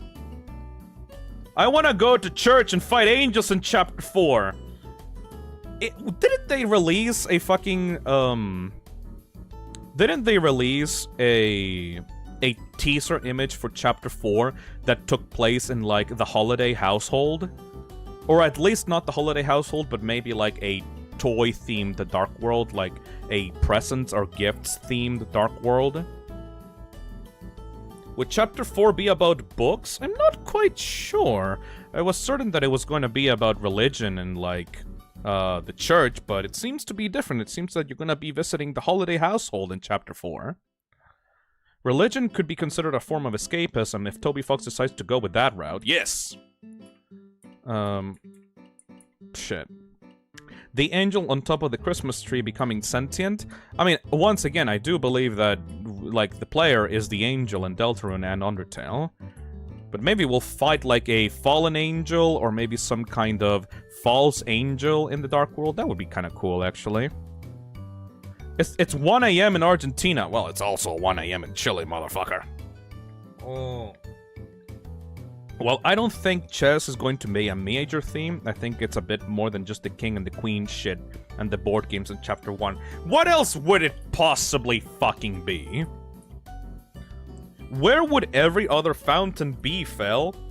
I think there's gonna be a fountain in the holiday household, or like some kind of garage, or like basement in the holiday household. I think that there's gonna be a Dark World in the festival. Like, there's gonna be like an open to everyone, open to the surface Dark World in the middle of like the festival park area that you're not able to get to in the game just yet. I think that there's gonna be a Dark World in the fucking bunker, because of course. And a fountain at Ices? Dude, that would be fucking nightmarish though. Can you imagine? Light and dark heavy themes, potential bishop and church, potential connection of Gaster and the player being chess masters of sorts. Not perfect, but it cracks though. I would love if there was a church-themed Dark World. I also think that the double doors in Asgore's place in the flower shop could also have potential for something. What else would be good? Actually, Jigsaw Joe talks to you as boss, but he talks about Chris in third person, not second. No idea what that means. What the fuck do we have to do now? Jesus is the secret final boss. God, I wish. Imagine you had to play chess and that's the whole secret boss. Ah, that would be lame. Have you seen the device theory videos? Yes, I am a huge fucking fanboy of Molly Stars' device theory videos. I think they're a bit overly long and like a bit flowery in their language, but overall, she seems to be completely fucking right when it comes to the themes and meaning of Undertale as like an like as like meta commentary on fiction and escapism. It's 5 a.m. in Poland. Where are my fellow cesspit Poles at? Hope I'm not alone. There's a lot of Polish people in the toxic cesspit, actually. Once I had an idea of a dark world in the lake you find onion sand is. There's a weird sort of like connection between dark worlds and water. And like drowning, and like being stuck drowning in like darkness. It's super fucking cool. You can tell Phil's brain is falling apart like melted ice cream. I don't even think I'm gonna be able to fight Mettaton! Is there a way to like fucking fight Mettaton easily?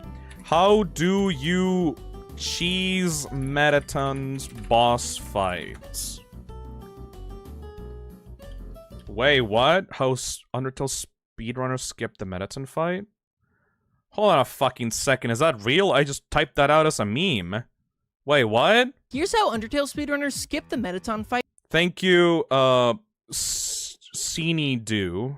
Altogether. Mettaton is one of the lengthiest bosses in all of Undertale, but luckily speedrunners have found a way to skip them entirely. What? You see, by opening and closing your punch card right before the fight begins, you'll be able to walk while Mettaton begins his opening speech. However, like the truly heartless monsters we are, we can just not listen and walk into the exit right behind him, allowing us to entirely skip the fight. Wait a second. Do I have the punch card? Ah, shit, I don't have the punch card. God damn it, I guess I'm gonna have to do this fight straight. Speaking of straight,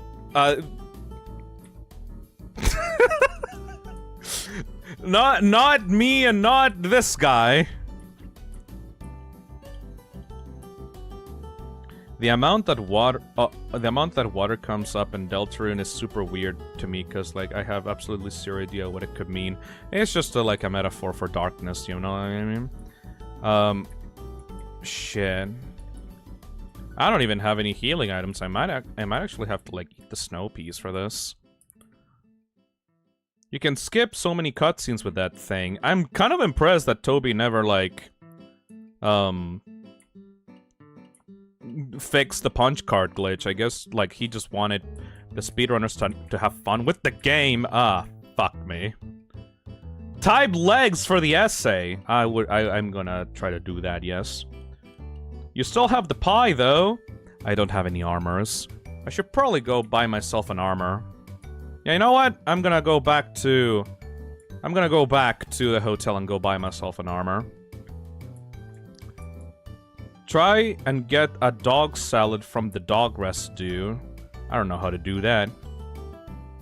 Mettaton made me question my sexuality when I first played this game. Ooh. That's nice. Okay, you know what? Fuck it, we're gonna talk about hot people. Hey guys. Hey people in the chat right now. You're not hot. I'm just like gonna be saying this like right away. But which fucking fictional character made you question your sexuality?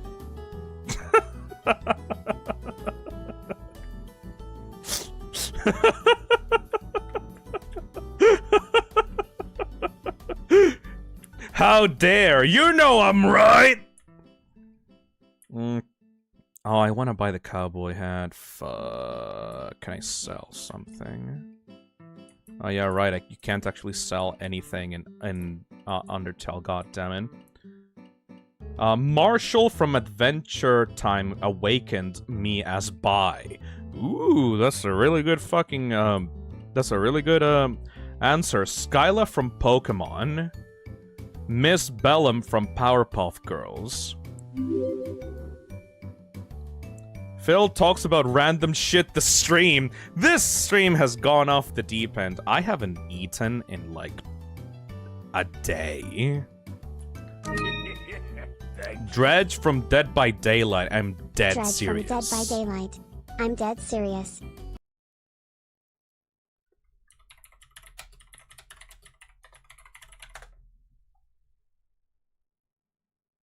Ugh!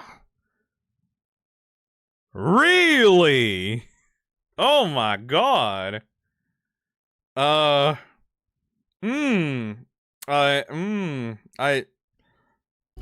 I mean, if that's what you want, man, I don't know. Should I just skip this fucking fight and just get to the end of the game? I feel like I should just skip this fight and get to the end of the game. This stream has devolved. Show it! I don't wanna kink shame the random guy on chat, to be honest.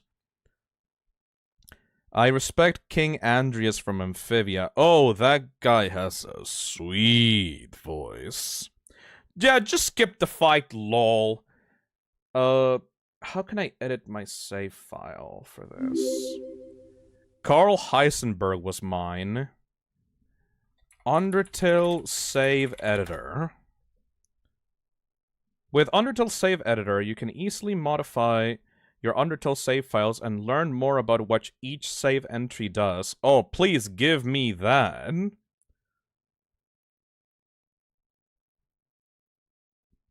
Drum, Bunker Dragon, and Bats from Body Fight definitely made me pansexual and a furry. Oh my god.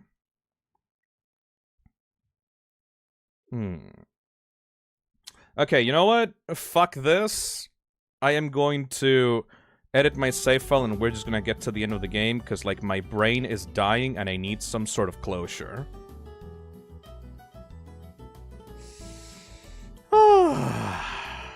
How's everybody doing tonight? How you feeling? Are you okay?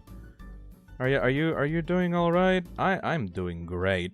This was basically my outlet before I get to go into the absolute nightmare that is the fucking mascot horror slopathon. Next week, I am gonna be starting a charity stream that is going to be like this.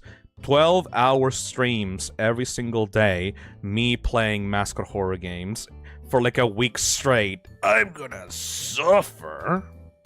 I'm doing good. This stream has been very fun. I love this game to bits. I fucking adore Undertale and Deltarune, dude. I would not be able to do this with, like, literally any other game. Finally ordered the power supply. I need to get my PC in working order again. After all you have been going for 10 motherfucking hours, damn, I have eaten a Nutella and got a cut in all those hours. Also, I'm Chilean and impresses me really fast. Hell yeah.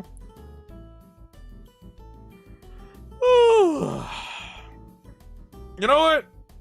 You know what? Undertale, home, new home, cutscene.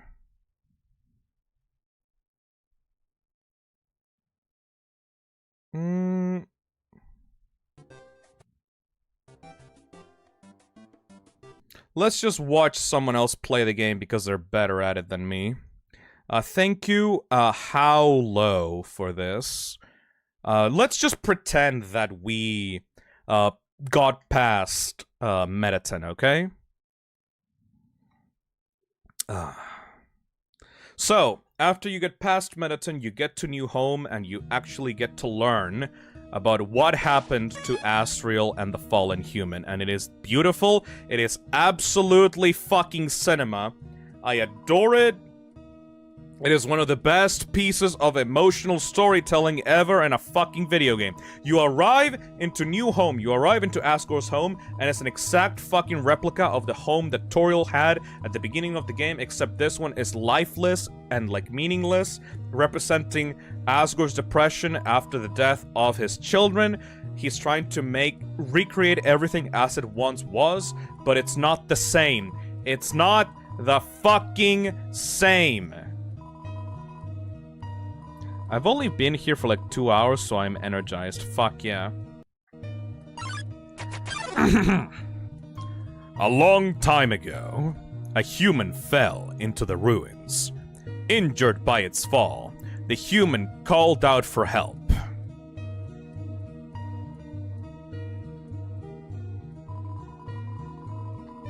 Phil is so good that he beat Mettaton in a fucking nanosecond, yes.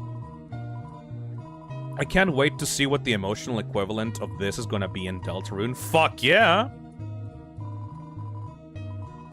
The Froggets can just talk now, by the way. Froggets were always able to talk, what do you mean? I mean, they said ribbit, but they still talked to you in the ruins. Asriel, the king's son, heard the humans' call. He brought the human back to the castle.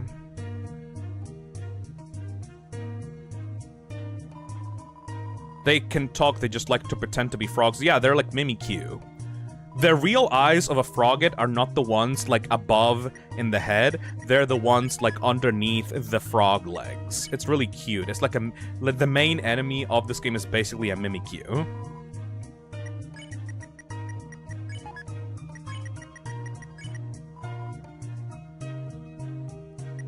Bro, I wonder how impactful the track named Deltarune is gonna be whenever that comes around. Boy.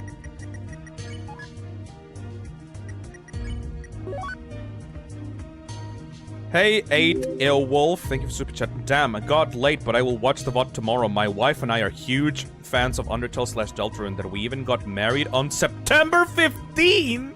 Oh my god, congratulations, you two! I mean, it probably already happened a long time ago, but still, like, that's super fucking cool! Hell yeah, brother! Oh my god! Don't forget playing at the end of Chapter 1, already hitting me like a truck, so I can only imagine how hard the endgame is gonna emotionally destroy me. Dude. Over time, Asriel and the human became like siblings. The king and queen treated the human child as their own. The underground was full of hope. I remember going through this the first time. I forgot that this game could get emotional. It is so fucking powerful, dude. And then you get a similar story with this, but with like a Flowey in like the Genocide run. I'm sorry that I ever fucking thought that this game could be covered in a single stream, by the way. I pretty much just gave up on covering the entirety of it. I'm just gonna go through my emotional highlights and then just conk out at the end of the stream, because like, I am tired. Left for a little bit, but I'm back now. How's the stream going? We autismed a little bit too hard and derailed the stream for several hours. I'm sorry for your loss. Also, despite everything, it's still you.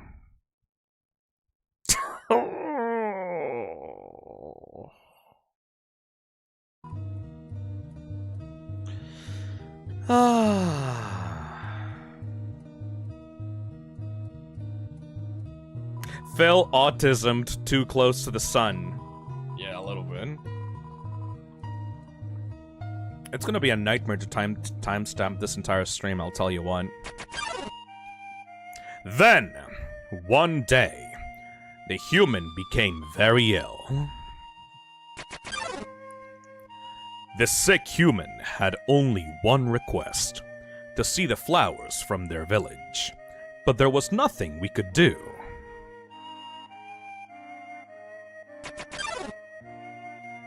The next day, the human died. Asriel, racked with grief, absorbed the human soul. He transformed into a being with incredible power. With the human soul, Asriel crossed through the barrier. He carried the human's body into the sunset, back to the village of the humans.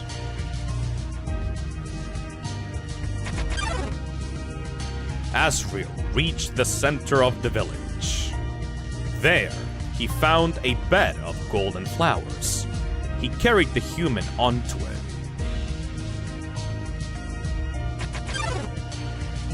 Suddenly, screams rang out. The villagers saw Asriel holding the human's body.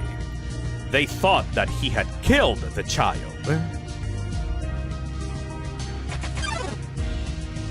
The humans attacked him with everything they had. He was struck with blow after blow. Asriel had the power to destroy them all. But Asriel did not fight back. Clutching the human, Asriel smiled and walked away. Wounded, Asriel stumbled home. He entered the castle and collapsed. His dust spread across the garden. The kingdom fell into despair. The king and queen had lost 2 children in one night. The humans had once again taken everything from us. The king decided it was time to end our suffering. Every human who falls down here must die. With enough souls, we can shatter the barrier forever. It's not long now. King Asgore will let us go. Give us hope. Save us all. You should be smiling too. Aren't you excited? Aren't you happy?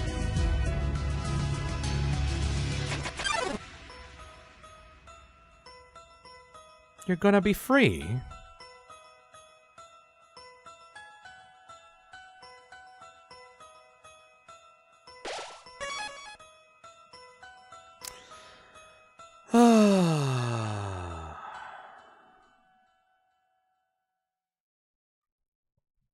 Fuck, man. And at the very end of the game, at the very, very, very end, after all's been said and done, you get a fucking super cool Judgement screen with motherfucking Sans the Skeleton, the true OG, the right motherfucker of the game. The guy that has been watching you chill around and be whoever you want to be throughout the entirety of the underground. Where can I find the fucking Judgement? There we go. There we go. Sans is here to basically pass judgment on you. It's like basically his job. He has many hats that he wears throughout the underground, and one of them is basically judging humans' actions at the end of their journeys. In this point, if you were in a genocide run, he would be here to stop you from destroying the entirety of the world. Sans is extremely powerful, and his true job is essentially, once there is no going back, once it is made clear that a human will completely and utterly destroy a timeline, he is there to put a stop to it, make you rage quit, make you die over and over again, until you reset and go back to a different timeline where, like, something can be still left alive in the underground. Twisted Myth says, the love and EXP reveals shocked me on my first playthrough. It is kind of corny in my opinion, because, like, execution points and level of violence is kind of like a corny concept, but the actual meaning of it is pretty fucking beautiful. Your level is how used you are to hurting others. Execution points is how powerful you are. Like, you gain execution points and you steal your heart, you make yourself stronger, but you also make it easier to hurt others. You disconnect from reality, and you make you make everyone else. You separate your connections from everyone else. It's such a beautiful idea of, like, you can either choose to be tender and make your heart weak, but at the same time you will be able to make everyone around you more happier and have connections and friendships, or you can become stronger individually and gain power at the expense of hurting everyone else around you. It's just a fucking beautiful concept that deconstructs the main idea of, like, RPGs so beautifully, you know? Oh. Oh yeah, in there, by the way, those are like 7 human coffins. I mean, those are the 6 corpses of the fucking fallen humans. Child-sized coffins, yes. God fucking damn it. Those are the 7.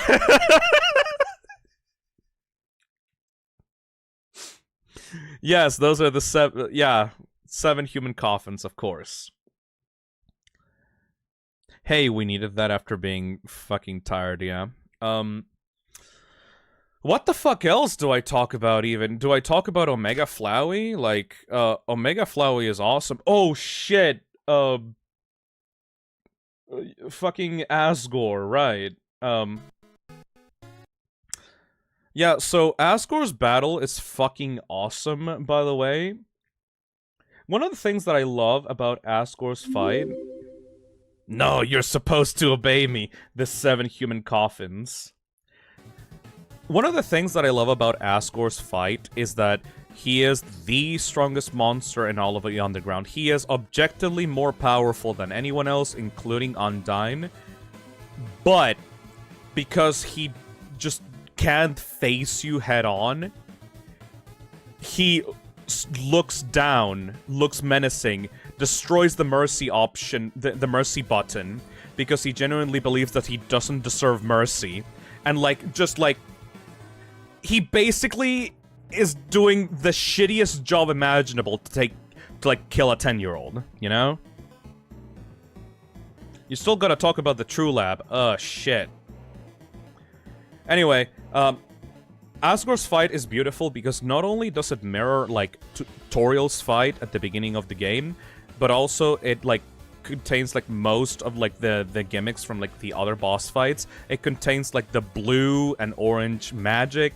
It contains, like, you can use, like, the butterscotch pie, the cinnamon butterscotch pie on him to remind him of Toriel, which will drop his attack and defense. And ultimately, he is just a tired king that has pretended to be, like, this villain for so fucking long. And in the end of the day, I think he would much rather just die himself than actually kill you, you know? It's also one of the best fights visually as well. Yes, I mean, third only to, like, Omega Flowey and, like, the god of hyper death himself. I legit thought he was wearing a helmet when I first fought him for the first time. Yeah, because, like, it makes him look so menacing, right? He looks like such a badass, and it's like... The reason for why he looks so badass is because he literally can't bring himself to look at you. So he has this, like, shining stare, like, constantly when fighting you. Uri Nuke says, Phil, why don't you kill Flowey here? There's an interesting thing that happens with Asgore if you're fighting him after killing Flowey. Oh, yes. I talked about that and explained that, like, if you fight Asgore again after you made Flowey fuck off in the neutral ending, and you fight Asgore again, Asgore will just end his own life and give you his soul so that you can pass through the barrier. It's extremely fucking sad. Anton says, just had a thought. Does Asgore mean anything? Toriel is tutorial, and Asriel Dreamer is an anagram for serial murderer. But what does Asgore's name mean? I'm not sure if his name actually means anything. I love how the game builds up Asgore as this evil threat, and then you get to him and you realize, oh, he really doesn't want to kill you. Yeah, it's fucking beautiful. The only person that genuinely wants to kill you in the game, the only two people that genuinely want to kill you in the game are, like, the two hardest fights, and those are, like, Undyne and Mettaton, you know? Gore, the blood staining his conscience. Ooh, that could be nice, actually. Asgore is just a sad man. Like, Asgore is a boss monster, but I think he would much rather just be happy being, like, a funny little, like, flower shop owner, you know? He is, like, built to be this giant king that commands respect. But, like, I think he would much rather just be, like, a gardener or some shit. That's why in the pacifist ending, like, he just becomes, like, a gardener and, like, makes like little sculptures of his friends, like in front of like Toriel's school. Thiago says Asgore is an anagram for aegros, a Latin word for sad, depressed, reluctant, and so on. Is that fucking true, Savior? Oh my god, really? Yeah, it is. Flight of Icarus says, funny you say that when in Deltarune he's just miserable. Yeah, because he misses his fucking wife and kids, man. A poor boy Asgore. Mr. Shu says, we see both in Deltarune and at the end of True Pacifist that he doesn't really want to be a leader. He really is only a leader because he's a powerful boss monster. This is also why I don't think that Undertale Yellow works in canon, because, like, I'm pretty sure that if other boss monsters aside from Asgore and Toriel existed, Asgore would just give the kingdom to, like, the sexy fox lady, you know? So his name means that he is a reluctant murderer. That makes perfect sense. That's kinda neat, actually.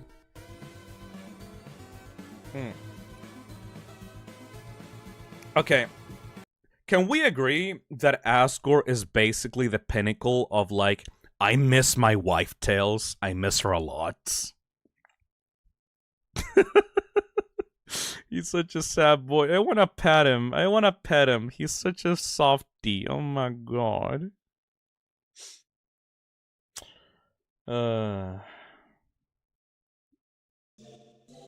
Shit. I guess we also have to talk about the True Lab, right?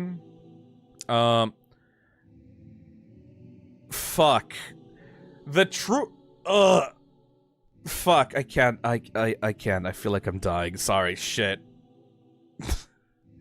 I am fucking emotionally out of it right now. I'm a shattered shell of my former self. Not really, I'm just like... I just wanna go to bed, man. I got a lot of shit to do tomorrow. If you wanna stop, like, stop? Yes. We will stop right now. Is there anything else that you guys want to talk about before I finish it off? We don't blame you. You should take a break, man. Thank you. You guys are very kind. You have to do a part 2, Phil? I will probably do a, like... Undertale Part 2, but this time I talk about the fandom too. Hey, Bloop Bleep, thank you for the 8 months! Undertale cover. Let me just get this bitch in there. Here you go. Undertale! I fucking love this game!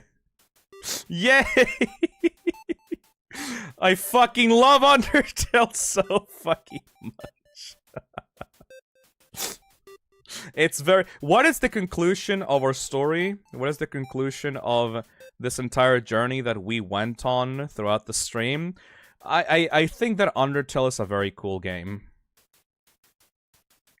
It's a very good game.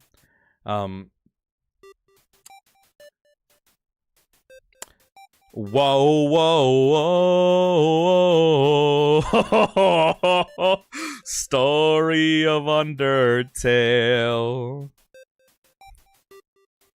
It's a great game, would recommend. We learned that it was woke. Okay, like, I kind of went off a little bit on the deep end there on Hotland, gotta be honest. But yes. Undertale is a very cool game. If you want to get the true pacifist ending, I recommend you fucking go and check it out, because, like, the True Lab is, like, genuinely fucking scary. Actually, no, now that I'm thinking about the True Lab, I'm actually getting, like, flashbacks of when I first started the True Lab. Like, the True Lab is genuinely a creepypasta location. The True Lab is this thing of, like, oh shit, I didn't know this was in the game. Oh my god, it's so fucking creepy and scary. The True Lab is essentially right underneath Alphys's home, and that is like the place where she actually conducted the experiments on determination. That is where she essentially experimented on taking out determination from the human souls that Asgore had collected and injecting them into the bodies of fallen down monsters. Because monsters, before they turn into dust, become like fallen down, and when they are falling down, they're essentially about to die. So when really old monsters start dying, Asgore sent out the call to like ship them out into the True Lab, and Alphys started like injecting determination into these fallen down old monsters. And then they started mutating, and like they became fucking amalgamations of like themselves. They started like fusing into one another, and they started like losing their minds, and they look so fucking creepy. That is what Alphys was regretting, by the way. Like, that is what Alphys was hiding all along. And you can actually see hints of that throughout the game before you even get to the True Lab. For example, if you visit Alphys's, like, regular surface lab, you can see a giant bag of dog food next to the desk. And you don't really know why there's a giant bag of dog food in Alphys's home until you realize, oh wait, one of the amalgamations in the True Lab is a fucking giant dog amalgam that's like hungry and begging for food. There's also Snowdrake. Snowdrake's mother is also in there in the True Lab, and there's I think Shiren's mother is also there or something. Phil, would you sex Sans Undertale? No, not really. Like, he's a cool guy and I love him, but, like, he's not, like, attractive to me at all. I know some people that are sexually attracted to Sans and Papyrus, though, but, like, she's kind of a fucking freak, honestly. Smash or pass Undertale version. You know what? Fuck it. We're having fun. I'm actually getting a second win right now. Undertale all characters. Let's go. Fucking let's do a smash or pass on the characters of Undertale. Fuck yeah, motherfucker. Let's go. All Undertale characters tier list. What did I come back to? Me being insane about this game. All right, let's rank up who we would fuck in Undertale. As like the last thing to do on this fucking stream.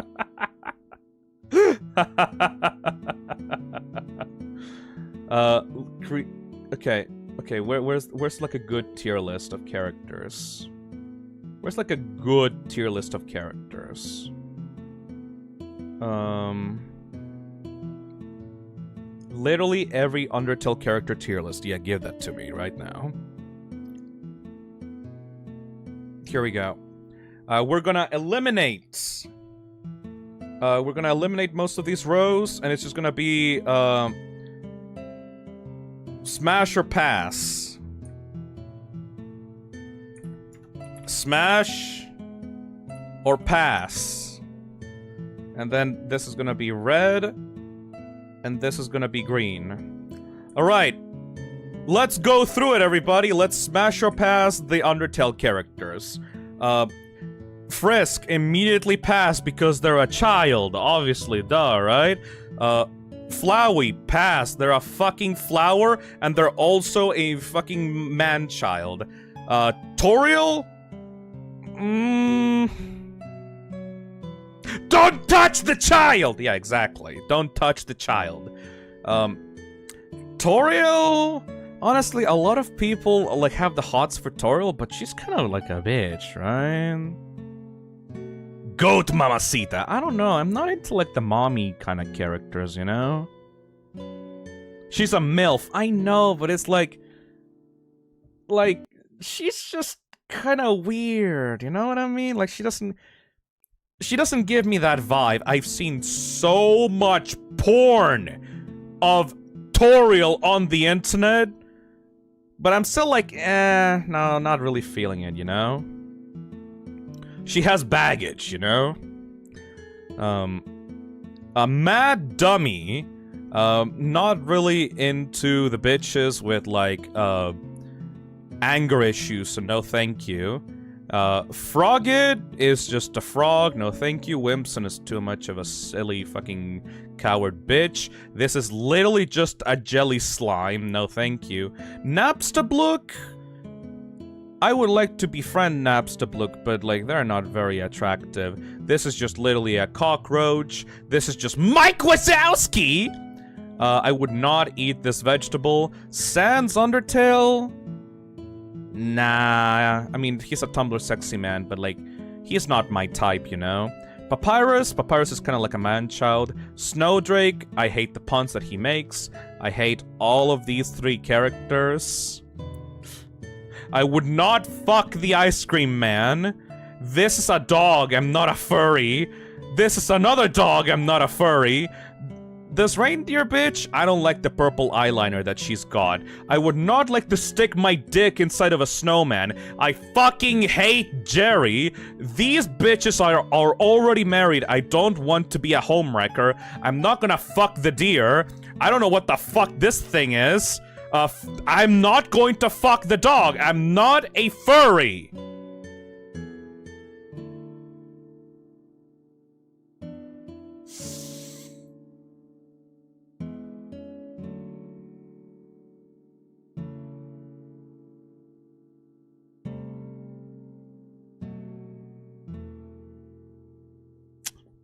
Monster Kid is a kid, no thank you. No bears, no thank you. I dislike bears. This thing, I think, is also a child.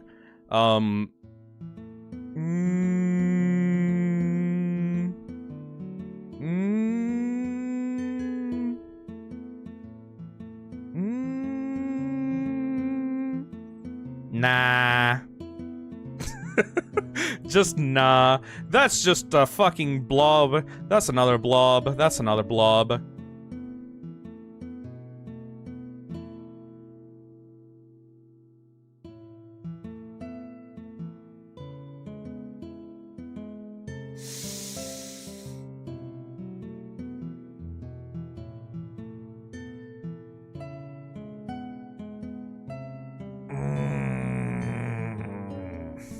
It's like the eyeliner, though.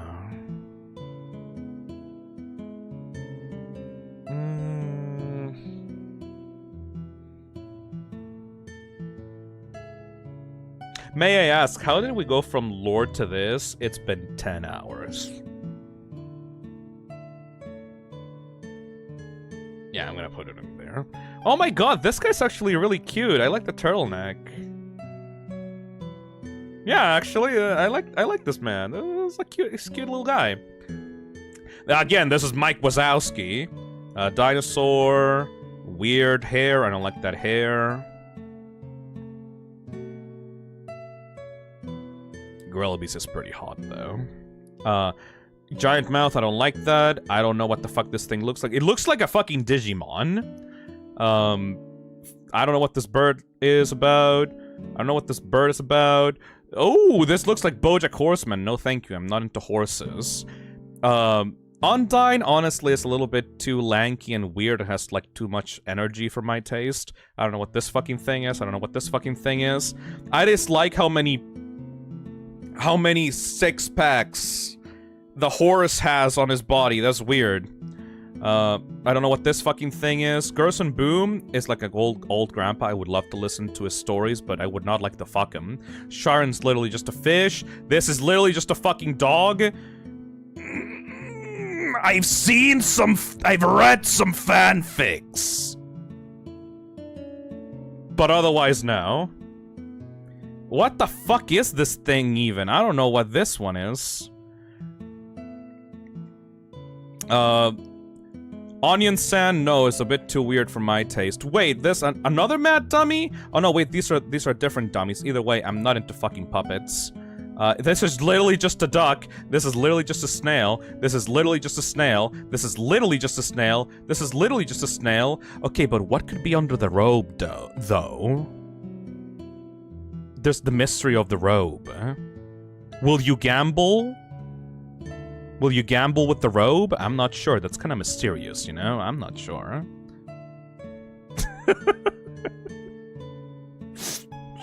True, what is under that robe? Is the robe the only piece of clothing that they have? You don't know that. Let's go gambling. It may actually just be a sentient cloak. I don't know. Let's go gambling. I don't know.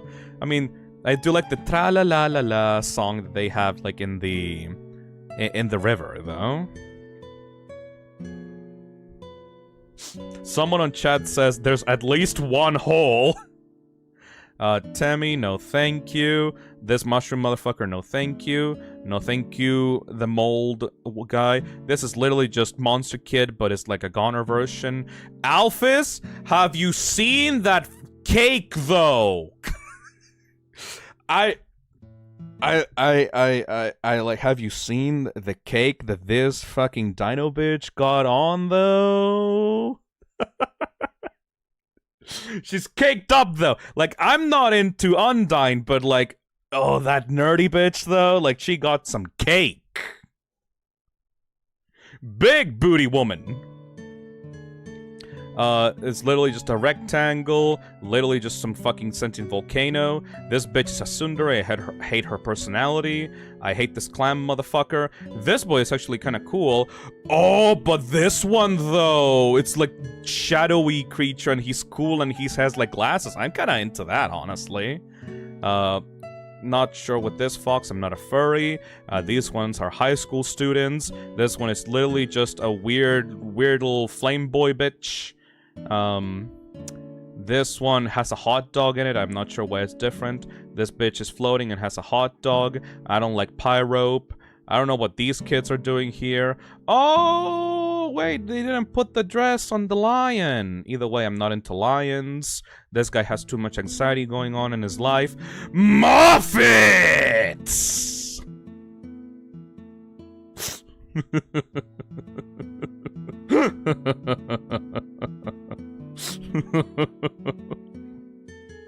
Flight of Icarus says, I would do unclean things with Muffet. I mean, she can tie you up real good, if you know what I mean, boyo. Nope!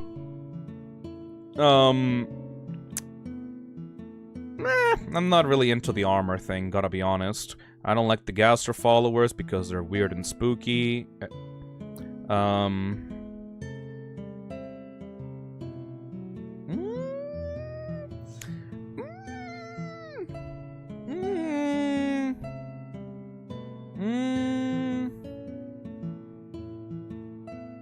Caddy and Bratty, the dumpster baddies. I don't like the crocodile one, but like, you know, Caddy though. I'm a huge fan of those overalls. Yeah, but Caddy though. Yeah. Smash on Caddy, pass on Bratty. Agreed. I don't know what the fucking origami thing is. She would give crazy head. But aside from that, no thank you. I like my women with a face that I can stare at, thank you. This is literally just Barney the dinosaur, but anxious. She's cute. She's actually kind of cute, though, right? Like, this shadow girl with, like, the one eye and the, like, the glowing bow tie. Like, she's cute, actually, though. This is just a furry with high heels. This is just a sad slime. Okay, but he could do crazy things with that slime body, though. Actually, now that I think about it, yeah, you know what? Let's put him in there just in case. Like he could do some good work. Like if he got a little bit less depressed, like he could do some actually good work, if you know what I mean. This guy is a bit too big for my taste. This guy, I don't like his jokes. This is just a little rat guy. I love him. He's cute. Oh.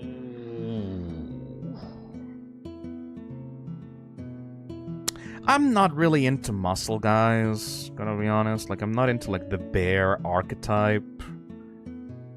But he's cool. Like, I can absolutely see why people would put him in Smash, though. Like, look at those beefy beefcake arms. But, like, I personally don't like muscle guys. I don't know what this bitch is about. Burger Pants is way too much of a mess, man. I wouldn't want to be in bed with him and suddenly he gives me, like, the crazy, like, Looney Tunes eyes. No, thank you. I don't like this guy, I don't like this guy, I don't like this guy, I don't like this guy, I don't like this guy. Absolutely, I would fuck this shit out of Mettaton. Sorry, Asgore, you're cute, but like I would not fuck the shit out of you though. No thank you, no thank you, no thank you, no thank you, no thank you. Absolutely not thank you. And here's the thing, some people... Hey, IB Puffin, thank you for the $5. I've not been watching the stream for the past hour, and I come back to smash your pass of Undertale. The 10 hours of streaming really getting to you. A little bit. So, according to Toby explicitly, these two forms of Asriel are actually adult forms of Asriel. I still wouldn't, like, fuck him even in, like, if he was, like, explicitly an adult. Like, Flowey is, like, get the fuck out of here, my guy. I still would not smash this guy even if he was, like, completely, fully, 100% an adult man. This is just a Goomba from Super Mario Brothers. No thank you for this one, no thank you for this one, no thank you for this one. I still would not like to fuck Undyne. Give me that sweet robot body, though, holy shit. No thank you, Chara, get the fuck out of my way.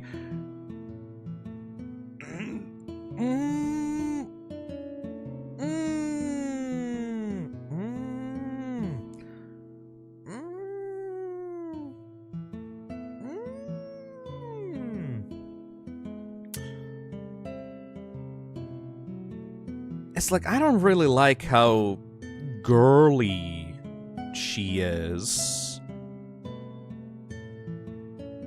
But like, I like the dangerous knife element to her, though. She is a little angry, though. Yeah, but like... Okay, like, if she was completely girly, I wouldn't like her. But the fact that she's like super cute, but also kind of has anger issues, I'm like... like, that's something that I like, though. You said no to Mad Dummy. Mad Mew Mew would still be angry.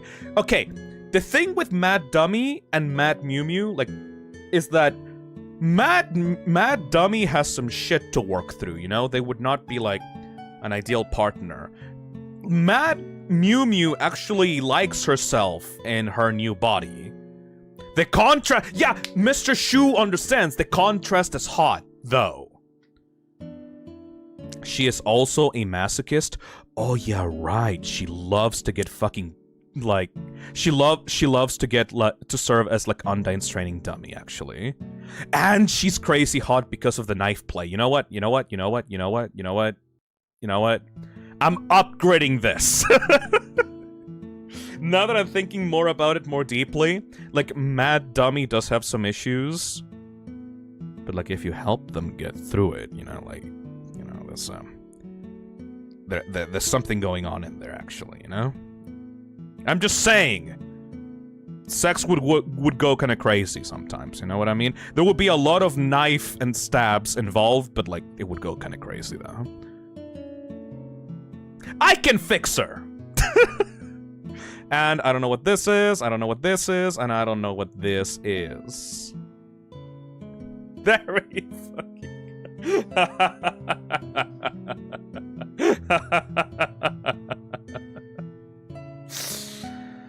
Hold on. And I think that's the Undertale lore stream, though.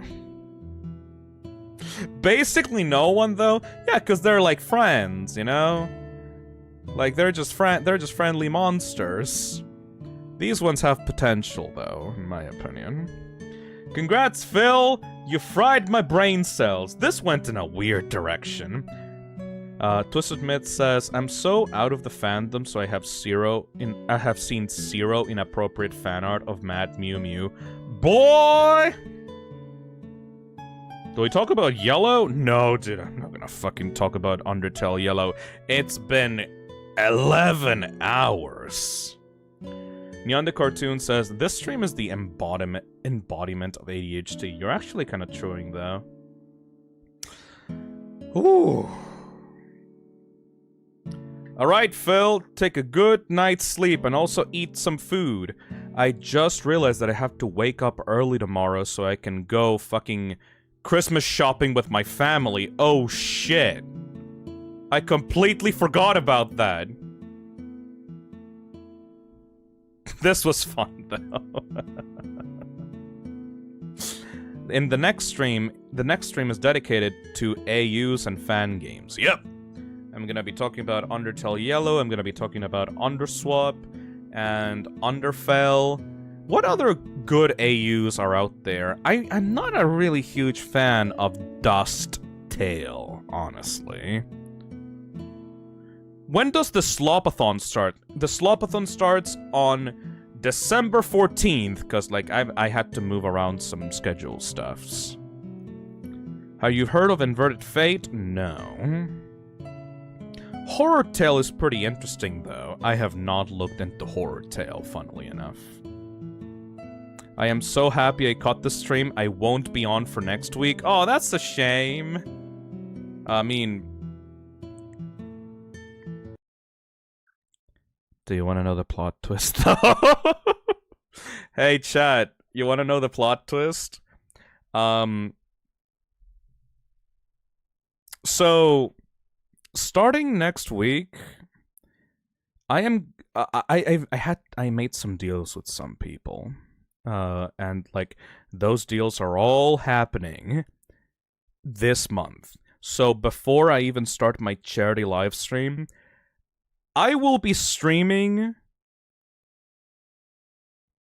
on the 11th, 12th, 13th, 14th, 15th, 16th, 17th, 18th, 19th, 20th, 21st, 22nd, 20th, and 23rd of December.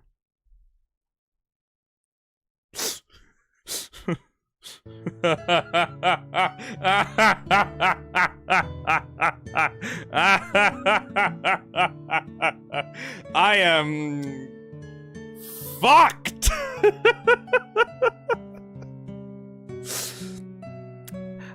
Phil, what did you do?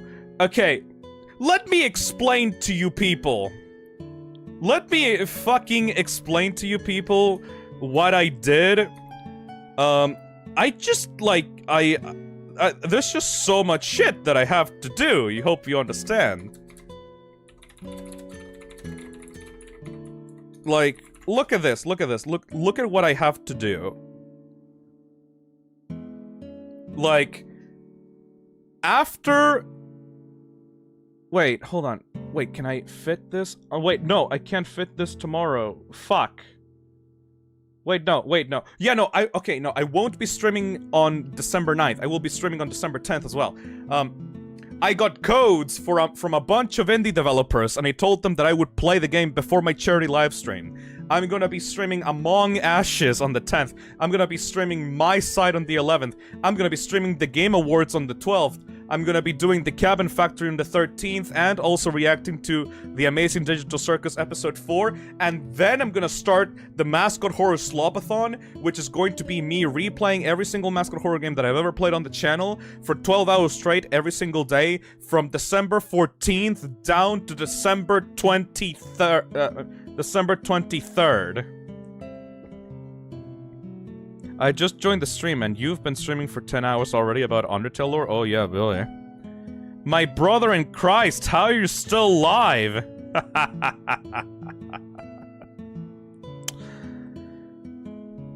Why do you think... Guys, why do you think that I was looking for an energy drink sponsor? Because I'm gonna need it for the end of this year. I am too autistic to die, yes. Phil, this is irrational and will lead to burnout. Oh yeah, after December is over, Season 5 is done. By the way. Like, I'm gonna be taking a long break after this December. This is gonna be the end of Season 5, and then I'm gonna be taking like a month-plus long break.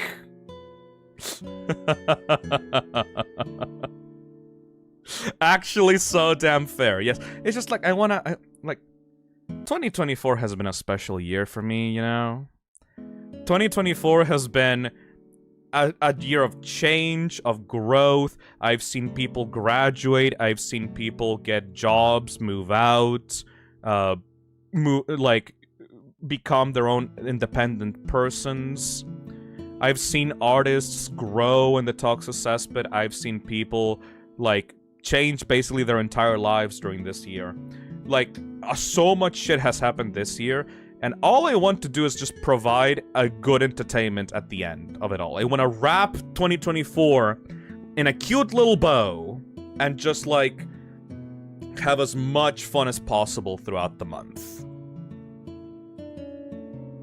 I'm glad that you'll take a break after this month, yes. Hopefully you guys are gonna have fun too. I'm going to do the spicy food stream and the Friday Night Funkin' P-Rank stream when I come back in Season 6. I can't wait for the My Side stream. I'm excited. Dude, that game looks so fucking cool. It was a decently good year, yeah. Asher says, I was promised Danganronpa and I will get it. I'm gonna fucking drag you to Danganronpa and make you fucking watch it every single stream of Danganronpa that I will do. You're gonna be there with me, motherfucker. Me Likes Muffin says, the streams have given me fun little things to participate in when things are tough, and things have been pretty tough. Thanks, Goober. Thank you. And also thank you, random citizen, because you gave me the chance to talk about and hyperfixate about one of my favorite games of all time, Undertale. This stream and the Mascot Horror Slopathon would not be possible without your help.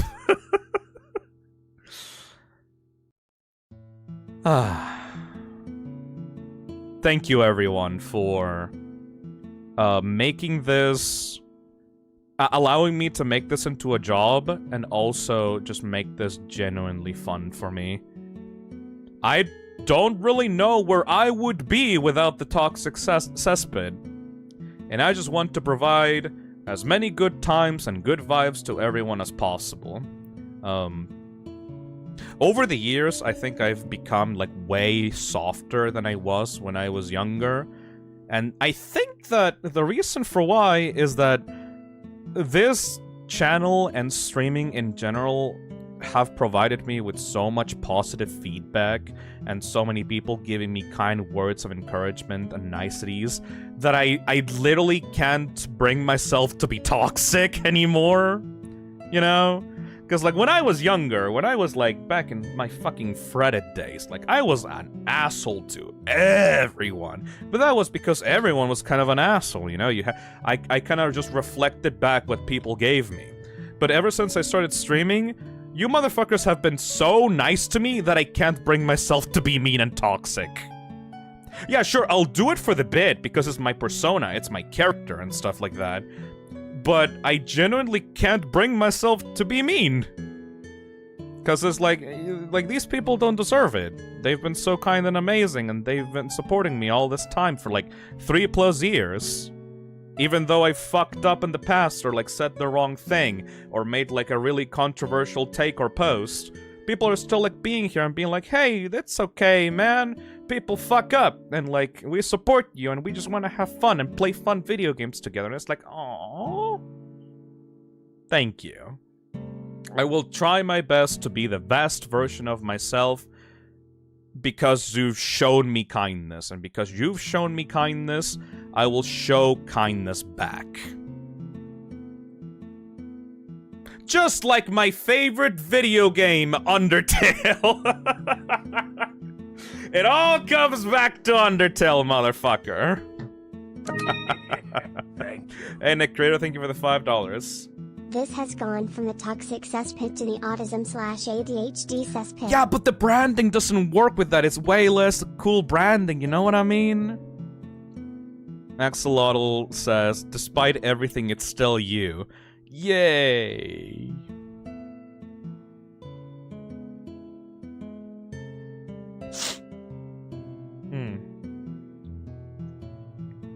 Yeah.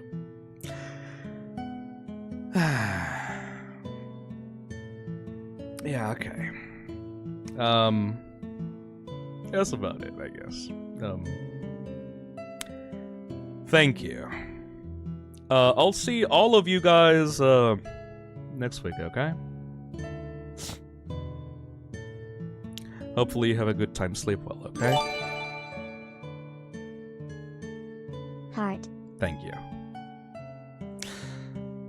Bye-bye.